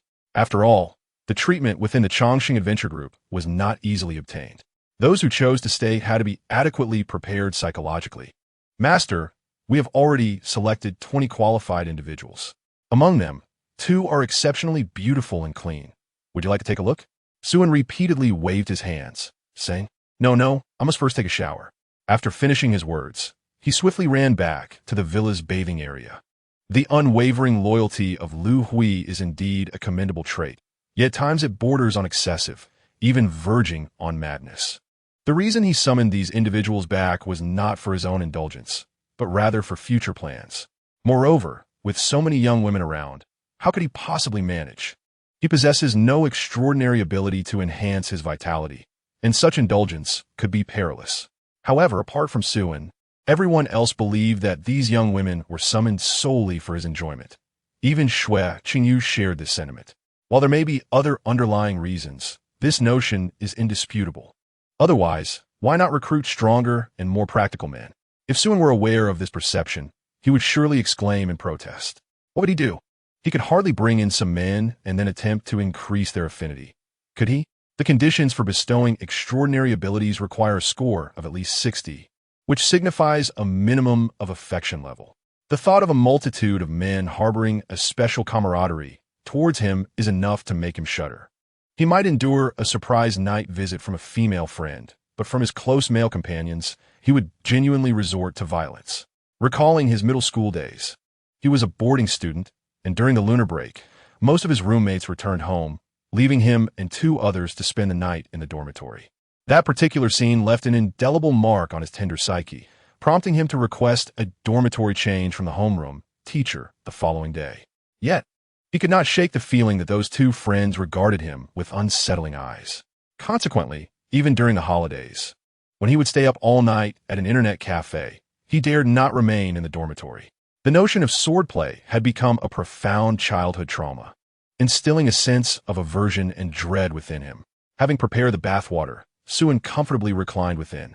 With the absence of a raven flock, the solar water heater was functional again, allowing him to indulge in a hot shower. Of course, only the Chongqing Adventure Group could afford such luxuries, as most water resources in the outside world had been depleted, forcing people to extract groundwater. However, groundwater is not an infinite resource. It is a case of many needing to share limited supplies, making even bathing a luxury. At that moment, the bathroom door swung open, and the little maid, Xiao, her cheeks flushed, entered. "Master, may I help you wash your back?" Suan did not refuse, lying on the edge of the bathtub, relishing Xiao's ministrations. The day had been exhausting. Had he not replicated Qingxia's restorative abilities, he would have collapsed long ago. Killing is indeed a laborious endeavor, particularly when the target is an awakened one. While enjoying the moment, Suan quietly contemplated the extraordinary abilities he could bestow, totaling around 60. However, most were subpar, with those rated below level C deemed unworthy of consideration. The individuals he summoned were solely to enhance combat strength, and abilities below level C were simply insufficient. After some calculations, he determined that approximately 20 abilities could be bestowed, while his target was 200 or even more. Thus far, he had only managed to gather a mere tenth of what was needed. implying he would have to obliterate at least 10 more venomous snake adventure groups to meet his goal. The only silver lining was that his proficiency in plundering abilities had reached 75. With 25 more, he could advance to level 3. The first upgrade requires 10 abilities, while the second necessitates 100. This means he is just 25 abilities short of leveling up. He pondered whether reaching level 3 would unlock new features. As Xue sighed in contemplation, Xue Qingyu, stealthily lurking outside the bathroom, slipped away. Although he wished to enter at the critical moment, his courage faltered slightly. After his bath, Xue donned a bathrobe and made his way to his exclusive office, a lavish workspace crafted specifically for him by Lu Hui. The decor was opulent, with a velvet carpet being the least conspicuous item in the room, adorned with various antique paintings and calligraphy. The desk, meticulously carved from a solid piece of high-grade gold silk enamel wood, would have been worth tens of millions before the apocalypse. Due to its rarity, even in the post-apocalyptic era, it remained a favorite among the upper echelons of various adventure groups. However, Xue was perplexed by the sight of Xiao Qiao's provocative photo albums cluttering his desk and the walls adorned with her alluring posters, many of which Lu Hui had recently helped her shoot. Xue could not fathom Lu Hui's motives and concluded that perhaps it stemmed from maternal affection. Lu Hui adored her daughter so much that even amidst the apocalypse, she did not forget to support Xiao Qiao's dreams of stardom. Not dwelling on it further, he took out his notebook to sketch and jot down notes. At noon the day after tomorrow, the second phase of the zombie apocalypse would commence punctually. The first phase, known as the zombie apocalypse, comprises 3 stages. The initial phase sees the emergence of zombies, lasting 31 days. The first 7 days are relatively mundane, featuring only a few zombies and perhaps some mutated variants. Following that, the transition from the first to the second phase involves a sea of bats and crows. During this transition period, the number of awakened individuals is at its lowest, and the duration is sufficiently long, making it one of the most arduous times for survivors. After enduring the sea of crows, there is a 3-day respite before entering the second phase, which is an upgraded version of the first. The zombies present are now naturally evolved species, but the second phase introduces bows, commonly referred to as biological weapons. These bows are modified creatures with significantly enhanced strength. If the tank represents the pinnacle of the current stage, then in the second phase, it would merely be considered the lower tier. The initial level of bows is at least LV8, marking the apex of ordinary zombie evolution. The danger level of the second phase exceeds that of the first phase by more than tenfold, yet this heightened danger is accompanied by substantial opportunities. In the second phase, numerous abandoned laboratories will emerge, housing a plethora of high-tech items such as advanced battle suits, alloy blades, and enhancement potions. The laboratories vary in size and danger levels, with larger facilities typically containing superior resources, albeit harboring more formidable bows. Additionally, after the second phase, the number of supply crates will significantly increase, surpassing the quantity seen in the first phase by several multiples, with many of these crates hidden within the laboratories. If the first phase's objective is survival, then the second phase's purpose is combat. Only by continually conquering laboratories and acquiring high-tech resources can one qualify to face the final stage of the zombie apocalypse. The third phase, known as the zombie rampage, sees all zombies and bows driven into a frenzy, attacking humans relentlessly. Where there is life, a tide of corpses will follow, and it shall never be fully eradicated. This relentless assault will persist for a week, after which those who cannot withstand the onslaught will be consumed by the horde, while those who endure will have the right to advance to the second apocalypse. Xue's current task is to leverage his past experiences to outline the impending laboratory locations, their sizes, and the richness of their resources, aiming to swiftly conquer the most cost-effective laboratories and acquire the desired items. Among them are several laboratories with unique and invaluable outputs that must be secured to gather all their treasures. Recollecting briefly, he estimated that around 200 laboratories of varying sizes would emerge in the Sudi region. They are classified into 6 levels based on safety coefficients.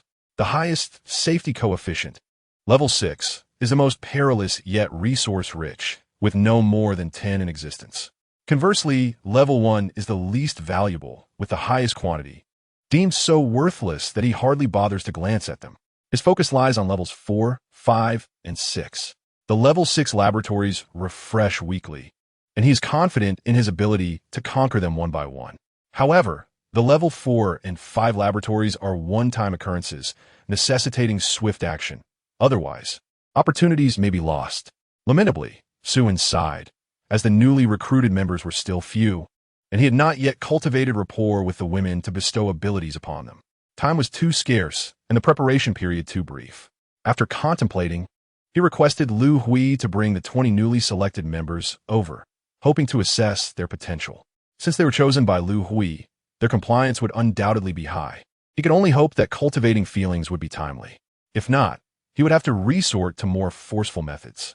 It is often said that the most direct way to a woman's heart is through. He yearned for a significant enhancement, pondering whether his restorative abilities would suffice. That evening, Li Xiaoyu was sought out for a trial. Before long, Lu Hui arrived at the office with 20 carefully selected young women. Approaching Xue from behind, Lu Hui gently massaged his temples and commanded the newcomers with a nonchalant tone, "Please remove your clothing. Master, let us see whom you prefer for tonight." The women complied without hesitation, displaying utmost obedience. Xue quickly interjected, "Please put your clothes back on." He realized that Lu Hui had misinterpreted his intentions. He could not subject these women to such a test just yet, as there were pressing matters at hand. Regretfully, the women donned their attire once more, allowing Xue to scrutinize this new group. While their beauty was of less concern, what truly mattered was their affinity towards him. Upon closer inspection, he was taken aback. Even the one with the lowest affinity had surpassed 70, while the highest had reached an astonishing 99. Xue was bewildered. What on earth had transpired? He had never actively endeavored to cultivate their fondness.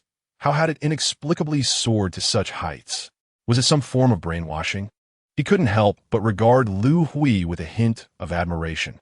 She had remarkable capabilities. Is the master not pleased? There are younger, equally beautiful ones as well. Xue hastily waved his hands. No, I am exceedingly satisfied. From now on, you will be entirely responsible for evaluating new team members. Do as you see fit. I will fully support your decisions. The sudden addition of 20 individuals to bolster his favor was akin to a timely gift. In his joy, he embraced the lovely Lu Hui and kissed her passionately. She stiffened, her eyes widening in disbelief at Xue's willingness to engage with her. Lu Hui trembled with excitement, her suppressed emotions surging forth like a tidal wave. Chapter 65, Misunderstanding and Generation. Xue quickly diverted his gaze, reminding himself of the importance of the task at hand. He needed to awaken these new members and assign them their abilities. He casually instructed the 20 women, "Come to my room tonight." Realizing his error, he quickly amended, "No, let us remain here. There is no need to go to my room." With a playful glance, Lu Hui shot Xue a knowing look, biting her lip as she stood to assist him in unbuttoning his clothing. She would comply with his every desire. Before him, she possessed no principles, as her soul belonged to him. "Wait, what are you doing?" "That is not my intention. I merely wish to bestow upon them their abilities, not what you are implying." At his words, Lu Hui's face flushed crimson, and she quickly stepped aside. "I apologize, master." Xue waved his hand dismissively. "It's fine." He then approached the new members, gently patting each of them on the face, completing their transformation into awakened beings.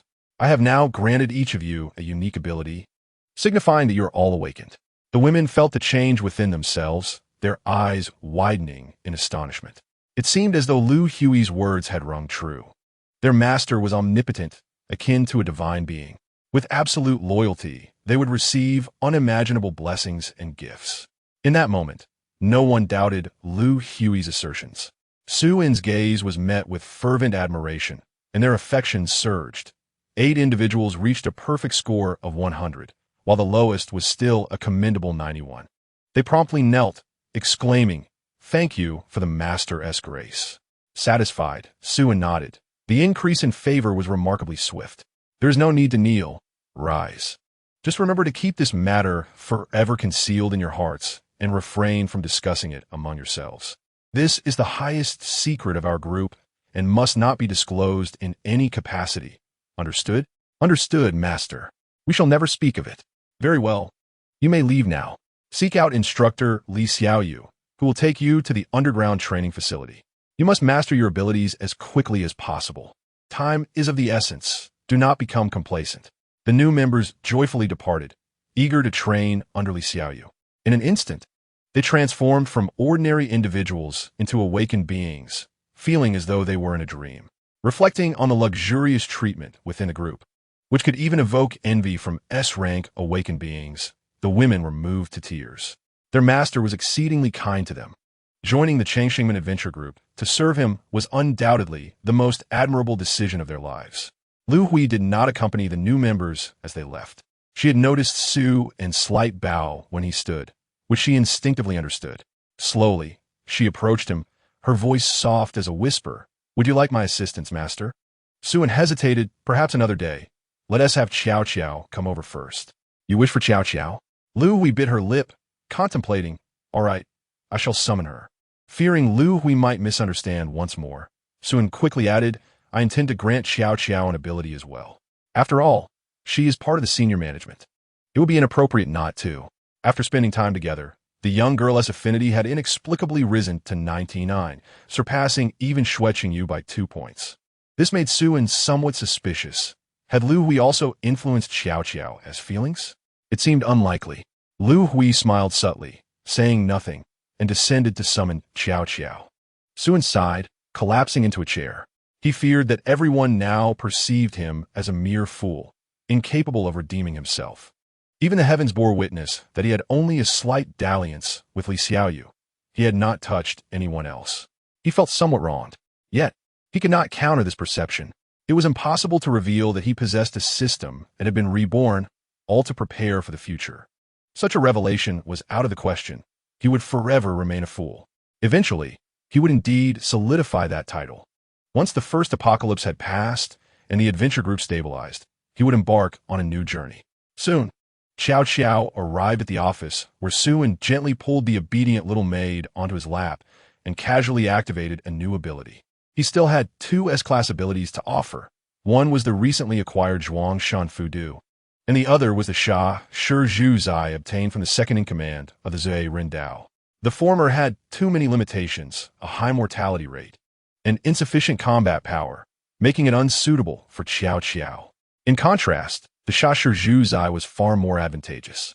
As the logistics supervisor of the team, Qiao Qiao would benefit from its high combat effectiveness and its capacity to temporarily establish strongholds and relocate supplies. Therefore, Su decided to gift the Sha Shi Zhu Zai to Qiao Qiao. Here is an ability for you. Let us see if you like it. Su said with a playful poke to Qiao Qiao's little nose. Feeling the newly acquired power, Qiao Qiao merely raised her hand, causing the dust in the room to gently float upward. She then dove into Su's embrace, exclaiming, Thank you, master. You are the best. Su tenderly stroked Qiao Qiao's hair, his expression softening. Although she was young, Qiao Qiao was exceptionally clever and understanding. Whenever he beheld her pure and unclouded smile, he felt a wave of relaxation wash over him, as if she were a delicate and pristine flower amidst the darkness of this apocalyptic world, a truly precious presence. Unbeknownst to him, he had already begun to regard this thoughtful little maid as a sisterly figure. Master, when it's just the 2 of us, can I call you something else? Of course, you can call me whatever you wish. Qiao Qiao nestled closer and murmured softly. Su thought to himself, it seems like the sibling bond has taken an unexpected turn. Chapter 66. Li Xiaoyu requests support to share damage as night fell. Su reclined on his bed, casually propping up his leg while reading, awaiting Li Xiaoyu's return. What else could he do but check on the routine assignments? After the overwhelming events of the day, it was essential for his mental well-being to occasionally shift the atmosphere. However, after waiting for a considerable time, Li Xiaoyu still had not returned, prompting Su to reluctantly lie down and sleep. In recent days, they had recruited quite a few newcomers, with today marking the arrival of over 400, all of whom needed to be assessed individually. As the team's head coach, it was understandable that Li Xiaoyu had much to manage. Unbeknownst to Su at that moment, Li Xiaoyu was not preoccupied with the new recruits, but was instead attempting to persuade Xue Qingyu. Qingyu, I'll be frank, please save the child. Upon hearing this, Xue Qingyu's face flushed crimson. You were the one who wanted to go. How was I to know his attack power was so high? Every strike was a critical hit, scarier than facing the endless. Li Xiaoyu exclaimed, still shaken. I can't. I don't understand anything and can't help you. Xue Qingyu protested, shaking her head vigorously. Seeing Xue Qingyu's unwavering hesitance, Li Xiaoyu urged her on. You must seize the opportunity. Look how many beautiful sisters have joined the yard in just a few days.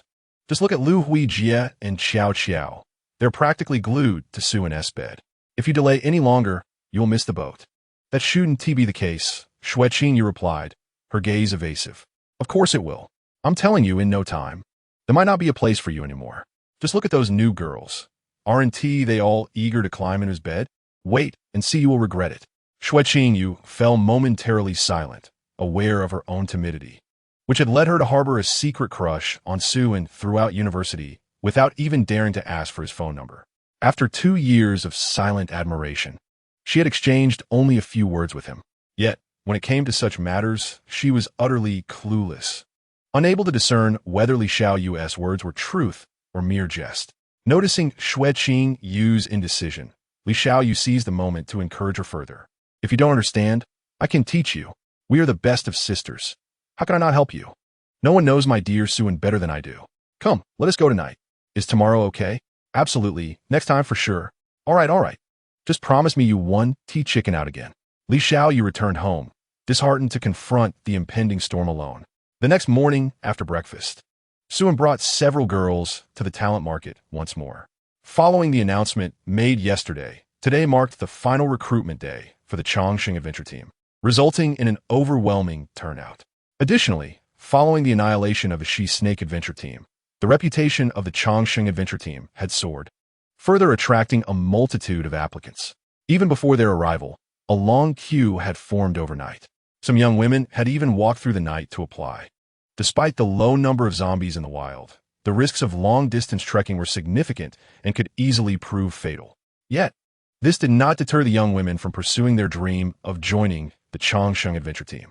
Suan couldn't help but wonder if every beautiful girl in Su Di had come to apply. Even if that weren't the case, the numbers were hardly far off. Fortunately, 20 young women had officially joined the team the day before.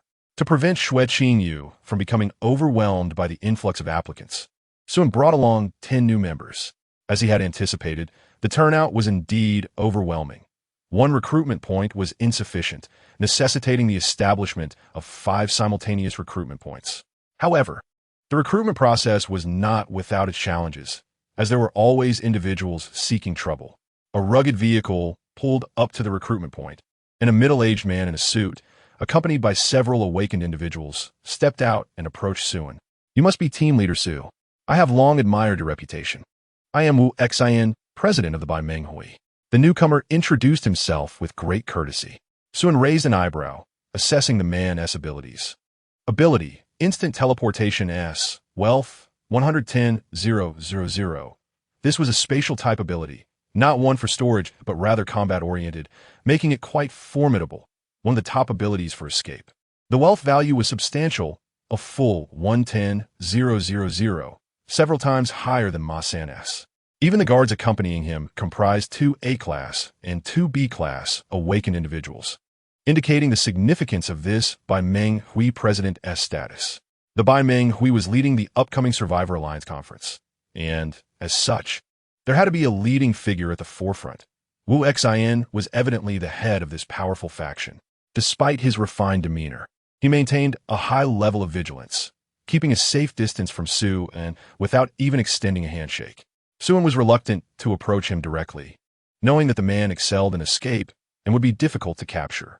President Wu Xian, what brings you to visit? Suan asked, slightly annoyed. The incident with the She Snake Adventure Team was orchestrated by your faction, correct? Wu Xin, without any preamble, directly inquired, it was I who did it. Is there a problem? Suan shrugged his shoulders. Observing Suan's nonchalant demeanor, Wu Xian did not take offense. I shall refrain from excessive pleasantries. The enmity between your guild and the She Snake Adventure Group is not our concern. Victory and defeat depend solely on one's own abilities. The She Snake Adventure Group is responsible for overseeing this venue. Since your guild has annihilated them, it stands to reason that you should rightfully possess the authority over this area. However, your guild has not previously attended the 100 Guild Assembly. Thus, there is considerable doubt regarding the legitimacy of your claim to this venue's governance. I hope that guild leader Xue can attend the next assembly, providing an explanation and thereby securing rightful jurisdiction over this venue. What say you, guild leader Xue? Upon hearing Wu Xian's words, Xue displayed no interest. His base was not located outside the city. Taking control of such an expansive venue offered him no benefits. To put it charitably, it was jurisdiction. To put harshly, it was merely babysitting, offering free sanctuary to these survivors. Other factions could leverage this to recruit high-level awakened, but he had no need for such endeavors. Why would he toil to seize what he could easily obtain through others?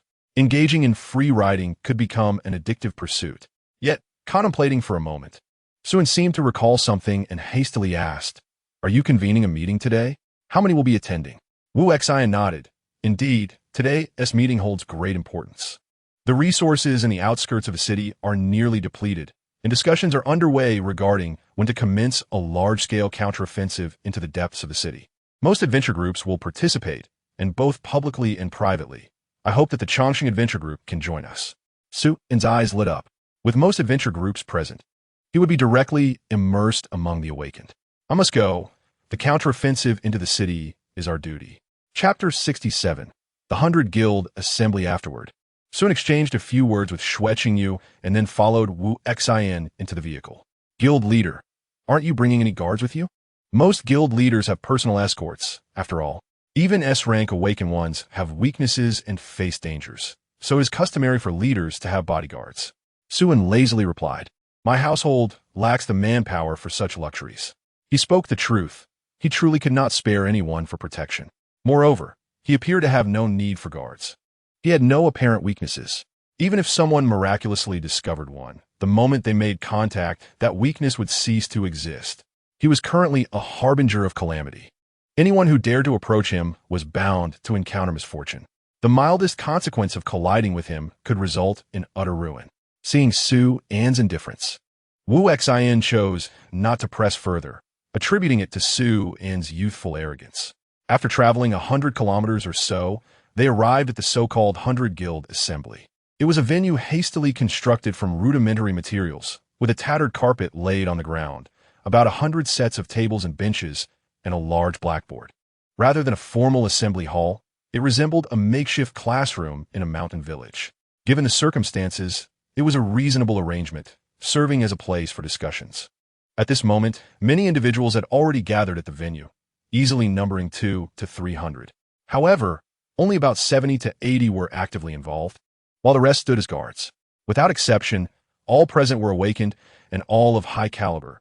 Even the weakest among them started at grade C. Xue's eyes gleamed with excitement. Upon Wu Xian's arrival, several guild leaders rose to greet him. Wu Xian exchanged pleasantries with practiced ease and then directly ascended the podium. Beckoning to Xue, guild leader Xue, please take a seat in the front row.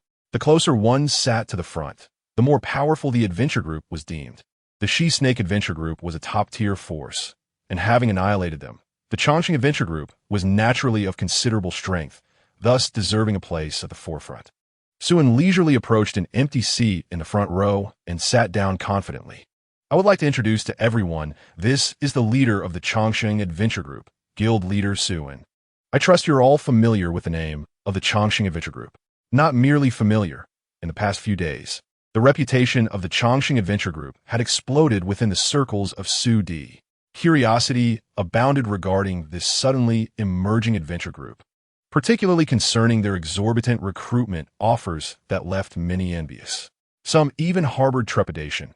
After all, within a mere half-day, they had annihilated the She-Snake Adventure Group, a display of power that surpassed that of over 99% of adventure groups. Only those ranking in the top 5 could possibly rival them. A murmur of discussion rippled through the crowd. Today, guild leader Xue has also come to participate in the counteroffensive meeting, contributing to our cause, while simultaneously vying for the jurisdiction over Venue 16. The strength of the Chongqing Adventure Group is indisputable. Does anyone oppose this? Venue 16, which had originally been under the jurisdiction of the She-Snake Mercenary Group. Upon hearing Wu Xian's words, the assembly fell into silence. Everyone exchanged glances, opting for silence. Prior to the arrival of the main figure, dissent had been rampant, Yet, with the principal now present, no one dared voice their objections. While everyone could easily speak ill behind one's back, publicly confronting was a different matter altogether. This was not merely a question of courage. It was directly linked to strength. No one wished to become the next Snake Adventure Group. Not a chance, Lang Lang. At that moment, a scar-faced brute brazenly propped his legs on the table, provocatively gazing at Suen. I expected the leader of the Chongqing Adventure Group to be quite the figure, but it turns out you are merely a brash young lad. The scar-faced man stretched his neck towards Suen. I hear you enjoy luring young women with exorbitant offers, coaxing hundreds each day. Can your little frame withstand such demands? As the words of the scarred man echoed, Wu Xin on the podium could only shake his head in resignation. Indeed, what one fears often comes to pass. This scarred man, known as Quanlong, is the leader of the Wolfang Adventure Group and is an S-rank awakened. He commands a formidable assembly of over 200 awakened individuals, placing him among the top 3 adventure groups. Quanlong is notorious for his violent temperament and infamous for his explosive rage. It is said that before the apocalypse, he served as a henchman in the underworld, having taken many lives. After his awakening in the post-apocalyptic world, Quanlong swiftly annihilated his former gang, fashioning a wine goblet from the skull of his former boss. The number of lives claimed by his hand likely surpasses that of the zombies he has slain, earning him the title of a true god of death. Few dare to provoke him in Sudi. Since Quanlong has voiced his opposition, it is unlikely that this matter will be resolved amicably. Suen cast a casual glance at Quanlong. Ability: Endless Fury S. Wealth value: 78,000. This S-rank enhancement type combat ability is renowned for its rapid recovery and immense destructive power. When activated, every cell in the body experiences explosive enhancement, elevating combat prowess to unprecedented levels. As the duration of the ability increases, so does the combat strength, and upon deactivation, there are no lingering side effects. However, it imposes significant pressure on the user's temperament. Prolonged use causes the inherent fury of the ability to affect the user's character. Over time, those with weak wills may transform into mindless killing machines. Thus, most who wield endless fury appear genteel, revealing their true, brutal nature only when the ability is activated. Clearly, Quanlong has not mastered this power perfectly. Wu Xin might fare slightly better. As for Quanlong's wealth, which is second only to Wu Xin's, Suen regarded it with indifference, considering it merely a trifling matter, yet he begrudgingly accepted it. Wu Xin, may I inquire which venues fall under the jurisdiction of this Quanlong? Wu Xin instinctively replied, 4, 5, and 6. Suen slowly rose, a smile spreading across his face. From today forth, venues 4, 5, and 6 shall belong to my Chongqing Adventure Group. Who supports this? Who opposes? At this proclamation, astonishment rippled through the crowd. Goodness, this lad is audacious. More reckless than Quanlong. He is practically insane, or rather, foolish. I wager that within 5 minutes, he'll be torn apart by Quanlong. But what if he's also an S-rank awakened? The outcome is uncertain. Even among S-ranks, there are disparities. Do you understand the value of endless fury? This lad is doomed. Mark my words. I'll bet a sack of rice. I refuse to wager. Come now, if Quanlong loses, I'll give you 10 sacks of rice. If he wins, you only need to hand me half a sack. Don't be a poor sport. I simply cannot afford to gamble. Quanlong's prowess was well acknowledged. In a one-on-one confrontation, none present could rival him, not even Wu Xin. His explosive temper resembled a powder keg, igniting at the slightest provocation, and only this newcomer dared to challenge him. Youth breeds audacity, emboldening one to speak without restraint. They would not realize how perilous it is to provoke Quanlong. Upon hearing Suen's brazen words, Quanlong initially froze before erupting into raucous laughter. You wish to claim my territory? You must be jesting. Ha ha ha. He then smashed the table to splinters, rising slowly, his body radiating a crimson hue, his eyes turning a fierce scarlet, a clear indication that he had unleashed his endless fury and was now consumed by rage. Clearly, some fools have yet to witness the might of the great Quanlong. Boy, I have taken more lives than you have meals. Come here. Let me teach you a lesson about respect. Suen, however, was undeterred. Activating multiple enhancement abilities simultaneously, he vanished from sight, only to reappear before Quanlong.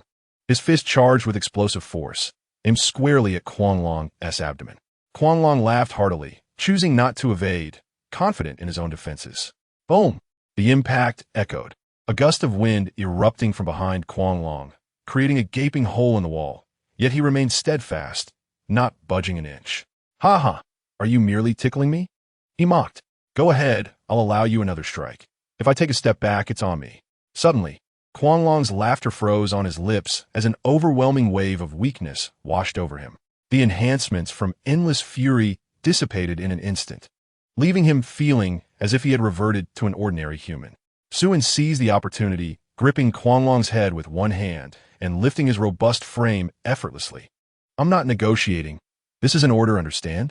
Quanglong felt his skull creak under the pressure, letting out desperate cries. Clearly, you do not comprehend, Xue stated, increasing his grip until Quanglong's head burst, gore splattering everywhere. In a flash, he incapacitated the bewildered guard beside Quanglong, seizing him as well. Having completed this act, he turned slowly to face the crowd, stating calmly, I will ask once more, who supports this? Who opposes? In an instant, the venue fell silent, the sound of a pin dropping palpable. Every attendee gaped in shock. Even the usually composed Wuxin was taken aback. A single punch, merely one punch, had dispatched Quanglong, his very skull reduced to pulp. What manner of monstrosity is this? It was absurd, beyond the realm of humanity. Who would dare to oppose now? Even the president, Wuxin, lacked the courage to express dissent, let alone the others. Those with timid dispositions felt as if they were committing a crime merely by casting a glance at Xue, and they were eager to curry favor at the first opportunity. With no one to oppose him, the venues numbered 4, 5, 6, and 16 would henceforth belong entirely to the He-Se-Me-Gue mercenary group. Xue had no intention of taking over these 4 venues. Instead, he chose to transfer them to He-Se-Me-Gue. Indeed, He-Se-Me-Gue had arrived, and he was somewhat taken aback, as he initially thought that Xue Qingyu's absence would prevent the emergence of He-Se-Me-Gue. At that moment, the leader of He-Se-Me-Gue was the so-called Ice Sorceress, Bai Li Bing, a cold woman clad in black and wielding a black umbrella. In her youthful years, her exquisite visage betrayed little emotional expression. She was a woman whose abilities, temperament, and methods were all strikingly frigid, resembling not a human, but rather a masterpiece of ice sculpture. When He-Se-Me-Gue was first established, it boasted 2 S-rank awakened beings. One was Xue Qingyu, and the other was the present Bai Li Bing. Xue Qingyu possessed the S-rank ability of lightning manipulation, while Bai Li Bing wielded the top-tier S-rank ability, Eternal Ice.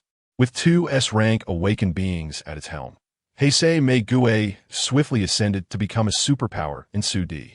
Although Xue Qingyu was no longer present, He-Se-Me-Gue still had Bai Li Bing as its cornerstone, maintaining its strength among the many adventurer groups in Sudi. When Xue first arrived, he had noticed Bai Li Bing, which led him to deduce that He-Se-Me-Gue still existed in this life. Although he remained uncertain about why He-Se-Me-Gue had aided him in his previous life, he acknowledged the debt he owed. In this life, he was more than willing to lend a helping hand to He-Se-Me-Gue, viewing it as a means of repaying his past debts and a form of compensation for having taken away Xue Qingyu. Upon hearing Xue's words, Bai Li Bing furuit her diligate burais. In her recollection, she and the man before her had no prior connection, neither before nor after the apocalypse, making this their first encounter. She could not comprehend why he would bestow so much territory upon her without reason, and instinctively, she prepared to decline. However, at that moment, Xue spoke again, casting a benevolent smile across the assembly.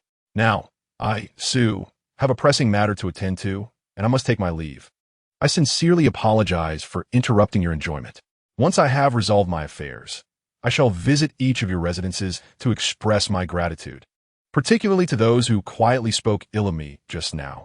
I will certainly listen attentively then. With a cold chuckle, Xue turned and departed, carrying the lifeless body of the Mad Wolf. He needed to hasten to the Mad Wolf's residence to claim his territory. Losing even a single awakened being would be a significant setback. As for the others, they could be dealt with gradually. The more assertive he appeared, the greater the fear he instilled in others, prompting them to strive for growth and self-preservation. This was precisely the outcome he desired. Sheep who understood the necessity of self-nourishment were indeed a source of great relief. Chapter 69.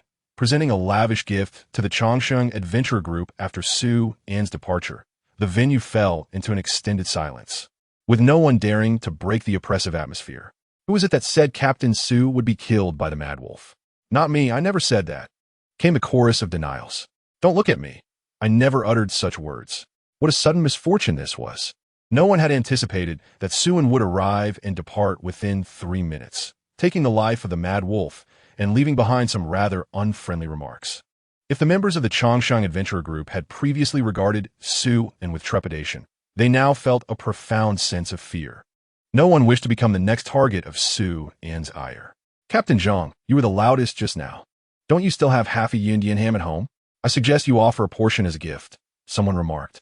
After over a month of apocalyptic trials, fresh meat had become nearly impossible to procure. Even if one were to excavate fresh meat from the urban area, it was likely to have already spoiled. Fresh rat meat was considered a luxury, and what most referred to as meat consisted mainly of hot dogs. A meal featuring a mere morsel of hot dog was deemed a lavish feast. Currently, the most sought-after delicacies were cured meats and hams, yet their quantities were exceedingly scarce. Even the captains of various adventure groups could scarcely afford them, and those who possessed even a small piece were reluctant to consume it, opting instead to hoard it in secrecy. Offering half a ham as a gift was an extravagant gesture indeed. What grievances could possibly be resolved by such a gift? It was likely that the Changsheng Adventure Group would also cherish such exquisite flavors. Captain Zhang's complexion shifted through shades of blue and purple, contorting in anguish. He understood the reasoning well, but that was half a Yundian ham. In the present circumstances, it was a rare treasure. He himself could hardly bear to eat it, savoring the aroma each day as though in a state of euphoria. To give it away felt like a heart-wrenching betrayal. The Changsheng Adventure Group wasn't lacking in provisions, and their treatment of recruits was generous. They enjoyed meat daily. Captain Zhang's gaze flickered, revealing his true reluctance. Old Zhang, let's just listen to the formalities. When we recruit, we promise to provide meat, but you must ask yourself, does what we offer even qualify as meat? A morsel the size of a finger divided into 10 portions. And you call that having meat? You can deceive others, but don't deceive yourself. Who among us is not in need of meat? Who does not desire grain? Who does not long for ham? Don't let a few careless words lead to your demise. If you give me half a ham, I would gladly forgive and forget. Captain Zhang slumped in his chair like a deflated balloon. I'll consider it. No one found Captain Zhang's reaction inappropriate. Anyone in his position would feel the same anguish, perhaps even choosing death over parting with the ham. Meanwhile, Wuxin stood on the podium, lost in deep contemplation. He had perceived more than others. When Xue had acted, he had failed to discern the nature of his abilities, let alone their rank. However, it was undoubtedly a formidable power, at least S rank. In contrast to the others who trembled in fear at Xue An's ambiguous threats, he remained considerably more composed. In his view, Xue was merely indulging in bravado, seeking to gain face in front of others, a normal behavior for a young man. As long as he was still a rational being, it was impossible for him to confront many adversaries simultaneously. No matter how strong the Changsheng Adventure Group may be, they could not possibly contend with the entire alliance of the Baimeng. Captain Zhang, you should deliver the ham to Captain Xue tomorrow. Not only you, but we should all contribute. Let's pool together and provide him with around half a ton of rice and flour. When Wuxin uttered these words, the crowd was left in a state of bewilderment. We need to send ham, and now you want to send rice and flour? And so much of it. Half a ton of rice and flour? 99% of those present would have to empty their entire savings to gather such an amount. Even assembling dozens of adventure teams is no simple feat. Wu Xin discerned the confusion among the crowd. Everyone had likely witnessed Captain Xue's strength, which surpassed even that of the fierce wolves. At present, the utmost priority is to incorporate the Changsheng Adventure Team into the Hundred Alliance. In the forthcoming strategy to reclaim the city, the contribution of the Changsheng Adventure Team will be invaluable. Moreover, such an exorbitant gift is not easily obtained. One must exert commensurate effort for the rewards, or else one risks dire consequences. As Wu Xin uttered these words, a cold smirk escaped his lips. The listener's eyes brightened at his remark. It seemed that President Wu Xin intended to push them into action. The vast quantity of food offered was indeed a princely gift, irresistible to anyone. However, once accepted, they would be ensnared in a predicament. Either they must obediently serve as the vanguard in the upcoming counteroffensive or face the wrath of the 100 Alliance simultaneously.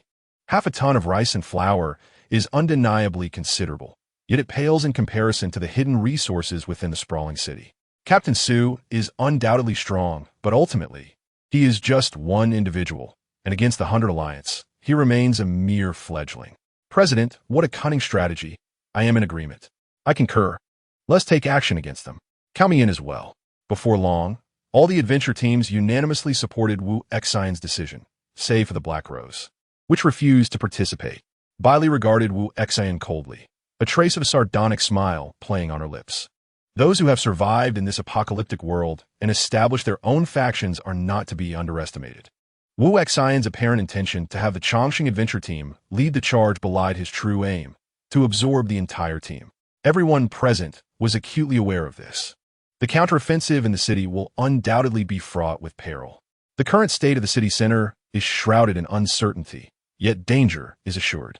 As the vanguard, the Chongqing adventure team will face the terrifying and unknown horde of mutated zombies on unfamiliar battlegrounds, exposing them to potentially fatal repercussions.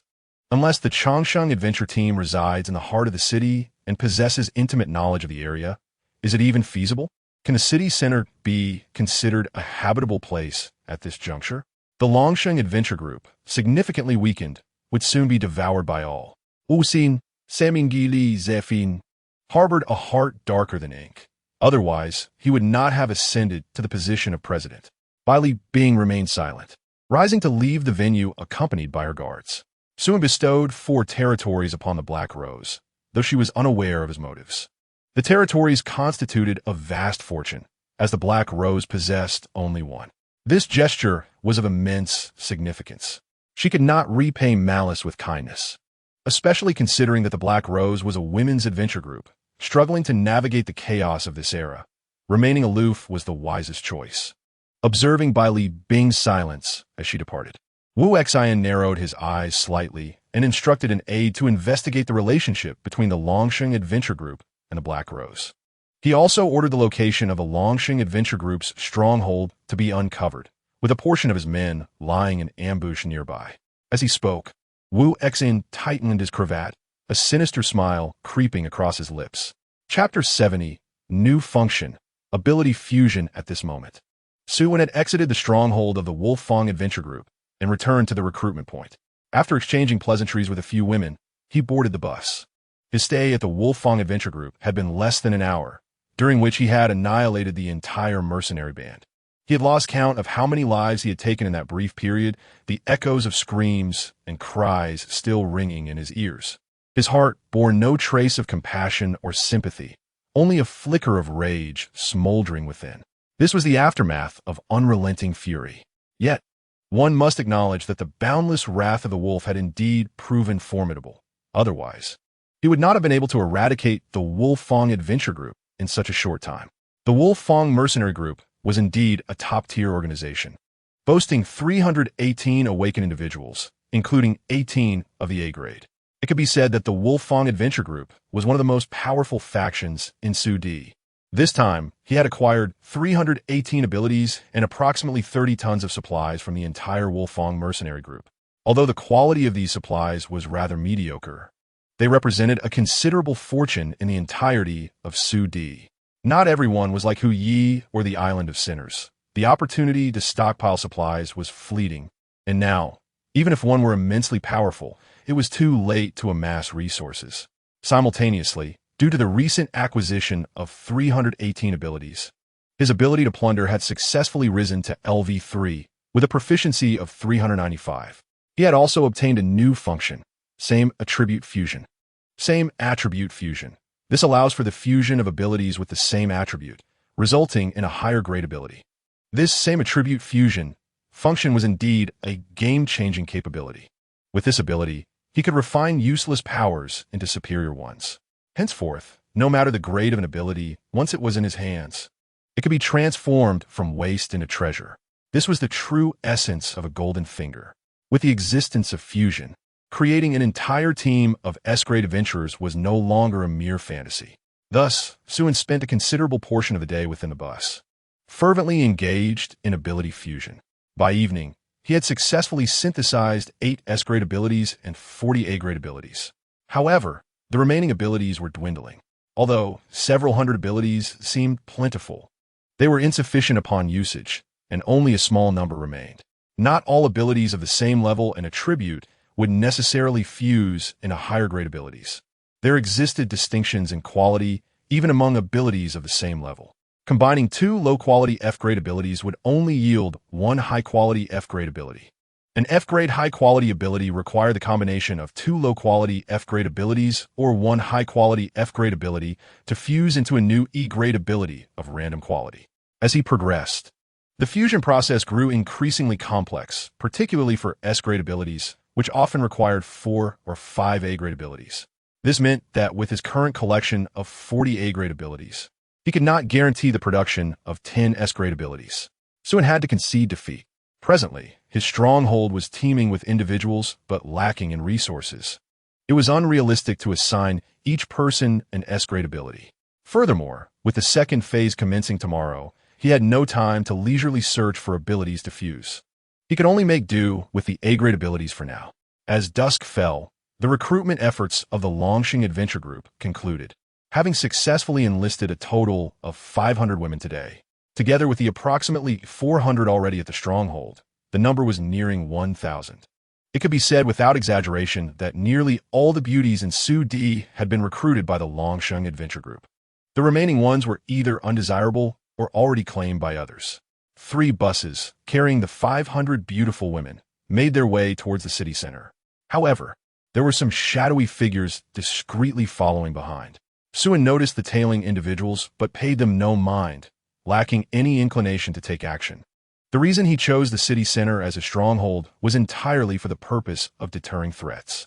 The city was swarming with zombies, and the mutated varieties roamed unchecked, diverse in their forms. Without 2 combat-capable S-grade awakened individuals leading the way and a wealth of knowledge in zombie identification, it would be nearly impossible to reach the city center safely. For him, returning to the city center felt as effortless as returning home. For others, however, it was a different story. Within 10 minutes, the pursuers were left far behind, greeted only by a massive horde of zombies that preyed upon a weak. Not only would they struggle to locate the Longxing Adventure Group's stronghold, but their survival was also uncertain. The 3 buses safely returned to the stronghold. After handing over the new recruits to Lu Hui, Xue retreated to his office to begin organizing data, filtering the laboratories that would refresh tomorrow and categorizing them by safety levels. He now possessed 40 A-grade abilities and 8 S-grade abilities to offer, which meant he could potentially add 48 new operatives to his ranks. Along with the 20 from yesterday, the total would amount to 68. He planned to divide these 68 individuals into 8 teams, each led by an awakened individual and supplemented by several ordinary people as support. It was preferable that the ordinary people were those earmarked for elimination. Thus, their deaths would not evoke sorrow. Should they survive, they would be granted a second chance to prove themselves for entry into the group. Xue summoned Lu Hui to his office, inquiring about the number of successful candidates from today. Master, we have screened 60 new team members today. 60, you say? That is sufficient. Bring over 8. Understood, Master. Shortly thereafter, Lu Hui arrived with 8 exquisitely beautiful women, each possessing striking features. These new members were all stunning beauties, each unique like the 4 noble plants. And it appeared Lu Hui had deliberately chosen the most visually appealing candidates. Lu Hui issued the same orders as the day before. Xue realized her intent, but felt a flicker of irritation. He had been striving to maintain composure, unwilling to let emotions interfere with his plans. Yet, Lu Hui's repeated provocations, combined with the remnants of his boundless fury from earlier, ignited his temper. He decided to disregard the matter entirely and simply remarked, "Are you using this as a test for the candidates?" Chapter 71. 8 small teams. Lu Hui exhibited a demeanor of extreme humility before Xue, as diminutive as a speck of dust. The prolonged distortion of her emotions had transformed her into a different person. as she endeavored to please Xue with all her might. Xue, reclining in his chair, felt an onset of headache. He had been acutely aware of Lu Hui's gradual transformation, recognizing that her feelings for him were akin to an obsession. Yet, he had never sought to correct her nor attempted to guide her, nor did he offer her any solace. Perhaps it was her mad devotion to him that he yearned to witness. At his core, he remained a coward, selfish to the extreme, fearful of betrayal. Like those on Sin Island, he too was a coward who relished in controlling the fates of others, a villain at heart. If he possessed the power of enslavement, he would not hesitate to shackle everyone in his vicinity. He was equally warped, harboring malice and timidity towards the world deep within him. Despite having acquired extraordinary abilities, he remained himself, a fragile weed shivering in a muck-filled gutter during the harsh winter, born mundane, with the only driving force for growth being the fear of the future. Time flowed unceasingly until Xiao Qiao entered the office, her demeanor somewhat flustered, a mixture of anxiety, fear, and an indescribable anticipation. She moved towards him like a marionette. The night air was cool, and Xue leaned against the balcony, accompanied by his female attendants. He was not troubled. Rather, he felt an inexplicable sense of relief, his body and mind unburdened. The 48 abilities had all been distributed, including the 20 from yesterday, resulting in a total of 68 awakened individuals. Tomorrow, they would be divided into 8 teams, each tasked with assaulting different laboratories. 6 of these teams would be led by an S-class awakened individual, assisted by 8 awakened comrades and accompanied by 20 ordinary people. These 6 teams would primarily focus on laboratories with a safety rating of 4. The remaining 2 teams, led by Li Xiaoyu and Xue Qingyu, would tackle laboratories rated at safety level 5. Xue himself would independently confront the laboratory with a safety rating of 6. Lu Hui, Xiao Qiao, and Qing Xiao would manage logistics and attend to the wounded, striving to conquer as many high-quality laboratories as possible before the main force could react. That night, everyone struggled to find restful sleep. The newly awakened women were diligently familiarizing themselves with their abilities, while Xue Qingyu found herself unable to rest, troubled by the presence of new occupants in Xue's quarters. At dawn, before the sun had risen, 17 large trucks departed from the stronghold, heading toward the outskirts of the city. Xue rode Wang Kai at the forefront of the convoy. Having not ventured out for a while, Wang Kai was exuberant, bouncing about until Xue scolded him with a few light taps, after which he settled down with a look of feigned innocence. As the convoy left the city, the sky began to brighten. "Look, so many vehicles are emerging from the city. Incredible," someone exclaimed. "They must be from the Chongqing Adventure Group. No wonder. Only they would dare to drive in and out of the city. They possess the means, after all. I heard even the Langi Adventure Group was annihilated by them just yesterday. Is that true? How strong are they? It's a pity my daughter didn't make the cut to join the Chongqing Adventure Group," another lamented. "Where are they headed? Why venture into the wilderness? Who knows? Perhaps Captain Xue is taking the ladies on an outing. I've heard that in the Chongqing Adventure Group, Captain Xue is the only man surrounded by beautiful women. Just thinking about it makes me envious. Envious or not, we couldn't sustain so many beauties ourselves. We are barely making ends meet. Better to dig for roots while we can, as they are becoming increasingly scarce." Amidst the gaze of the survivors, the 17 buses traversed the densely populated survivor camp toward the wilderness.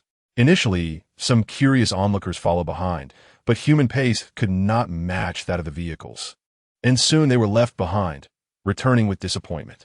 After driving for about half an hour, the convoy came to a gradual halt in a desolate expanse. "Let's set up camp here," Xue commanded. The women swiftly unloaded tents and basic materials from the trucks, commencing the establishment of their encampment. Lu Hui and Xiao Qiao led the logistics team in preparing food, while Li Xiaoyu took a group of awakened individuals to clear the area of wandering zombies. This would serve as the base for the Chongqing Adventure Group for an extended period. Su Di is a plain area with an endless expanse of vast plains.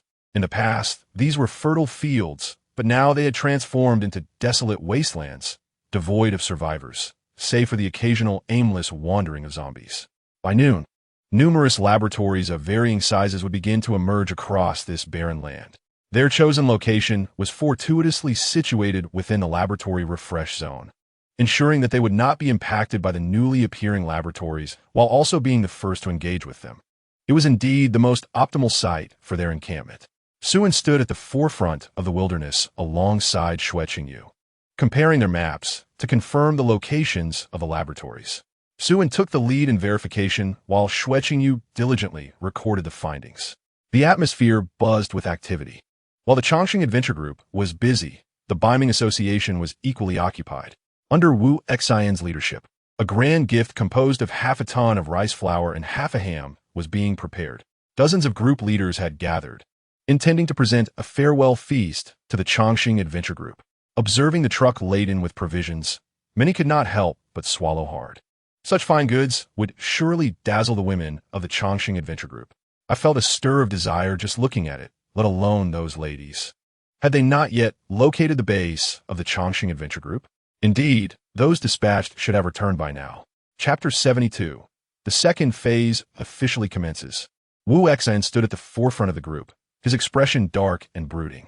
He could scarcely fathom that the Chongqing Adventure Team had utterly annihilated the Wolf Fong Adventure Team, leaving not a single survivor, completely mirroring the fate of the Poison Snake Adventure Team. The Wolf Fong Adventure Team was far superior to the Poison Snake Adventure Team, with their overall strength differing by several multiples. Yet the outcomes were identical, both obliterated within a single day. This instilled in Wu Xian a profound sense of crisis, a vague premonition that his position as leader was under threat. Without a doubt, Xue was a formidable contender for the leadership throne. This solidified Wu Xian's resolve to absorb the Chongqing Adventure Team. A mountain cannot accommodate two tigers. There can only be one leader in Xue Di. However, the individuals he had sent to locate the Chongqing Adventure Team's stronghold had yet to return, seemingly vanished without a trace. The external rumors suggesting that the Chongqing Adventure Team's base was in the city center were, in Wu Xian's eyes, nothing short of absurd. No one could possibly establish a stronghold in the heart of the city. This was unequivocal. At most, it would be situated on the outskirts of the urban area. Thus, Wu Xian gathered dozens of large adventure teams from the Hunter Alliance early that morning, determined to uncover the Chongqing Adventure Team's hidden base. Time was of the essence. A counteroffensive into the city was imperative, as every second ticked by without news from the dispatch members. Wu Xian had no choice but to command the assault on the city. The assembled army of thousands of awakened individuals slowly advanced towards the urban area, intent on both reclaiming territory and unearthing the lair of the Chongqing Adventure Team. Yet, despite being an alliance, each faction harbored ulterior motives, reluctant to take the lead. Thus, they cautiously navigated the outskirts of the city. Wu Xian remained unperturbed, viewing it as an opportunity for training, not intending to charge directly into the city center. Such perilous endeavors should be left to the Chongqing Adventure Team. However, the sheer size of their group attracted hordes of zombies, a third of which were mutated, accompanied by several tanks. These zombies were not mere mindless guardians. Once disturbances escalated, even the undead in the city would emerge. Consequently, the Alliance's advance, even on the fringes, became fraught with challenges. Within half an hour, dozens had perished at the hands of the undead. Each individual valued their life, fearful of death. Retreat bred retreat. Cowardice bred cowardice. As the situation spiraled into stagnation, Wu Xian, witnessing the growing disarray from the rear, nearly lost his composure. He seized a megaphone and bellowed, "Comrades, do not falter or retreat. Let's unite and advance. Before you lies the resource-rich city. With each step forward, we draw closer to sustenance. Bread shall be ours. Milk shall be ours. Onward, let us strive, for food awaits us, and sweet bread lies beneath our feet. Today we shall witness history and savor a long-awaited feast." Encouraged by Wu Xian's fervent words, the crowd gradually stirred with excitement. The mere thought of sweet bread and food invigorated them, as if they had been infused with adrenaline. For bread, for instant noodles, for our beloved mom's spicy sauce, charge, they roared. Wu Xian's encouragement proved effective, yet it also had a more pronounced effect on the zombies. The raucous crowd attracted even more undead. Despite still being on the outskirts, the number of zombies equaled that found deeper within the city. Observing the throngs of approaching undead, Wu Xian felt a chill run down his spine. Was this truly the city? What awaited them in the heart of it? How the Chongqing adventure team managed to establish themselves and survive in such a perilous area was beyond comprehension. In this apocalyptic world, survival was a challenge for all. Meanwhile, the new stronghold of the Chongqing adventure team had been rudimentarily constructed. Though modest, it was sufficient for temporary occupation. Today's meal consisted of a meat dish, 2 vegetable dishes, and white rice, hearty enough to sustain them before the impending battle. Xue reiterated during the meal that the upcoming laboratory assault must be swift yet unequivocally safe. Safety was paramount. Any laboratory deemed unattainable would be set aside in favor of others. Each of you is a treasure to our adventure team. Your lives are mine to safeguard. Your very existence hinges on my discretion. Until I permit it, do not recklessly seek death. Understood? While the death of ordinary individuals might be inconsequential, the loss of an awakened one would be a significant detriment, as their extraordinary abilities were hard-won through perilous endeavors.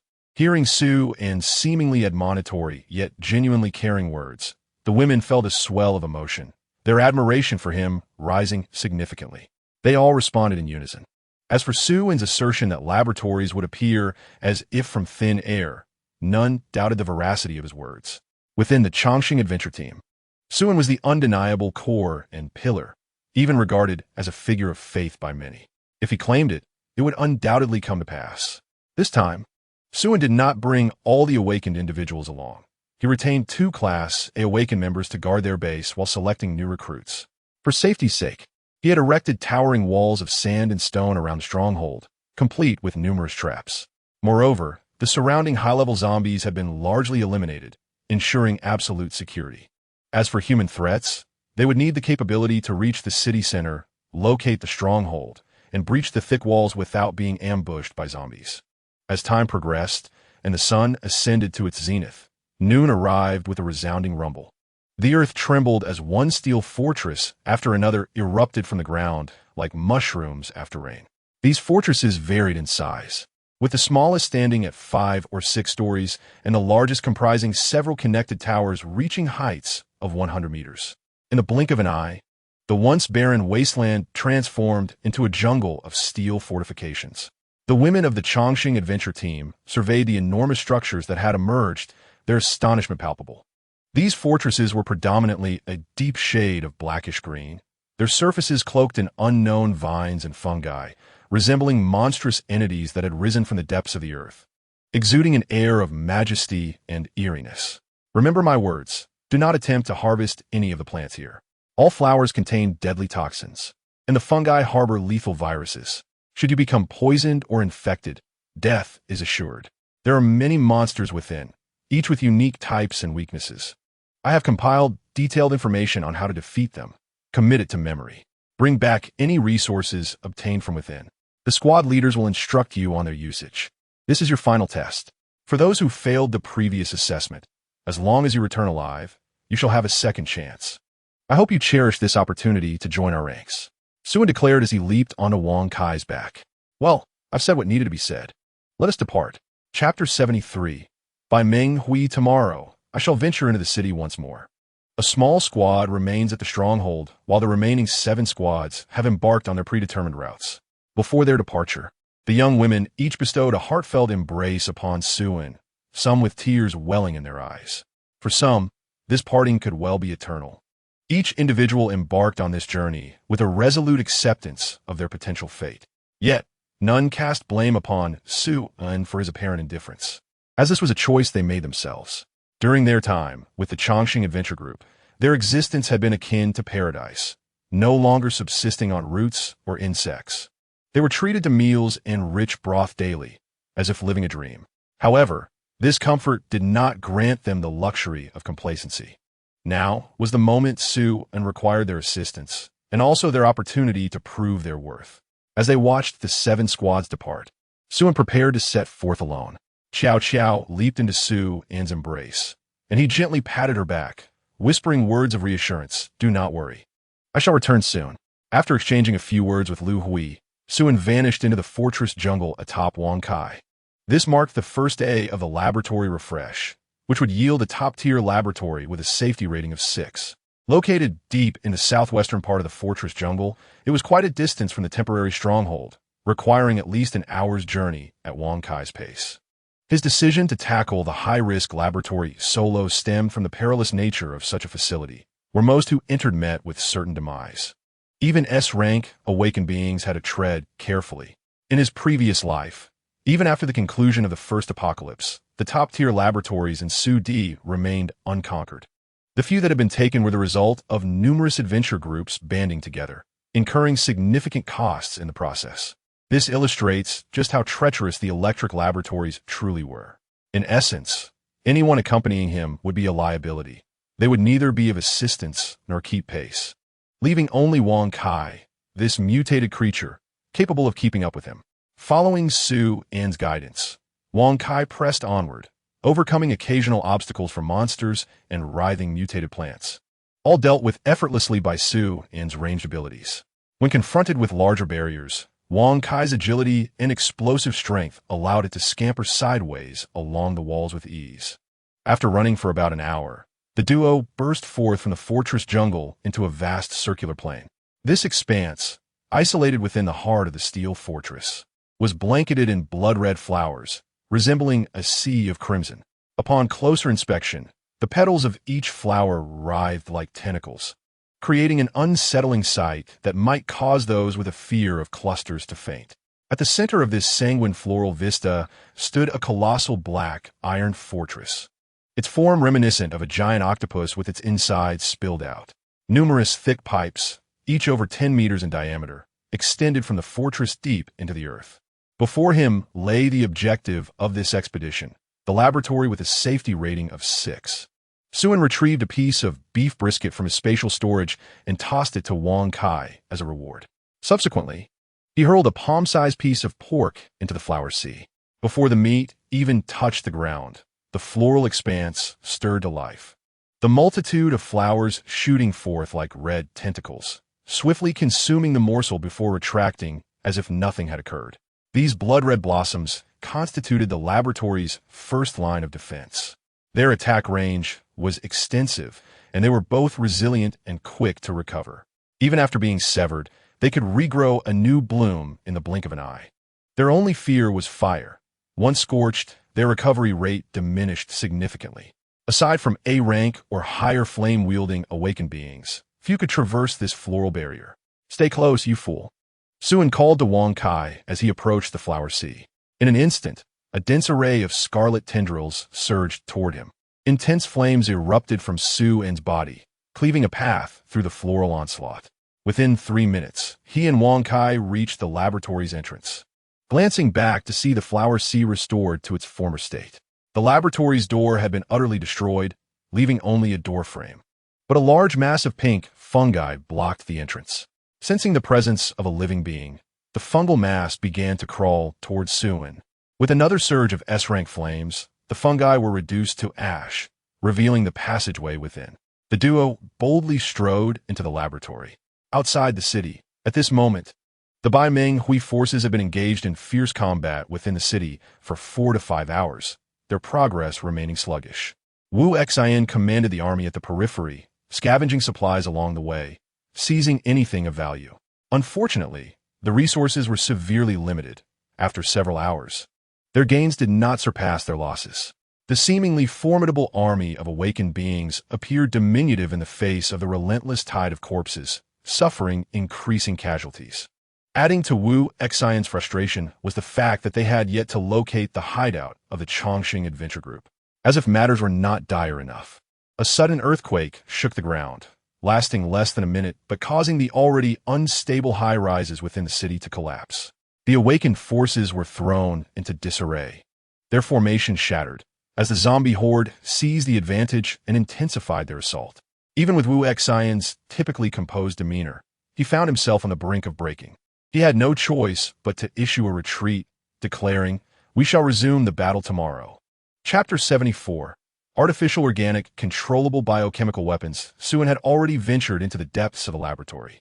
True to its designation as a Level 6 secure facility, he encountered an array of grotesque mutant creatures with each few steps. There were gigantic mutated spiders the size of millstones, wasps as large as basketballs, and cockroaches the size of common dogs. with the lowest ranking being level 4. These were merely the most ordinary beings infected by the virus, not Bao's. At that moment, a crimson figure slowly emerged from around the corner. It was a humanoid entity devoid of skin, with its muscles laid bare to the open air. Its swollen brain tissue had burst through the skull, exposing the cerebral matter. Its elongated limbs ended in sharp claws. Liquor, LV7, this too was not a Bao, but rather an evolved zombie infected by the virus. The brain tissue had proliferated, resulting in the loss of sight. Yet its hearing was exceptionally acute, coupled with remarkable jumping ability. It had developed a retractable, spiked tongue as well as its claws, embodying a hunting instinct akin to that of a beast and an overwhelming desire to attack. It had transcended human limitations, evolving into an entirely new species. With a gentle wave of his hand, Xue launched a steel lightning rod that struck its head, obliterating it. The creature's evident weakness was its complete lack of vision. Any silent attack would suffice to bring it down. After dispatching the liquor, Xue continued deeper into the laboratory. It was apparent that these labs resembled a civilization akin to Earth. Although the surrounding facilities were in a dilapidated state, faint traces indicated a similarity to tools found on Earth. The reason for the sudden appearance of these laboratories and their potential connection to earthly civilization remained a mystery. Each apocalypse was bizarre in its own right, with no one capable of delineating the origins of the phenomena that emerged during these cataclysmic events or their sudden manifestation on Earth. Perhaps only those who had traversed to the end of the apocalypse could unveil the answers. Xue had survived for a decade amidst the apocalypse, witnessing 9 calamities. Yet he had still not reached the end to uncover the ultimate truth. There lingered a glimmer of hope in his life, provided that the apocalypse did not outlast his own lifespan. Another dozen liquors suddenly sprang from the shadows, but Xue pressed on, effortlessly eliminating them with a wave of his hand. Just as he finished off the liquors, a dark shadow lunged from a corner. It was a bipedal, lizard-like humanoid, its skin encased in green scales. LV-8 Hunter, development code MA-121, a product of reptilian fertilized eggs fused with human genes and combined with the T-virus, social, average intelligence. Numerous weaknesses. This lizard-like humanoid was indeed a BOW, a controllable organic biological weapon, a synthetic creature unique to the laboratory. With high defense and speed, it posed a formidable challenge for ordinary, awakened individuals. Rather than retreating, Xue advanced, transforming his fist into a brilliant diamond, delivering a powerful blow that sent the creature crashing into the wall. Suddenly, a dozen hunters erupted from the corners surrounding him. Xue let out a cold snort, flames erupting around him like a tempest, incinerating the swarm of Baos entirely. As he delved deeper, the number of Baos surged exponentially, with nearly every 100 meters revealing a small horde. Each BOW was a fearsome entity, akin to a tank-level boss in the outside world. Yet here they were merely reduced to a cluster of minor adversaries. This exemplified the true worth of a level 6 secure laboratory. One misstep could result in eternal entrapment within its confines. The laboratory comprised 3 floors and over 100 rooms.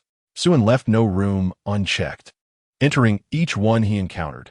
In no time, he discovered a glittering golden treasure chest nestled in a corner. It was a gold-level chest, a stroke of good fortune. Upon opening it, he found 3 items: intermediate alloy impact-resistant armor, intermediate alloy war blade, and low-level times strength enhancement potion. His expression faltered slightly. The contents were rather meager for a golden chest. Xue stored the potion and armor in his expansive storage space, wielding the war blade in his hand. Although merely an intermediate alloy blade, its strength and sharpness vastly surpassed the weapon he had forged with his flame abilities. It could truly slice through iron like butter. Lacking a suitable weapon, he resolved to make do with this for the time being, as ordinary metallic items had become increasingly ineffective against Baos. To save time and effort, acquiring an appropriate weapon was essential. After spending nearly 2 to 3 hours, Xue thoroughly scavenged the entire laboratory. He had amassed 46 silver chests, 21 gold chests, and 8 platinum chests, along with 168 pieces of alloy equipment, including 18 high-grade alloy weapons, 268 bottles of various enhancement potions, 1,800 bottles of catalytic liquid, and 100 bottles of nutrient solution. He also secured 12 elemental ability amplification devices and 8 pairs of strength enhancement gloves, as well as 6 pairs of speed enhancement boots. 3 design blueprints for intermediate and low-level alloy equipment were included. The nutrient solution served as the primary food source for second-stage humans, with 1 bottle capable of sustaining an adult male for 2 days. However, its taste was regrettably foul, reeking unpleasantly. While the equipment was relatively acceptable, the design blueprints were particularly extraordinary. Such items could only be found within platinum-level chests, which were exceedingly rare. One could hardly find them in laboratories with a security level below 4. They were more coveted than any high-grade alloy equipment. However, they were practically useless without manufacturing facilities. At least in his past life, he had never encountered anyone who had found the means to produce such items, rendering these theoretically valuable blueprints little more than scrap paper. Xue accepted them all into his expansive storage, pondering the possibility of discovering the necessary equipment. Moreover, it wasn't just the blueprints that were deemed useless. The 1,800 bottles of catalytic liquid were similarly of no value. This substance, a specialty of the second stage, was lethal to humans and explosive to animals. It could only be used to water plants, hastening the growth of crops that would typically take 6 months to mature, allowing them to fully ripen in just 3 days. However, they would be overripe and toxic. Any consumer would meet a grim fate, and some even mutated into monstrous beings that would pursue and devour humans. Currently, these catalysts were utterly worthless, even harmful, universally reviled.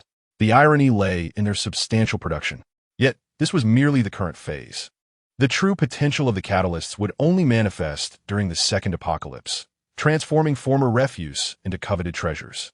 At that time, a single bottle of catalyst would be worth more than a sack of meat. This notion sparked a desire within Xue and to acquire vast quantities of catalysts. Presently, the buying price for catalysts was likely shockingly low. How many bottles could one trade for a loaf of bread? A sack or even a truckload? Perhaps a grain of rice for a bottle? No, make it 2 bottles. Chapter 75. A mountain of treasure chests after thoroughly exploring the laboratory. Xue still chose not to depart. It felt insufficient, far too meager. Was this truly the expected yield from a danger level 6 laboratory? Although there were hundreds of bows and thousands of mutated creatures, a typical large-scale adventuring party would likely suffer severe casualties here. Yet in Xue's eyes, the danger level remained woefully inadequate.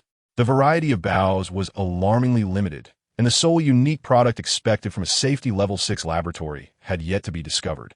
After several more laps around the space, he finally uncovered a vertical passage beneath a collapsed metal panel.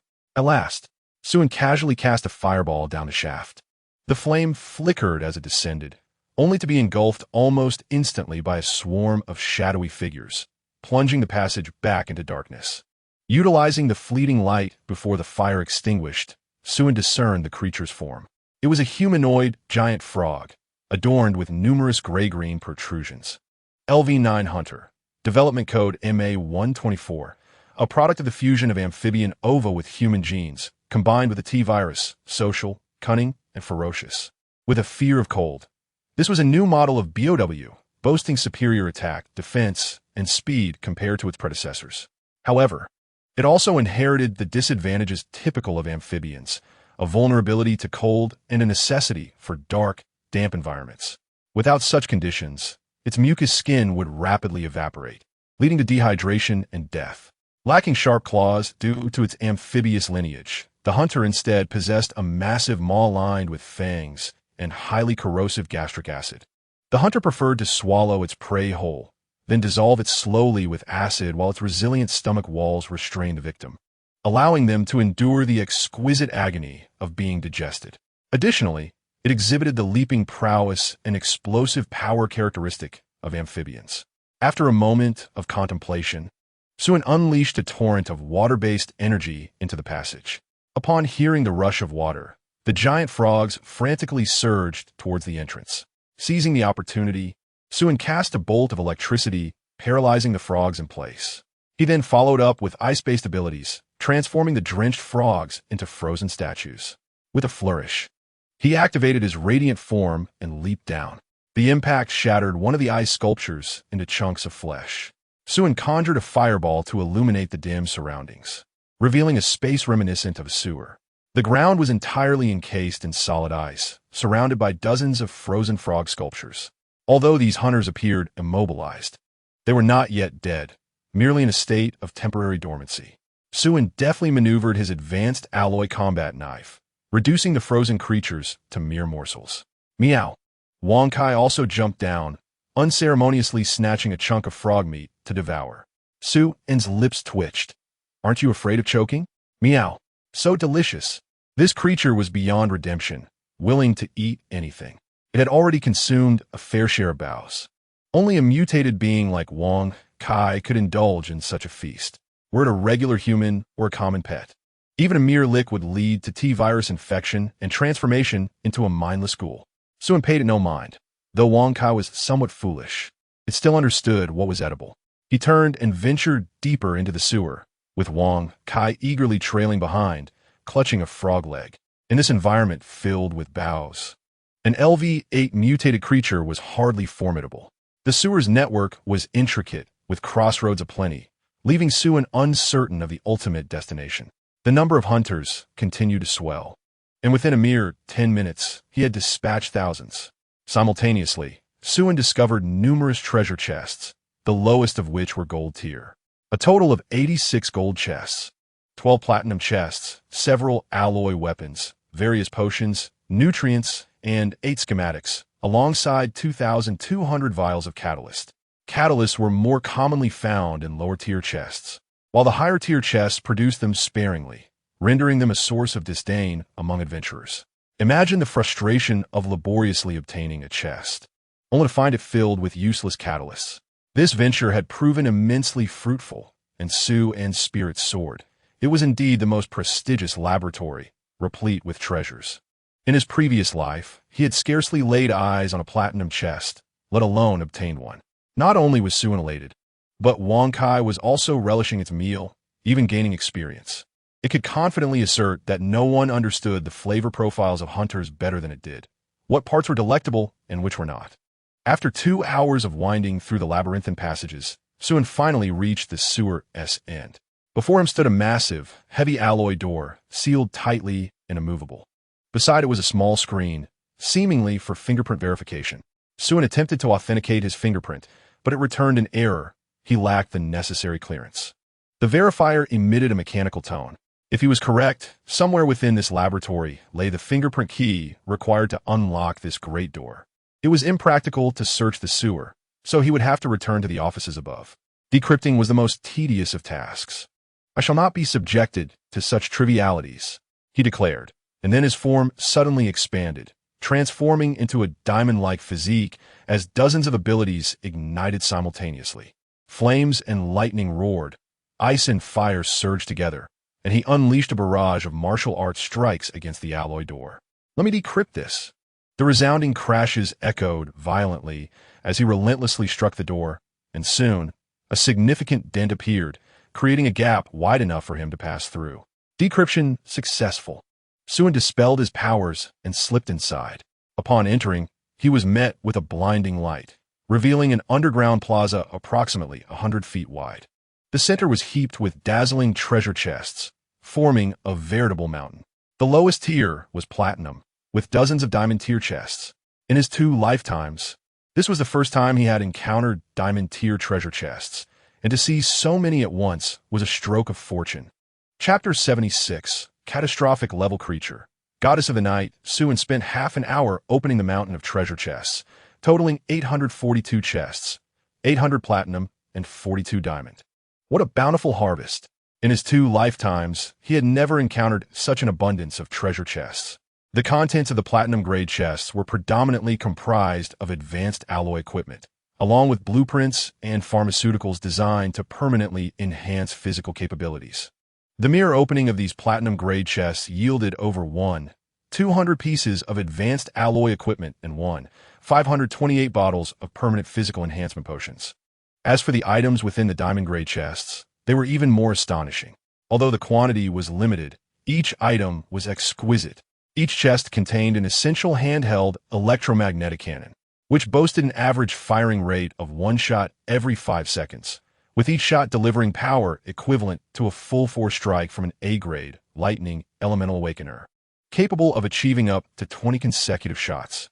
However, after 20 shots, a 3-minute cooldown for recharging was required. Even an ordinary person wielding a handheld electromagnetic cannon could contend with an S-grade Awakener. It was only within the Diamond Chest that such a bug-level high-tech weapon could be found. Aside from the electromagnetic cannon, there were other remarkable items, including 16 sets of advanced exoskeleton combat armor. This high-tech armor was bulletproof, explosion-resistant, and shock-resistant, equipped with 8 small electromagnetic cannons and a nano-grade alloy combat knife, capable of automatic target acquisition and featuring flight capabilities. Once donned, the wearer was akin to a diminished version of Iron Man. The only drawback was its limited endurance. It could not sustain operation for more than an hour, and under full power, including the use of the electromagnetic cannon and flight functions. It would only last less than half an hour before requiring a shutdown. Nevertheless, even an ordinary person wearing it would be equivalent to an 8th-tier berserker, while an S-grade combat awakener could engage in fierce battles without fear of defeat. The high-tech armor was thus extraordinarily formidable, not only boasting immense combat power, but also possessing a thoughtful self-adjustment feature that could adapt its size to fit the wearer's physique, maintaining the most comfortable body temperature in varying environments. The material was lightweight, breathable, and moisture-wicking, making it an essential piece of equipment for home, travel, and even illicit activities. In his previous life, Xue had only caught a distant glimpse of such a high-tech exoskeleton armor after the advent of the Second Apocalypse. It could be described as invaluable, something that could not be exchanged for any amount of provisions. Yet now, he had acquired 16 sets. Without hesitation, Xue donned one set. The material was incredibly light, reminiscent of silk undergarments, and felt exceedingly smooth against the skin. Upon wearing it, the armor automatically adjusted to fit Xue and size perfectly. The only minor drawback was that it transformed into a form-fitting suit, which clung tightly to his body. Although the flexibility was excellent, it did not induce a sense of restriction. However, its snugness might appear somewhat peculiar were he to venture out in public dressed in it. In addition to the high-tech armor, there was a particularly unique blueprint for an electromagnetic tower automatic defense turret, a clearly impressive item. Unfortunately, like other blueprints, it lacked the necessary manufacturing equipment, rendering it merely an object of admiration rather than utility. Finally, there were 9 top-tier nano-cold weapons, which could transform into accessories for easy carry and revert to the user's preferred weapon when needed. Xue was in dire need of a reliable weapon, and these 9 nano-weapons provided a timely solution. Contentedly storing his newfound treasures, Xue surveyed his surroundings once more to ensure nothing was overlooked. His attention was drawn to a large alloy canister at the edge of the square. It was massive, towering over 10 meters high and about 7 to 8 meters in diameter, constructed entirely from advanced alloys. The value of the canister itself was considerable, and it was evident that it housed something of great worth. A barely perceptible seam indicated the opening. Thus, Xue activated his abilities once more, preparing to tear open the canister. This time, armed with the high-tech armor, he was confident that he would not suffer any wardrobe malfunctions.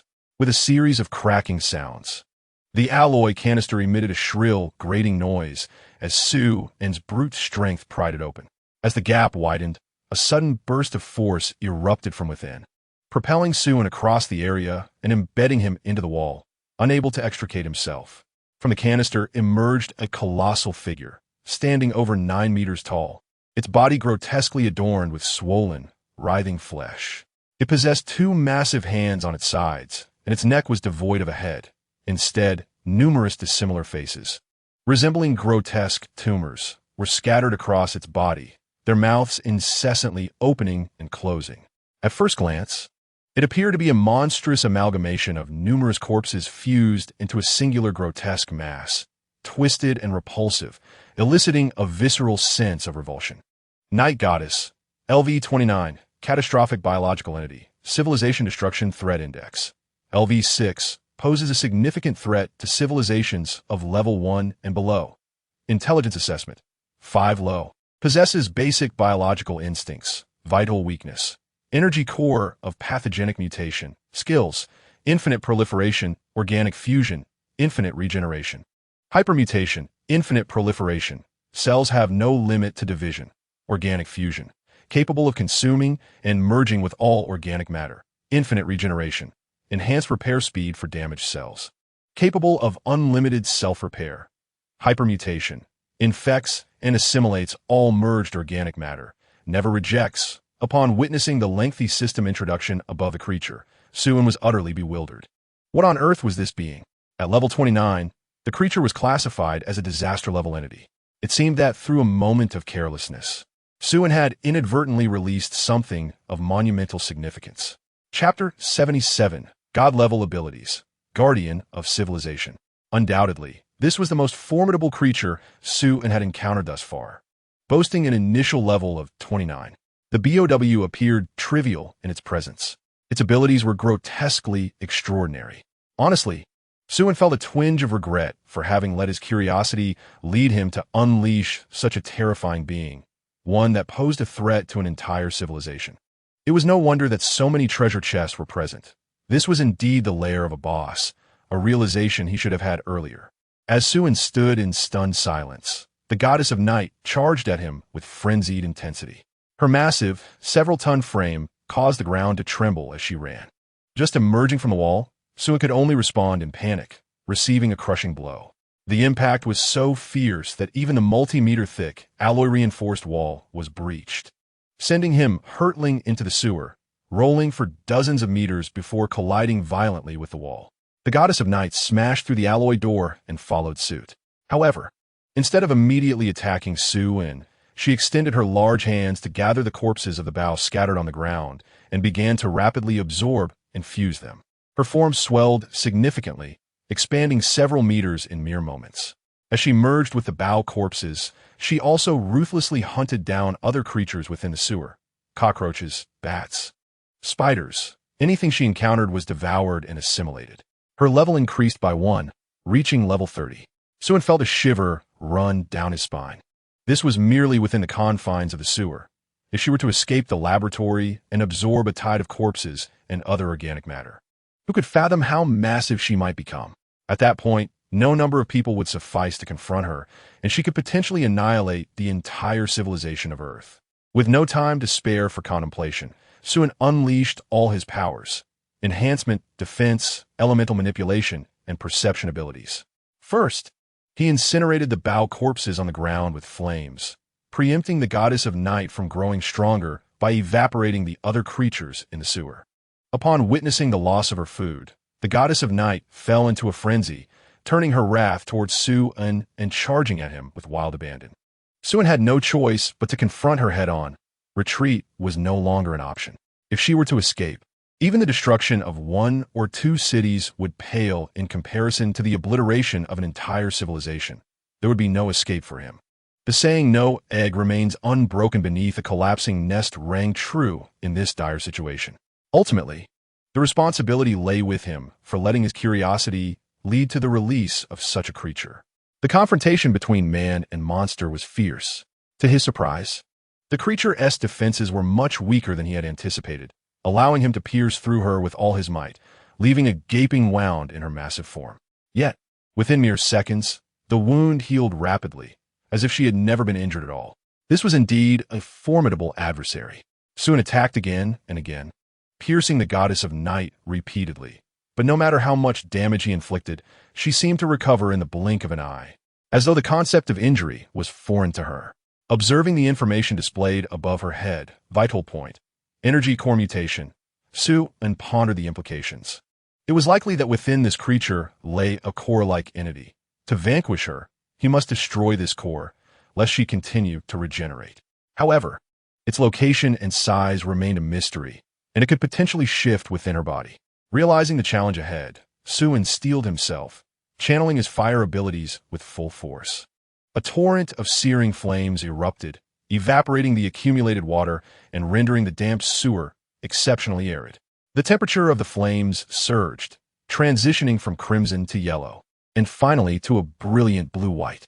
Under the intense heat, the surrounding walls began to crack and peel, with the cement ceiling producing ominous cracking sounds as debris rained down. Simultaneously, he activated his supercharging ability, amplifying the power of his fiery onslaught. As the flames intensified, the goddess of night instinctively sensed the impending threat and began to retreat. Xue would not allow her to escape. Controlling the flames, he surged forward, transforming the fire into a colossal fire tornado, enveloping the goddess of night within. Amidst the onslaught of blue-white flames, she emitted heart-wrenching screams as her grotesque form began to carbonize and evaporate. But this was not the end. Xue activated his wind abilities, merging fire and wind to create a scorching blade of air, relentlessly shredding and tearing at the goddess of night's body. 3 S-tier abilities worked in concert, with supercharging maximizing the flame's potency while the fierce winds fueled the inferno, generating a fire tornado capable of rending steel, with power exponentially greater than releasing the abilities individually. In less than half a minute, the goddess of night's massive form had been reduced to countless fragments, barely allowing them time to recombine before they were consumed by the flames. Moments later, she was utterly reduced to ashes, leaving behind only a blood-red orb the size of a fist. Xue quickly extinguished the flames, producing a nanoweapon that transformed into a tang sword, which he used to sever the orb in two. Thus, this disaster-level creature was finally vanquished. It took him a full 5 minutes to accomplish this. Remarkably, no other creature had withstood his assaults for so long. Of course, the primary reason was that the goddess of night was constrained by her environment and had not assimilated too many organic entities. Otherwise, her defeat might have been uncertain. Beep. Host has killed a disaster-level creature. Title acquired. Guardian of Civilization. God-level ability acquired. Civilization Seed unique. Civilization Seed. Allows for the random selection of 10 level 12 civilization items daily, upon hearing the system notification. Xue was momentarily stunned, his heart racing with excitement. Another God-level ability? He had built his fortunes upon the foundation of such abilities. He was acutely aware of the formidable nature of God-level powers. Even S-tier abilities appeared trivial in comparison. To his astonishment, defeating a boss had yielded unexpected rewards. The Civilization Seed, like his Plunder ability, was not combat-oriented but rather functional. Its purpose was straightforward, a lottery system. He could partake in a 10-draw lottery daily, randomly selecting items ranging from civilization level 1 to 2. Earth's civilization was approximately a level 1, falling short of 0. 7. This meant he had the opportunity to acquire technologies surpassing earthly civilization. Controlled nuclear fusion, artificial intelligence, gravity vehicles. His limited knowledge left him unable to fully imagine the possibilities. He decided to proceed with the 10 draws, hoping for something extraordinary. Beep. Acquired level 1 civilization items. Pressure cooker, stainless steel frying pan, bicycle, tractor, rice cooker.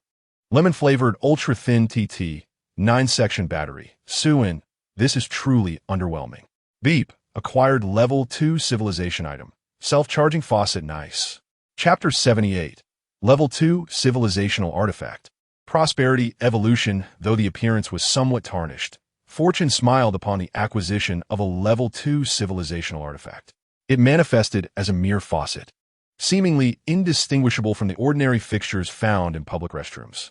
This particular faucet possessed the remarkable ability to sense motion, automatically dispensing water upon the mere extension of a hand. Astonishingly, it did not require a connection to a water source, generating water independently. Regrettably, the flow was rather meager, akin to a stream the width of a pinky finger. Thus, it would not yield much water throughout the day. Nevertheless, Xue was thoroughly pleased with this acquisition. In the impending second apocalypse, water resources would be exceedingly precious, even surpassing the value of food. At that juncture, the water flowing from this faucet would be akin to liquid gold. With this artifact in hand, Xue was assured of a fundamental supply of water in the forthcoming cataclysm. As Xue indulged in daydreams of the future, Wang Kai suddenly appeared, darting towards the blood-red core left behind by the goddess of night. Upon beholding the shattered core, which lay in 2 halves, Wang Kai's mouth watered uncontrollably. Seizing an opportune moment when Xue was distracted, Wang Kai swiftly swallowed 1/2 of the core whole. By heavens, you foolish creature, do you wish for your demise? Xue exclaimed in shock, leaping to his feet. Although the core had been damaged, it was uncertain whether Wang Kai would revive after consuming it. Should the goddess of night return to life, they would be compelled to confront her once more, potentially obtaining a divine ability from a system. Su En's eyes gleamed at this thought, and he could not help but smile indulgently at Wang Kai. There is still half remaining. Do not let it go to waste. Consume it all. Expecting a reprimand, Wang Kai was overwhelmed with gratitude, feeling deeply cherished by her master. Not only did Su En provide her with delectable leftovers daily, but now he was offering her this exquisite treasure as well. With tears of joy and appreciation, Wang Kai devoured the remaining half of the core. Ah, yes, indeed. That is the way. Su En's smile grew ever brighter. Suddenly, Wang Kai emitted a peculiar cry and collapsed to the ground, her limbs twitching uncontrollably as she rolled about. Su En instinctively drew his nano battle knife, preparing to grant her a final farewell after a moment of silence. Just then, Wang Kai began to swell and morph, fluctuating in size until she stabilized at the dimensions of an ordinary house cat. With a swift leap, Wang Kai sprang into the air, exuberantly bounding back and forth, her form shifting between larger and smaller sizes. Super Mutant, Energy-Eating Scaled Cat LV-15, Skills, Infinite Growth, Infinite Restoration, rather than reviving the Goddess of Night. Wang Kai had fortuitously inherited some of her abilities, evolving into a new mutant creature. Observing the information above Wang Kai's head, Su En smirked, dissatisfied as he sheathed his nano battle knife. He considered it merely an upgrade for his mount, a meager consolation. Let us depart, foolish creature. This laboratory has been thoroughly conquered. It is time to return to the base. Su En called to Wang Kai as they made their exit. Wang Kai chirped joyfully and hurried to catch up, but on their way out, she cleverly snatched the alloy canister and dismantled the alloy door, packaging them for transport. With the commencement of the second phase, numerous laboratories erupted from the ground, prompting the oblivious survivors to gradually converge upon the laboratory area. No one knew what these sudden steel fortresses represented. The bold ventured inside, hoping to discover valuable treasures, yet most who entered never returned. It was likely that unfortunate events had befallen them. Driven by curiosity, an increasing number of individuals infiltrated the laboratories, and ultimately, someone managed to escape. This person had discovered a silver treasure chest within, yielding an unprecedented low-grade alloy battle knife and a vial of nutrient fluid. The alloy battle knife was sharp enough to slice through iron effortlessly, easily dispatching hardened zombies with a single strike. Consuming the nutrient fluid instantly alleviated hunger, invigorating the drinker with newfound strength. The populace descended into madness, fervently rushing into the steel bastions. However, when confronted with the bow and mutant creatures within the laboratories, these individuals found themselves utterly defenseless, often resulting in hundreds of lives lost in vain attempts to conquer a single laboratory. Most present were ordinary individuals, with few awakened ones in their midst. The main force of the Awakening Alliance had only just retreated from the city, weary and battle-scarred, their initial counteroffensive having failed abysmally. By the time the Awakening Alliance received word and arrived at the laboratory area, night had already fallen. Upon learning of the treasure chests and abundant resources contained within the laboratories, the Alliance resolutely convened a meeting. The agenda of the meeting was primarily concerned with the distribution of the laboratories, who would claim which, the order of operations, and whether to pause for a meal.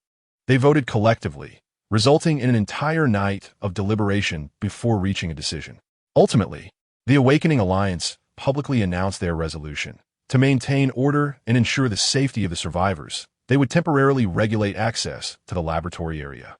Any unauthorized exploration of the laboratories without the Alliance's consent would be deemed illegal and improper, with violators facing penalties, including potential death for severe offenses. To explore the laboratories, individuals would first need to join an adventure group affiliated with the Awakening Alliance, granting them legal permission to investigate the laboratories. However, not every laboratory would be accessible. Exploration would only be permitted within the jurisdiction of the respective adventure group.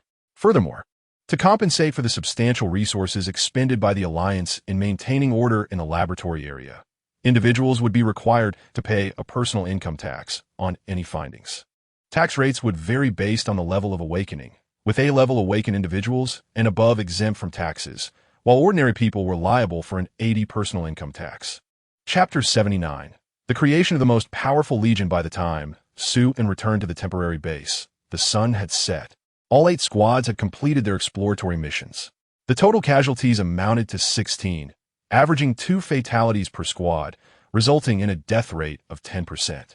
This was despite Xue Qingyu's prior warnings regarding the laboratory's hazards and the weaknesses of the Bao types. Fortunately, not a single awakened individual had perished. A small blessing amid the misfortune. Had it been any other adventure group exploring a laboratory with a safety rating above 3 for the first time, even with an S-level awakened leader, the casualty rate would typically exceed 80%. After a moment of contemplation, Xue Qingyu instructed Li Xiaoyu, the most skilled driver, to return to the city base the following morning to bring back 100 individuals. This would serve the dual purpose of replenishing the losses and facilitating the creation of additional awakened individuals to conquer more laboratories. If their abilities were insufficient, they would seek assistance from other adventure groups. With his current prowess, he can traverse the entirety of Su Di with ease, rendering the motley crew of Ba Meng Hui inconsequential. The 8 squads collectively returned with over 1,000 pieces of alloy equipment, hundreds of bottles of nutrient solution, numerous physical enhancement potions, and tens of thousands of catalyzing liquids, along with 4 design blueprints for alloy equipment. However, the majority of the alloy gear is of intermediate quality, with high-grade items constituting less than 1/10. Among these, 3 antiviral serums are included, along with the one received by Xue Qingyu during the early days of the apocalypse. He now possesses a total of 4 antiviral serums, which are exceedingly rare, with minimal production and an immense demand. Both awakened individuals and ordinary people are susceptible to the zombie virus, though the former have slightly higher resistance compared to the latter, yet neither achieves immunity. Consequently, the scarcity of virus serum is unparalleled, for vials could easily be exchanged for 4 tons of supplies, yet for Xue Qingyu, this holds little allure. He prefers to reserve his serums for his own people. Xue Qingyu first summoned the 68 capable young women with abilities, administering 3 doses of permanent physical enhancement potions to each, thereby augmenting their overall combat prowess.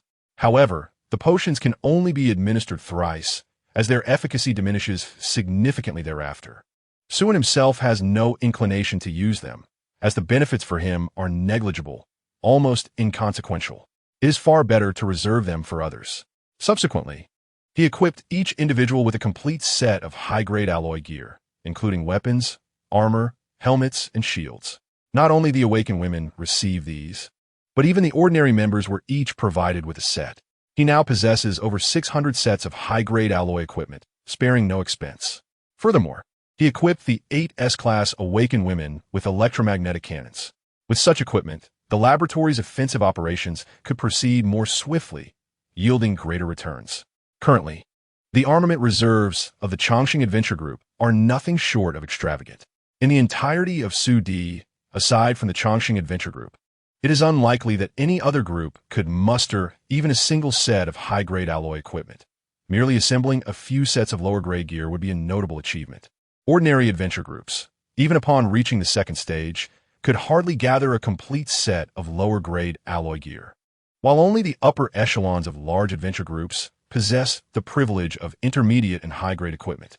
In most cases, even high-ranking members of large adventure groups may not be able to assemble a complete set of high-grade alloy equipment for personal use. Assembling 1 or 2 pieces of such gear is already a point of pride, allowing them to claim the title of wearing high-grade attire. In a single day, the Chongqing Adventure Group achieved dreams that other adventure groups could scarcely aspire to. As night fell, after dinner, Xue Qingyu returned directly to his chamber. Though not as lavish as the urban stronghold, it was still quite satisfactory, equipped with all essentials, particularly a spacious bed. The Chongqing Adventure Group has now begun to find its footing, with fewer matters requiring his direct oversight. The initial group of young women by his side has proven to be remarkably capable in all respects. The following day, Xue Qingyu and Li Xiaoyu temporarily departed from the makeshift stronghold, exiting the laboratory area. Li Xiaoyu drove back to the stronghold to fetch others, while Xue Qingyu strolled about with Wang Kai, contemplating which adventure group to visit. The supplies are plentiful, yet it remains uncertain who among them will be fortunate enough to partake. At this moment, the survivors have gradually relocated their camp from the outskirts of the urban area to the periphery of the laboratory, a sprawling crowd that seems never-ending, as the majority of Su Di's populace congregates here. However, the progress of the laboratory assault has been rather sluggish. A day has passed, and even the lowest security level 1 laboratories have seen little advancement. Most awakened individuals have not been eager to assault the laboratories. Instead, under the banner of Ba Meng Hui, they have fortified the laboratory area and intimidated ordinary people from crossing the boundaries. Anyone daring enough to breach the laboratory perimeter faces merciless execution, with their bodies displayed as a grim warning. Despite the laboratory area being more perilous than the urban zone, ordinary people are compelled to rush in, risking their lives in hopes of survival.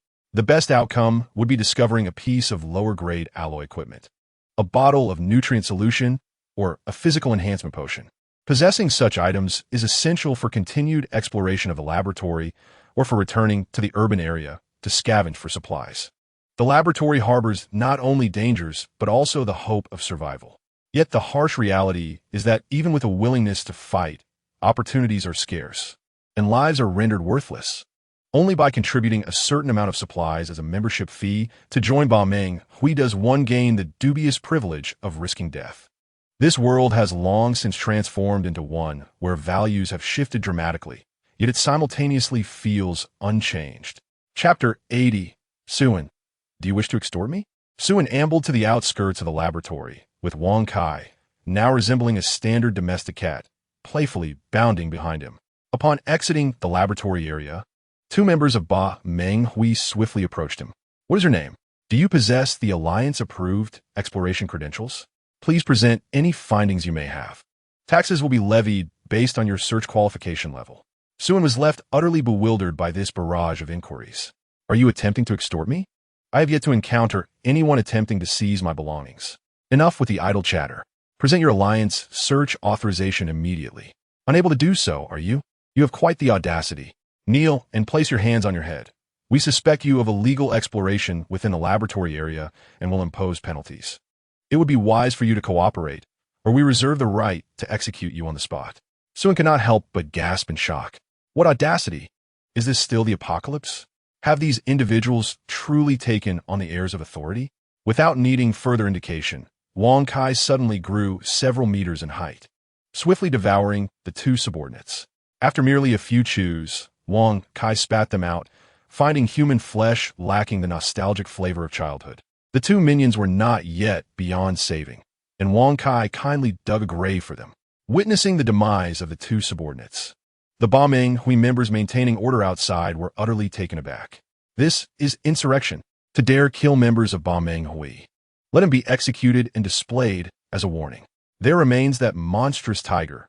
Let us eliminate it as well. Bring forth 2 awakened comrades to assist me in subduing this brat. With that, the 2 awakened individuals charged towards Xue. Regardless of whether you are an awakened one or some other fiend, if you dare provoke our Ba Meng Hui, you must be prepared for death. Before Xue could act, Wang Kai dashed forward like lightning, seizing the remnants and returning them to Xue. After plundering in a swift succession, Xue no longer glanced back. Wang Kai consumed the 2 howling awakened ones, crunching them down with ease. Admittedly, they were somewhat unpalatable, yet they were still awakened ones, and thus provided significant nourishment. Upon witnessing the demise of the 2 awakened, the remaining companions were filled with rage, surging towards Xue with a roar. At first glance, there appeared to be 30 or 40 awakened individuals, yet the highest among them barely reached the C rank. Faced with such inferior opponents, Xue could hardly be bothered to engage personally, allowing Wang Kai to pounce, bite, and retrieve them one by one for Xue and a plunder. Given Wang Kai's current strength, awakened beings below S rank could be disregarded entirely. Even against an S rank awakened, without 2 or 3 attacking simultaneously, they posed no real threat. Moreover, even if injured, they could not kill Wang Kai, who had inherited the night goddess's infinite recovery ability. As long as the core within remained intact, death was impossible. At this stage, he was akin to a bug-level existence. In less than 5 minutes, dozens of awakened individuals fell one after another, unable to escape in time. The remaining members of Ba Meng Hui, who were not awakened, dare not charge forward. You are doomed. Someone has already gone to inform the president. Just wait. You will be hanged and whipped. One trembling member of Ba Meng Hui pointed at Xue, making threats. Wang Kai showed no mercy and dispatched him with a single claw. Truth be told, Xue was thoroughly dissatisfied with Ba Meng Hui. Having lived a second life, the organization remained unchanged. In his previous existence, it was precisely due to Bai Menghui that during the second phase of a laboratory, they failed to conquer even a tenth of it. Many sought to enter the laboratory area, striving desperately without any opportunity. Originally, the awakened ones were to serve as the main force, yet they hid outside, waiting for ordinary people to enter and toil to bring back supplies. Ultimately, numerous individuals perished from starvation, never having the chance to enter the laboratory area in search of a glimmer of hope. He cared little for the lives of ordinary people, but now he longed to witness everyone desperately entering to conquer the laboratory. The Changsheng Adventure Group primarily focused on high-level laboratories, avoiding the lower ones due to their low value. Yet the output of catalysts from lower-level laboratories was the highest, and he needed those as well. If no one ventured into the lower-level laboratories, how could he procure the catalysts? He could not simply lead a team to scour each laboratory himself. While it was easy, time was of the essence, as the second phase was also time-limited. The best approach was to encourage all survivors to risk everything in the lower-level laboratories to collect catalysts, and then he would buy them at a bargain price. With this thought, Xue kicked down the fences surrounding the laboratory area and shouted to the crowd, "In the name of the leader of the Changsheng Adventure Group, I solemnly declare that from today forth, all individuals may freely enter the laboratory area for exploration without the need for anyone's approval or qualification. Anything obtained within shall belong solely to you, with no requirement to surrender a single item to others. Comrades, fight for survival, for tomorrow, for family, for friends. Let us endure together in this wretched world." After a few stirring words, the crowd's emotions were ignited. To hell with Bai Menghui. Why should they monopolize the laboratories? Why must we risk our lives while they wait outside to collect taxes, demanding 80% in return? Leader Xue is right. We must fight to survive and work together through adversity. With the Changsheng Adventure Group on our side, what is Bai Menghui? I will not be exploited even in death. Yes, with the Changsheng Adventure Group and Leader Xue to guide us. To hell with Bai Menghui. Long live the Changsheng Adventure Group. Long live Leader Xue. The cheers of the crowd surged like a tidal wave. Suddenly, a burst of flames erupted within the crowd, incinerating several who were still cheering into blackened ash. The protective barrier was instantly extinguished. There stood Xue Qingyu, accompanied by numerous leaders of adventure groups, slowly approaching with a dark expression. Xue Qingyu's face was as somber as could be. Bai Menghui had paid a substantial price yesterday in search of the Changsheng Adventure Group's stronghold, yet had found nothing. Just as the Changsheng Adventure Group's location remained elusive, Xue had audaciously come to stir trouble, having just slain dozens of their awakened members. Xue Qingyu's blood pressure was entirely on the rise. Leader Xue, who granted you the audacity to speak so brazenly? The rules established by Bai Menghui are ironclad. You have no right to alter them. Beside Wuxin, a woman suddenly stepped forward, declaring, "You arrogant brat, don't think that by slaying the mad wolf you can do as you please. Before our Bai Meng association, you are nothing but a mere speck. Do you believe that I could take your life today?" Wuxin extended his hand to halt the woman, signaling her to remain calm.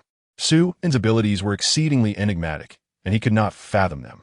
The Wolfang Adventure Group was annihilated at a whim, and he sought to avoid direct confrontation whenever possible.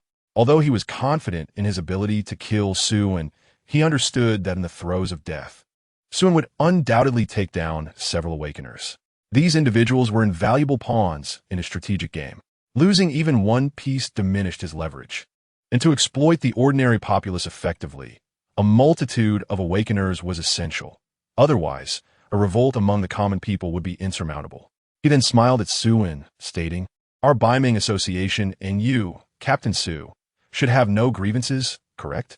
If your adventure group is displeased due to not joining the Bai Meng Association, I, as the president, hereby formally permit the Changsheng Adventure Group to join us. The benefits and territories to be gained will be substantial, and the Changsheng Adventure Group will not be shortchanged. To express our apologies, we are willing to offer your group half a ton of rice and flour, along with half a ham as compensation. What say you, Captain Xue?" Wuxin's willingness to compromise stemmed solely from a desire to placate Xue temporarily. The moment Xue had obliterated the Mad Wolf with a single punch, Wuxin had resolved to eliminate him. Such a person, capable of threatening his status, could not be allowed to live. with half a ton of rice and ham as bait. He believed Suen would find it hard to refuse. No one could turn down such temptation. He himself would struggle to do so, and he felt confident. Suen regarded Wuxin with an expression akin to that of viewing a fool. You think I would associate with you over such trifles? Wuxin, whom you look down upon, do I appear to be in need of food? This amount is scarcely sufficient for my dog.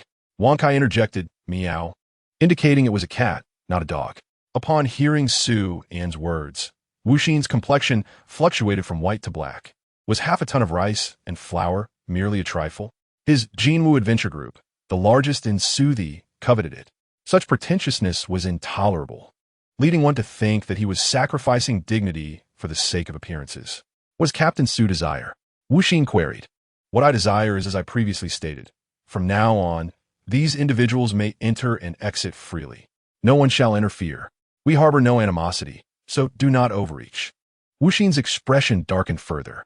I'm not negotiating with you, understand? Suen scoffed coldly. As the conversation threatened to collapse, the awakeners behind Wuxin began to stir restlessly. President Wu, why waste words? Just kill him. We are many, and we need not fear mere boy. At that moment, a woman clad in black by Li Bing emerged with a dark umbrella. I concur with Captain Su's sentiments, she calmly stated, casting a glance at Suen. It was not her intention to align herself. She had no choice. Due to Su An's previous dealings with the Black Rose regarding territorial matters, Wuxin suspected clandestine communications between the Black Rose and the Chongqing Adventure Group. Thus, the latter was excluded from the laboratory's regulations. Members of the Black Rose were equally barred from entering the laboratory for exploration and received no share of the spoils. To obtain such eligibility, they would have to become vassals of Wuxin's Jinwu Adventure Group, a situation Bai Li Bing would never accept. She understood the repercussions of a female-led group becoming subordinate to another. Furthermore, Wuxin had long harbored intentions toward her, an unspoken understanding among them. To be frank, she held little fondness for Suen. She had privately investigated the Chongqing Adventure Group, discovering that they had only recruited 3 times, solely selecting beautiful women who were not awakeners. It was clear that Suen had only brought them back as playthings, akin to the loathsome men she despised. Even if they were mere toys in this chaotic world, securing a meal was a common aspiration. The distinction between being a plaything or a member of the group was negligible. Yet, the Chongqing Adventure Group deceived naive young girls with tales of exorbitant rewards, leading them into traps. This was her greatest contempt. In her view, Suen was merely fixated on the Black Rose, hoping to curry favor, as there were many beautiful girls among them. Were it not for dire necessity, she would never align with Suen. Now, she could only hope that Suen possessed sufficient leverage to compel Wuxin to compromise. Otherwise, the Black Rose too would be in jeopardy. She had no alternatives. Upon witnessing Bai Li Bing, the ice beauty, step forward, Suen was somewhat surprised, considering her resemblance to Xue Qingyu from his past life, a woman who had similarly drawn the attention of men.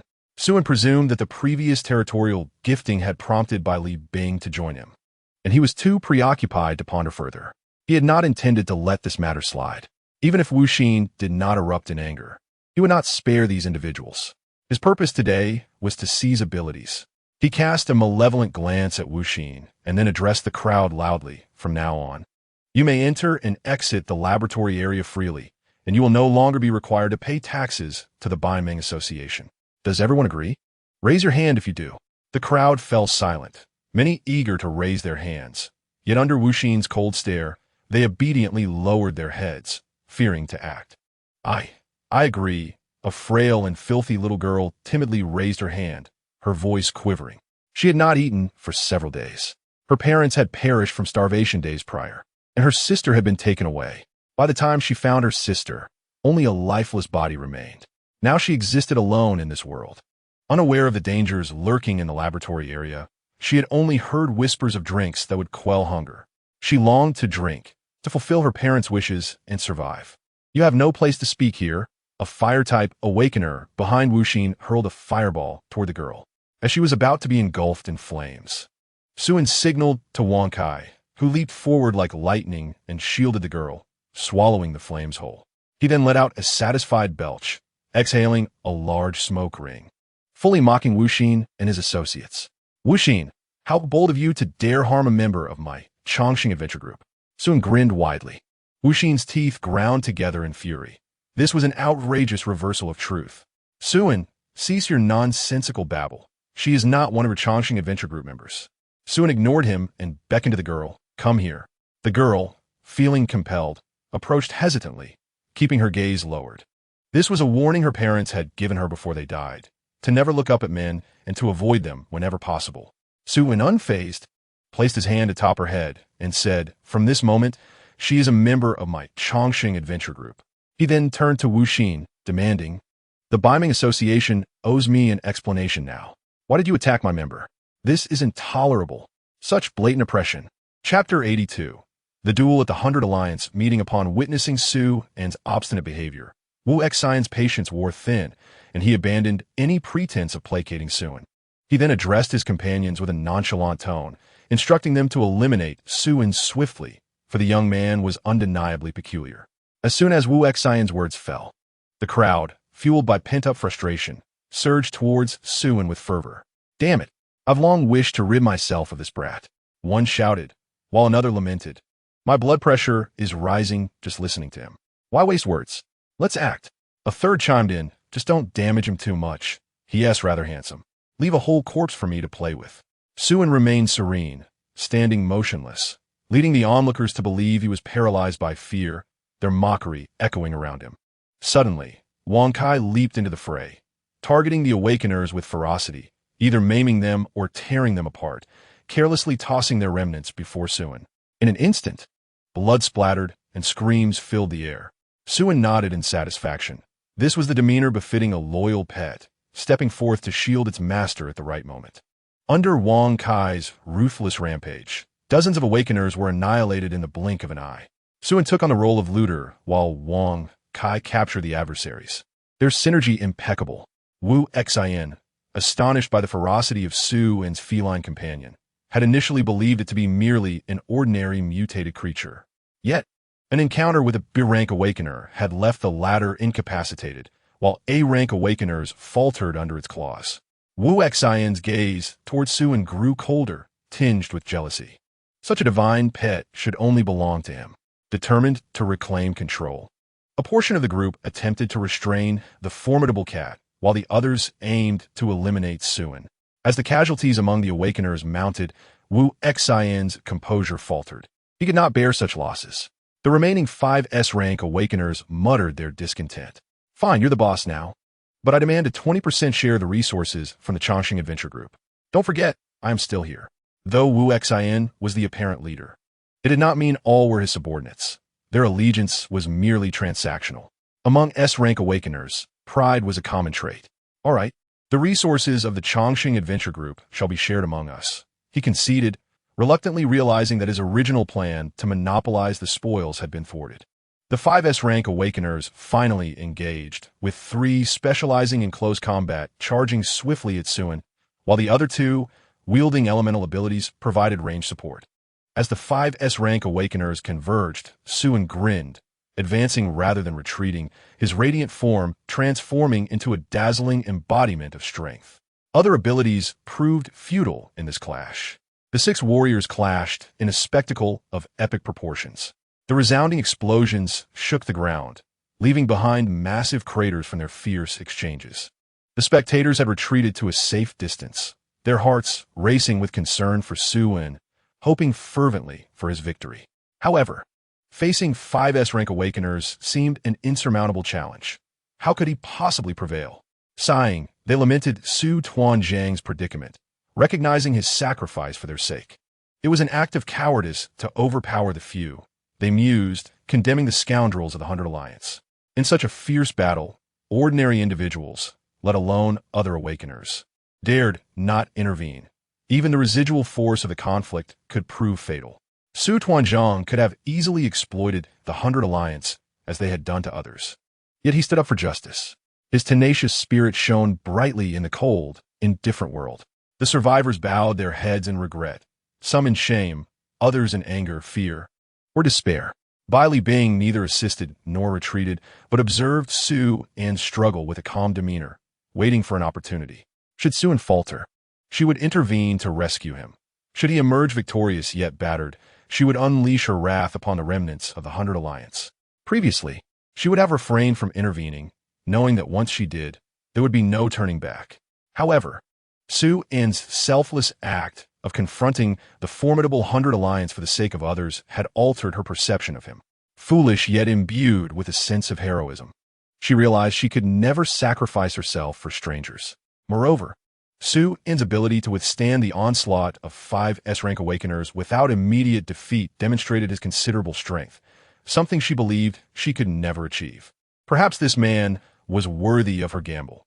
As long as he survived today, the tides of fortune remained uncertain.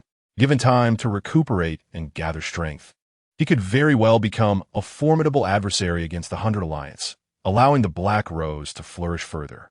The battle raged on for less than 3 minutes, with Xue increasingly overwhelmed, clearly at a disadvantage, prompting gasps from the onlookers. Whispers of encouragement began to rise, swelling into a chorus of support. Observing the fervor of the survivors, Xue Qingyu scoffed disdainfully, "Foolish rabble." With a swift motion, he vanished from sight. When he reappeared, it was behind Xue. He recognized that Xue was beginning to falter under the relentless assault of the 5 S-rank awakeners. The dazzling form of Xue showed signs of vulnerability. His back was no longer shielded by diamond armor, leaving him defenseless. Seizing the opportunity, Xue Qingyu executed a sudden strike, aiming a dagger towards Xue's back for a lethal blow. "Despicable!" someone shouted, warning Xu Tuanzhong of the impending attack. Many gasped in horror, eyes shut tight, unwilling to witness the brutal scene of Xue's demise at the hands of the dagger. "I've got you now," Xue Qingyu cackled, believing he had secured victory.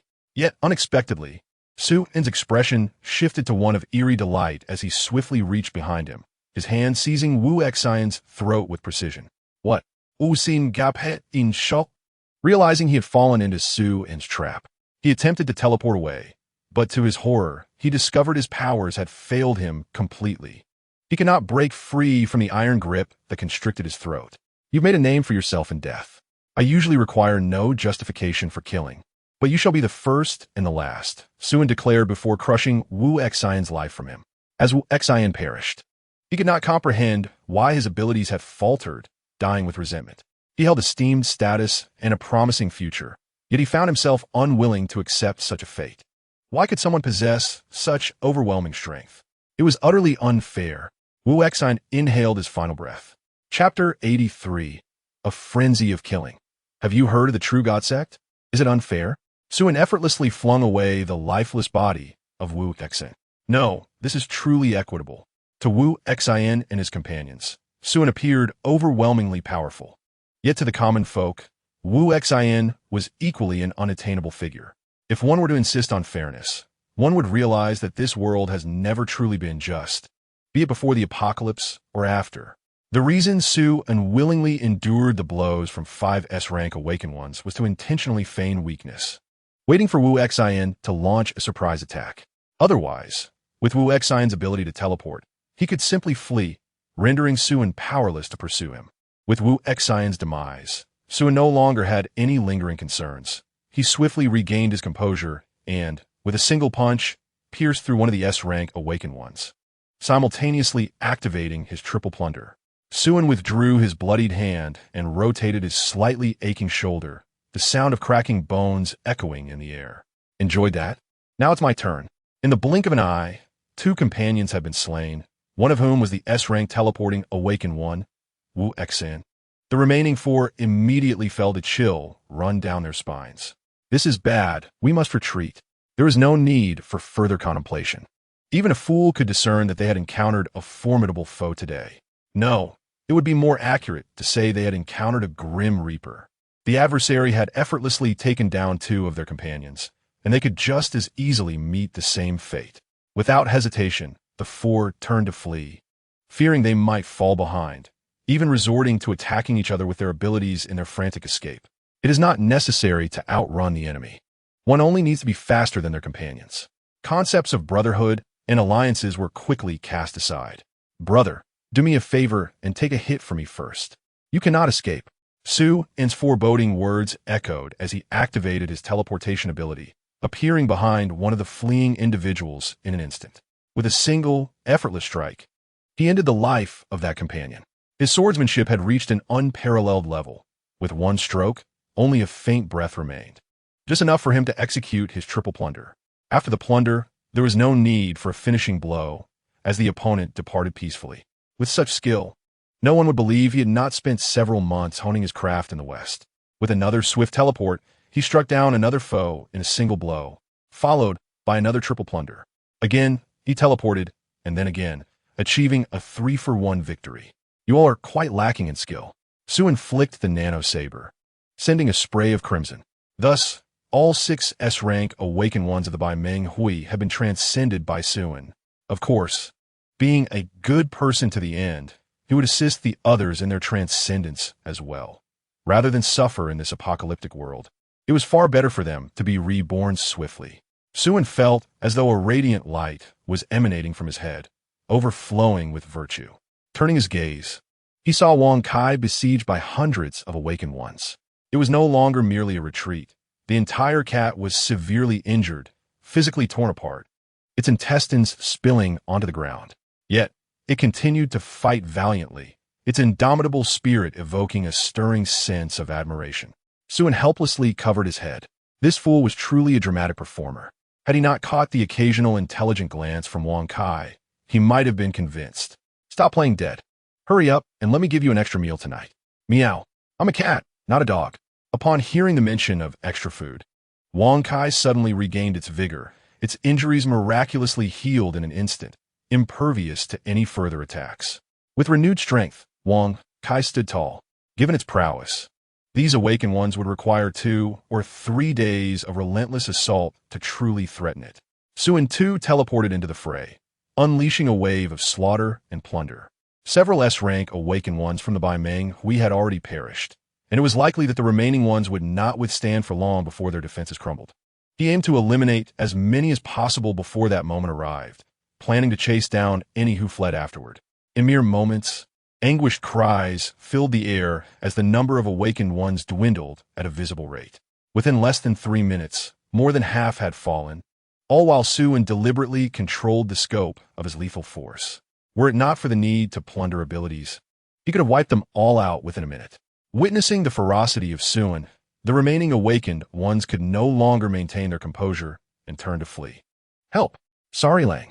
Sorry, Lang. Mommy, I want to go home. I don't want to play anymore.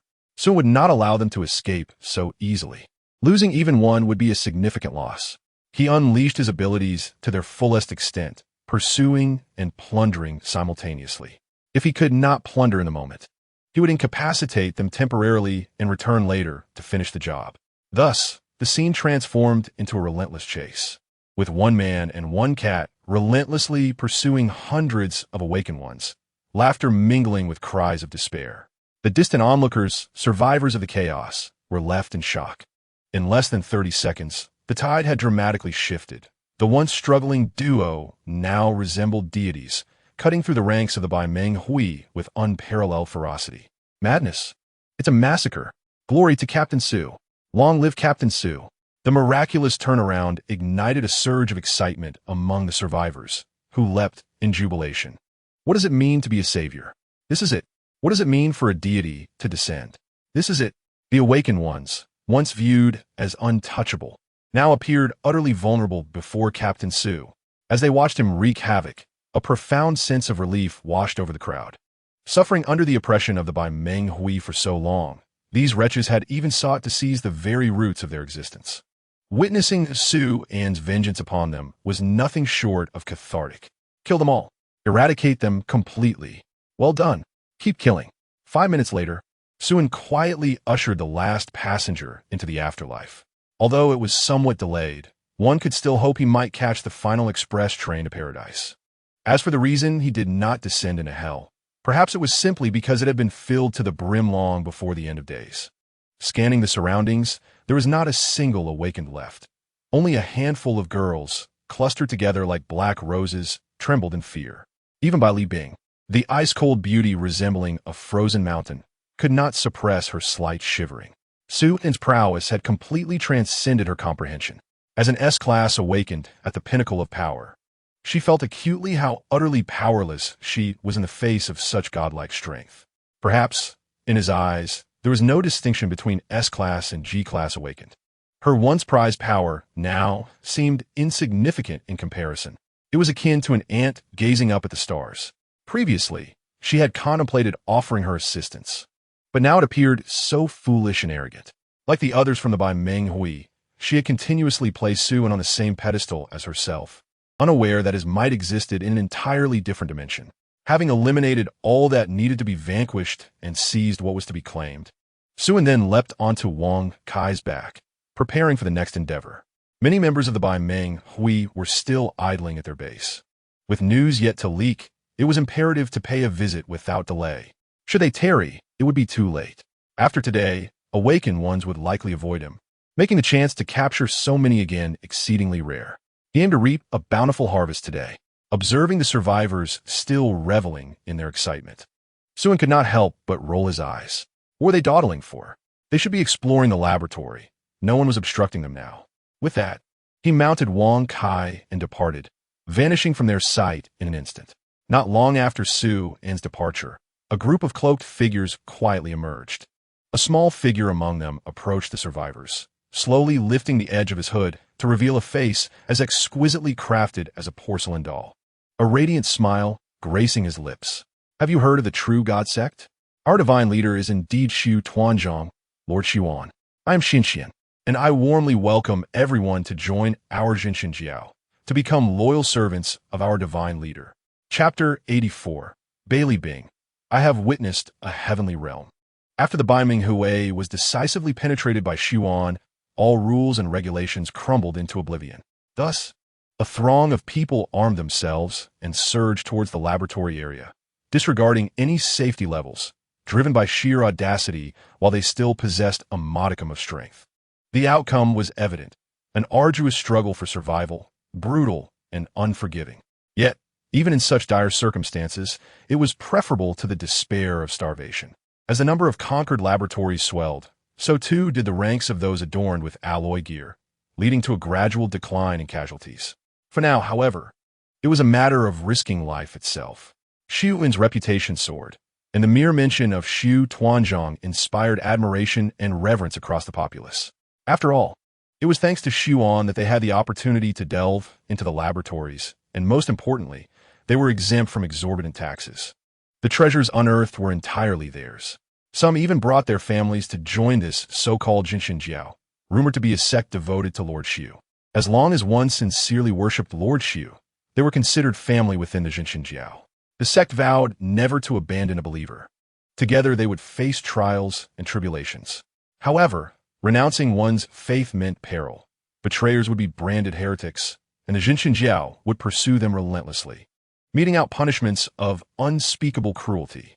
With Xuan's name as a beacon, the Jinshin Jiao swiftly amassed thousands of adherents, including several awakened individuals, and continued to grow. Soon, it established a firm foothold in Sudi, seizing portions of the territory left vacant by the fall of the Bai Meng Hui, hinting at a potential transformation into a formidable power. Concurrently, the Jinshin Jiao dispatched its own exploration teams towards the laboratories. Faith may not sustain one, but it certainly imbues one with courage when wielding a blade, or grants tranquility when confronting death.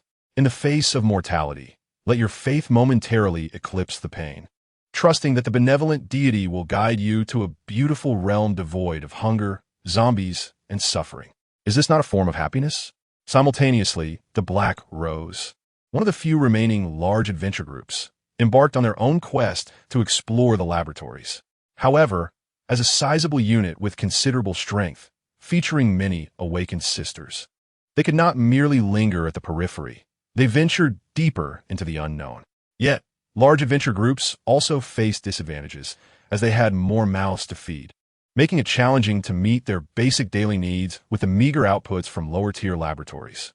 After half a day's labor, the Black Rose successfully conquered 2 laboratories with a safety rating of 1, reaping a bounty of valuable items, including 2 pieces of intermediate alloy gear. A remarkable harvest indeed.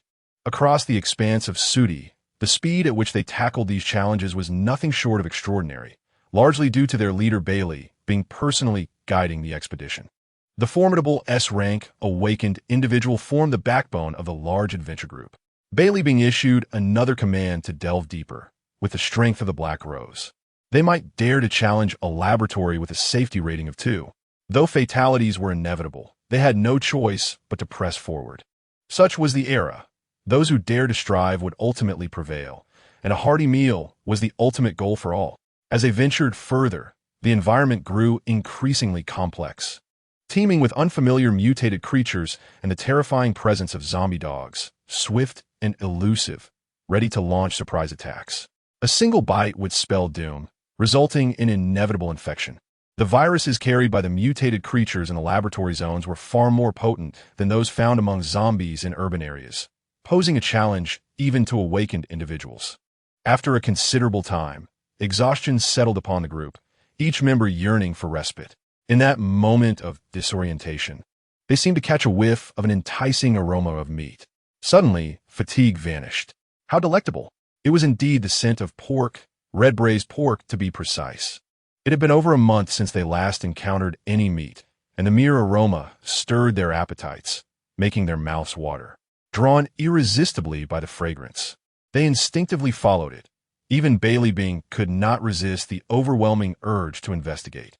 Upon rounding a corner, their vision cleared to reveal a vast open space within the laboratory fortress where a camp was established.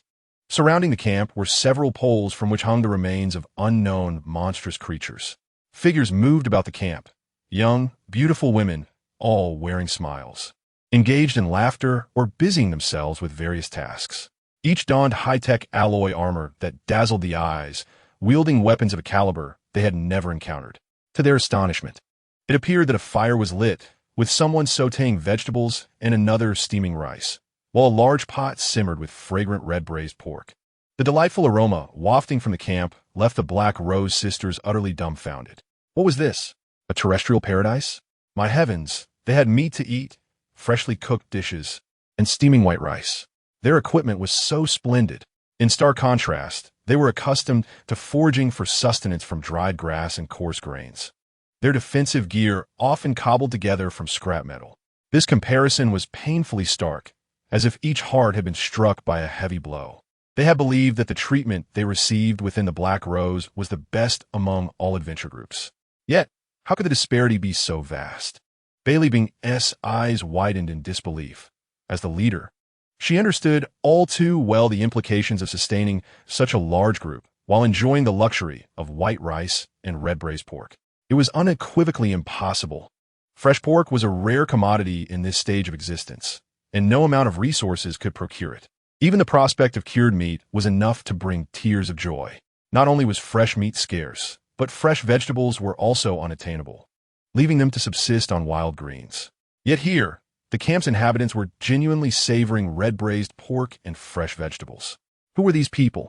The denizens of the camp took notice of the Black Rose and swiftly organized themselves, readying for confrontation. A colossal hand, sculpted from gravel, suddenly emerged from the camp, cradling a remarkably exquisite girl clad in a maid's outfit, who coldly declared, "This is the territory of the Chongqing Adventure Group. Unauthorized personnel are advised to steer clear." Chapter 85. A reunion among sisters. Bailey Bing enters the Grand Garden. Upon hearing the girl's voice, Bailey Bing paused momentarily. Was this truly the Chongqing Adventure Group? It was her first encounter with the Chongqing Adventure Group, a legendary entity that had long remained shrouded in mystery. No one had ever witnessed the true visage of the Chongqing Adventure Group, and people's understanding of it was limited to whispers of exceptional treatment and tales of the formidable leader, Xue. However, upon this first meeting, it became evident that such rumors were far from reliable. The story suggested that the members feasted on ham sausages daily. Yet, what lay before her was not mere ham, but a sumptuous feast of braised pork. Was this what they called good treatment? It was nothing short of paradise. Was Xue truly powerful? He seemed almost superhuman. In a moment of disorientation, Bailey Bing was overwhelmed by an immense sense of defeat. She realized that Xue was not deceiving her. In fact, the conditions and treatment offered by the Chongqing Adventure Group during recruitment were likely understated.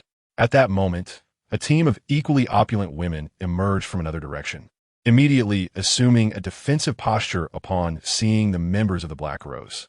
"We are the Black Rose Adventure Group. We mean no harm and are merely passing through." Li Bing hurriedly explained, setting aside the fact that the girl standing atop the gravel hand was also an S-rank awakened. The lavishly equipped ordinary members were beyond what they could handle. Cousin, what are you doing here? Xue Qingyu emerged from the crowd, jogging toward Li Bing. Qingyu? Li Bing's eyes widened in astonishment. She never expected to encounter Xue Qingyu in this place. The two sisters embraced each other with excitement, their bond as close as that of cousins, despite attending different universities. They lived in the same city and maintained regular contact, often gathering on weekends. However, after the apocalypse began, their communication ceased. Li Bing had attempted to locate Xue Qingyu, but ultimately lacked the means to do so. Xiao. She is my cousin, so there is no need for concern. Xue Qingyu waved at Xiao, offering reassurance. Upon hearing this, Xiao nodded. All right, Sister Qingyu. The gravel hand slowly descended to the ground, and the girls in the camp relaxed their guard, returning to their previous activities. Cousin, let us go inside and talk. Li Bing suggested. Okay, Xue Qingyu replied, leading the group into the camp. As they observed the Chongqing Adventure Group up close, Li Bing was struck by the true meaning of luxury. The attire and footwear of the inhabitants were astonishingly new, unlike their own tattered garments. Each person exuded a delightful fragrance, unmistakably due to the use of shampoo and soap, and many even wore perfume. It was not that they lacked cleanliness. After all, who would want to endure the stench of sweat all day? It was merely due to limited resources. They could scarcely afford soap, let alone perfume, and with water scarcity, daily bathing was a luxury they could hardly afford. Not only were their clothes new, but their utensils were as well. Some rooms even had pristine carpets at their entrances. A few girls were even applying makeup. What occasion warranted such adornment? Wait, where did they acquire cosmetics? Even Li Bing, who was typically known for her resilience and stoicism, felt her composure wavering. Qingyu, is this how you all live? She asked. Xue Qingyu smiled sheepishly. Not exactly. We just recently stationed here, and conditions are a bit worse than at our headquarters. Li Bing retorted, this is what you call worse? She was at a loss for words. If she didn't know Xue Qingyu's temperament, she might have thought her cousin was boasting. By the way, how did you end up in the Chongqing Adventure Group? Li Bing quickly changed the subject, fearing that Xue Qingyu might say something unbearable. It's like this, Xue Qingyu said, pulling Li Bing to a table where she recounted her experiences after meeting Su, and Li Bing listened with astonishment. Regarding Xue Qingyu with a quizzical expression, something about her account seemed amiss. It appeared that Xue Qingyu had not endured any suffering during this time. Instead, it felt more like a vacation, where she enjoyed good food and rest, without a care for safety or resources. Was this the reality in a world filled with despair? The only concern she expressed was about having gained several pounds and how to lose weight. Is this how a person speaks? Li Bing exclaimed. Wait, Qingyu, are you saying you are now the vice leader of the Chongqing Adventure Group? Yes, Sun appointed me, Xue Qingyu replied. Li Bing frowned upon hearing this. He hasn't forced you to do anything, has he? Xue Qingyu quickly shook her head. No, he treats me very well. In truth, Xue Qingyu secretly hoped Su and would compel her to take on more responsibilities. Li Bing raised an eyebrow, filled with doubt. However, she trusted Xue Qingyu's words. Knowing her cousin, Xue Qingyu was a woman of gentle exterior but strong character, unlikely to be easily coerced or manipulated. She would rather choose death than to live in subjugation. This raised questions. Why would Sun entrust such a significant position to Xue Qingyu? There must be something more between them for her to occupy such an important role. At that moment, Xiao approached with 2 glasses of juice. Sisters, please enjoy. If you prefer soda or chilled beer, just let me know, and I will bring it to you. Thank you, Xiao. Xue Qingyu replied with a nod. Li Bing felt a pang of envy, realizing how much she resembled a beggar in contrast to this lifestyle. Their existence was akin to survival, while this was living. Cousin, let me introduce you. This is Xiao. You may have seen her on television. She is quite famous and currently serves as our logistics minister. Xue Qingyu said. Li Bing nodded hello. She had found Xiao somewhat familiar, but after Xue Qingyu's introduction, she recognized her as a celebrity she often saw on TV. Xiao, what is your relationship with Sun? Li Bing asked, her tone hinting at deeper implications. Xiao smiled brightly and tilted her head. I am his maid. Is there a problem with that, master? Indeed, most people refer to him as Master. Xiao continued. Ba Li Bing turned to Xue Qingyu. Don't you think that's a bit inappropriate? She assumed Xue Qingyu addressed Su in a similar manner. It seemed strange for her strong-willed cousin to casually refer to a man as Master. Xue Qingyu paused. It does seem a bit inappropriate. She still called Su and by his full name, and she was the only one in the group who did so. In truth, she had considered adopting a different term of endearment, ideally something akin to hubby, but she maintained her principles firmly. Chapter 86. Equality under Plunder. At that moment, Suan was rampaging through the adventure group base under the auspices of the Bai Meng Hui, ruthlessly acquiring everything in his path. Regardless of the abilities, he replicated and stripped them from their owners, claiming every ounce of wealth, ensuring not a single point of wealth was left behind. Not only did he seize abilities and wealth, but he also left no useful item behind. Chairs and benches? Take them. Bedding and blankets?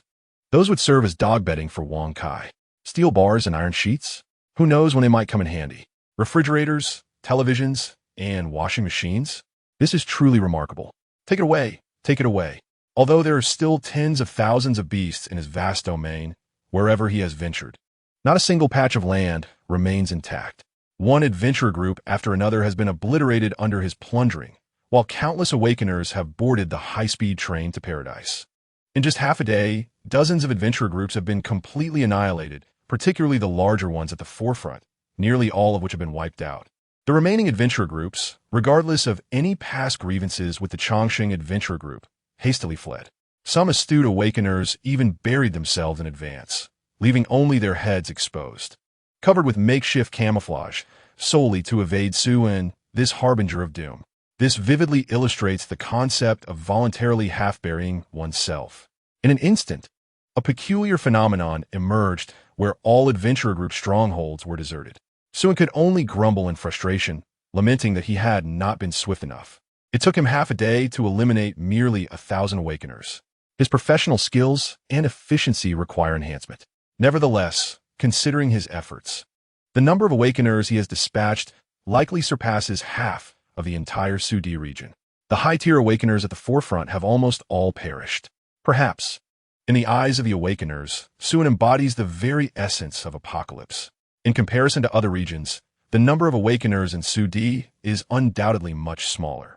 However, the overall strength is debatable, for this harbinger of doom has entrenched himself in Sudi, equipped with a unique capability that renders any additional awakeners mere fodder. After a day of exceptional plundering, Suan's proficiency in his plundering ability has reached its zenith. Leveling from 1 to 2 requires 10 abilities, with each ability corresponding to a proficiency of 10. Transitioning from level 2 to 3 necessitates 100 abilities, with each ability corresponding to a proficiency of 1. Advancing from level 3 to 4 demands 1,000 abilities, with each ability corresponding to a proficiency of 0. 1. Currently, at level 3 with 100 proficiency, he has met the requirements for advancement. Ding! Congratulations, host, your plundering ability has ascended, granting you an additional new function. Under Plunder, all beings are equal. All beings are equal. An inherent skill allowing the plunder of all carbon-based life. Upon hearing the system prompt, Suan's lips twitched. Well, now he can plunder even entities that are not human. He is indeed straying further down this path of inhumanity. A question arises. Can skills obtained from mutated creatures or zombies be utilized by humans? Should he dare to hope? For instance, if he were to use the night goddess's infinite proliferation, would he not inadvertently transform into a Cthulhu-like entity, morphing into an endlessly bloated mass? The mere thought of such a scenario sends shivers down his spine, especially with so many beautiful maidens awaiting him at home.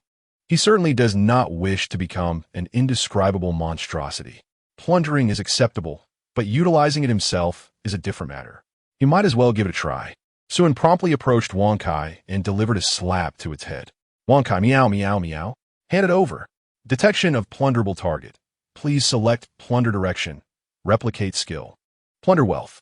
Skill replication successful. Acquired skill from mutated creature. Infinite growth, infinite recovery. Wealth plunder successful. Acquired 1024 wealth points, stored in the vast domain. Please check promptly. Both of Wang Cai's primary abilities have been replicated, and even the wealth points have been seized. The vast domain has been enriched with several boxes of dried fish and various cat food cans, alongside a book titled Comprehensive Guide to Breeding and Reproduction of Pet Cats. Truly remarkable. While the food is understandable, that book is quite inappropriate. Simultaneously, Xue discovered that he could now see Wang Cai's affection level hovering above its head. 100. Remarkably high. However, upon reflection, it is not surprising. He is, after all, the provider for Wang Cai, the gluttonous creature, rendering him a godlike figure in its eyes. Since he can plunder skills from mutated creatures, it is time to ascertain whether he can do the same with zombies. Xue then retrieved the cat food cans he had just plundered from Wang Cai's domain and placed them on the ground.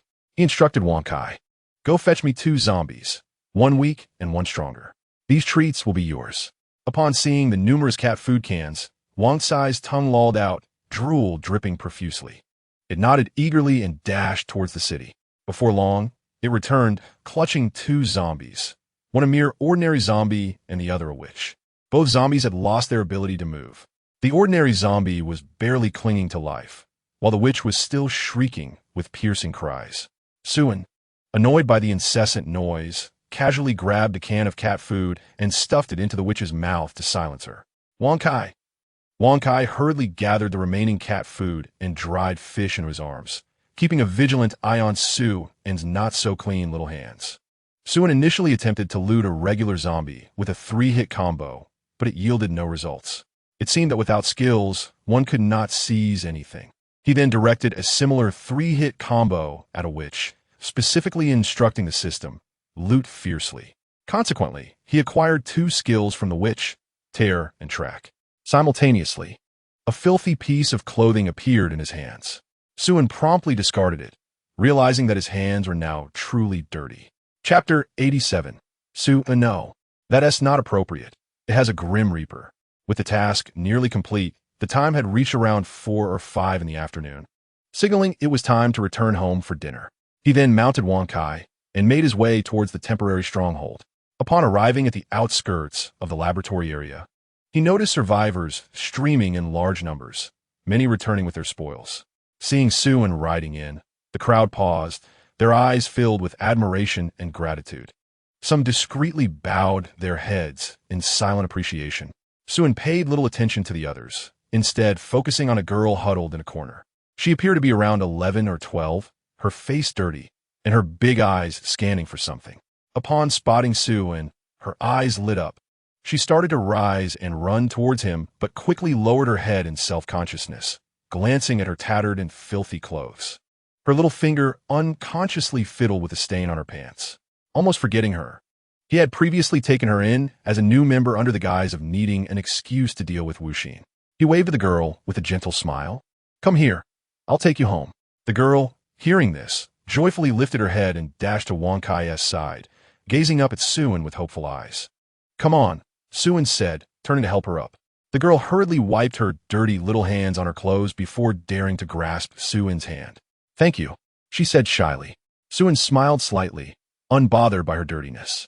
Wang Cai then leaped high, bounding into the laboratory area and disappearing from view in a few jumps. The crowd watching felt envious as the little girl was taken away by Xue. Everyone aspired to join the Chongqing adventure team. It was clear that they were not recruiting at the moment, leaving many without a chance. The little girl was indeed fortunate. However, it could not be solely attributed to luck. Previously, during the confrontation between Captain Xue and the 100 Alliance, it was this innocent girl who had dared to raise her hand in support. It was only natural that she was recruited under special circumstances. The crowd could not help but chastise themselves for not being brave enough to raise their hands. Had they done so, they might have joined the Chongqing adventure team as well. Regardless of treatment, with Captain Xue as a pillar, they could hold their heads high wherever they went, garnering respect. In less than 10 minutes, Xue returned to the temporary stronghold. Upon his arrival, the girls eagerly stood to greet him, calling out Captain and Master in unison. "Welcome home," Lu Hui said as she approached. Xue nodded, bringing the little girl forward. "She is my newly recruited team member. Please help her settle in and assign her some chores." Given her young age, it was only reasonable for her to handle minor tasks. Exploring the laboratory was beyond her capabilities. Lu Hui glanced at the little girl and then at Suen. Do you have a fondness for this type, master? Suen was taken aback. No, that's inappropriate. It has a grim reaper. I would incur heavenly punishment. Lu Hui stifled a laugh, her enchanting eyes sparkling. Turning to the little girl, she asked, What's your name, little sister? Hello, big sister. I'm Bing Tang, like the sugary candy. You should good. Her affection for the girl growing. Typically, children her age would call her Annie. True to her name, the girl indeed had a sweet tongue. Come on. Big sister will take you to wash up and change into clean clothes. Bing Tang followed Lu Hui, glancing back intermittently, feeling a bit frightened in this unfamiliar environment. She would need a few days to acclimate. Suen, are you injured? I heard from my cousin about your encounter with the 100 Alliance. Xue Qingyu hurriedly approached, her face filled with concern. Bai Li Bing trailed behind her. Suen was somewhat surprised to see Bai Li Bing. It was unexpected that these two sisters had come together. It was evident that their collaboration in the previous life was not mere coincidence. Don't worry, I'm fine. Are you and Captain Bai Li cousins? Yes, distant cousins. That explains it. Upon closer inspection, they did share some resemblance, both being exceptional beauties. Yet their personalities were starkly different. One was warm and gentle, while the other was as frigid as 1,000-year-old ice, regarding everyone with a disdainful gaze. Suen was not particularly fond of such cold personalities. One could never tell how frosty they might be. It's good to see you again, Captain Bai Li. Suen casually greeted. Bai Li Bing nodded without elaborating, her gaze towards Suen filled with trepidation. The strength Suen displayed today had left her with a psychological shadow. She had no doubt that if Suen wished, he alone could flatten the Black Rose faction without them having a semblance of a chance to resist. Moreover, the strength of the Chongqing adventure team was not solely reliant on Suen. After careful observation, she noted that the team possessed at least a dozen S-class Awakened Ones. One outrageous lineup. Even Su Di combined had not that many. Had the 100 Alliance been aware of the formidable strength of the Chongqing adventure team, they would never have dared to provoke them. They would have had to bow in submission to whatever the team demanded. Unfortunately, there were no what-ifs anymore. If Captain Bai Li doesn't team mind, why not stay for dinner? Suen offered politely. Bai Li Bing wanted to decline, but the enticing aroma of meat wafting through the air made her hesitate. The eager gazes of the other girls from the Black Rose faction further compelled her to relent. Thank you, Bai Li Bing said, feeling a bit flushed. She was not one to take advantage, yet she found it hard to refuse this meal. The temptation was simply too great. You're Xue Qingyu's cousin. It's just a meal. No need for formalities. Suen remarked before turning and heading back to his room. He had many matters to attend to. With over 1,000 abilities yet to be integrated, Li Xiaoyu had already brought the personnel from the headquarters. He needed to expedite the fusion of abilities and create a new batch of Awakened Ones. The girls from the Black Rose faction were elated at the prospect of dining with the Chongqing adventure team. Yay, we're having meat. I can't be dreaming. Long live the captain. Long live Captain Su. Xue Qingyu felt a surge of emotion as she watched Su and his departing figure. Though it was just a meal, she understood the rarity of such an opportunity with the Chongqing adventure team. Perhaps she should seek him out later to express her gratitude properly. As this thought crossed her mind, her cheeks flushed slightly.